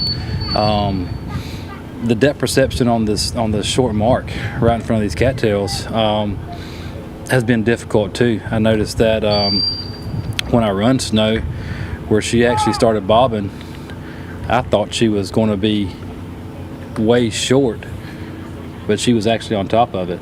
Okay. And then it seems like when I run Emmy, it was very similar. I thought she had driven a little too deep into the tulies just about, but she was at the bird. So there's a little, right before the bird, it seems there's a little dip and hump there that can throw off that perception a little bit. You know, Bobby said the same thing. He thought it changed a little with his last dog, Ace. You know, he started giving that dog a coming whistle while he was still, 5, 8, 10 feet shy of the bird. There's a little rise right before those cattails that really throws that perception off some. Tell me something, after being up there on the line, how well do you think through the midday coming in the afternoon here, these dogs are actually seeing the handler from out there in the field? I actually think the visualization is better right now. There's more sun on the line. That was one of my concerns with Snow this morning, was that line was shadowed. Little tiny pockets of sunlight that you could get in, but I think it's actually a little better from a visualization standpoint for the dogs looking back at. One thing that balances out with all this, especially at the Crown, is there's so much going on behind you throughout the day, sun, shadow, stuff like that. It affects, but I think for a consistency basis, everything that's going on behind you really kind of flattens that out a little bit, because there's a lot. I mean, there's 4 tents back there, big stands. Not far off of the line is camera. You got your jib boom there, and everything going on behind you. It stays pretty balanced. I mean, the sun does affect it for sure, but I think that helps balance the playing field a little bit.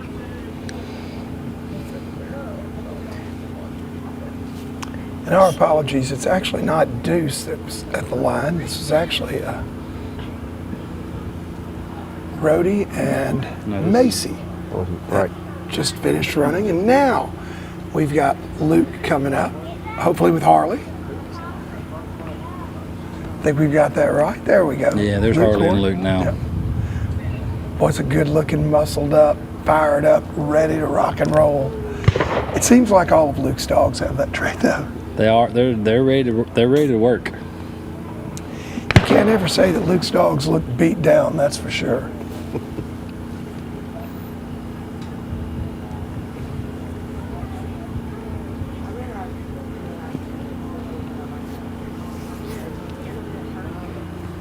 So you talked about a lot going on behind you on the line. Is it distracting? If you allow it to be, yes, it can Okay. be very distracting. That's something. First time at a crown, I can remember my first crown, and yes, it's nerve-wracking. It's distracting. It can be very, very distracting. It helps when you have multiple dogs. I mean, some of these amateurs that are here, they walk up there with one dog. You know, maybe their first event, first crown, second crown. It's a lot to take in. Having multiple dogs definitely helps. It calms the nerves a little bit, lets you focus a little harder. Tell you, this is something we haven't seen today. Sorry to interrupt you there, Lee, but this dog is really, really left. I don't think we've seen a dog get this far. I know we haven't seen a dog get this far left in a while. You know, that's what this blind is so difficult about. You know, he started off far left, but you saw where the last recovered cast. really, really nice. Yeah. The last cast was a left-hand cast because he got to the right. That's what happens if you fight this blind dead on line. You're gonna have to have a very disciplined dog to hold it through there. Whatever it is, whether it's the trees, the shadows, there's some fall back there. There's something that really is pulling right at the end of that blind. So. Well, you got the little gaps in the trees, and I wonder if they can see the holding blind for the blind planner at some point. That was, I'll question that too, and it looks pretty hidden from here, but once they get out there and they're deep of it, or right there parallel with it, or a little closer, I'm sure they can pick it out. You know, you were talking about the distractions, and I think that's another reason why, you know, older dogs just seem to do so well here, or dogs that are so focused in the field, because you rarely see that, but definitely a lot more going on behind you at any SRS event, but particularly the Crown Championship here. Went in there and jumped on that bird. Yes, dog went in there and did it. Yeah, that was one of the cleaner lines of that bird that I've seen. That was real clean. So, but you think of a lot of different sporting events, whether it crowd noise,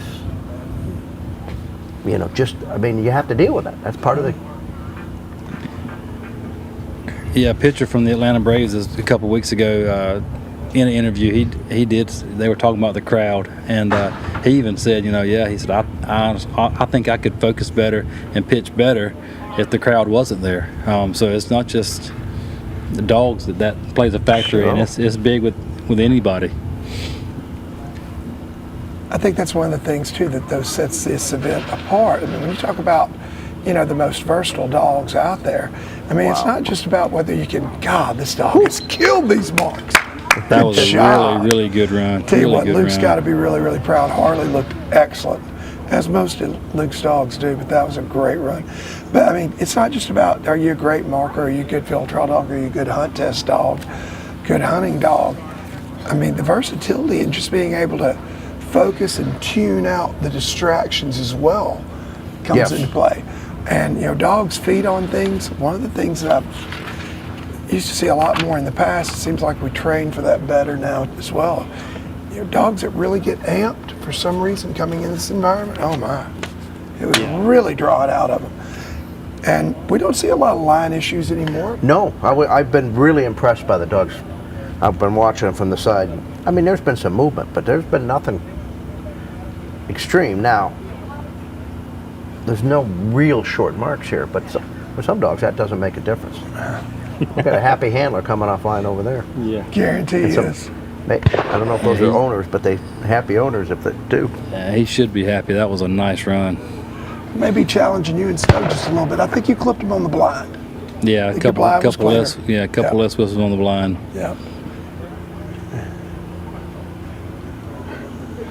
Got ISR broke bat with Carter Turner. We're gonna see a lot of Carter because we haven't seen much of him so far, and he had 8 or 9, and I think this is only about his 3rd dog to run. This is Carter's 3rd dog, yeah. Teammate of mine at Mossy Pond, rookie season. He's come in around, studies the game, knows his dogs left and right. Yeah.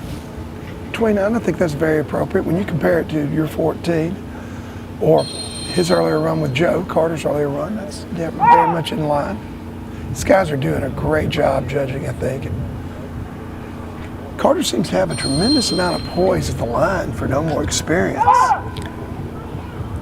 Carter's a competitor, and no matter what he's doing, he's a competitor, and he uses that competitive edge to keep him focused on what he's doing, stay poised. He's a quick thinker. He's a super intelligent young man. Quick thinking is not a problem for him. He can make those decisions in a spur of a moment, and like I said, he studies the game, and he works his butt off. Well, he was sharp on that blind.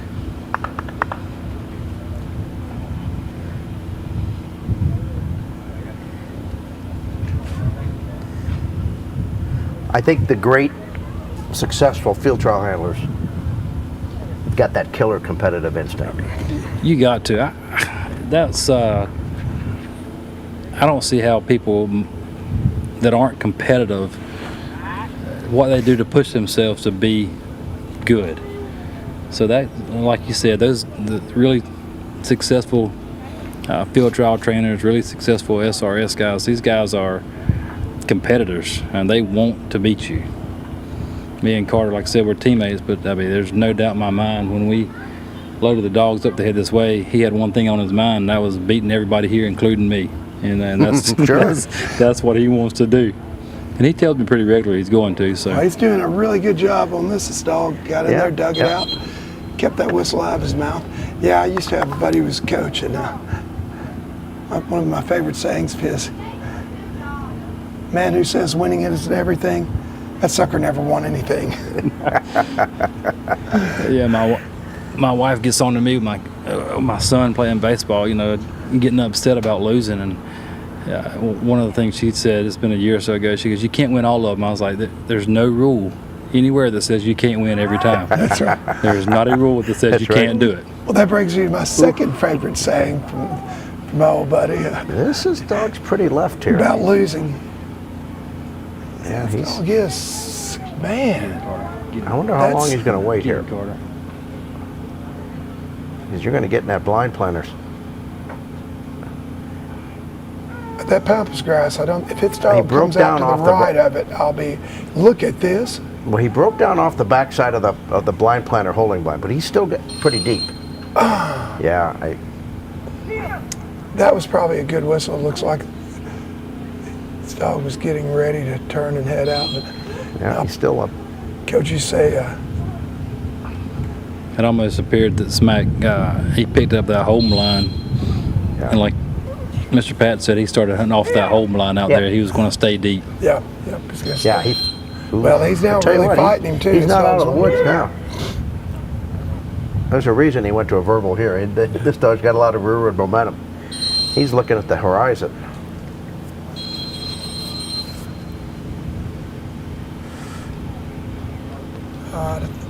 He's acting. I'd like to see that tail wagging a little bit more. Yeah, but he does have still that look. a little Oh, deep. there we go. He's smelling. There it is. Yeah. You talk about your son losing. Coach, you say. He you show me obviously a went good for the loser, bird heart a I'll little show harder you than a he loser. wanted. I'm sorry, Pat. Oh no, I always thought that was pretty appropriate. That's the truth, really. Yeah. If it doesn't hurt to lose, then why are you competing? The guy I worked with, Chad Baker with Grady, you know, was he the best handler? No, but he was a fierce competitor, and he won back-to-back national amateurs. I don't think anybody's ever won back-to-back national amateurs with two different dogs. Not that I can remember. There's been, you know, a handful of people that have won, but multiples, but never with two different dogs. Back to back, yeah. 2 different years, and you know, again, there's that killer instinct was his middle name, and that's what made him good. Is what he just said that I'm going to win everything I do, and you know what, he won a lot of times, and you instill a confidence in the dogs. When you walk when you're that way. When you walk to the line knowing that you can do it, that dog does. He feels it. He knows it. I agree with that 100%.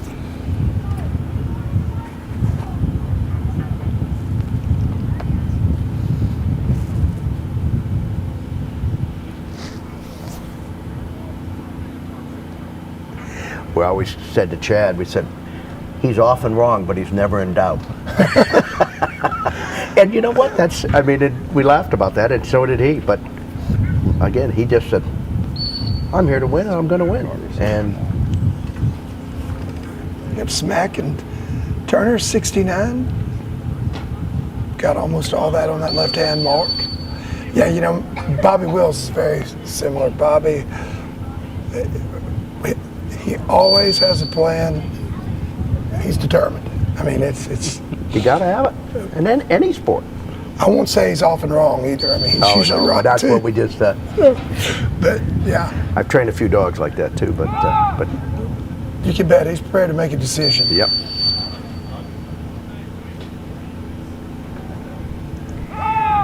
Chad won a Bassmasters big event, and you know, it was just his. Anything he did, he went overboard.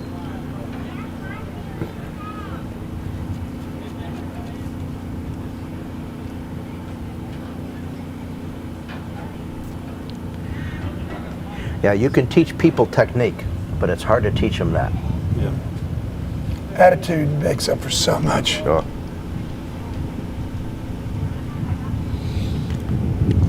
And I coach a baseball team. My little kid, my son's on. He's 11. We push attitude and effort. Attitude and effort. Attitude and hard work make up for a lot of deficiencies. You carry a winning attitude, you carry a winning effort, you're going to win. Good things are going to happen. You know, that's a common denominator for everyone that I know in this game that's successful just about too. I mean, we're all competitors at, you know, various things. You talk about Chad winning a BASS event. You know, Bobby was very competitive bass fisherman. Before that, he was into kickboxing. Yeah. You know, I had the good fortune of coaching at a fairly high level for recreational ball and softball with my daughter, and I got to take a team to the World Series one year, which was pretty amazing. God darn it. Busted under the arc. I guess when he came in, he must not have come in. This dog didn't come in far enough to win this bird. Yeah, he was pretty high. And this wind's kind of angling in at us again. It has turned just a shade, yeah, and he was pretty good under the arc. He was halfway, a little over halfway under the arc there, maybe a little bit closer to the blind. As much, that's for sure. Well, it was this wind when that really rough stretch happened where we had, what, 10 scores over 100? And boom, boom, boom in a row. I mean, you could just watch it as the ticker went by, rise and then fall again. You're exactly right. And this wind quartering into our face. If you know about this game, you know about the scoring system, how it all works. At the end of the day, you can look at scores, and you can see when conditions change. Oh yeah. Pat brought that up this morning. We talked about exactly that, Lee. Yeah, you see it in callbacks at nationals, the same deal. And to win one of these kinds of things, you've got to overcome running at a rough time, because you've got to adjust on the fly. Because I've been in situations where the conditions were not where they want to be, and if, like you said, you've got to adjust on the fly. You know, you got to wind shift. You got to make that adjustment, and to be consistent and to win these things and to be competitive here, successful here. Most of these guys can do it. Mm-hmm.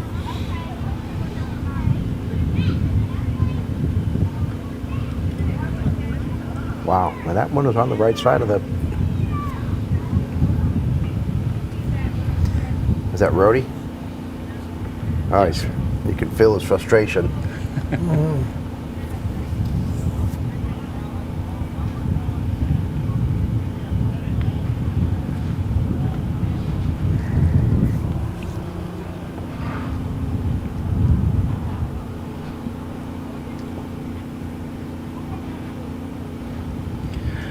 This long mark from the line, you can see it. You can see it on the camera with the camera view where you want to put that dog and where that dog needs to go. It's a tight line to that old fall. It is, yeah. The discipline to stay in there tight, and then after staying in there tight, not just hooking around those cattails and falling off to the right real hard. That's a much more difficult mark than a lot of these dogs are making it look like. To that old falling. And the guys retiring or hiding coming in towards you, so there's nothing to reference when you get out there. Amen. It makes it.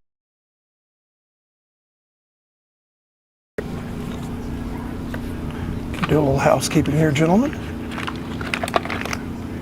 How hot does that mat get sitting in the sun? It's pretty warm. I'm sure right now it is starting to get pretty warm. It's something that I've been at events before that they definitely take a look at that and they'll swap the mat out or flip it over and check it. But yeah, it's getting pretty warm. We do have a good breeze today that's helping keep temperatures down. So if we didn't have the breeze today that we have, it would be brutal.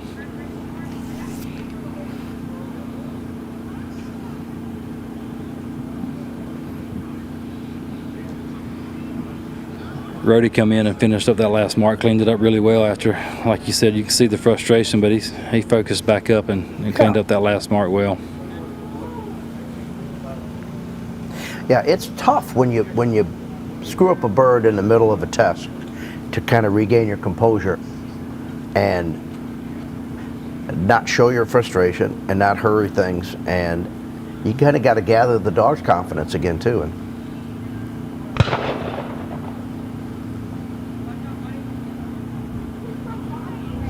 so how many of these dogs will run the Master National in a few weeks? Quite a few? There's, I would say, a large, definitely the major majority of them, I'd be willing to bet 80 to 90% of them are going to be running the Grand and Master Nationals in the next few weeks. That's a pretty aggressive streak if you're going to run all three, huh? It is. It's tough on them. It says a lot about these dogs, and 80 to 90% of these dogs will be running those events, and I'd be willing to bet you there's the majority of that percentage will pass those events. These dogs they're talented dogs. They're able to hold it together and make it through all three of those, but that's a tough stretch for the dogs and for the handlers. Yeah, you bet.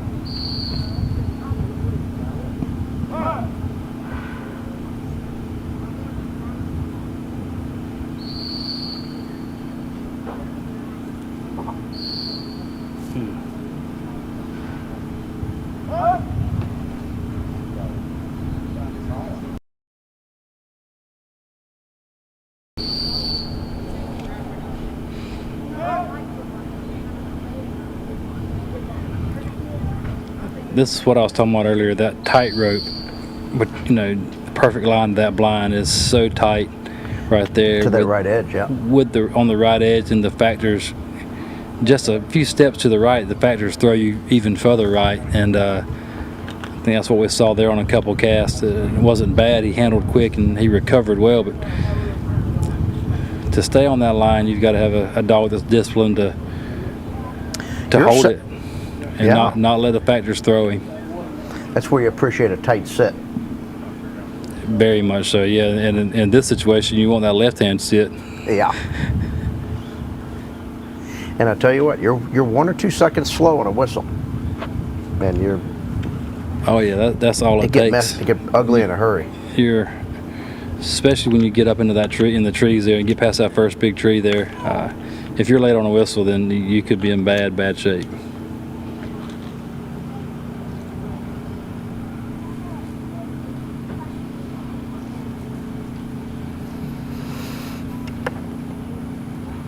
Ooh, this guy's pretty right.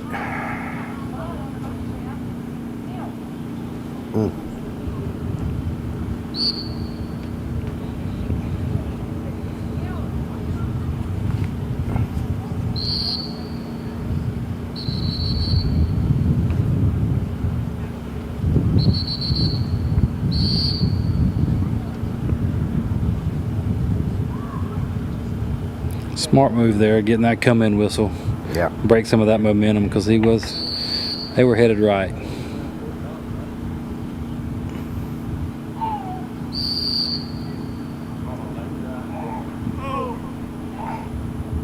Yeah, these are all into the wind casts, just like the blind. And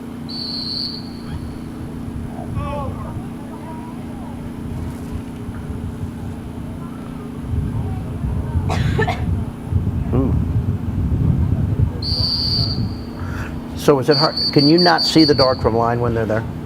When they are deep of that blind and to the right, no, you can't see them. They disappear back there. I bet you they go over the top of that little berm, that mound. That berm that the mound's on, right past that holding line is where it falls off, and you can't see them anymore.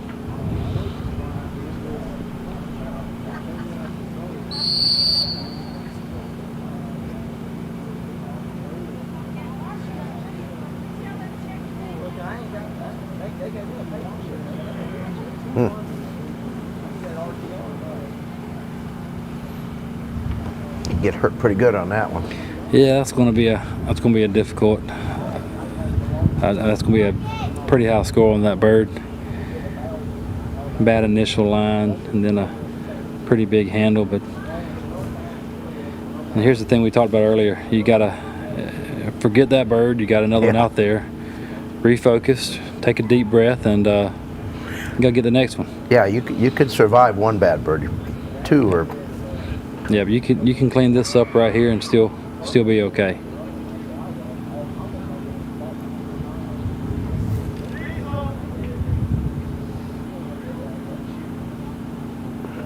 Good place. Well, that's a good place to be. That is the spot to be, is right. Start to push off.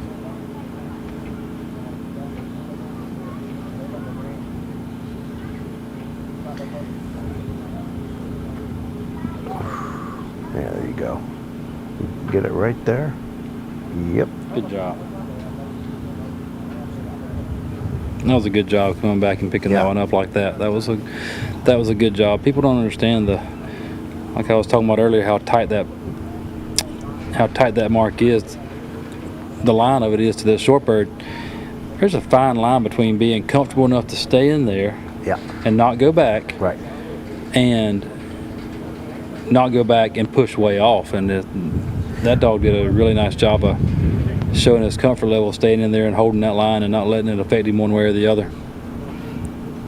I don't know if there's been maybe only one dog got left and deep of that mark and recovered. Yeah, I don't think there's been maybe one or two. I think the one that Carter ran earlier got left of it a little bit, and there might have been one earlier today, but very few have gotten left.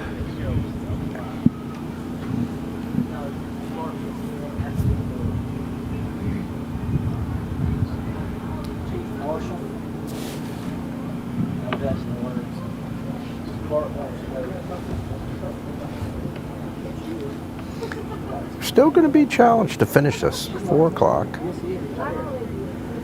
Yeah, I think so too. Mr. Ron Anderson and Smoke. Smoke's a 10-year-old lab.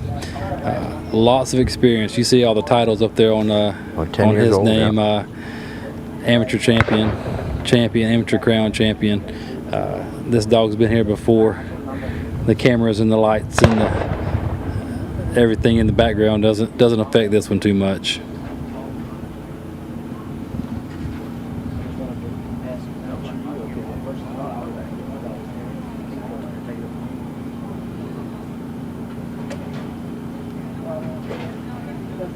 They won't pass.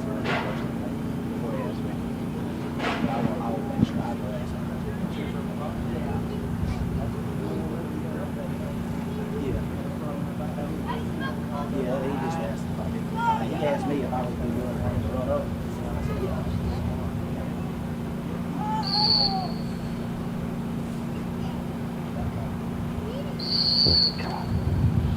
yeah. You learn a lot on that first cast into the wind. He didn't take the first one, then he took that one, though. Yeah, that was a really nice cast. He gave him everything you wanted there. So this is a decision right here, like, all right, do you... This is where my game plan was to be right in front of the tree and give that left hand. Is how I wanted to. That was my game plan, running this that blind. This is where you better not be slow. But right here is where you... Well? That was a good whistle. That was a good whistle. Yeah, it was. you've got one little window there to catch them before they get over by the holding blind. Yeah, because just another step or two deeper, it hooks them to the right even more. So that was pretty timely right there. That was good. Ron's a good handler. Ron's one of those handlers that on the pro side of things we don't necessarily care to see him come over and play with us, because he spends a lot of times with his dogs, and he knows them very, very well, and he handles very well, and we don't always like to see it when he signs up, and he will sign up and run in the pro division, and we don't encourage it, I guess you would say.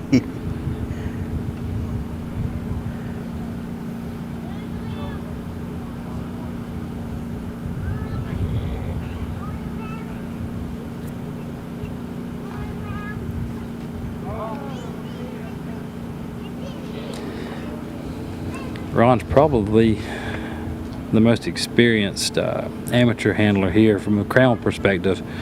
He's run quite a few crowns and had a lot of success here.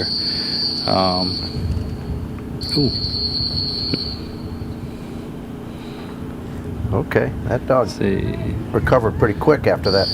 Well, or did he get the bird yet? No, he hadn't. Nope, he hadn't gotten it yet. He was. Yeah, he'll get it in there though. He realized that he was digging, and he was fixing to be out of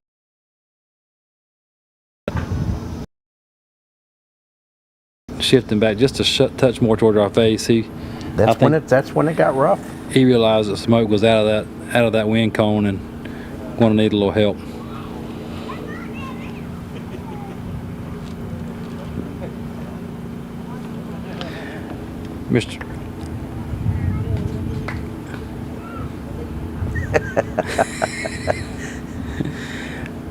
Mr. Pat, have you run any competitions in your career where you were in front of a camera while you were running? Well, that's a good question. I don't think so. Do you think of the camera when you're running? Well, it's one of those distractions. If you let it distract you, it can be a major distraction. And I will say the first few crowns I was a part of, yeah, I knew where the camera was at, and it definitely affects you. It makes me nervous. Holding this microphone makes me nervous, but it definitely affects you.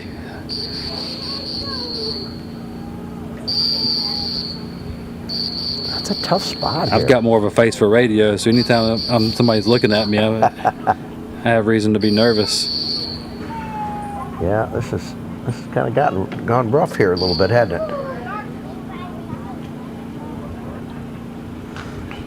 You know, you get in the heat of that competition, and whether it's just the moment or the crowd or just the situation, it all builds and all makes it difficult. But you know, isn't it like some other sporting events? It's, you know, we always used to say in football, you're nervous until the first hit. That's, you know, I could always, and even today still, my heart races. I get dry mouth, but when I hold my hand out, signal for that first bird, it all goes away. Yeah. But until that moment, it's I'm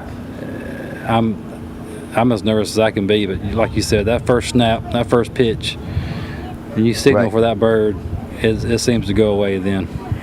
Well, and I can just remember you almost feel like you're in a white room where it's just you and the dog and the bird. That's all you, and that's the zone that I always tried to achieve. Exactly. You know, you always judges, especially in the hunt test world, judges will be wanting to talk to you while you're running and stuff like that. And multiple occasions, I've turned around after the fact and said, "Listen, I apologize, but whatever you were asking me, I have no idea. I ain't heard a word you said," because like you said, you get in that zone, you get in that focused, and I think you have to be that way. Everything goes away around you. And if you can't do that, at some point in time, it's going to mess you up. You're going to make a mistake.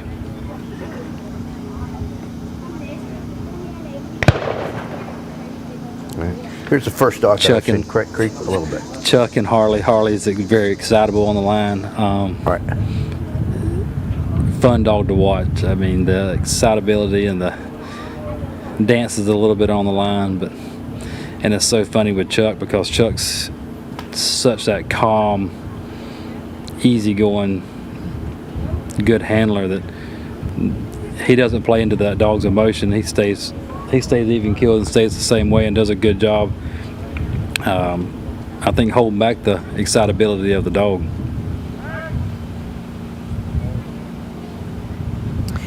You don't see the creepers like you used to. I mean, I can remember, and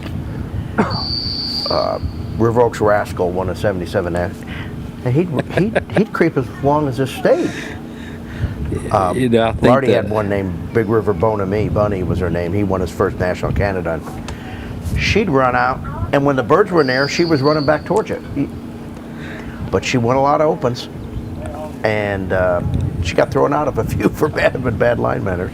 And I credit that to the overall talent and training of the dogs now. Those dogs that are that way, that people might still be running, it puts them at a disadvantage. You know, Mr. Hugh Arthur taught us, you know, he was pretty stickler about it. If that dog is moving, he can't mark that bird as good. Right.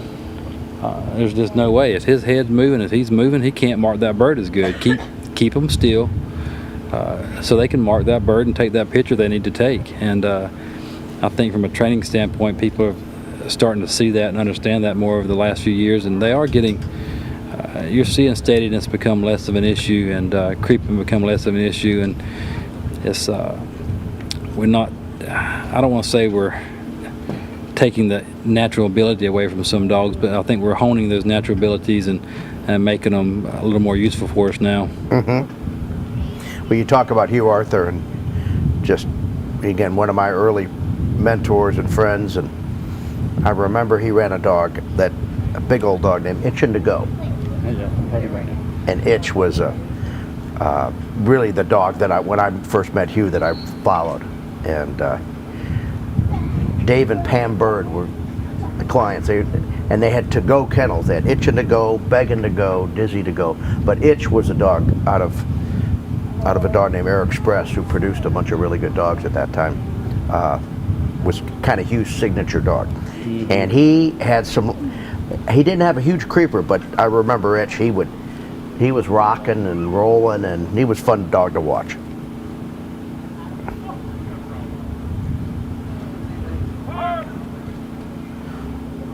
But Hugh ended up winning the National in '85 with Dynamite Duke. And all up in the Americas, Albany, Georgia area. Here's another one that's missing left again. We hadn't seen that. By this bird on the left, and once or twice, but there's another one.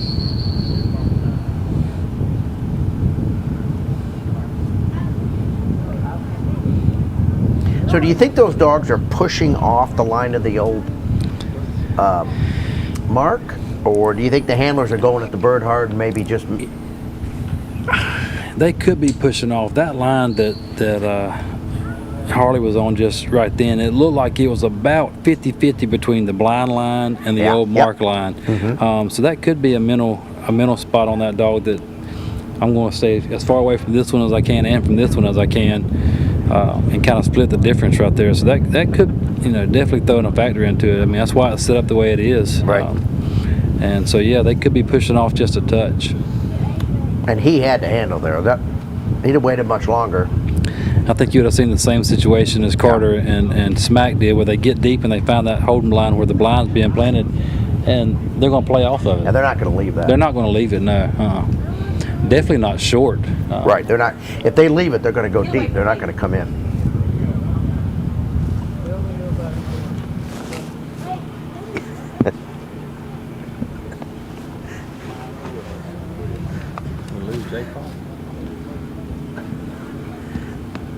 J. Paul must have went to town.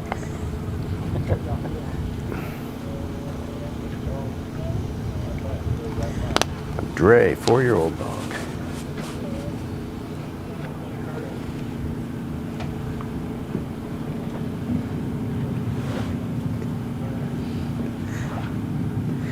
Easton, Missouri.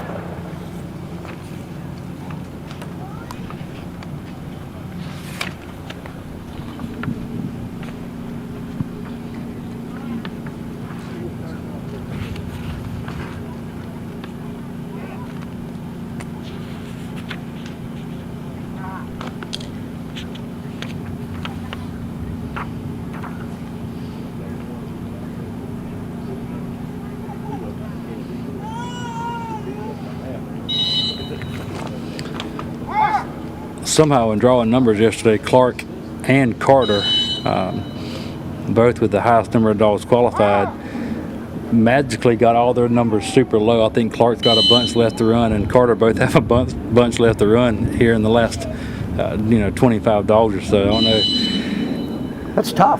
Waiting around all day. It's tough on the dog. Yeah, it is. Yeah, you notice it. I think with young dogs like Dre here, a 4-year-old dog, sit on the truck till 2, 3, 4 o'clock. It can be tough on them. That was a good score with Harley and Mr. Chuck, 44. That was a pretty good decision. Yeah, you're right. There you go. There's your. So Mr. Chuck and Harley with a 44.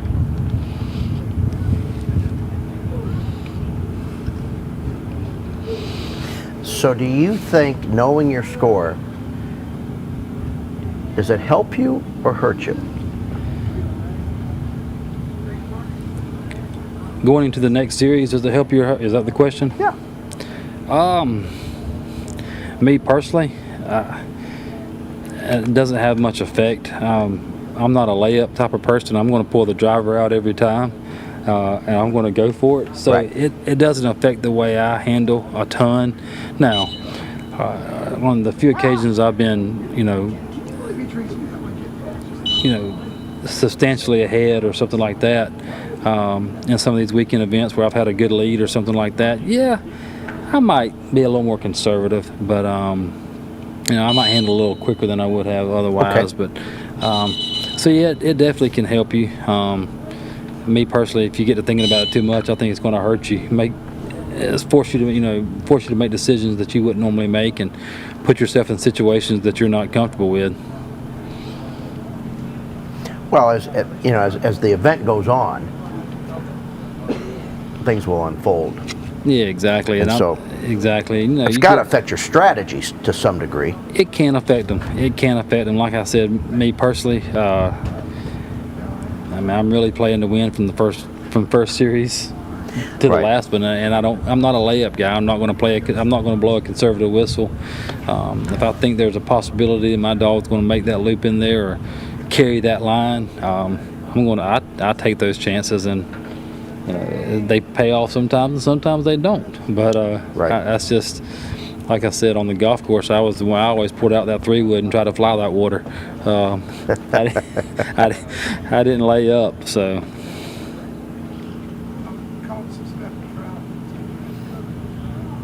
God, he wants to break down. You can tell the way he's still going. No.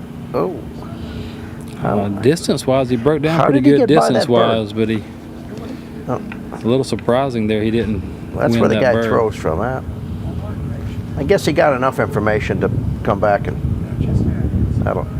Okay. Well, he had to see how strong that gunner, that bird boy was. Yep.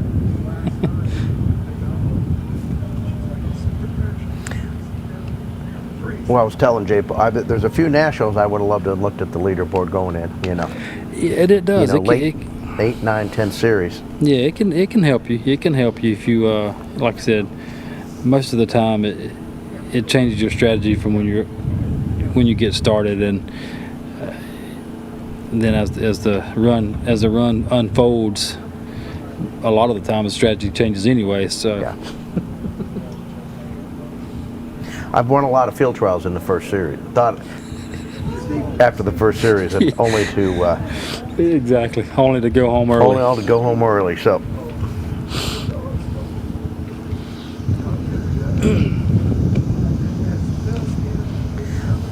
a lot of yellow dogs. And, Quite a few yellow dogs here. And no other breeds here at all. No other breeds of this one, no. No, there's not.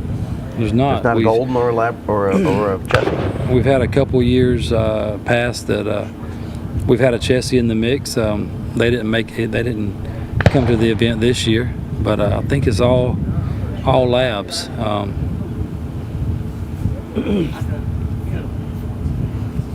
And that's pretty much the case in our nationals too, and the field trial nationals.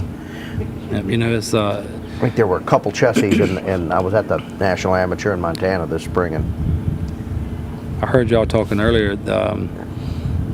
I don't remember a golden retriever running even a weekend event in quite a while. I can't remember the last one that we ran was. There's definitely dogs out there, the goldens that out there that can do it. Oh, yeah, absolutely. Love to see them here and get some variety inside this here. Now Red's going. I've got a picture on my phone of 5 golden field champions sitting next to each other that were competing at the same time. I said that. I don't think there's 5. That might be a once in a lifetime picture. Yeah. I mean, they weren't dogs I necessarily trained, but I was just looking at it, and that whole thing, from the mid 80s into the 90s, it changed dramatically. Well, Red got a good cat. Last cast that Carter gave Red was a tough angle into the wind there, and Red took that pretty well, but he got left. He got a little further left than some of these other dogs have gotten too. So Carter must have got the memo about everybody going too far right, so he stayed a little left that time. Well, the handlers that have been attacking this blind are the ones that have done well. I mean, just being real proactive and aggressive. Yeah, there seems to be there is a fine line there, like I said, that the factors are starting to throw you right, and if you can ride that line and be aggressive with it, like you said, you know, if you start trying to count whistles, then you're going to mess up. Be aggressive, keep them on that line, and you can ride it. You can ride that line to it. Sometimes you overhandle in a keyhole blind, you get a ping pong going, but that really hasn't been the case here.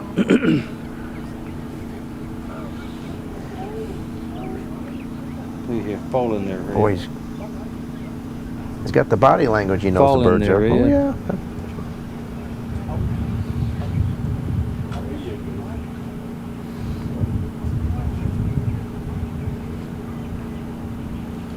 There's nothing prettier than watching a dog do that right there. Not just the straight line at the bird, but as the last 15 feet.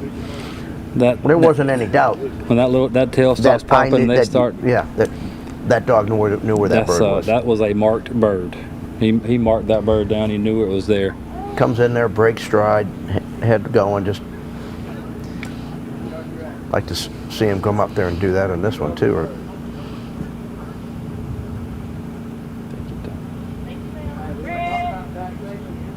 Sends firm.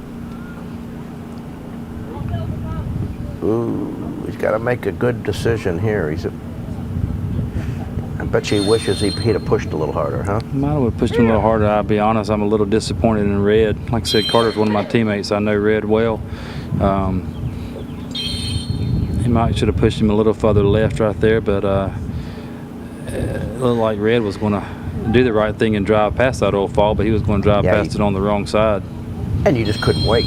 No, if you waited and he got that far right, you were going to be in a really bad situation to handle. So, are the paths starting to develop right offline?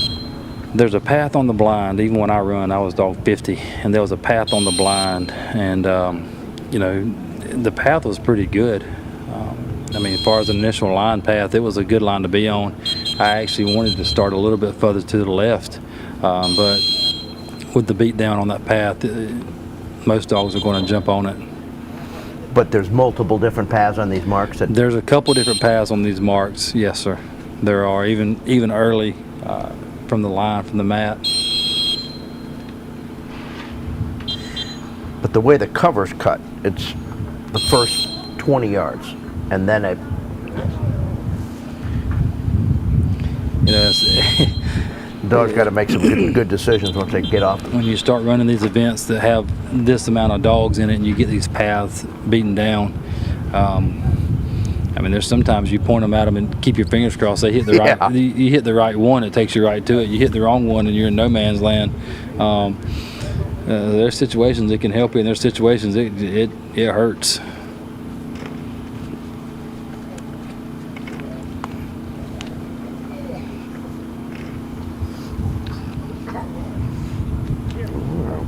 Where are we? 4:22.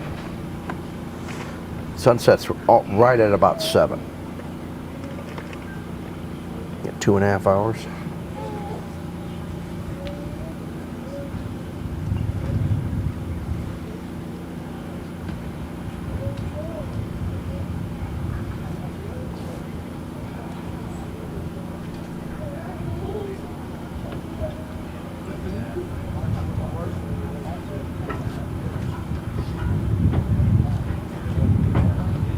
Well, there's J. Paul coming back. He just dipped out on us for a while.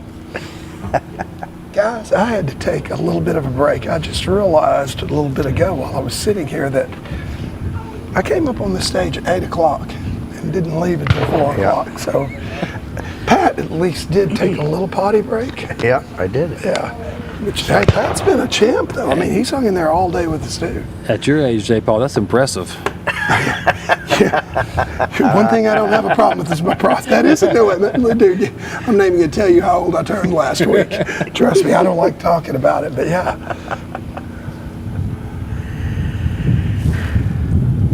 Well, we've had a few handles here. Yeah, Mr. Ernie coming back in, but I do appreciate you, Lee. And Lee Howard, I've got to tell you, several people, I'm not saying this patronizing you either, I'm being dead serious. Several people commented that you were doing just a great job and how good your voice was and how what you brought to the table. Lynn Carradine from Eukanuba, one of our sponsors, thank you, Lynn, and Natalie here also. They were talking about what a good job you did. Well, I think it's easy to relax now. I've already run both of my dogs, and so I'm not nervous, not really concerned anymore at this moment. Yeah, but it does make it easy. I got a question for you. Will you do any training during the event? Very little. If time allows in the evenings, yeah, we'll hit some very minor stuff. Nothing crazy off the wall. A lot of it will be control, some type of control training, even if it's just holding lines, you know, kennel place, just some control stuff. Is what I might hit late in the evenings if opportunity arises, but nothing major, you know. Probably won't throw any major marks for any kind of major blind or anything at this point in time. A lot of it because time just flat out doesn't allow. You know, we got a dinner this evening, a handler's dinner this evening, so by the time we get done with that, it'll be dark.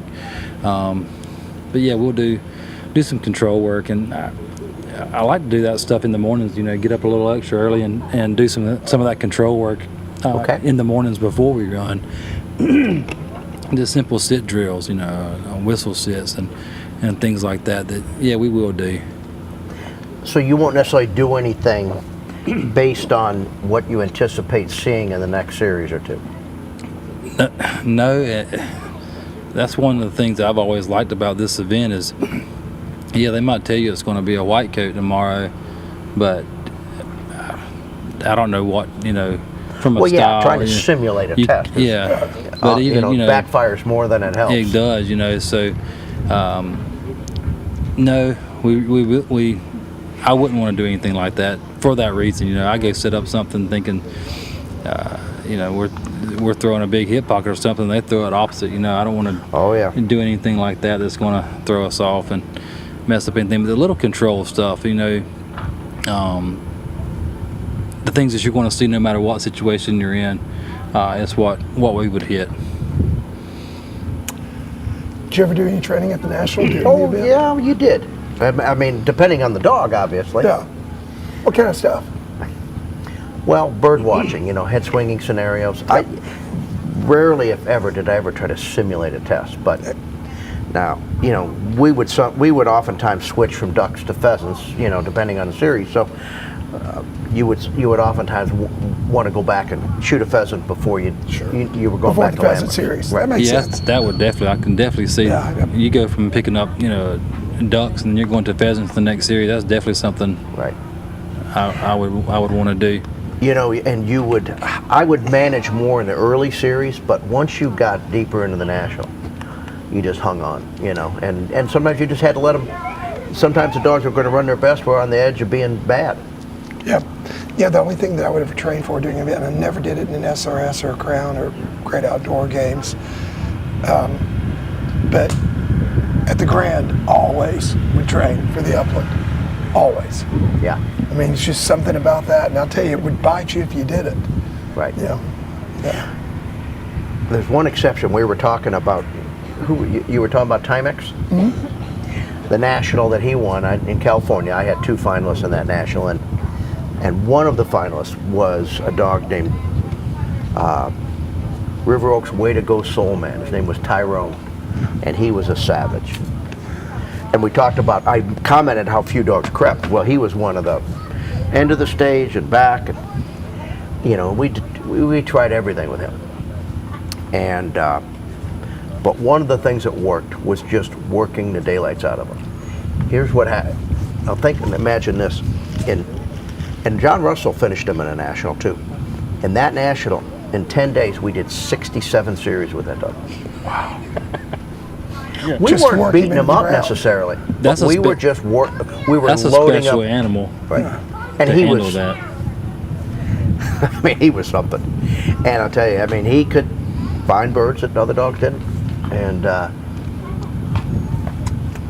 you know, it was neck and neck between Danny and I and Mr. Pat, winning that national. was that amount of work to kind of wear him down a little bit, Yes. or was that just to desensitize? It was as much to keep his head engaged. And you know, Tyrone thought he was smarter than you. And he was sometimes. But you had to convince him that, you know, being a team player, so a lot of times we'd do things that, you know, to mix him up, and you had to think outside the box with that particular dog. Mm-hmm. But I'll tell you what, he was an exciting animal to stand next to, and when you were hoping for the bigger test, the better. And but that was a dog that we trained a tremendous amount. I had a dog like that, and they actually a dog that kind of got me started with the hula hoop deal too. Sorry to interrupt. There's our amateur leaderboard right there. There's some nice scores on that leaderboard. Here we go. Yes, there are. 32, 44. Tell you what, that 32 with Pine, John Lamar's looking awfully strong. Yeah, He it looked looks awful really, comfortable. really I just saw good. him sitting back there relaxing too. Smokey and John, Look at that 24. Crockett, Mr. Mike, 45. There's some nice scores down there. Tell you what, John is in an enviable place with a 24 and a score in the 20s and the 30s. Wayland didn't do a bad job with Mr. Mr. Ernie Wayland either. had a good run right there, Really good run. 37. Very good. We haven't seen, I missed it there, but I don't think we haven't seen Ron Anderson and Smoke, have we?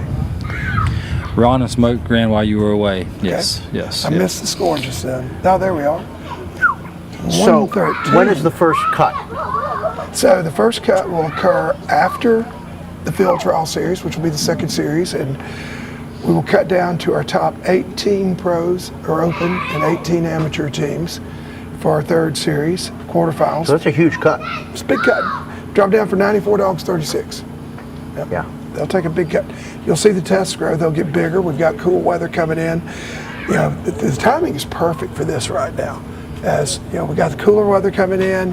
The cut will come. It'll allow the judges to, my prediction is that Friday will probably be moving day. I think it'll take us tomorrow. Will we make it done here? How many dogs do we have left, guys? Should be 20. Right around the 20 mark. It's right around the 20 2.5 hours. 2.5 hours, yeah. We're gonna cut it really close. 8 dogs an hour, 2.5 hours. It gets us there, perfect. 28, 8, and 4. Yeah, I think that we probably will finish up today, depending on what the weather does. on Thursday. You know, tomorrow we may or may not finish the field Yeah, trial there's a series. chance of some thunderstorms tomorrow. I'll be shocked if we do. We're going into Thursday. I think Friday's going to be moving day. You know, my prediction is cooler weather on Friday, narrowed the field down. I don't think anybody that makes it through the top 36, top 18 and 18 is out. I believe these dogs and these judges are going to put together a quarter, a semi, and a finals that allows room to move. Yeah, well, those have always been the best nationals. Yep. If your name was still on the board, you had a shot. Yep. Having that opportunity in that, you know, 4th series, 5th series, that means a lot. That means a lot to a competitor. It keeps your head in the game and keeps you focused. If you have that opportunity, if you, like you said, if you run those first 3 series and you see that's not how it's going, it gets demoralizing a little bit when you're just outside the box and you know there's not a good shot to get in it. But I do agree. I think there's going to be a big push to have some setups that's really going to allow for some movement. I guarantee you, that's what the handlers all want to see, and these judges do too. You don't want to put together, you know, a semifinals and finals.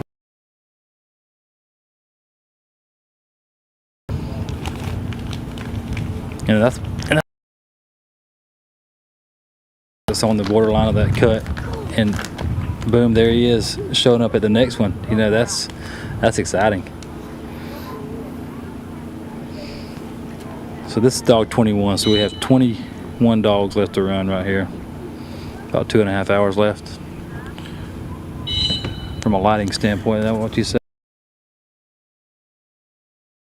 That's about 7 o'clock.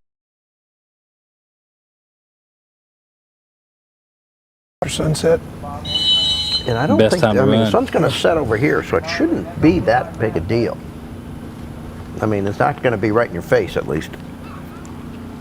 This is a pretty good blind going right here. And you think about having a chance. I was covering the National Amateur this year, and the top 4 dogs going into 10 series all handled. And, not, you know. Wow. Open the door for somebody else? Open the door for somebody else. I'll tell you, that was a heck of a blind right there. That was a good blind. Nice. He stayed on that left edge over there. That was a good blind.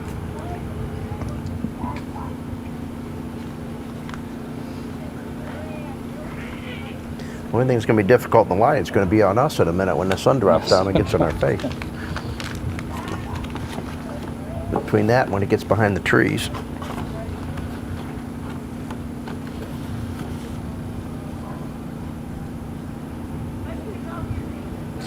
So you would expect them to stay on these grounds Tuesday, Wednesday, 3 days. And then the move is pretty big. It's on. It's the other. It's.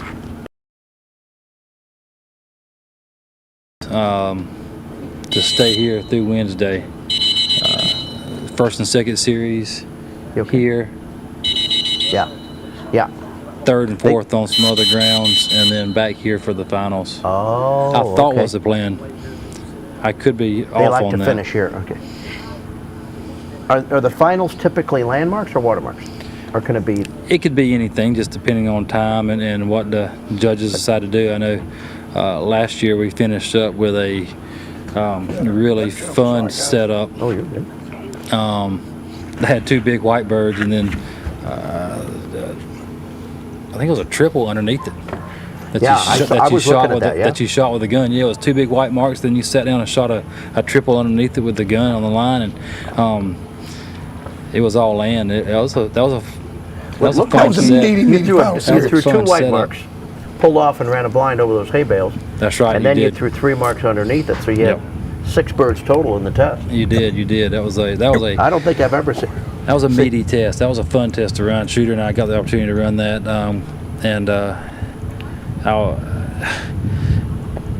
I ended up handling on 1 mark with Shooter, and it was on one of the short marks. Oh, and you got that left bird, huh?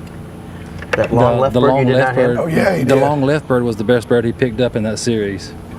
Because everything I watch when I watch a video, every dog had handled on that long left bird. Now, Shooter absolutely did a great job on that long left bird. I'll tell you, Shooter made up some ground there too. He did. Yeah. Leo and Gus had another really strong run. Leo and Gus hit that last series really hard last year. We were talking about that. Well, you were talking about it earlier. It really put everybody holding their breath when what the heck there? When Mason overrun that bird. Somebody's playing with their gun. Had a little extra shot in the field there, didn't he? Yeah. That was between. Yeah, when Mason overran that, I think there were a lot of people turning to congratulate Leo. That recovery that the dog made, though, was nothing short of amazing. Oh, it was. It was a one whistle. He stopped him. Toot, toot, toot. He came back in like, almost like said, "Oh crap." Oh, you meant that bird? Yeah. It was. I knew it was there all the time. I just knew that's the one you wanted. That's all it was, and I think from a you should have told me. From a scoring standpoint, if he'd had to blown another whistle or two, then Gus would have won it.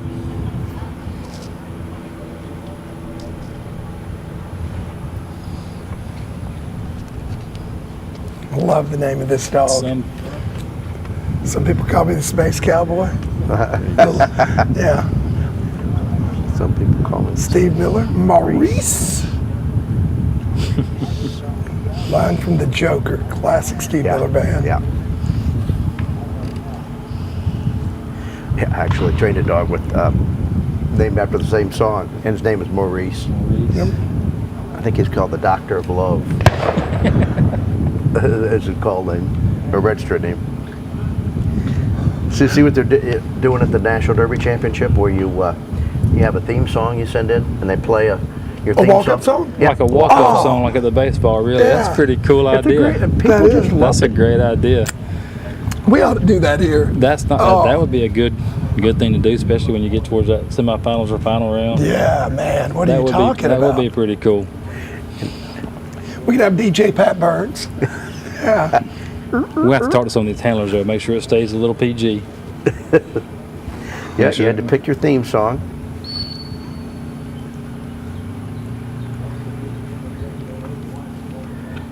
Jiminy and Kennington coming in with 63 on that last run.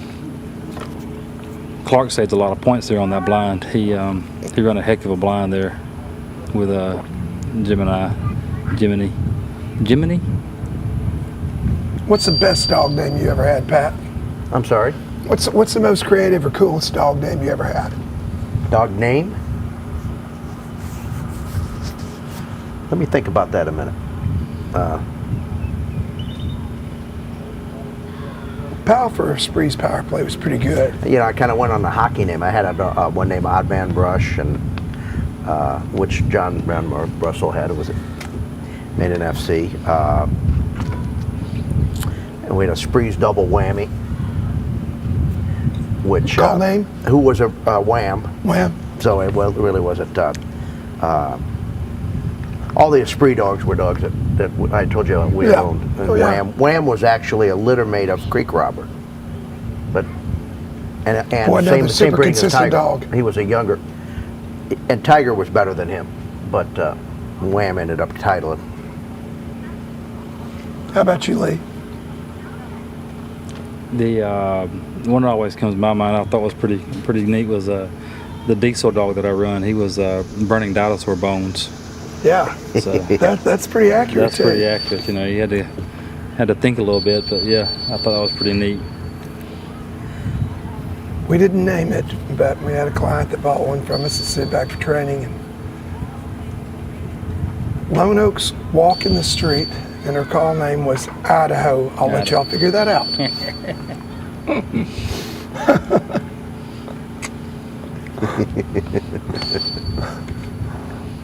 Yeah, I know.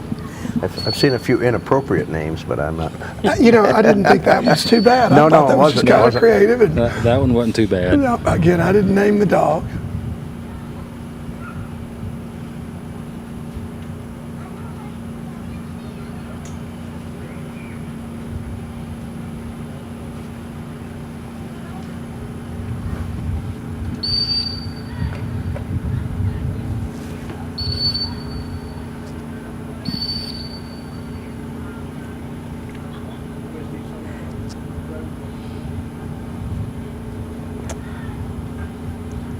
Had one named Watermark's Indian Outlaw, call name Apache. I thought that was a cool one. Yeah. Apache actually was a SRS champion in the amateur, won several SRS amateur events.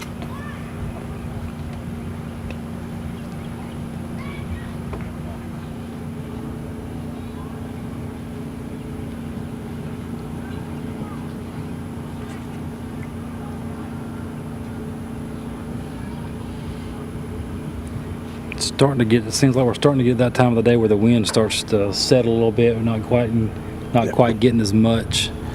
There'll be moments of it, but then that's right. There seems like there's more moments of it now that it's just almost flat. Again, that time of day when you'll start throwing the rods in the bass boat. And the water's starting to slick up a little bit. Yep. Okay. That was a good mark. Jumped on that one.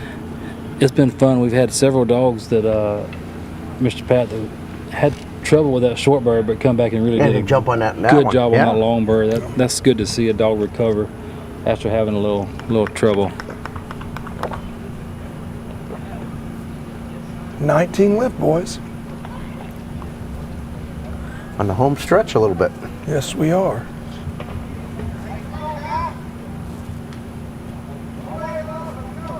Yeah, they're pushing to get this done. And they need to. Well, that's what I was saying earlier. You hear Matt encouraging his boys out there. They've done a great job today. You know, it's got all a team effort here. He does a really good job. Got to commend this crew. I'll tell you, we've seen a couple of no birds, but these kids are still running their hindies off. I mean, they have done a wonderful job. That's a thankless job out there too. I mean, it's hot. It's all day. You can't see anything going on. So that can be a thankless job back there, but they have done a great job today. I mean, he's sitting in the holy mud in those cattails. You know that poor young man's hot. He's not getting that breeze in them cattails right there. Only thing worse is sitting in a John boat in a stump pond, but the seat's boiling. That seat's about 180 degrees.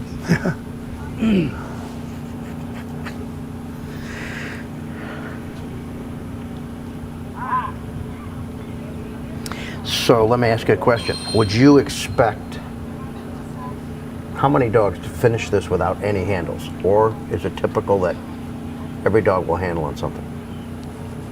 That's a good question, J. Paul. How many has it happened that a dog, you talking about the crown? Yeah. Without a handle? Line the blind, pick up all the marks clean.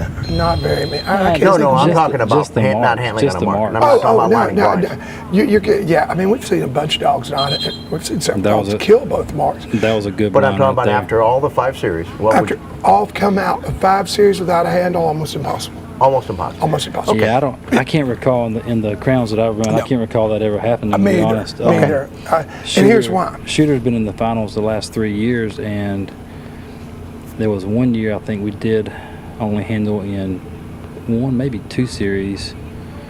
But picked up 3 of the 5 clean. I think was the best we did. But the 2 series we handled, it was just a one bird handle, just handled on 1 mark apiece. Right. And that got us to the finals. And I think that year we ended up finishing second. So. And I'm gonna tell you, and you can disagree with me or agree. I'd like to hear your take on this. I'll tell you why. And this is something that for me is kind of a pet peeve. Is now this dog is leaving with purpose right here. Yeah, and start off with a good blind too. I don't want to take the focus away from the dog by any means, but I like that initial line. And very few we've seen just run straight in there. Yeah, that was a very good mark. Coming right back up. But this is one of my pet peeves too. You sit around with people, particularly not pros usually, but amateurs, field trial people. Yeah. And happened here 2 years ago. Remember that great big setup out there at the Caspiana Ranch in that cow pasture when nobody could pick it up clean, come even close. And I had a couple of folks field trial background that night at dinner go, man, I was really disappointed. I expected these dogs to be really good. And I'm like, what the heck are you talking about? I know. And the comment was made, that was a true field trial setup. We had a shot flyer station, you had a retired long gun, a punch bird, a big triple. That was that series would have been a perfect field trial, and I will agree with that. And tons of dogs would have picked it up clean. And I would agree with that. My observation, and that is, yeah. And in that field trial, that shot flyer would have had feathers. Mr. Pat, there's another one missed it left. That's and that was seen that all day. Look at this correction. Yeah, but she's still got to come back. A long ways back. Damn, now this dog looks like he is going to come back. Holy cow. He's going to get this bird. That dog's been all over this bird. Boy, that wind Well, I'll is, tell you what, yeah. though, That was a recovery. That was special. Nice recovery. But here's I wouldn't have bet. No, I wouldn't have bet I anything on definitely that. wouldn't have bet that was going to recover from there. But you take those same dogs here 2 years ago, that exact same test, and you throw real feathers, would have been completely different. Good point. The feathers and versus the plastic make a difference. It can help you or hurt you. You know, some of these poison birds that they make us run, if you had to run it by feathers, it would be dang near impossible as tight as we run them. But you know, but some of these birds that we throw, especially when you get into the terrain like we were out there, the Casperilla Farm, it was ankle to knee deep cover. There was running water on the front end of it, running water down one edge of it. Terrain was tough, and to dig plastic out was you had to be on top of it. Yeah, 100%. And that to me is, you know, the difference. I mean, and that's one of the things I like about this. Look, I love field trials. I love hunt, AKC hunt test, HRC using real birds, feathers, no doubt. That's what we hunt. But I think there's some merit also in having the dog that comes out here and runs hard for the love of it, you know, as well. And it's not just prey drive, it's retrieved to that. Amen. And guys, I want to shout this out too. So right here we've got Carol Cato. We saw her husband Ray come to the line earlier with Traeger, and we have Carol here coming to the line with Frank, Traeger's litter mate, owned by both Ray and Carol.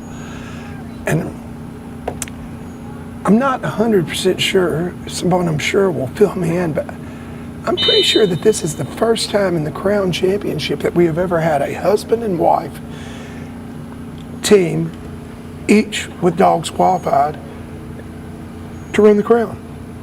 Huh. That's yeah, that's pretty special. That's Mr. Ray and Miss Carol.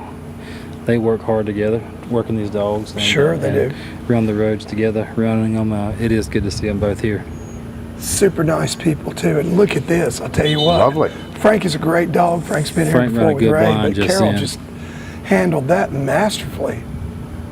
Absolutely. Cappy and Carter come in with a 32. That was a good score. That was really good score. The recovery on that long bird for Cappy was amazing. Well, that made the difference. I mean, that dog zigs left instead of zagging right, and it's totally different ball. You put 100 dogs in that position, maybe one's going to do what that dog did. Come back, you know, what, 30 yards? It just ain't going to happen. You know, that takes. All right, Miss Carol, you started off really nice right there. Good job. She started off really, really good. But getting back to what I was saying, I'm pretty sure. Can you think of another husband-wife team that's been the Crown? I don't know another husband. I know since I've been running, there hadn't been. I think we got a father-son team here. Also. We do. Dakota and Rhodey best. Dakota and Rhodey. Yeah. My wife Melanie and I ran in where she ran test dog.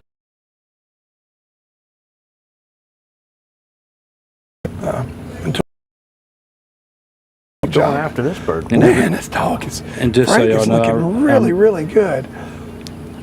I hope Ray's listening because I'm rooting for Carol. Oh, no, don't leave it now, buddy boy. No, man, dog is broke down right in there. Don't pop out the other side. Come on, Frank. Oh, come on. Tell you what, though, that wind just doesn't feel like it's going to help you right now. No. It's but this very is a little. very tightly controlled hunt that this dog's putting on.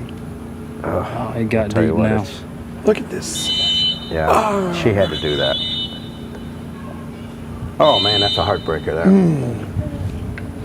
That's one of the few that punched right in there to the face of those cattails and didn't come up with it. Totally changes, completely in our face. Look at him. And that berm right behind Did it, he that just wind it levee is right there? completely blocking You see him throw his head up right as she blew that whistle. Where was that wind 45 seconds ago? Frank got a little shorter throw there. You see where he picked that up just on the right edge of those cattails. That was a little shorter throw.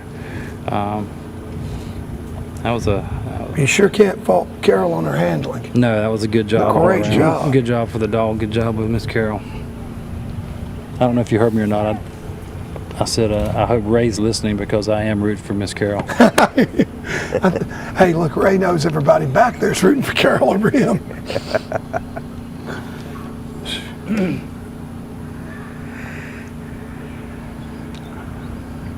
I always knew it was a crowd favorite when Melanie and I were both running. It sure as heck wasn't me. So what side of the mat were you running? Did you? So I've seen some people on the right side on some of these birds, So some on when the I left. had snow up, there's a decoy right in front of the mat right there. Yeah. That's when I run snow this morning. I was she was keyed in to the right really hard. She was looking right for that short bird there. She was looking to the right, so I moved her to the far left edge of the mat and kind of used that decoy to help me out a little bit right in front of my Makes head. perfect sense. And then when I sent her for the long bird, I actually She handled it. That was a good set of heck marks. of a job. I'd have a hard time being Good too set of upset with that. marks. You know, just didn't dig it out. Carol did a good job. A quick handle there. Stayed focused and locked in on that last bird. That was a great job. Very, very smart handling on the right. Absolutely. Bird. And that dog went in there and dove in. If she'd have waited much longer, at some point in popped time, out on that long bird. at some point in time, that now you got trouble. that dog makes another loop in there and doesn't find it, it's gone. So that was You a can good see him job. starting to open his hunt up, and it's like he ain't. I'm too much of a gambler. I think I'd have given him one more when he's coming around the back one more. That was one thing I told Mr. Only, but the visibility. I mean, at what point are you going to call it a switch? Ends up in the other bird, and what happens there? How's that going to be scored? Oh, what's the penalty for a switch? There's a 20-point penalty 20 on a points, switch. yeah. A switch hurts you. No, you won't But get it's not going to. It's not a DQ. It's not a DQ, but it is going to hurt you bad because you're going to acquire all the hunting points that you acquired before the switch even occurred. So you're looking at a mark going. If she'd have went over there and picked up that left hand mark, you're looking at a 60, 80 point mark, single mark. And the chances of you going back and getting that short bird without handling are next to none. Especially after making 2 or 3 loops in there and not finding it. Yeah. So now you're going to have 2 bad birds. No, she did. I'm really going to be anxious to see that score. Another one of our lady handlers coming to the line here, at least 5. Oh yeah, babe.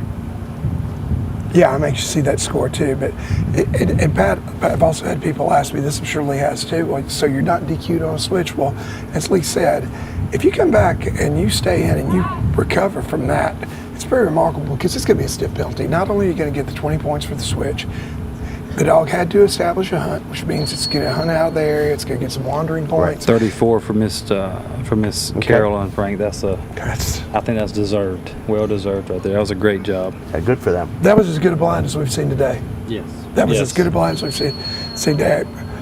Yeah, I could easily see a 0 on the left bird, 6, 8 points max on the blind, and then Give her some points 3 for that whistles hunt. Quick and a handle to the area on the because she didn't do a lot of handling after she brought the dog back around. And that hunt was super tight. Super tight.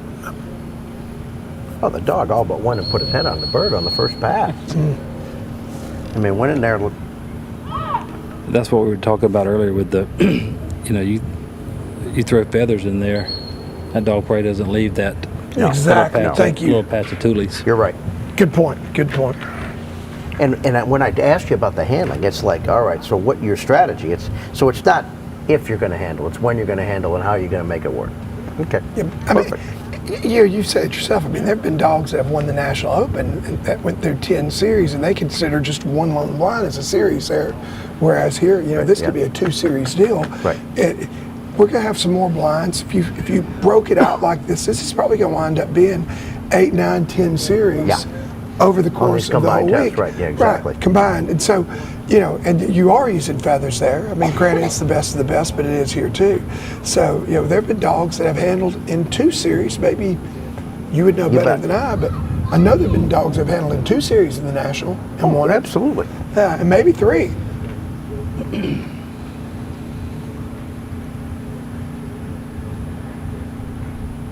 And I got corrected earlier today by my good friend Janet Kimbrough, secretary. So, Riptide Storm, call name Rascal, Chocolate Dog, 96 National Open winner. Is that what it was? Okay. I thought it was 05 for some reason, but no, she corrected me. It was 96, and that does seem very correct to me because it was prize, I think, won in 2000. Yeah, Lardy had that Ardmore National down, and I couldn't. I was good in the Southeast, I was good at St. Louis, I was good in California, but I could not. That Oklahoma National, that for whatever reason, and it wasn't like the grounds were anything unique. I just never could get it going.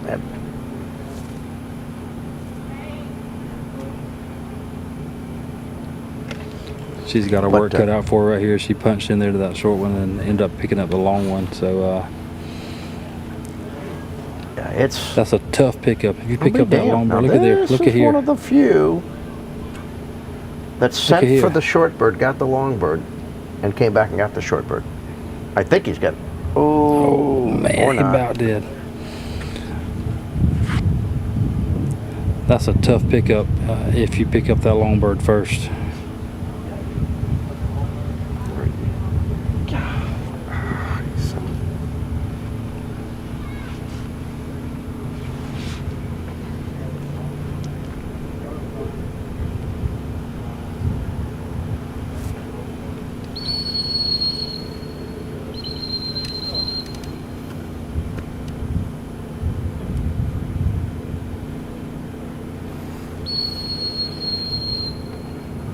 Woodson just sent me that darn rat. Permit. Yeah, permit. I'll be darned. Well, I spoke too soon, didn't I? I said this is the first dog that went through, got the long bird, and still came back and got the short bird without handling, and that's... God, he went in there so nice, too. Well, look at our wind here. Is it definitely truly in our face? Yeah. I tell you, it's that when that wind came in, courting it in your face. Game changer. That's when things got messy.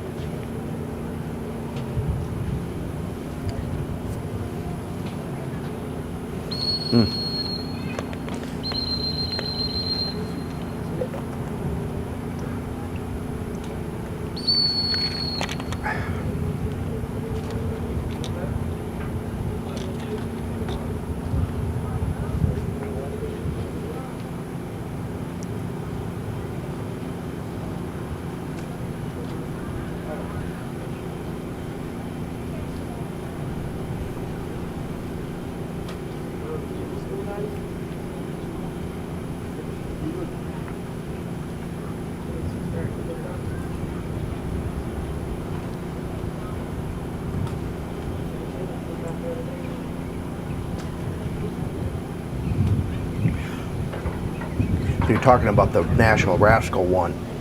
I was double checking. Bill Eckett was kicking butt in that National with the dog of Cliff and Jeannie Garland's. We were talking about the Garlands. Yes, yeah. Those Garlands, yes. Riparian dogs. Yep. And that 9th series, that Rascal popped on from gallery interference and went on and got the bird. And Bill was in the same spot and missed that 9th series, that one bird. There's a difference in that National. Sometimes it's a game of inches for sure. Oh my goodness.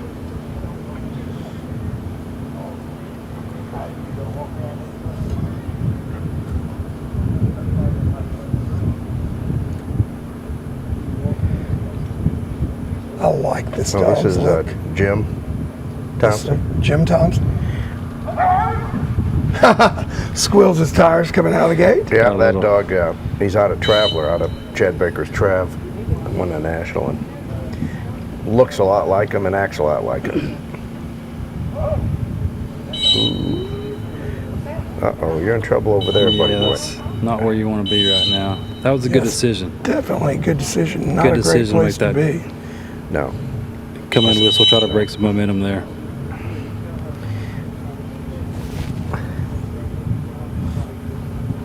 Like I said earlier, the best strategy on getting an into the wind cast is don't get yourself on the downwind side.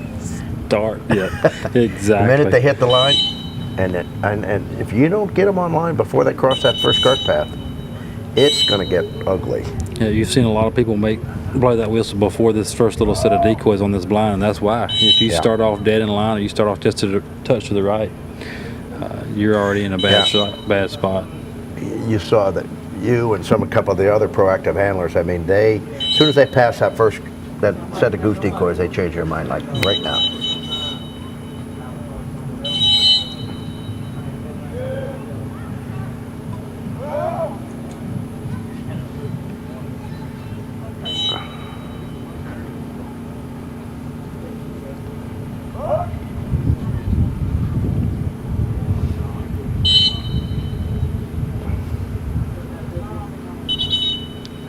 Oof.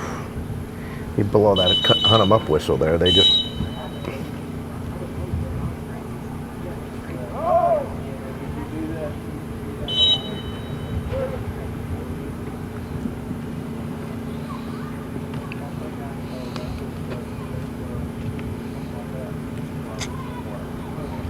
Oof.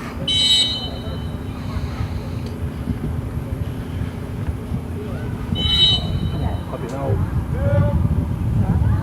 Puppy dog, a little bit. He's definitely not wanting to be a team player right now. No. Not at all. No, there's no, you can't get there from there. He's more likely to pick up the long mark than he is the blind. Hey, he's actually right on top of that long mark, looks like. Yep.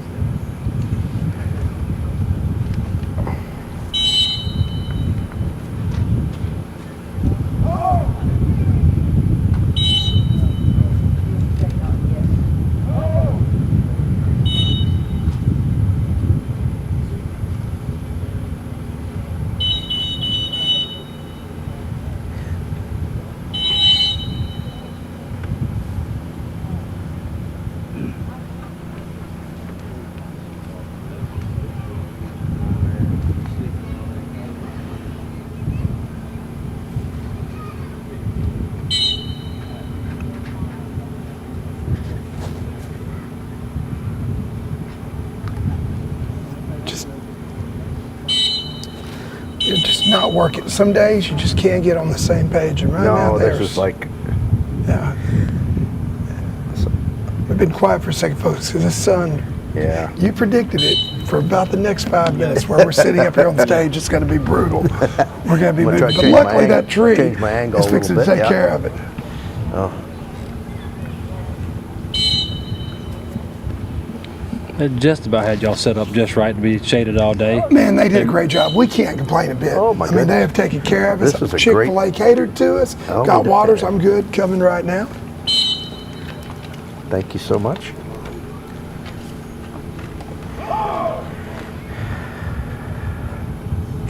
And we really appreciate you stepping up here and helping us out. And that's just... Pat and I voted. We're going to have the producers add another $0 to your paycheck for coming up here. That's awesome. That is We're going to double your pay, huh? Yeah, we'll triple it. I'm off for tripling police pay. You're getting a little too generous now. No, thank y'all for having me. I've enjoyed it. It's different. Y'all got a good view from right here. It's amazing the difference you can see from here than you can on that line. Well, that's a great perspective. Okay, that's what I'm glad I meant to ask you that question. Yeah, this is... Yeah, there's you definitely, you would do some things different if you stood up here and watched.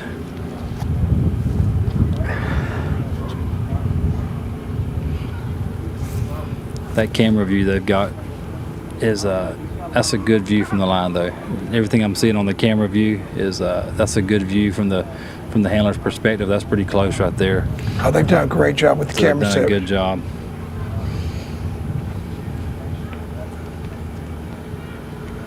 This always happens. They do that on the blind, they come out and stomp the marks. That's as frustrating as it can be. When you know what just happened and they come out and do, like you said, just stomp the marks. And It does show you a little bit about the mentality of the dog, that team player aspect. Not Well, want to that's come right. out.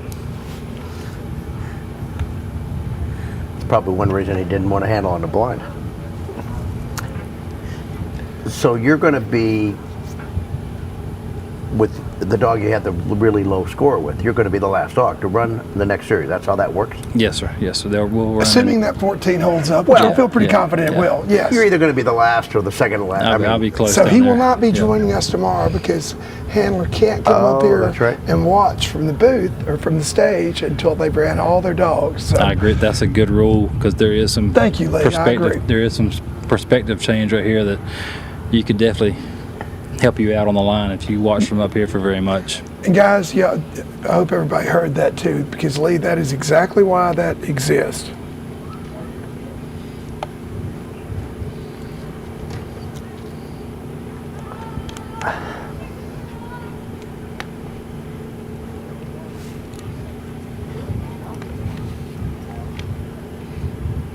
I can't tell you how much I would have enjoyed watching some of our Open Nationals on a screen like this.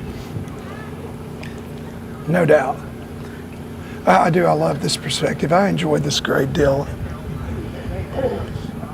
I will say, Mr. Pat, something you asked earlier about the cameras affecting you as a handler. What's this Mr. Pat stuff? You never can't- called me Mr. J. Paul, and we're practically the same age. Are you really? I don't know whether that's an insult to him or a compliment to me, or that's a good cover-up by you. Well, I apologize. I apologize, Mr. J. Paul. Don't you dare. I'm just giving you crap. Hey, I want to call him Mr. Pat too, but the dogs with the extra hides and the cameraman out there, it can throw a big effect on them. I mean, Emmy stood up when we stood up there before, right when I called for the first bird, when I was running Emmy.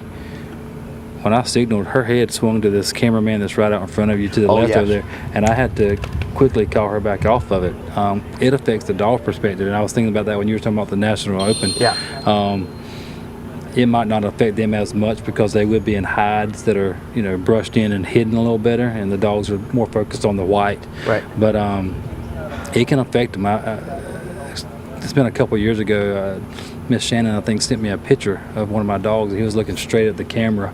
And I can remember that perspective. I remember that perspective. It was Mamba. It was a great picture. Whew. It was a great picture, but the camera hide was off to the left, and the mark was coming out dead straight out in front of me. so it was a great picture, but not where I need to be looking. So those camera hides and those guys out there in the field, they it's the can't same for affect every the dog. It is the same for every dog. Yeah, I mean, you gotta work through it. There's no disadvantage for anybody. And I'm sure, Lee, you've seen this too. We have seen situations where they started a test and realized that, dang, we really shouldn't have that sitting out there. But we're not going to change it because it, yeah. As long as it's the same for everybody. Like not going to happen. We once had a series. And there's times, right. Now, this camera's, 40 yards offline. Some of them are actually almost at the gun stations, correct? Yeah. One of the cameras in that 5th series last year, they made the left-hand home blind made it a little extra big, long, because they did have a camera in the home blind with one of the bird boys. And we had a series I can recall just a year or two ago where we had a cameraman from the morning taking photos out in the field, and I can't remember who they were affiliated with. They got up to leave. Well, the next hammer came up and it's a different test, and Matt immediately stopped the test and found a bird boy. And that young man sat out there in that same spot for the duration. So every dog saw the same thing. Well, yeah. You remember that? I do remember that. Yes, sir. So he had a really good blind. Did he went there and hit that short bird hard? He did hit that short bird hard. It didn't take him long. Well, big send there. Now, guys, I don't know. That was a nice blind to start off like. Good spot, though. Said she's in a good spot right there. Let's see what this. Oh, she's starting to push just a little bit. Ooh, just made a left move, didn't he? Ooh, it's almost like that sucker. Yikes. So, Pat, I think this goes back to what you were saying earlier, the lighting change. So early on, it was very dark over in that grove of trees where you ran the keyhole blind. For some reason, all the dogs wanted to go to the light. They all wanted to go to the right. Now, it's lightened up in the trees tremendously. It's gotten into shadows over to the right, and they're all wanting to go to the left. Yeah. You see that camera view they were just on right there. You see that holding blind shining a lot better than you did. Oh yeah, look how bright. I mean, I guarantee you from different angles, those dogs, that holding blind is really obvious. Yeah, we've seen more dogs go miss that bird to the left in the last 10 dogs we saw in the first 60. I think that well, I think they're running to the light because we saw it happen this morning. When to the right back there got all eliminated, they just wanted to go to the light. Didn't want to stay in the dark of the woods. Now the it woods just highlights up. certain areas. It makes it attractive for the dog to go there. You don't have it here, but you see it a lot when you have round bales in a field, and all of a sudden one bale will light up. Like a light bulb out there shining. The sun will hit it at a certain angle. You know, when you're training, especially with working young dogs, and you got a white pole out there, you're running blinds to, a little white pole blind. You run the first 2 or 3 dogs, it's shining like a light out there, but then the sun moves just a little bit and that white pole disappears almost. That blind plan or holding blind is from this angle is shining right now. Like I said, from the line over there, I'm not sure how it's looking, but it's definitely lit up a lot more than it was earlier. Now, have I seen any West Coast handlers? No, we've had them in the past, but this year I don't think anybody's traveled from west of the Rockies. Yeah, I don't think we have anybody from the West Coast. I thought I saw a Colorado plate here somewhere. Oh, that would be. I'm not sure either. And maybe I'm mistaken, but I thought I saw a Colorado plate. We have ran on the West Coast, and we have had teams in the past from the West Coast, East Coast, and pretty much all the continental United States has been represented here at one time or another, it seems like. One of the longest rides in my life was Bobby Wills and I went out to SRS in Reno, Nevada. Went out there, both of us were seated, really ranked really high, expected to do well. Got our butts handed to us. Well, it's a different country now. Were you up in sagebrush country and all that? Yeah, we were. Yeah, and we both had some rough goes there, crashed and burned. That night, we went to bed in Elko, Nevada. Woke up the next morning and Bobby was so disgusted when we got in the truck and pointed east. We didn't stop for anything but gas until we hit my driveway 26 hours later. Yeah. That doesn't surprise me with Mr. Bobby. Oh no, he let me drive about an hour. About an hour. He said, if one of us is going to kill me, I'd rather it be me.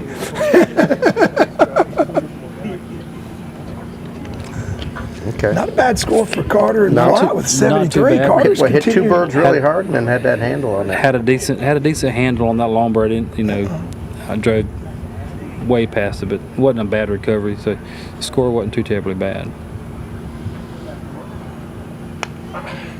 Well, they've got a big trip for this national in Oregon, and you know, the tough thing on some of those in November, sometimes you can't get through those mountain passes. You know, one of those California nationals, I had to go from Michigan all the way to Albuquerque through Southern California to get to the national. I mean, that's a killer trip. Yeah, and you added an extra, what, 1,500 miles? Yeah. Not a pleasant 1,500 miles either. No, a tough 1,500. No, it isn't. Well, I thought they were just picked that up like it was a beach ball on a golf course. You know the best way to get there from Michigan? An airplane. I know. But I tell you what, flying dogs and having equipment is... Oh, it's tough. Next to impossible. And now they're, you know, they're in Oregon this year because California didn't have any water. And then they got the water that they'd already committed to.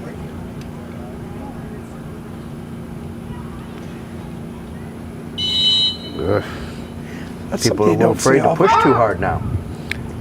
There's been a couple dogs that see that same thing. It looks like they're almost going to push under the arc instead of outside to follow that short bird. Mm-hmm.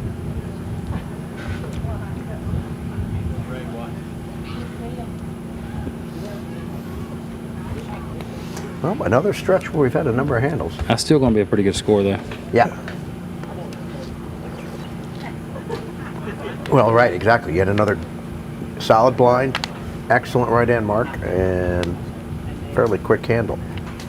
Now, how do you score that handle compared to the one that broke left and went deep? Is there a significant difference? You know, it's still a handle to the area, same number of whistles, you know, offline pretty much to the same degree. They're going to be the exact same score. Yeah. I mean, it did appear that the dog was working to return to the area of that old fall, but the dog never made it, never broke down, never put its nose down. So what's the difference in that and the handle to the left? When the dog's sort of going at the blind, it's picked up.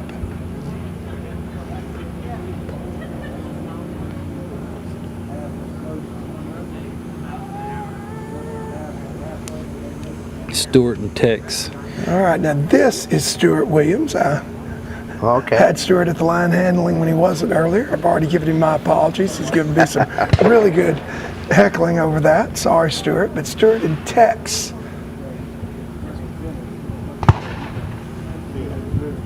Part of that RTR team, Rivertown Retrievers, Leo, Joseph. Beg your pardon, Pat? That's a no-bird. He didn't, I was 8 feet short of the Toolies. Yeah, they have it. Must have slipped out of the young man's hand.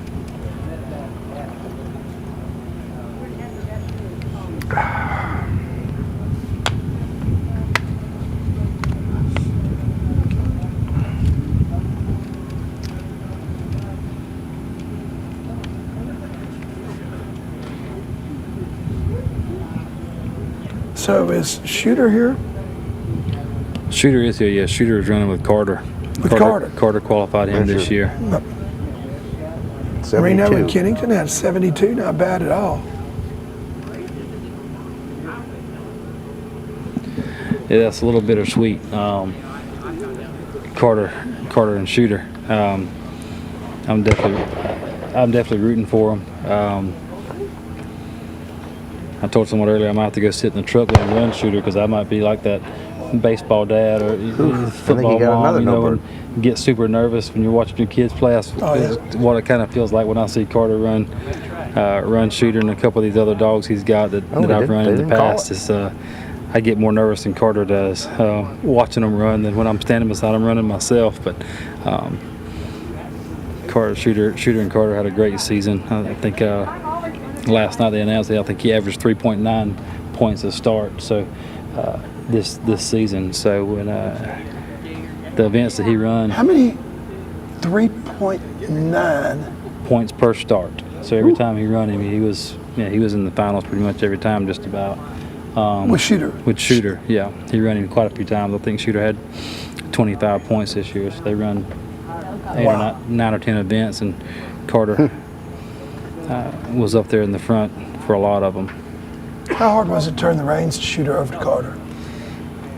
I mean, I know you've got a special bond with that dog, and I'm not gonna lie, you know, Shooter's one of my favorites, just like Jordan. It was difficult. It was. There's 2 or 3 of them it was hard to turn them over. Knowing that they were in good hands makes it a lot easier. But you know, with the situation my wife went through this year, and me being gone for the amount of time that I was.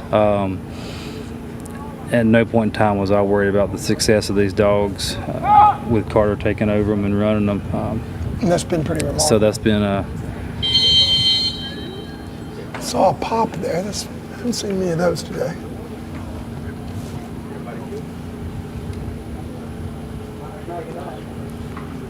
Okay.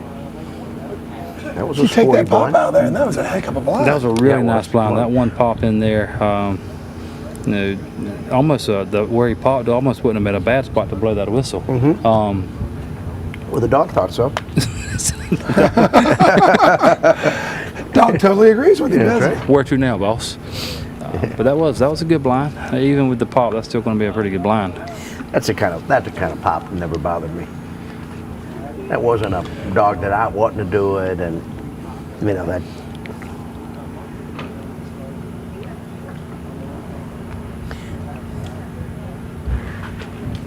And you saw one. You didn't see 2 or 3. You want to take my spot? I've been here for a while. Tell me to come up here. So watch where he picks this bird up. Now it's right there. It's actually,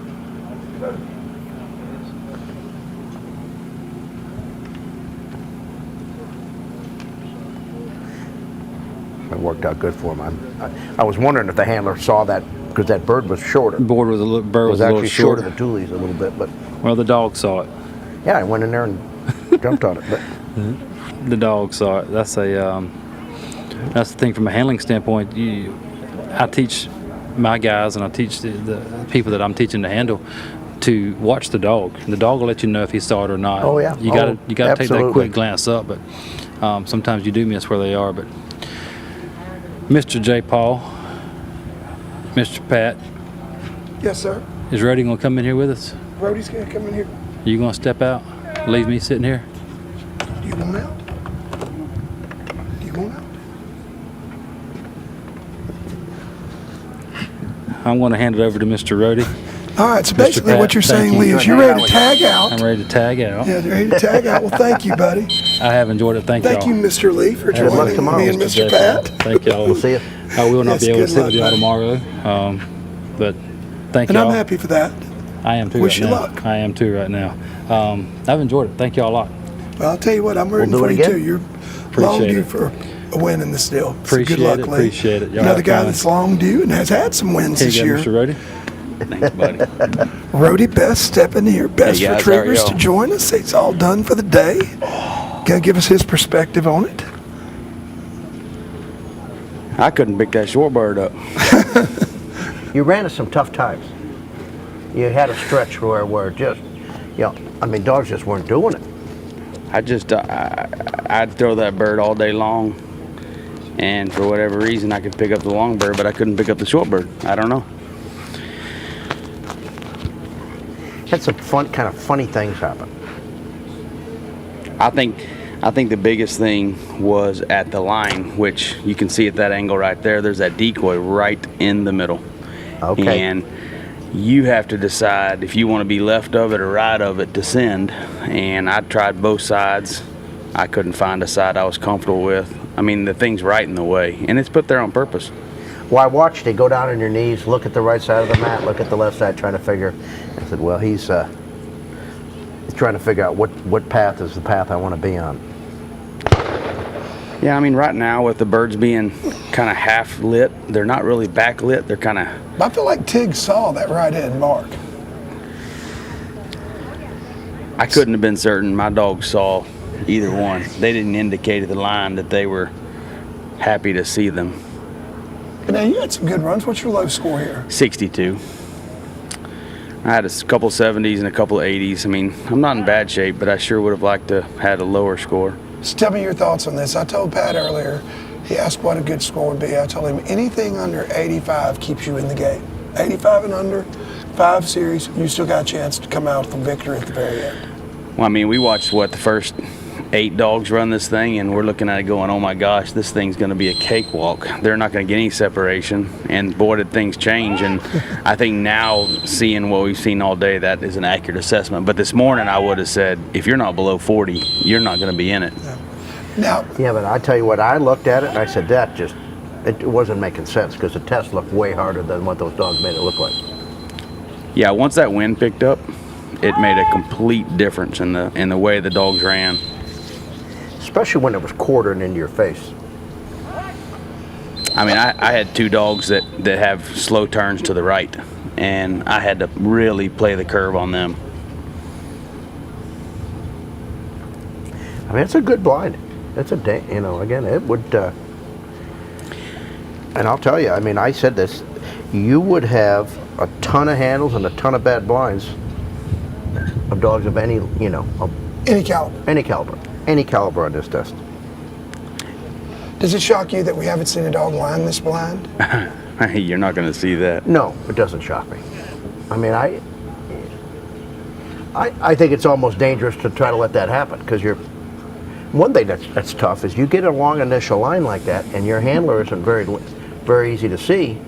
I want my dog to find me a couple times, before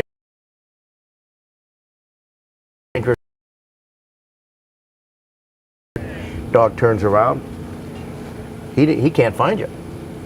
It's like that slicing golf ball. The more it slices, the more it wants to slice, you know. And if you let them have that much momentum in the wrong direction, it's really hard to change their mind. I would agree with that 110%. I mean, it definitely grows. Looks like Tex and Williams Stewart had a really good score there, 59. Yes. Of course, Stewart's had a lot of success in the SRS and at the Crown as an amateur. Retirement of Casper and then passing. Yeah, there's been a few dogs that just went really hard right on this short bird. To the right of the, up by that cluster of snow goose decoys on the right. Ooh. I had one. I mean, I had him lined up at those cattails, and he, within the first 3 feet, he had banked and turned right hard. I mean, Rex Carr, I heard, said, dogs don't lie to you, you just don't read them. And I had no indication at the line he was going to do that. And boy, within 3 feet, I knew what he had done. He had misled me. So you're an old Rex Carr student. Do you believe that? Well, it's interesting to hear him say it that way.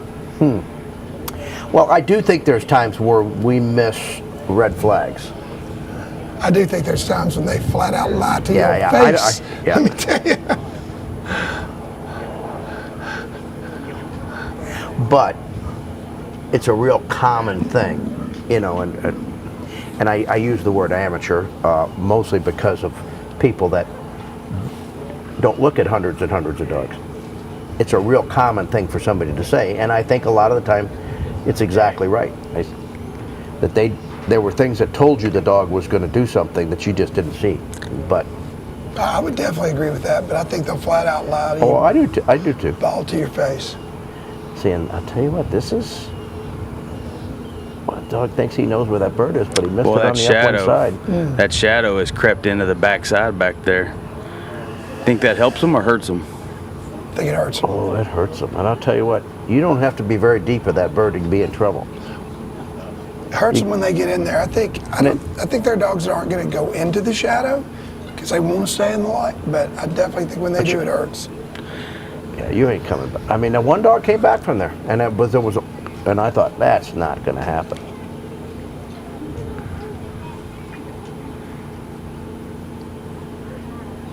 But I don't see this dog coming back from there. I tell you, he picked a good time to blow that whistle, though. I mean, that was a very, very timely whistle, because that's a position, if I were trying to put this dog on the bird, I'd want to be in. I wonder why he's hollering over. I mean, that's a big come-in whistle. I think he's mismarked the bird, perhaps, because that's easy to do now. He's the dog's probably deep. He's definitely mismarked the bird. He's probably 40 yards deep, maybe.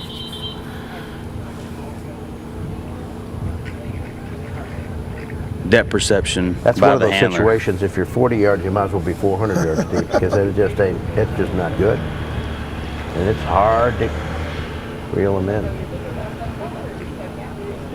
Depth perception by the handler is everything in this game. Boy, and that bird looked a little further right than the other ones even, but he was not. He was always left of it. For sure. They're trying to get a rebird in. Yeah, it looks like we've got a rebird coming up here, folks. Take a break here for a second. Let them rebird. Don't go away. Hope you guys are enjoying us. The broadcast today here in beautiful Shreveport, Booster City, Louisiana. WK Palmetto Plantation.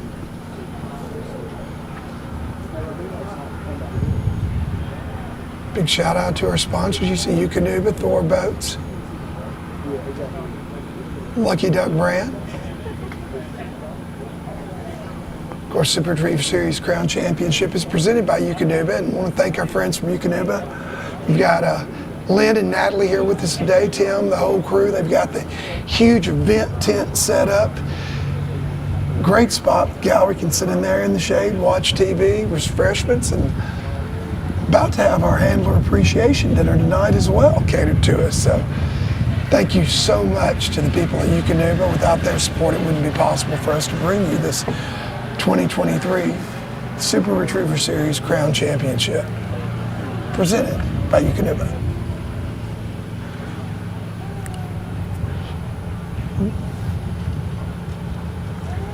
That true? Yeah, I've heard that.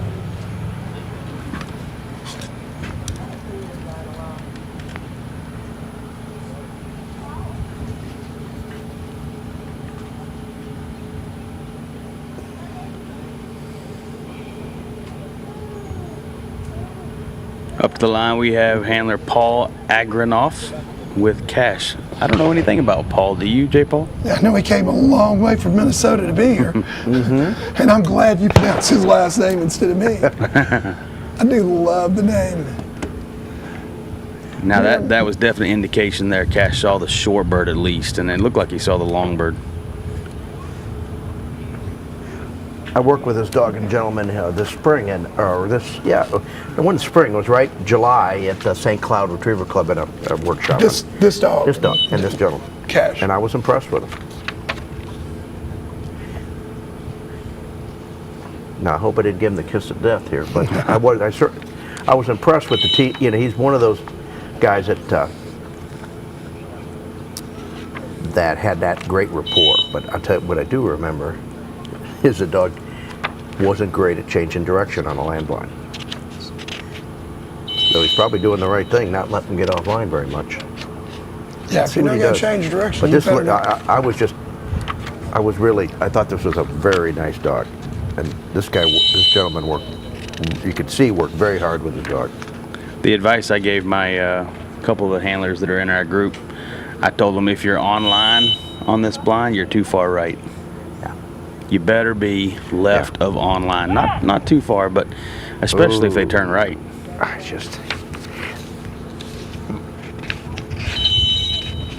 Oh, he's way right.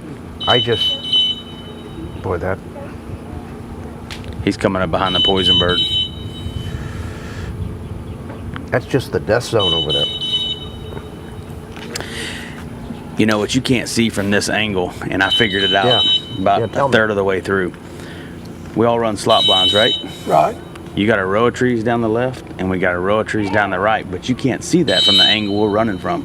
So as the dog approaches that opening, the slot actually pulls them right. Sure, exactly. And so they want to run down the middle of that slot. Well, the middle of that slot puts them offline with those trees that are on the right edge of the line of the blind. So you actually have to teach them to stay left of the slot. It's almost detraining them. Well, what you got to realize is they're not seeing what we're seeing. Now, as they run through that corridor, it pushes them right. I think the wind has a good part to play with it, but I think the corridor also. Oh, no doubt about it. They had everything working in their favor on this blind, these judges. Very, very intelligent blind. I looked at it this morning and I thought, I mean, once they go through that opening, they're just going to go right to that stick. You know, this isn't going to be much. And boy, right. Yeah, right. How you like me now, big boy? It's like my golf game. It looks good until I hit that first ball.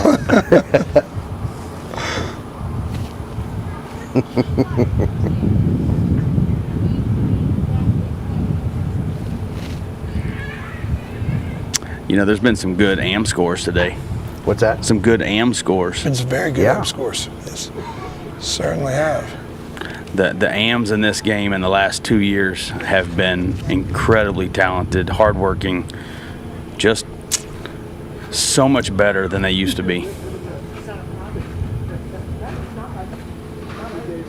I'm not taking anything away from the AMs of the older days, but the game has definitely stepped up. They've sought education, they've gotten help in training their dogs, and they're good handlers.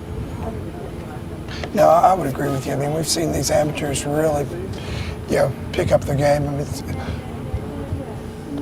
if you're going to compete at this level, you've got to. I mean, we've seen that at field trials for years. I mean, there have been a lot of amateur couples, that you've mentioned several of them. The DeBoses, the Gearmans, the Russells. The Boses. Yeah. And the Garlands. The Garlands, yeah. Cliff and Jeannie, super nice people too. But, I mean, work and train as hard as any pros out there, and the results show. And if you're going to be successful in this kind of environment, it's got to. We're seeing the same thing happen with amateurs in the SRS. I mean, they're realizing, hey, we have got to. This ain't a hunt test. You know? Somebody said this, and I'm trying to get the words right, but what they said is, the truck I'm most worried about is the good amateur with a Suburban and 2 crates. And that's, you know what I'm saying. No, I know exactly what you're saying about. Man, there's something about that bond. I mean, you know. So let me ask you a question, Pat. I was at a Mike Lardy seminar, and Mike made a statement. He said, I'm scared of the amateur when it comes to the blinds, but I know I'm going to beat them on the marks because I have the facilities, I have all the means for my dogs, the bird boys, the equipment to be able to really push my dogs and make them better markers. He said, but an AM should be able to go out every evening and run blinds and kick my butt. Would you agree with that? Do you see that? You know, I've never thought of it that way. And I'm hesitating only because I think the best amateur teams that I've been around were actually better marking scenarios than they were blinds handlers. Ray Vreeland with radar back in the day.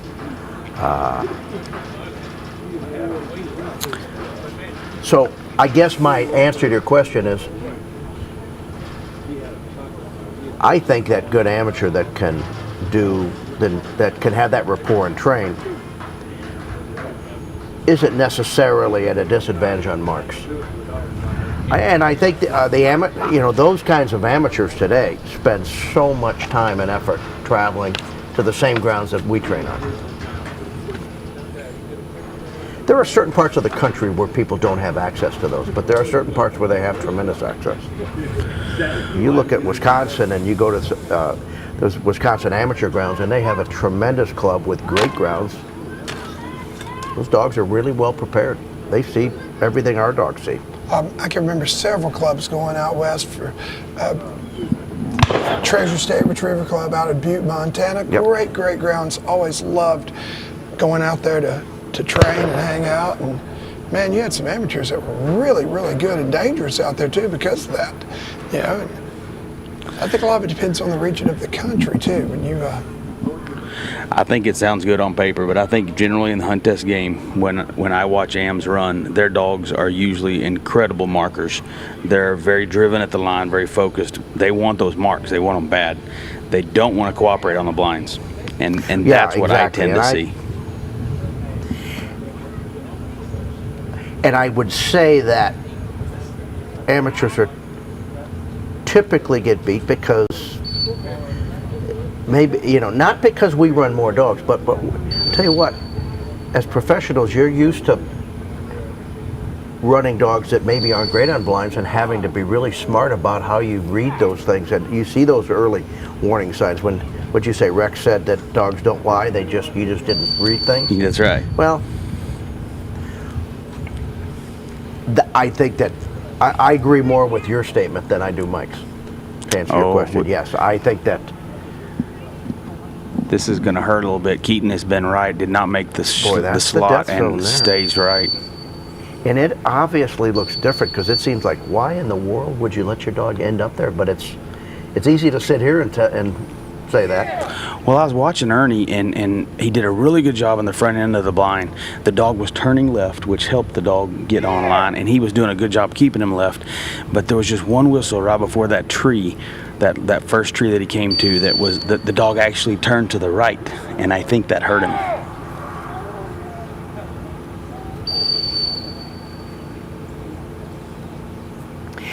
Some of those spots are the deals where you're going to blow 2 whistles. It's one of those deals where you're going to cast and you're going to almost blow immediately. Mm-hmm. And because you don't have time to wait and see when you're right on the edge of that tree and they're going to cut behind it, it's like, I'm not blowing 1 whistle here, I'm blowing 2. I'm going to cast. And what's the worst thing can happen? If you cast and they start to take it, you stop them, they're probably going to take the next one. But if you don't blow, well, yeah, missed opportunity. Yeah, if Total you're missed watching, opportunity if you don't blow it there. if you were watching me run the blinds, if they were online, I was blowing a whistle. No, I watched I them. was I not watched going to the- let them stay, even think about going right. If they don't mark a bird and they go on a hunt and I eventually have to handle, that's on them. But if I didn't blow a whistle when I should have blown a whistle, that's on me. Yep, I'm totally with it on. And at this level, you can't make those mistakes as a handler. You just can't. Somebody's going to capitalize on it.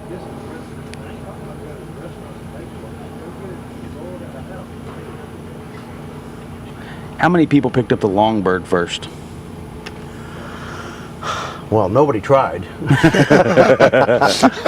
But there were probably 10%. Yeah, I would say that. Bet you there's going to be 10. But I don't think anybody picked up the long bird first and got the short bird without handling. I saw one who was just about to do it until he did.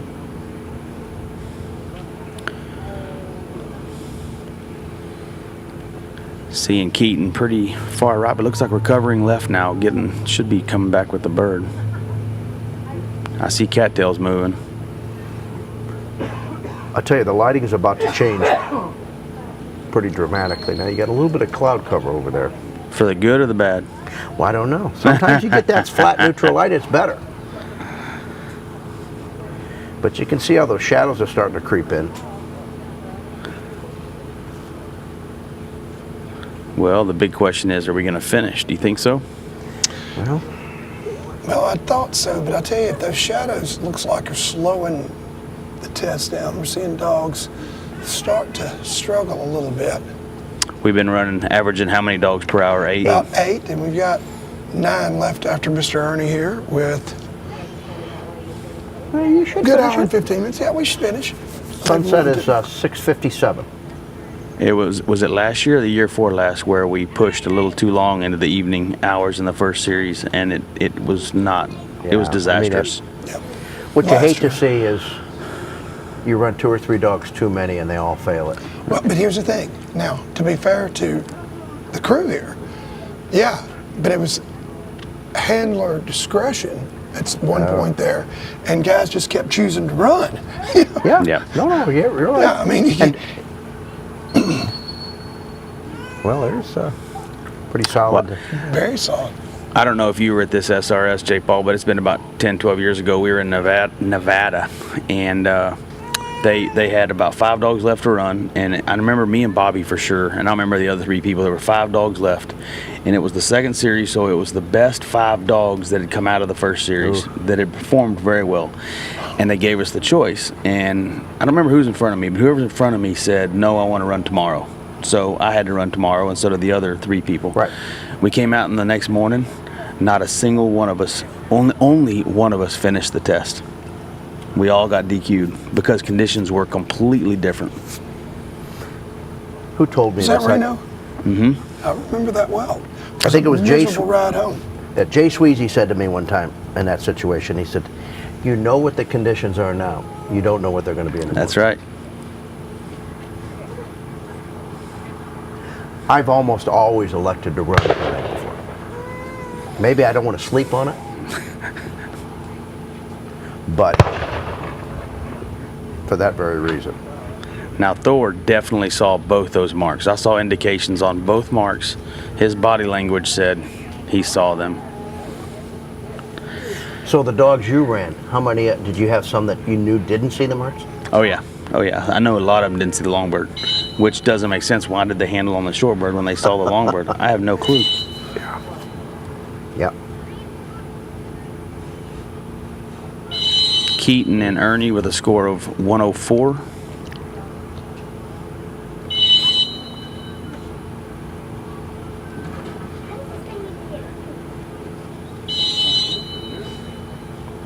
Be interesting to see if he gave a left back. Yeah, he's playing it safe.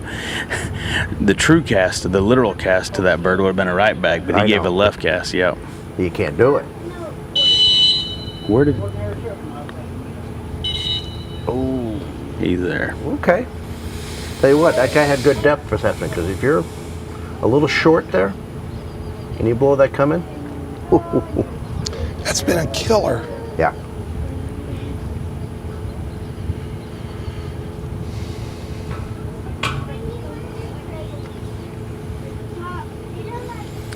You can't really see it now, but there's trails going out there. Some of them going in the good direction and some of them going in the bad direction. There's definitely 2 trails going to the blind, one pretty far left and one pretty far right. There is not a good trail going straight at it.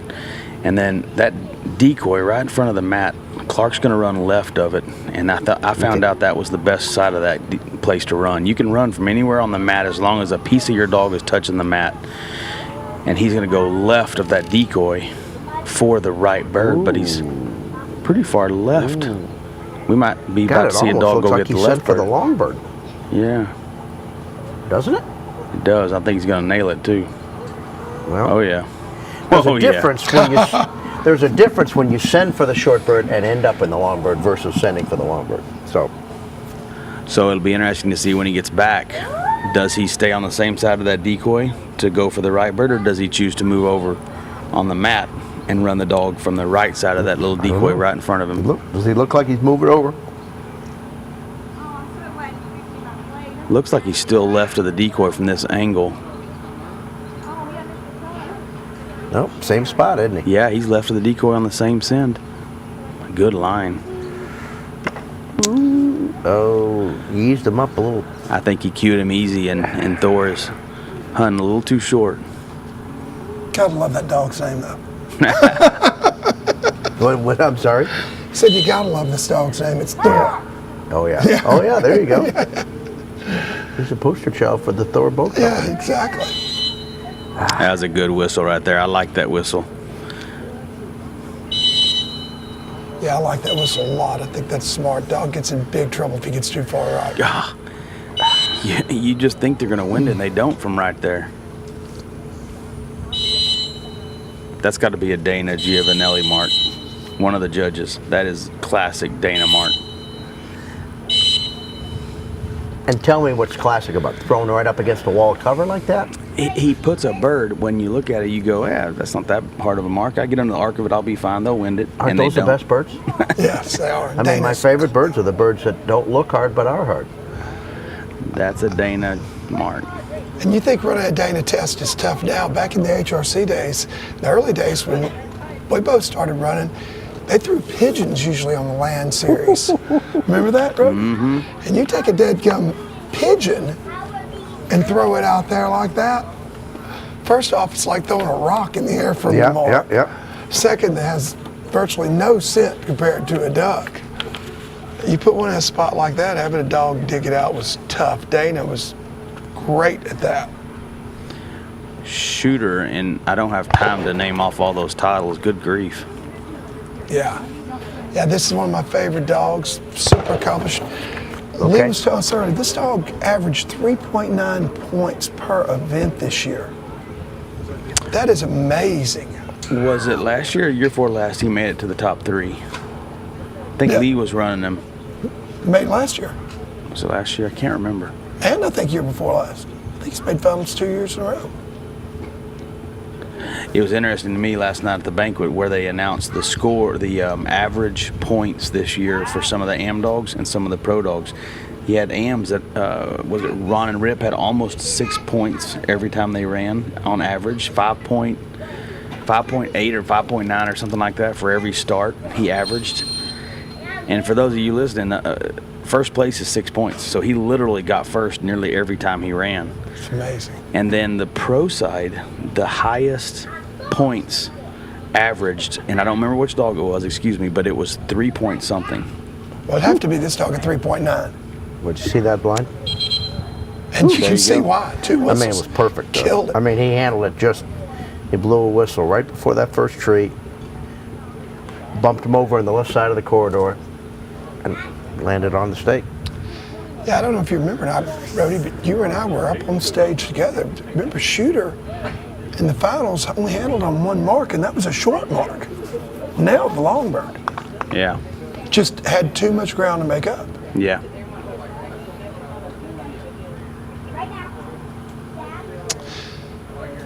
And I was wrong earlier when we were discussing Rascal Storm's Riptide Star 96 National was solely owned by Maryland vendor. Okay. The dog that I was thinking of was 03 National Champion Patton, 5-star Gerald Patton, who was co-owned by Deb Bredesen. That was co-owned by Ray and Ellie Muth. Yep. Ray Muth, that's who I was trying to think of. Now he was right of that decoy. So watch this line. This is what I got. Little push off to the right. Nope. Shooter's A little bit of breeze coming, but it's angling in. Ah, now that Come on is. back. He got a little information though. Did you see him come back? But I'll tell you what, it's.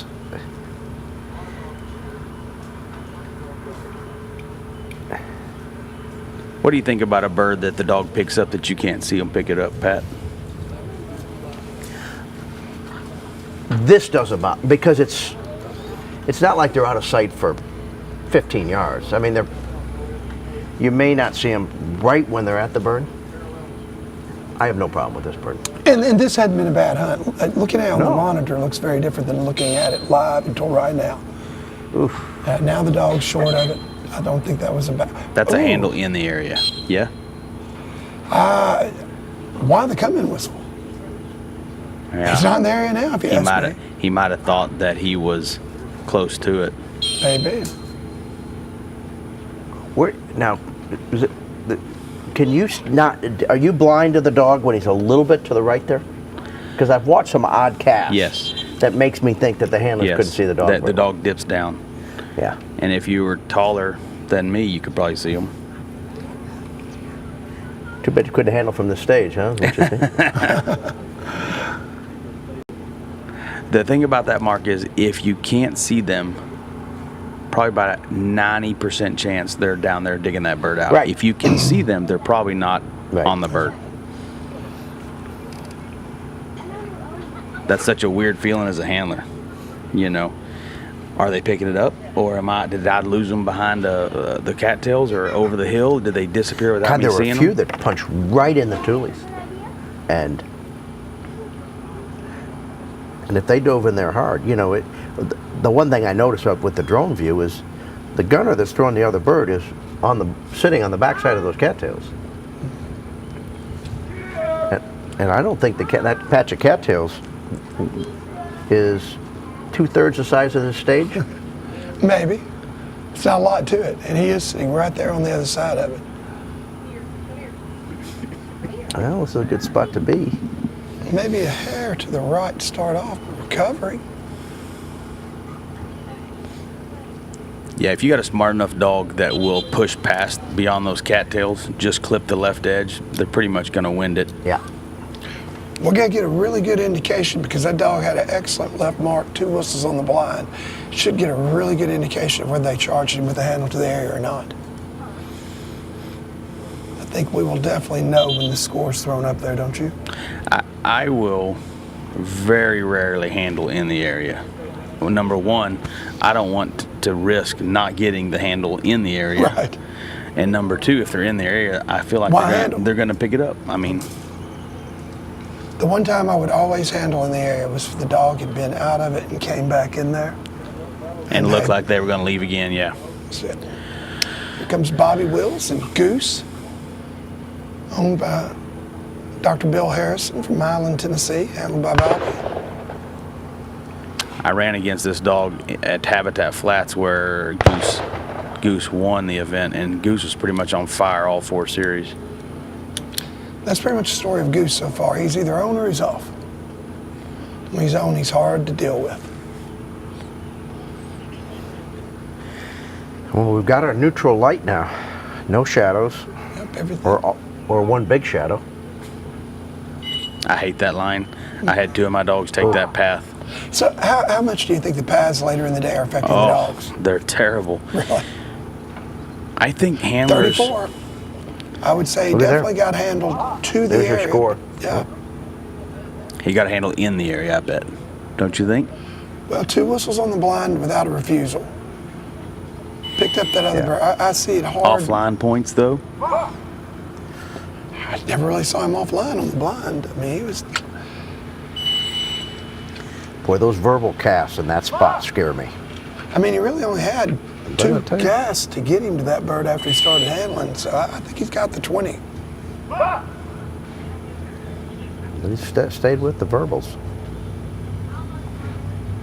Yeah, I was scared to give the verbal. Bobby knows his dog, though. Yeah, I mean, he put him on the peg. It seems to enhance the scallop if the scallop's really set in. But it didn't hurt him too bad there, did it? No, it didn't at all. Did y'all talk about the use of the word here, the verbal Well, I'll here? tell you what, I mean, it certainly made me sit up in my chair and go like, what's up with that? Yeah. It's been a trend this year. At one point, It's been a trend this year. At one point, Stephen Durrance yelled here, and I thought Pat was going to jump up and run jump off the stage. But I'll tell you, I've often thought, you know, it's different when they're over there. But if you give verbal overs, you give verbal backs. Why can't you get a verbal coming? Sure. I mean, it's like, okay.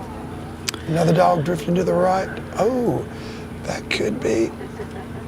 Look at this correction. I think this is the time of the day to be running this thing. This is, man, It's tough you're to in get a to- tough spot. Good no handle. He's going to come in there and get it, though, isn't he? Oh. He's still got to come over to the left a little bit, but at least you know he's. I'll tell you, you got a tough mark when they find the gun station and can't get to the bird. But let's look at this. I mean, the dog has stayed on this side of the hill, on this side Behind the of cattails the now. tulies. Well, you got the bird boy behind the cattails. So he didn't see him till. Got a switch. Yeah, that is definitely a switch right there. 110%. No way around. You know, and then you're going to handle on the short perch probably. I'll tell you what, and Bobby is sick right now. Look at his face. Well, he had a chance to put the horn on him, and he just. Yeah. The Well, I don't dog blame really moved quickly from behind those cattails Oh, I to know. that Yeah. bird. I mean, it acted like he smelled it. You know, Bobby and I have ran together and trained together, been partners for years, and I'm as hard on him as anybody. He'll tell you that too, but I don't think Bobby screwed up there. That was a hard judgment call. It is.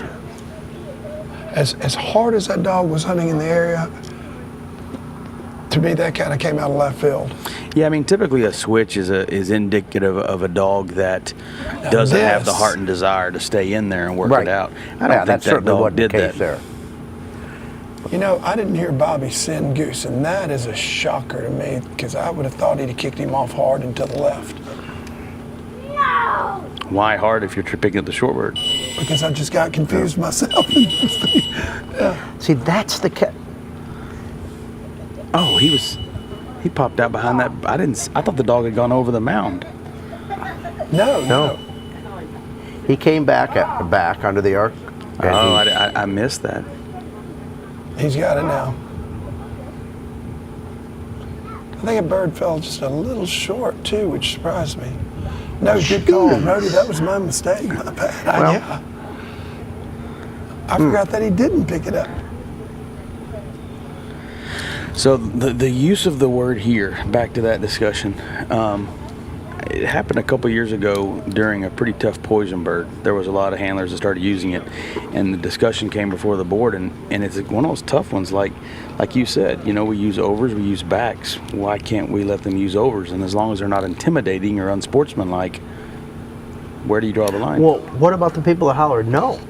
Oh yeah, well that's a whole different boat. Well, there's been a couple. I didn't hear that. I can't remember one today. Oh yeah, at least one or two. Now, the scores were really high. At every handler's meeting before test dog runs, Matt or whoever the marshal is gives a speech on sportsmanship, and intimidation is addressed. They do not allow us to intimidate our dogs, and they'll call you out on it. So all the handlers have been warned, fairly warned on it. Well, and I'll say this in Steven's defense, you know, he gave a pretty harsh hard here, but that dog was 250, 300 yards out there.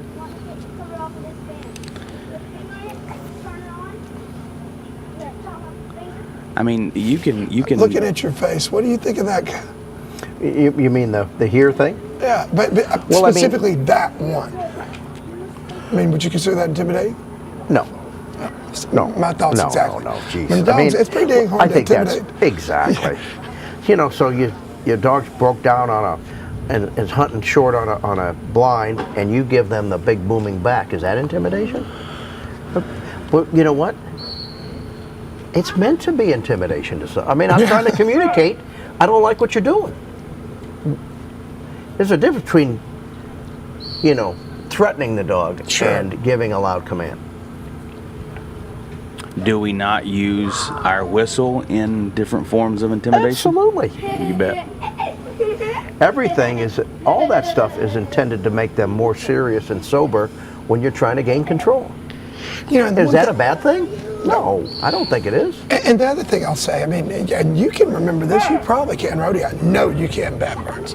Think about, man, back in the 80s and 90s and even prior to that, all the tricks that handlers would play, you don't see that anymore. I can remember, you know, well, I'm not going to mention the name, Galvez Silva handler we were talking about last night, that if he took his hat off, he was generally going to discipline the dog with that hat pretty doggone thoroughly.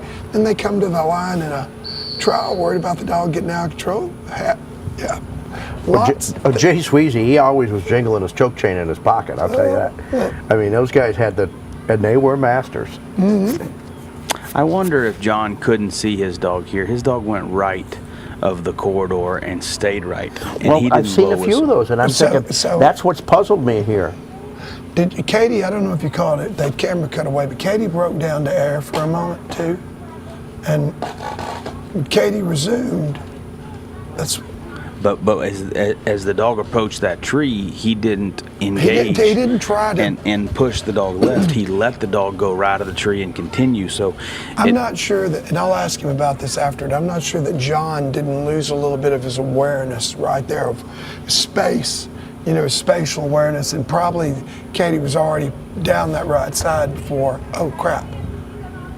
It's either a pretty gutsy move or maybe just didn't know what to do there, because if your dog's right of that corridor, you cannot see them most of the time. My guess is after the dog, I'm sure it came as a little bit of a shock to John that Katie broke down to air right there and stopped in the middle of a test. Not something you see. I have a hard running dog a lot, and this dog you saw kicking grass up in the air. I don't know. I'll ask him afterward. That will be an interesting one for us to find out and report back. So you guys know these judges pretty well. You talked about that's his kind of bird. Do you have kind of a internal scouting report on judges? That, you know, A, what kind of tests they like, B, what their priorities are and how they judge? And does that affect your strategy? Me personally, or you think professionals in general? Because me personally, I don't change my training based on whose test I'm about to run. Okay. I try to make sure I've gone down the checklist and I've checked all the boxes off, and my dogs are prepared for anything, because you play assumptions on what a judge is going to throw, and you go into a test that weekend and you didn't train for that, you're in trouble. So you need to make sure and cover all the check boxes. But I do know a lot of pros that they'll be like, oh, we're running against John Smith, and boy, he loves them under the arc poison birds. We're going to be training on that.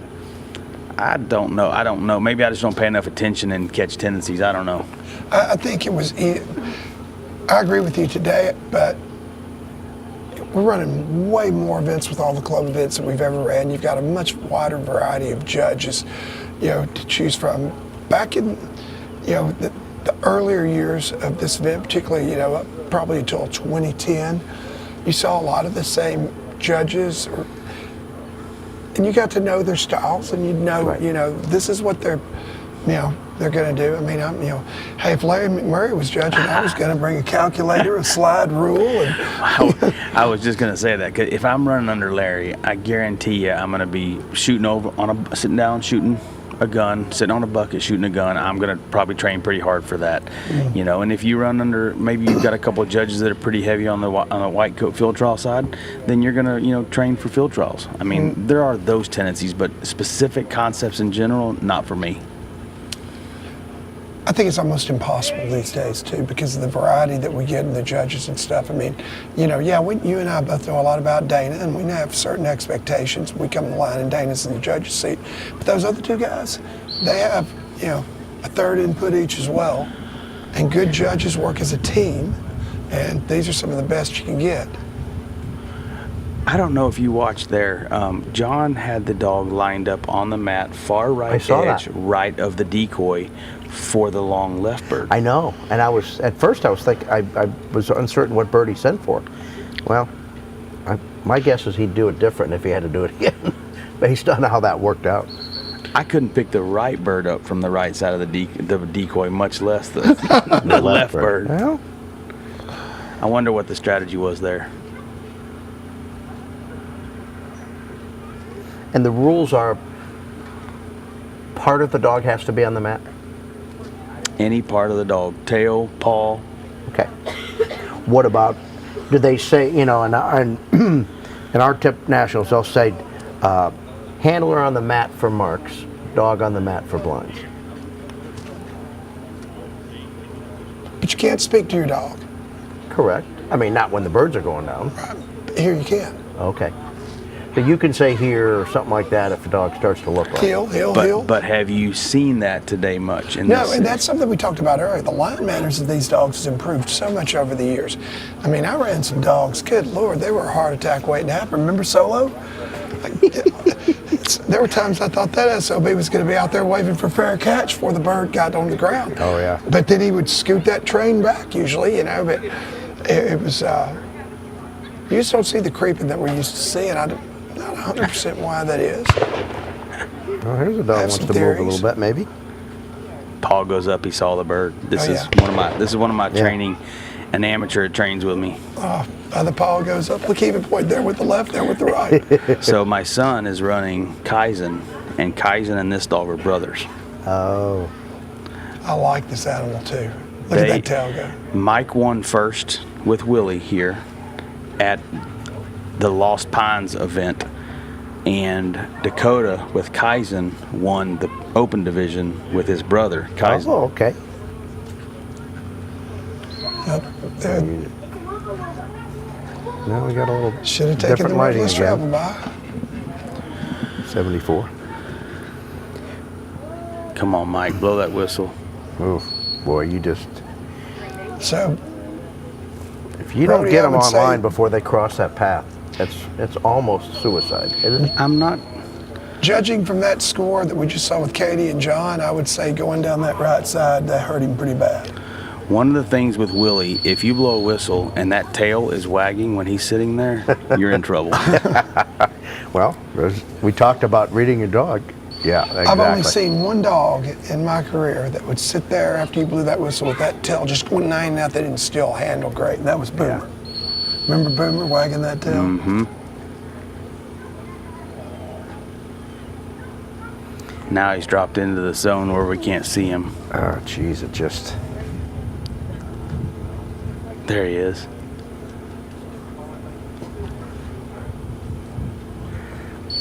In all honesty, I'm amazed he got to where he got, based on where he was. Now, I don't see him now, but I had a dog I assume he's hunting around the holding blind. He's right in the middle. Boy, right. He waves the tail any harder, it's going to fly off. Oh, jeez. I had a dog that took a pretty hard right on the initial line, and I was very displeased with it. And I probably blew 6 whistles before he even got to the first gap, because I knew what he was trying to do to me, and that was my opportunity. Yeah, every time he calls him in, he loses ground and loses. Is he going to be able to recover?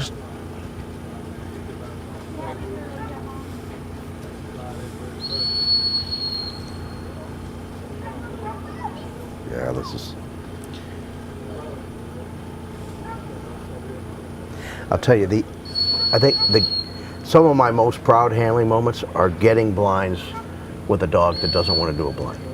Yeah, I mean, dog that's looking for a 1099 at the end of the year because he's totally an independent contractor and self-employed. And I just remember, I remember one St. Louis National, and I'd finished that national with a dog, and it was a water blind that this dog. I mean, it was obvious at the 30-yard mark this dog did not want to run a water blind, and you were fighting for your life the whole way. But he had him left, but he couldn't see him. From our angle, we could see him, but he didn't know he was there. That's a huge We got him over there cast. one time, but shot. Oh, Look at wow. this Get dog. the He's blind this time, continuing to but- carry.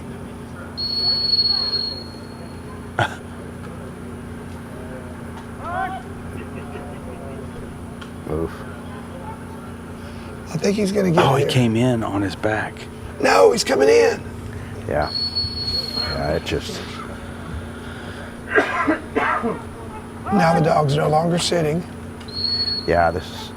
It's always a bad sign. Wagging the tail when you're sitting's bad enough. Standing up and wagging the tail. If you've run dogs long enough, you've been in the situation right here. You better believe it. And it's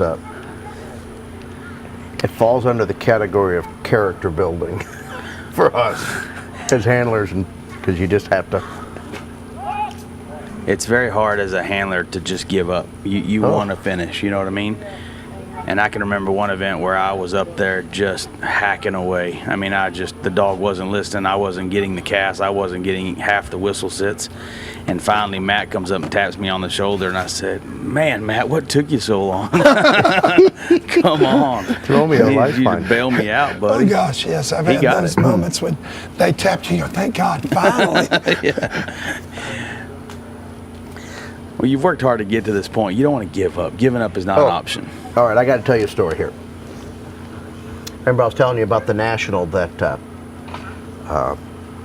Cropper won. Newt Cropper wins. But this story's not about that. The story's about Terry. It's about that national. Okay, you said it's not about that. It's not about Newt. It's about That national. Terry Veach is her name. I know. You remember Terry Veach? Yes, I remember Terry Veach. Terry Veach ended up having MS. Okay? 6 or 7 series water blindness national. Big open water, and the wind shifts, and it's blowing a gale into shore, and the dogs are dying.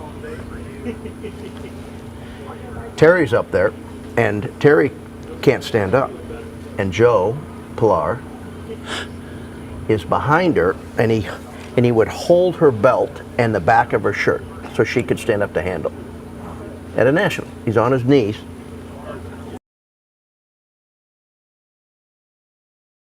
And she blows, and she gives a leftover, big crosswind, open water, big water blind, and Joe would kind of hop her over. And she blows, casts, 5 strokes, blows again, and Terry's whistle's getting weaker and weaker. And now she's getting weaker, and she falls down. And Joe lifts her up. And I was sitting next to Lardy. There was probably 100 people in that gallery, because Minnesota always drew maybe 200. And the gallery got perfectly quiet. And you could hear this conversation between Joe and Terry going on. And her whistle got so weak, and Terry's starting to cry, and she said, "Joe, I can't do it." And now we're like, huh. And he won't let her give up. And he says, "You got to get this." And you can hear this art going on while this dog's running his blind. Wow. She eventually gets his blind. And I don't know how she got it, but I turned and I looked, and Lardy had tears rolling down his eyes, and so did I. It was one of the most inspirational things I've seen. So, Rhodey, from that day on, I said, I will never give up on a dog. You're going to drag me offline, and I don't let any of my people give up. I said, that was one of the, I mean, even today it chokes me up to think of that situation. And I don't, and to this day, I don't know how the dog ever heard a whistle. Her whistle got so weak that if you blew all the air out in your lungs and then tried to blow a whistle, that's what it sounded like. It was peep. He'd turn around, and he wasn't being great, but oh my gosh, it was really something to see. And so it was one of those deals where now if she can do it, I better not ever give up. I think there's a time when you'll call a dog in. Well, that's right. That's different. Because you think it's in the best interest. The dog's not learning something, he's going to be better. Correct. Apples and oranges. But the difference between that and Giving up. Right. Like, Never give up. well, it's the Jim Valvano thing, right? Amen. But it was really, you're right. I've picked plenty of dogs up, don't get me wrong, and I don't, because I thought it was in the best interest of the situation. The dog was either going to be hot, he was going to get a bird by not swimming, or there just was nothing to be gained. but even picking up, I didn't quit trying. I just picked up harder. Yeah. But this was a situation where it was really something to see. And the dog's name was River Oaks Way to Go Rocky. FCAFC. I think he threw all 3 colors. Got bred quite a bit. Big, handsome dog. Yeah, Pearson, a ton of pedigrees. Got bred a ton. Yeah. You can see from that angle there. See the 2 lines going to the blind? There's one that throws them left, and there's one that throws them right. There's too much cover in the middle of that blind to be able to get a good initial line. Oh, it's well designed. Great bird placement here all the way around. Yeah, absolutely. Now we have John Malasovas with Henry. I tell you, we are definitely going to finish here. 4 dogs left to go. Is that what it is? 4? Yep, 4. Well, I'll tell you what. I'm impressed because I asked the guys, I said, well, have you run any setup dogs and timed this? No, we got it. I said, holy shit. And they did. Good for them. Henry completed his FC this year at 8 years old this summer. Oh, well, awesome. Yeah, I've heard that story about Terry several times. Yeah, it was really something to see. Quite a it was deal. really, and it. You know, and I can remember, you knew Fred Brown, I'm sure. You know, Fred later in life struggling with COPD, can barely. But boy, he would hang in there and a competitor and a fighter. And the more recent version of that was Scott Leonescu with Hawk, you know, when he had the stroke. I mean, the guy. All right, well, yeah, there he is, sure. John he trains with us. He spends the summers in Santa Fe, New Mexico, but he bought a house just south of us. Wow. And he's been coming out the last few weeks. Plate, yeah. Yeah, well, there's that good whistle you talked about, Rhodey. Right John's there. a smart handler. You think Rhodey's coaching might have? Well, let's take a little credit for that, Rhodey. Let's see what happens here. I'm liking this. I'm liking this a lot if I'm John. Wow, popped out just where he needed him. Yeah, but he can see him. That is not a bad place to be. That's actually not worked out that bad, even though I thought that was worked out great. And when I looked at it from here, I said, "Oh my God, I can't believe you let him go there." And I said, "One more whistle." He picked it up. I said, "Oh, well, maybe that was not a bad spot." The timing of the whistle was perfect because he was on the downwind side of it. Yeah. Because you want to be on the downwind side of that blind, and there is not much room on the downwind side and seeing them.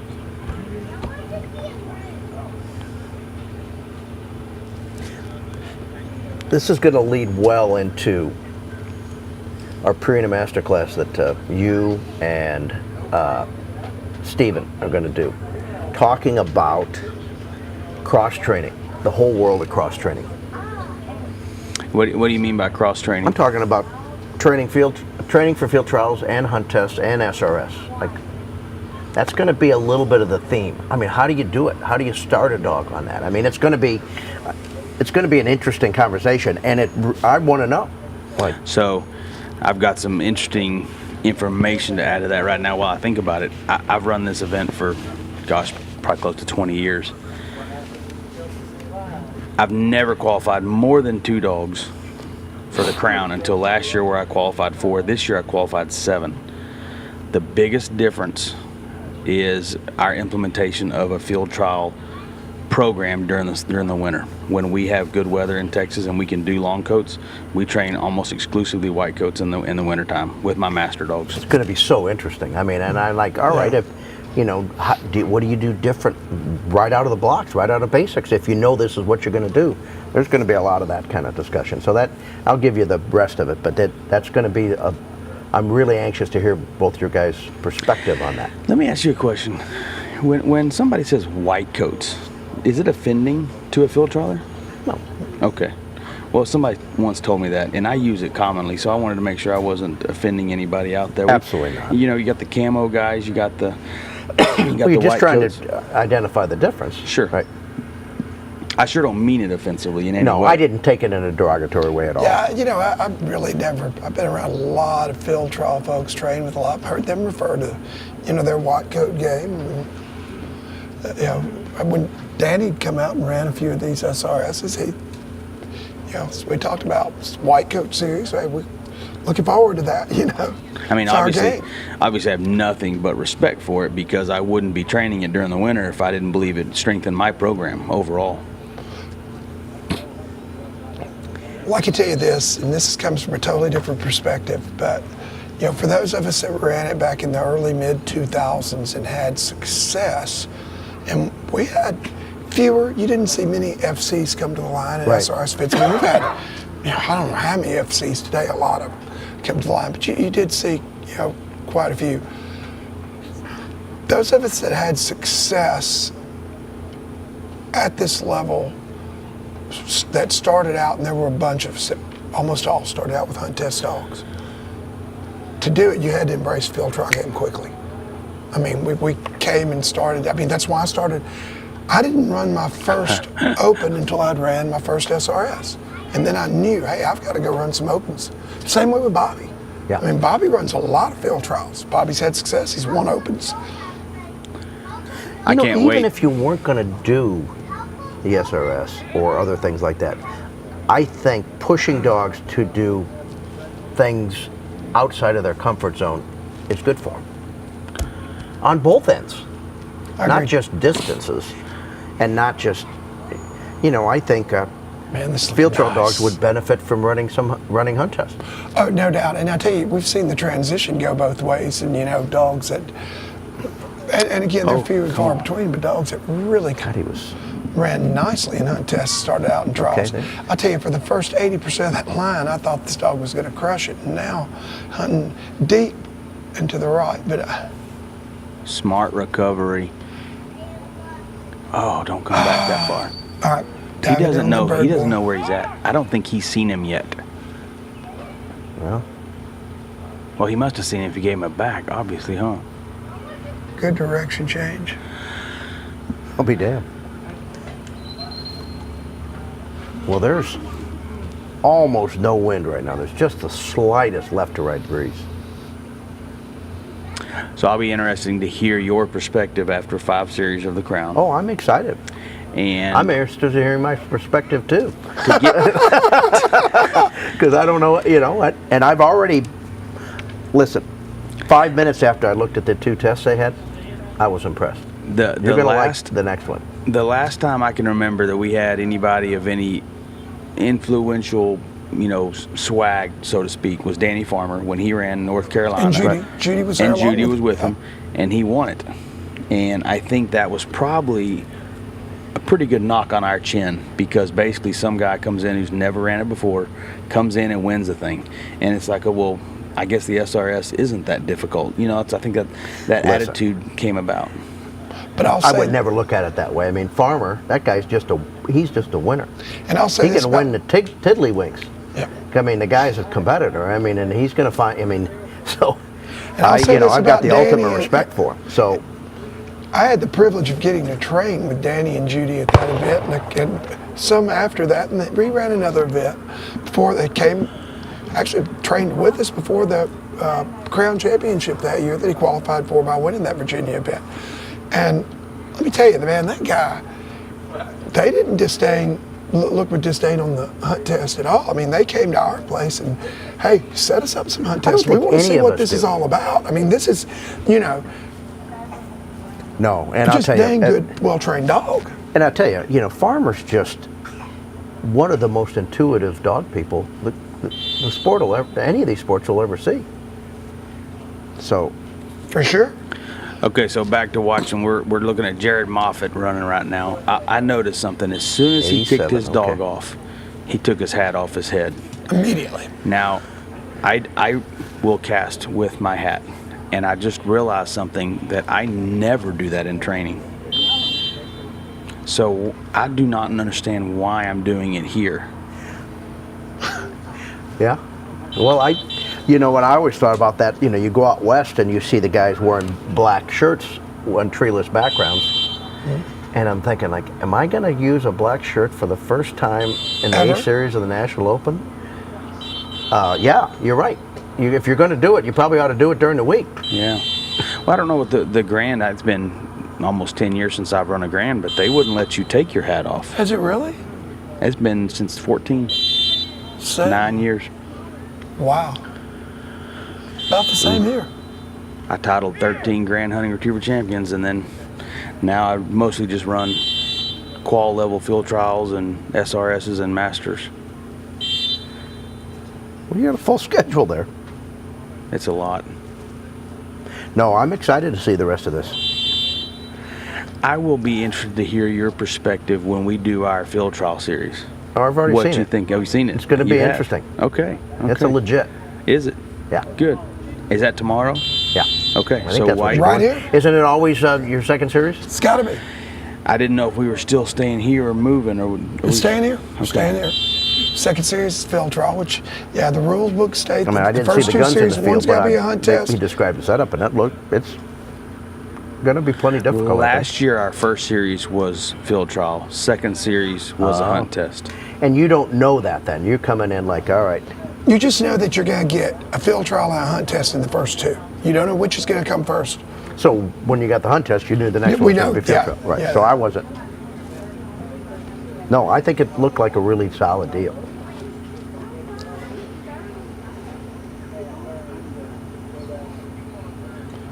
It's the same thing. If the wind works the way, and I think you're going to have a similar wind tomorrow than you had today. So, here's another question. Get you thinking. A lot of these names and faces. There's some new names, new faces out here. Obviously, the events grow, and we've had more events in the year than we've ever had. Back where I'm from in Texas, it's very difficult to get people to come play this game, come try it. Are they intimidated? Do they just not have enough? You know, I've heard the argument, well, y'all throw rubber ducks. My dogs can't smell rubber ducks. Don't give me that. Exactly. You throw them, they'll figure it out. You can't tell me that when you plant those orange bumpers at the end of that blind and Right. they Is it get any 6 different? feet right No, of it's it, they no don't different. smell it. But are they intimidated? I guess. Well, I'll put it this way. When I showed up in Mondovi, Wisconsin for a workshop, the first thing Laura Parrott said to me, she said, "I want to do this." Good. And I said, "Really?" I mean, Laura wins an Open National. Certainly I think one of the better handlers I've seen in the country. And when she said that, I went, "All right, tell me more, Laura." And then we talked. So how recently was this? Listen, good dog work is good dog at our work. SRS. We had the Best Retrievers SRS was on Laura's property. I think that's what she said. In April, I believe. And Laura ran?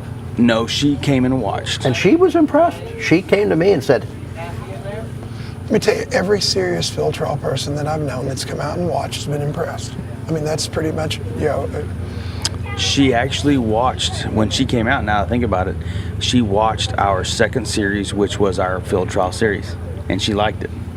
So I think that probably gave some weight to our event. You know, she said, "It's a good white coat series." I got to ask you a question. This seems longer than a typical hunt test. Has to be.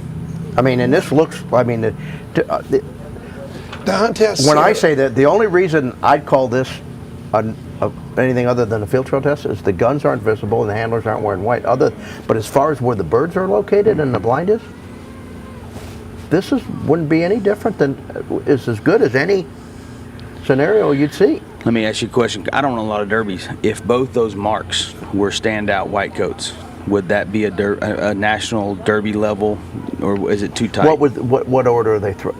I mean, they're tight. Well, that's a good question. It's long bird, short boards being thrown. They're throwing long, they're throwing short. You know, it wouldn't be my favorite, mostly because when I do dogs at that level, I like to have wider marks with terrain issues and things like that versus really tight lines. So it's a little too tight. I like this test. I liked it when I saw it. Now, you throw the long bird as the go bird. Now you got, I mean, and you pick up that long bird and got to go in there tight right underneath it. Well, it's going to be hard. You're going to kick their butts. If you threw the long bird as a straight up double and the long bird was your go bird, I don't think we'd have, me and the hunt test guys would have much trouble with that combination. How many dogs would you end up getting the short bird first? Very few. I think Would you you stand care? on that go bird. I Would mean- I do anything about it when they're picking it up? No, but would you, if they looked in there, would you give it to them? In a test situation, you bet. You damn right you would, wouldn't you? Better believe it. As a matter of fact, I would think it's easier. You get the if they get the short bird. As a matter of fact, with most of my dogs, and I haven't ran a derby in 15 years now, but with most of my dogs training at that level, I would teach them. You know, there's a lot to select. To let them that select. bird would hit, let them get a good long look at that go bird, and then I'd say sit here. So you would primary select it. Primary select it. Okay. Kick them off. Fairly gentle send, let them pick it up, then I'd come back and if they nailed that bird, I would have all the confidence in the world that they were going to nail the long Yeah. bird. And if I knew if I wanted to get the long bird as the go bird first, I'd step up strong and I punch him a little wide for two reasons: to give me more room to get in on that short bird, to give because I think a lot of dogs they may get the longer bird, but they're going to be nervous about going in there tight, and they're going to go behind the gun and muck around on the right. And you'd probably have a lot of gorilla hunts just like you're seeing here. The wind has been a huge factor today, and we don't have a lot of it right now, and it feels almost, now that does it not feel like it's blowing left to right out into the field? Yeah, it does. Because, you know, the other thing about this Rhodius Derby, Marks, remember those guys aren't going to retire. And as tight as these are, that guy's standing right there at the end of those cattails in that white coat. And the other guy's back up here on the knob, and he's not nearly as visible. Right. Yeah. You better damn well believe I'm going to want to try to get that right-hand bird first. Yeah. Okay, I just watched Carter come up to the line. He'd sat his dog down. Maybe 2, maybe 3 seconds had gone by, and he called for bird. What do you think about that? Looking at this dog, I mean, I have to admit, I mean, there's a couple things. Between signaling fast, and I've seen a lot of really fast casting. Like dog sits down in their cast, I said, I think Carter did this deliberately, though. I mean, I don't know this young man before this weekend, but I know what he's accomplished. I've watched him handle all day. This dog's got some happy feet up there at the line, has a whole heck of a lot of go. I feel like Carter probably didn't give a dang whether this dog's got a really, really good look at the marks. He's going to let him go? Yeah, he's letting him roll. A great thing, great decision. Well, hell yeah. Yeah, so all day long, twice on Tuesday. Jared Moffett and Snoopy with 255. Only dog we've seen line that blind today. Did he really line it? Pretty dang He did close. blow a whistle. He did blow a whistle. Man, no, he did. You're I mean, hairs, listen, I don't have splitting hairs now. There's nothing wrong with that blind. I don't think I would have stopped him to give him a right cast. I mean, he was already bending right. Exactly. No way I'd have stopped that dog. Let him roll. Great decision on this young man's part. So back to coming to the line. I mean, we can't point out guns in this scenario. We have hidden gun stations. We can't show them. If there's a white coat in the field, we can point that gun out. Regardless of whether it's a white coat or a hunt test, I'm going to come to the line. I'm going to set them down. I'm going to let them take a look at the field. Let them scan. I agree. I'm not going to show them the stations. I guess the one thing I want to do. Went up. Come on back. Check down. All right, let's see if the kiss.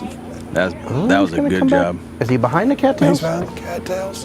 Yeah, but he's not deep. He's right there hanging in. Yeah, but you find that other gun. Working it out. Tell you what, when they come back and get this bird from there, I am really impressed. That was. I tell you what, I've decided not only is Carter smart and talented, he's got some big ones too, because it took some guts right there.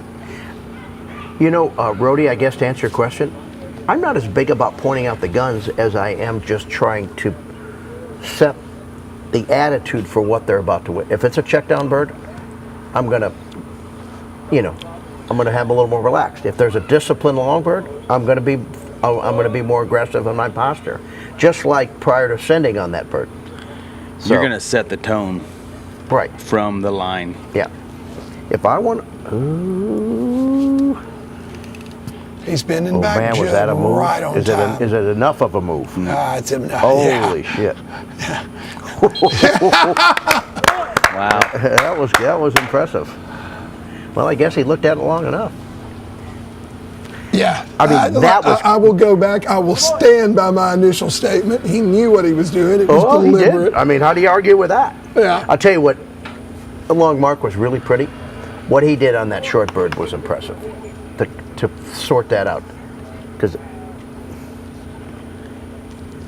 from a dog trainer standpoint, and just from knowing dogs, you get on the other side there with that guy sitting there and come back and check this side, you got your head on straight.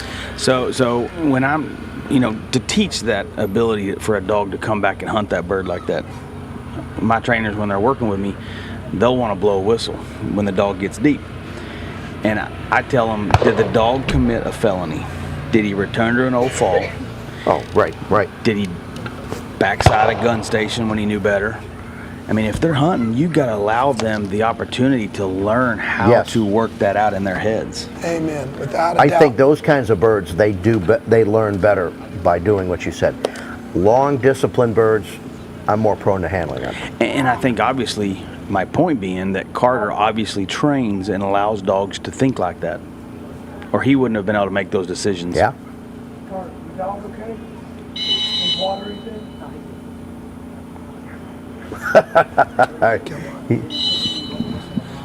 We're fixing to find out, because I'm about to step down here and ask Carter what his thought process was there. So, Carter, you got a second, bud? Is this our last dog? So we were having some discussion. At 6:37, these guys kicked butt and did good. What we.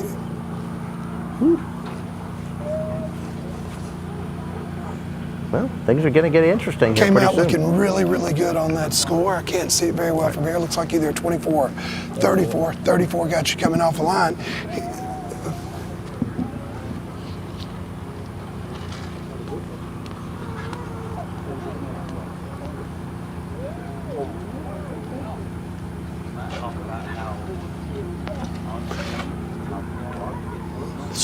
So, quick question. Obviously, a very good run. The score was pretty much where we expected it to be. The question that we had for you, you walked up and you kicked that dog off really, really fast. Right. I mean, you didn't hesitate, came to the mat, sit, called for the birds. Was that deliberate? Yes, sir. Blue, he's really wild on line. I want to have a lot of control going up to it, so I wanted to use it to my advantage. When I got there, he seen where the long gun was coming from, looking at it. I called for the birds immediately for him. So that was something you were thinking about. It wasn't just lost we were in the off. moment. We were saying at one point they were going to have 15 dogs to run with him. You sit up there and he'll pick out all the holding blinds on the whole field. So I wanted to, while he was looking right at the bird, I wanted to go ahead and use that to my advantage. Well, good job. Looks like it worked out good for you. Thank you, sir. You're continuing a great streak this year. Good luck tomorrow, Carter. Thank you.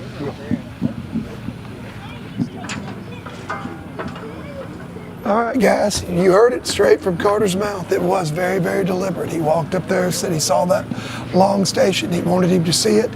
Wasn't going to waste time and kicked him off. Called for those birds. Okay. So, 34, correct? Yes, 34 for Carter Turner. Picked them all up on that right bird, it looked like as well, just about. You know, for you viewers at home watching, we're looking through filters on these cameras, so it may look dark in your picture shot, but here actually there's still plenty of light. Yeah, it's definitely not. Plenty of light. The dogs are looking good. I think the light now is about as good as it's been all day. Yeah, it's a lot better than it looks on camera right now.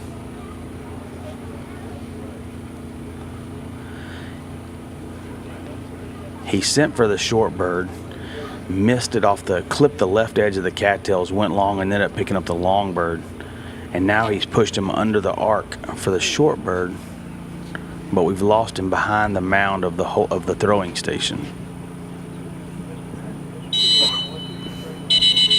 I don't think a single dog has gotten the long bird first and gotten the short bird without handling.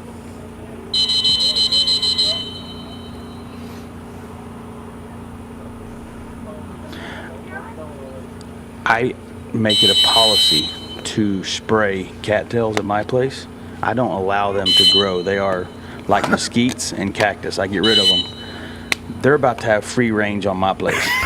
Well, because I'm going to be throwing some birds in front of cattails. The landscape has changed in best retrievers. That's right. Ooh, having a hard time handling everything he does. The dog wants to go the wrong direction. Yeah, Clark is definitely struggling hard here. Last dog of the day, still playing light though. I mean, that's, matter of fact, I'd like to run right now. It's very neutral. If you notice the way he blows his whistle, a short blast is you're close, just give me the cast, you're on the bird. A long, hard whistle, he was frustrated with the dog. I'm sure those dogs can pick that up. Oh, yeah. You bet. Look at the white bird coming in the picture. That would not have been good.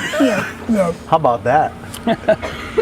Right on cue. Yeah, just on time. Don't go away, folks. We're about to come back. We're going to recap right quick. We're going to give you the scores, take a quick look at them. I want to thank you guys for joining us today, too. I'll tell you right now on behalf of my co-analyst and host today, our guest, Pat Burns. Actually, not guest. I think you're here by design for the rest of the weekend. Man, this has been one of the most enjoyable days.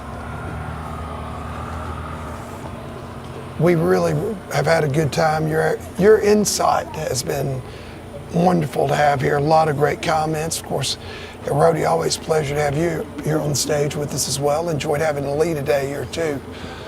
Yeah, I want to thank you for having me, and I'll be back tomorrow if y'all have me. I have to finish. I'm not allowed on stage whenever I have dogs in contention, so when I finish the second series tomorrow, I'll be more than happy to come up here and sit alongside both of you. I enjoyed today. Thank y'all. Well, it's great to get perspectives from you guys that have been on the mat, talked about your strategy, and come up here and share that with us. It's entertaining and educational. Very educational, you know.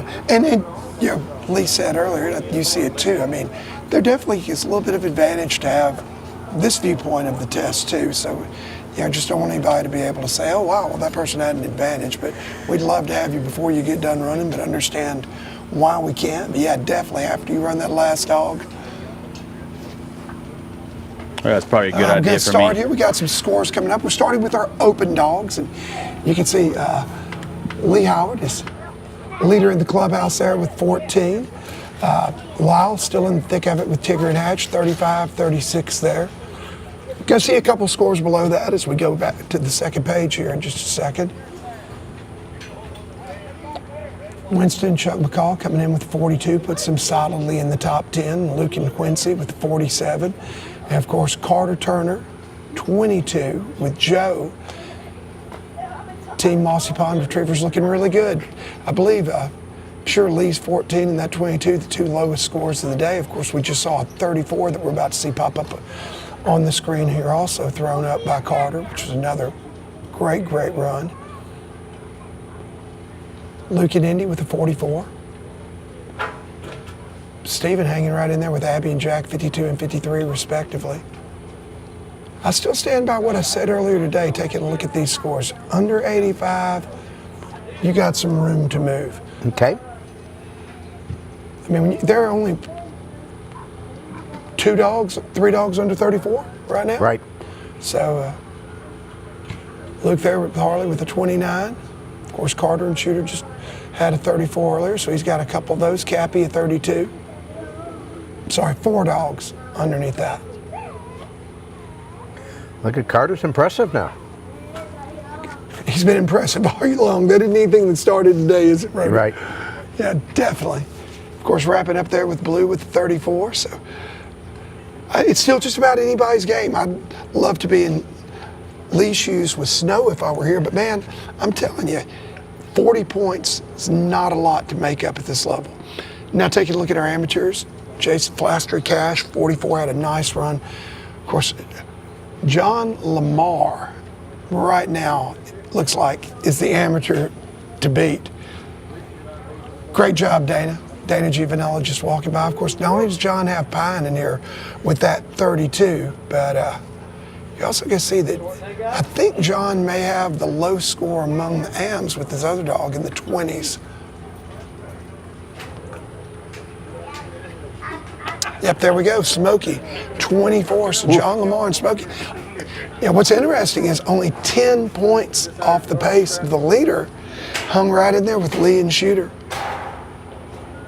And we've had some really, really impressive amateurs. Carol, Cato, and Frank, that's another one. That 34, hey. That's beautiful. You're Yeah, right. Carol would be hanging right in there with any of the professionals in the open division today. Yeah, and she really managed that well. That was an impression. She handled it exactly the right time. And comes in leg up 40 points on John, Lamar, and Katie, which is pretty impressive because John, I mean, you know, she's right in there in the thick of it. John's had 3 great runs. Katie had a really good run. A lot of different amateurs, but a lot more tests to go. This was only the first series, 4 to go. You've already been impressed, Pat Burns. Oh, I mean, 5 minutes after I walked up yesterday and saw this test, I said, it's like Christmas Eve. I can't wait to see what's going to happen. Amen. And I'm excited about tomorrow. We've got the field trial game coming up tomorrow. Now, folks, please join us. We'll be right back. WK Palmetto Event Center here. 2023 Eukanuba Crown Champion, or 2023 Super Retriever Series Crown Championship presented by Eukanuba will continue tomorrow morning starting about 7:30, 8 o'clock here in beautiful Shreveport, Bossier City, Louisiana. On behalf of my co-analysts today, Pat Burns, J. Paul Jackson, thanking you guys for tuning in and hope to have you back again tomorrow morning. Looking forward to it. That's a wrap. The Super Retriever Series Crown Championship is presented by Eukanuba. Sporting dogs give us everything we ask and then some. Their nutrition should do the same. And by the Shreveport-Bossier Sports Commission, teaming up with our community to bring sporting events to Shreveport, Bossier City, Caddo, and Bossier parishes. Margaritaville Resort Casino. Louisiana Tourism, feed your soul. Thor's Boats, drop the hammer. Splash Super Pools. And by Lucky Duck Kennels. Your puppy only gets one start to set the foundation for a lifetime of performance at your side. Fuel growth and activity, support digestive health, and give him a training edge to one day flush, point, track, retrieve. So when the gear comes out, he'll be ready. Make every milestone count with game-changing puppy fuel.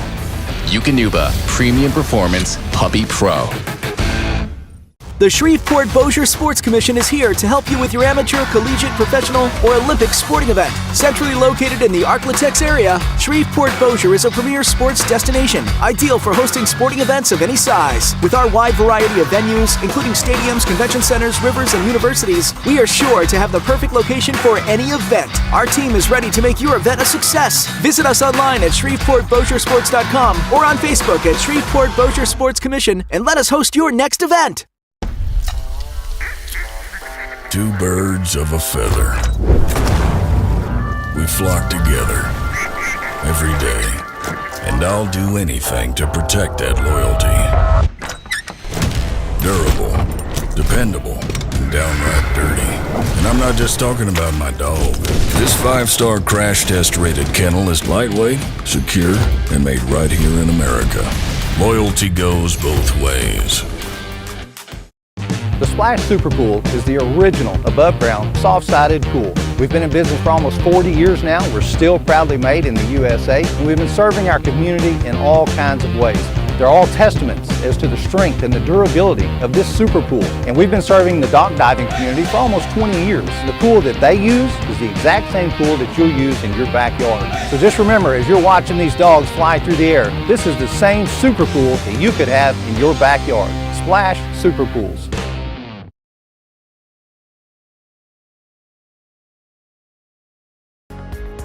The Super Retriever Series Crown Championship would like to thank all our gifting sponsors for their donations to our competitor teams.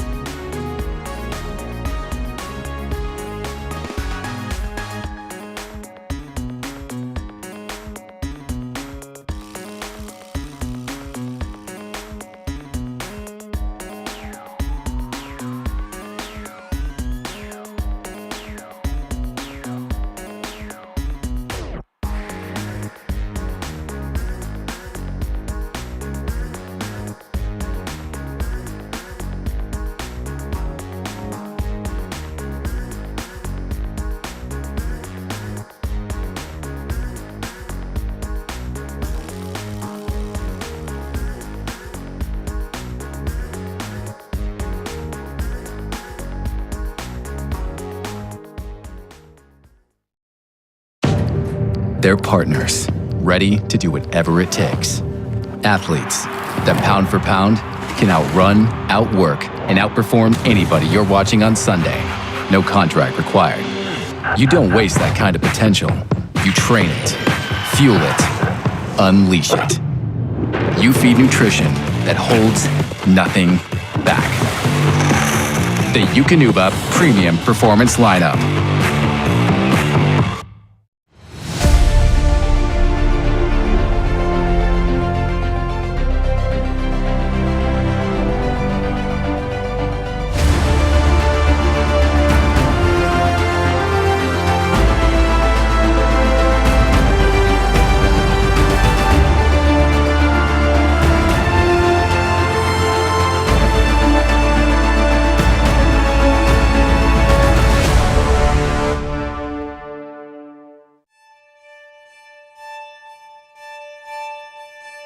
This is no ordinary puppy.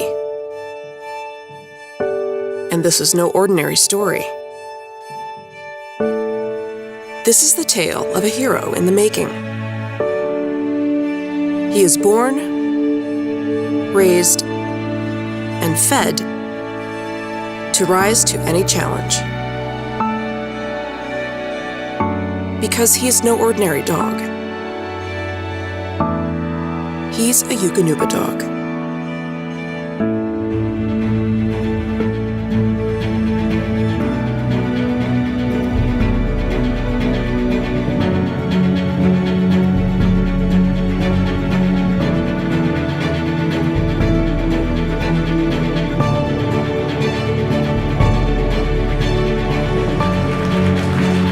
That's it. Come on, boy.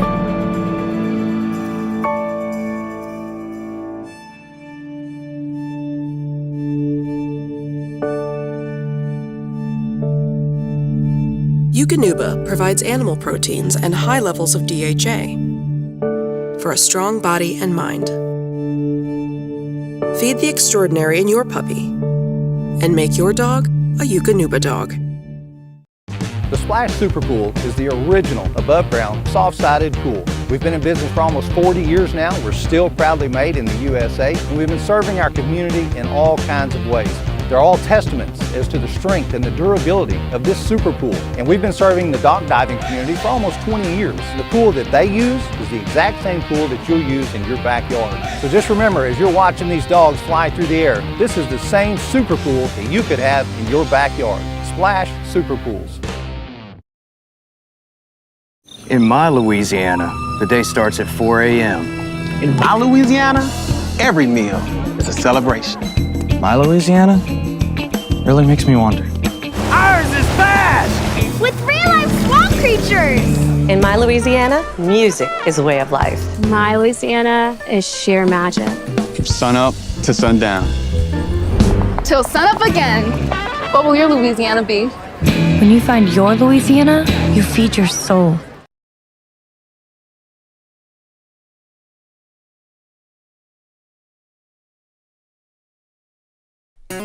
The Super Retriever Series Crown Championship would like to thank Shreveport-Bossier Sports Commission for the opportunity to showcase our retriever teams. We would also like to thank the sponsors of the Shreveport-Bossier Sports Commission.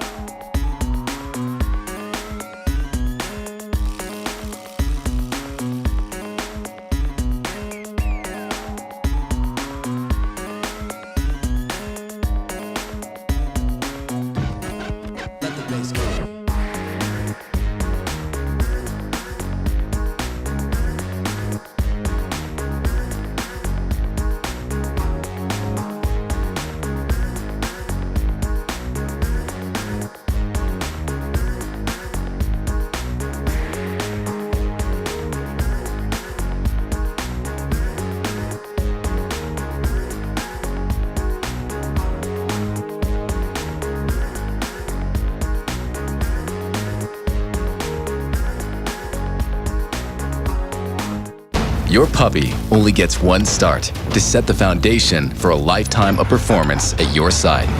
Fuel growth and activity, support digestive health, and give him a training edge to one day flush, point, track, retrieve. So when the gear comes out, he'll be ready. Make every milestone count.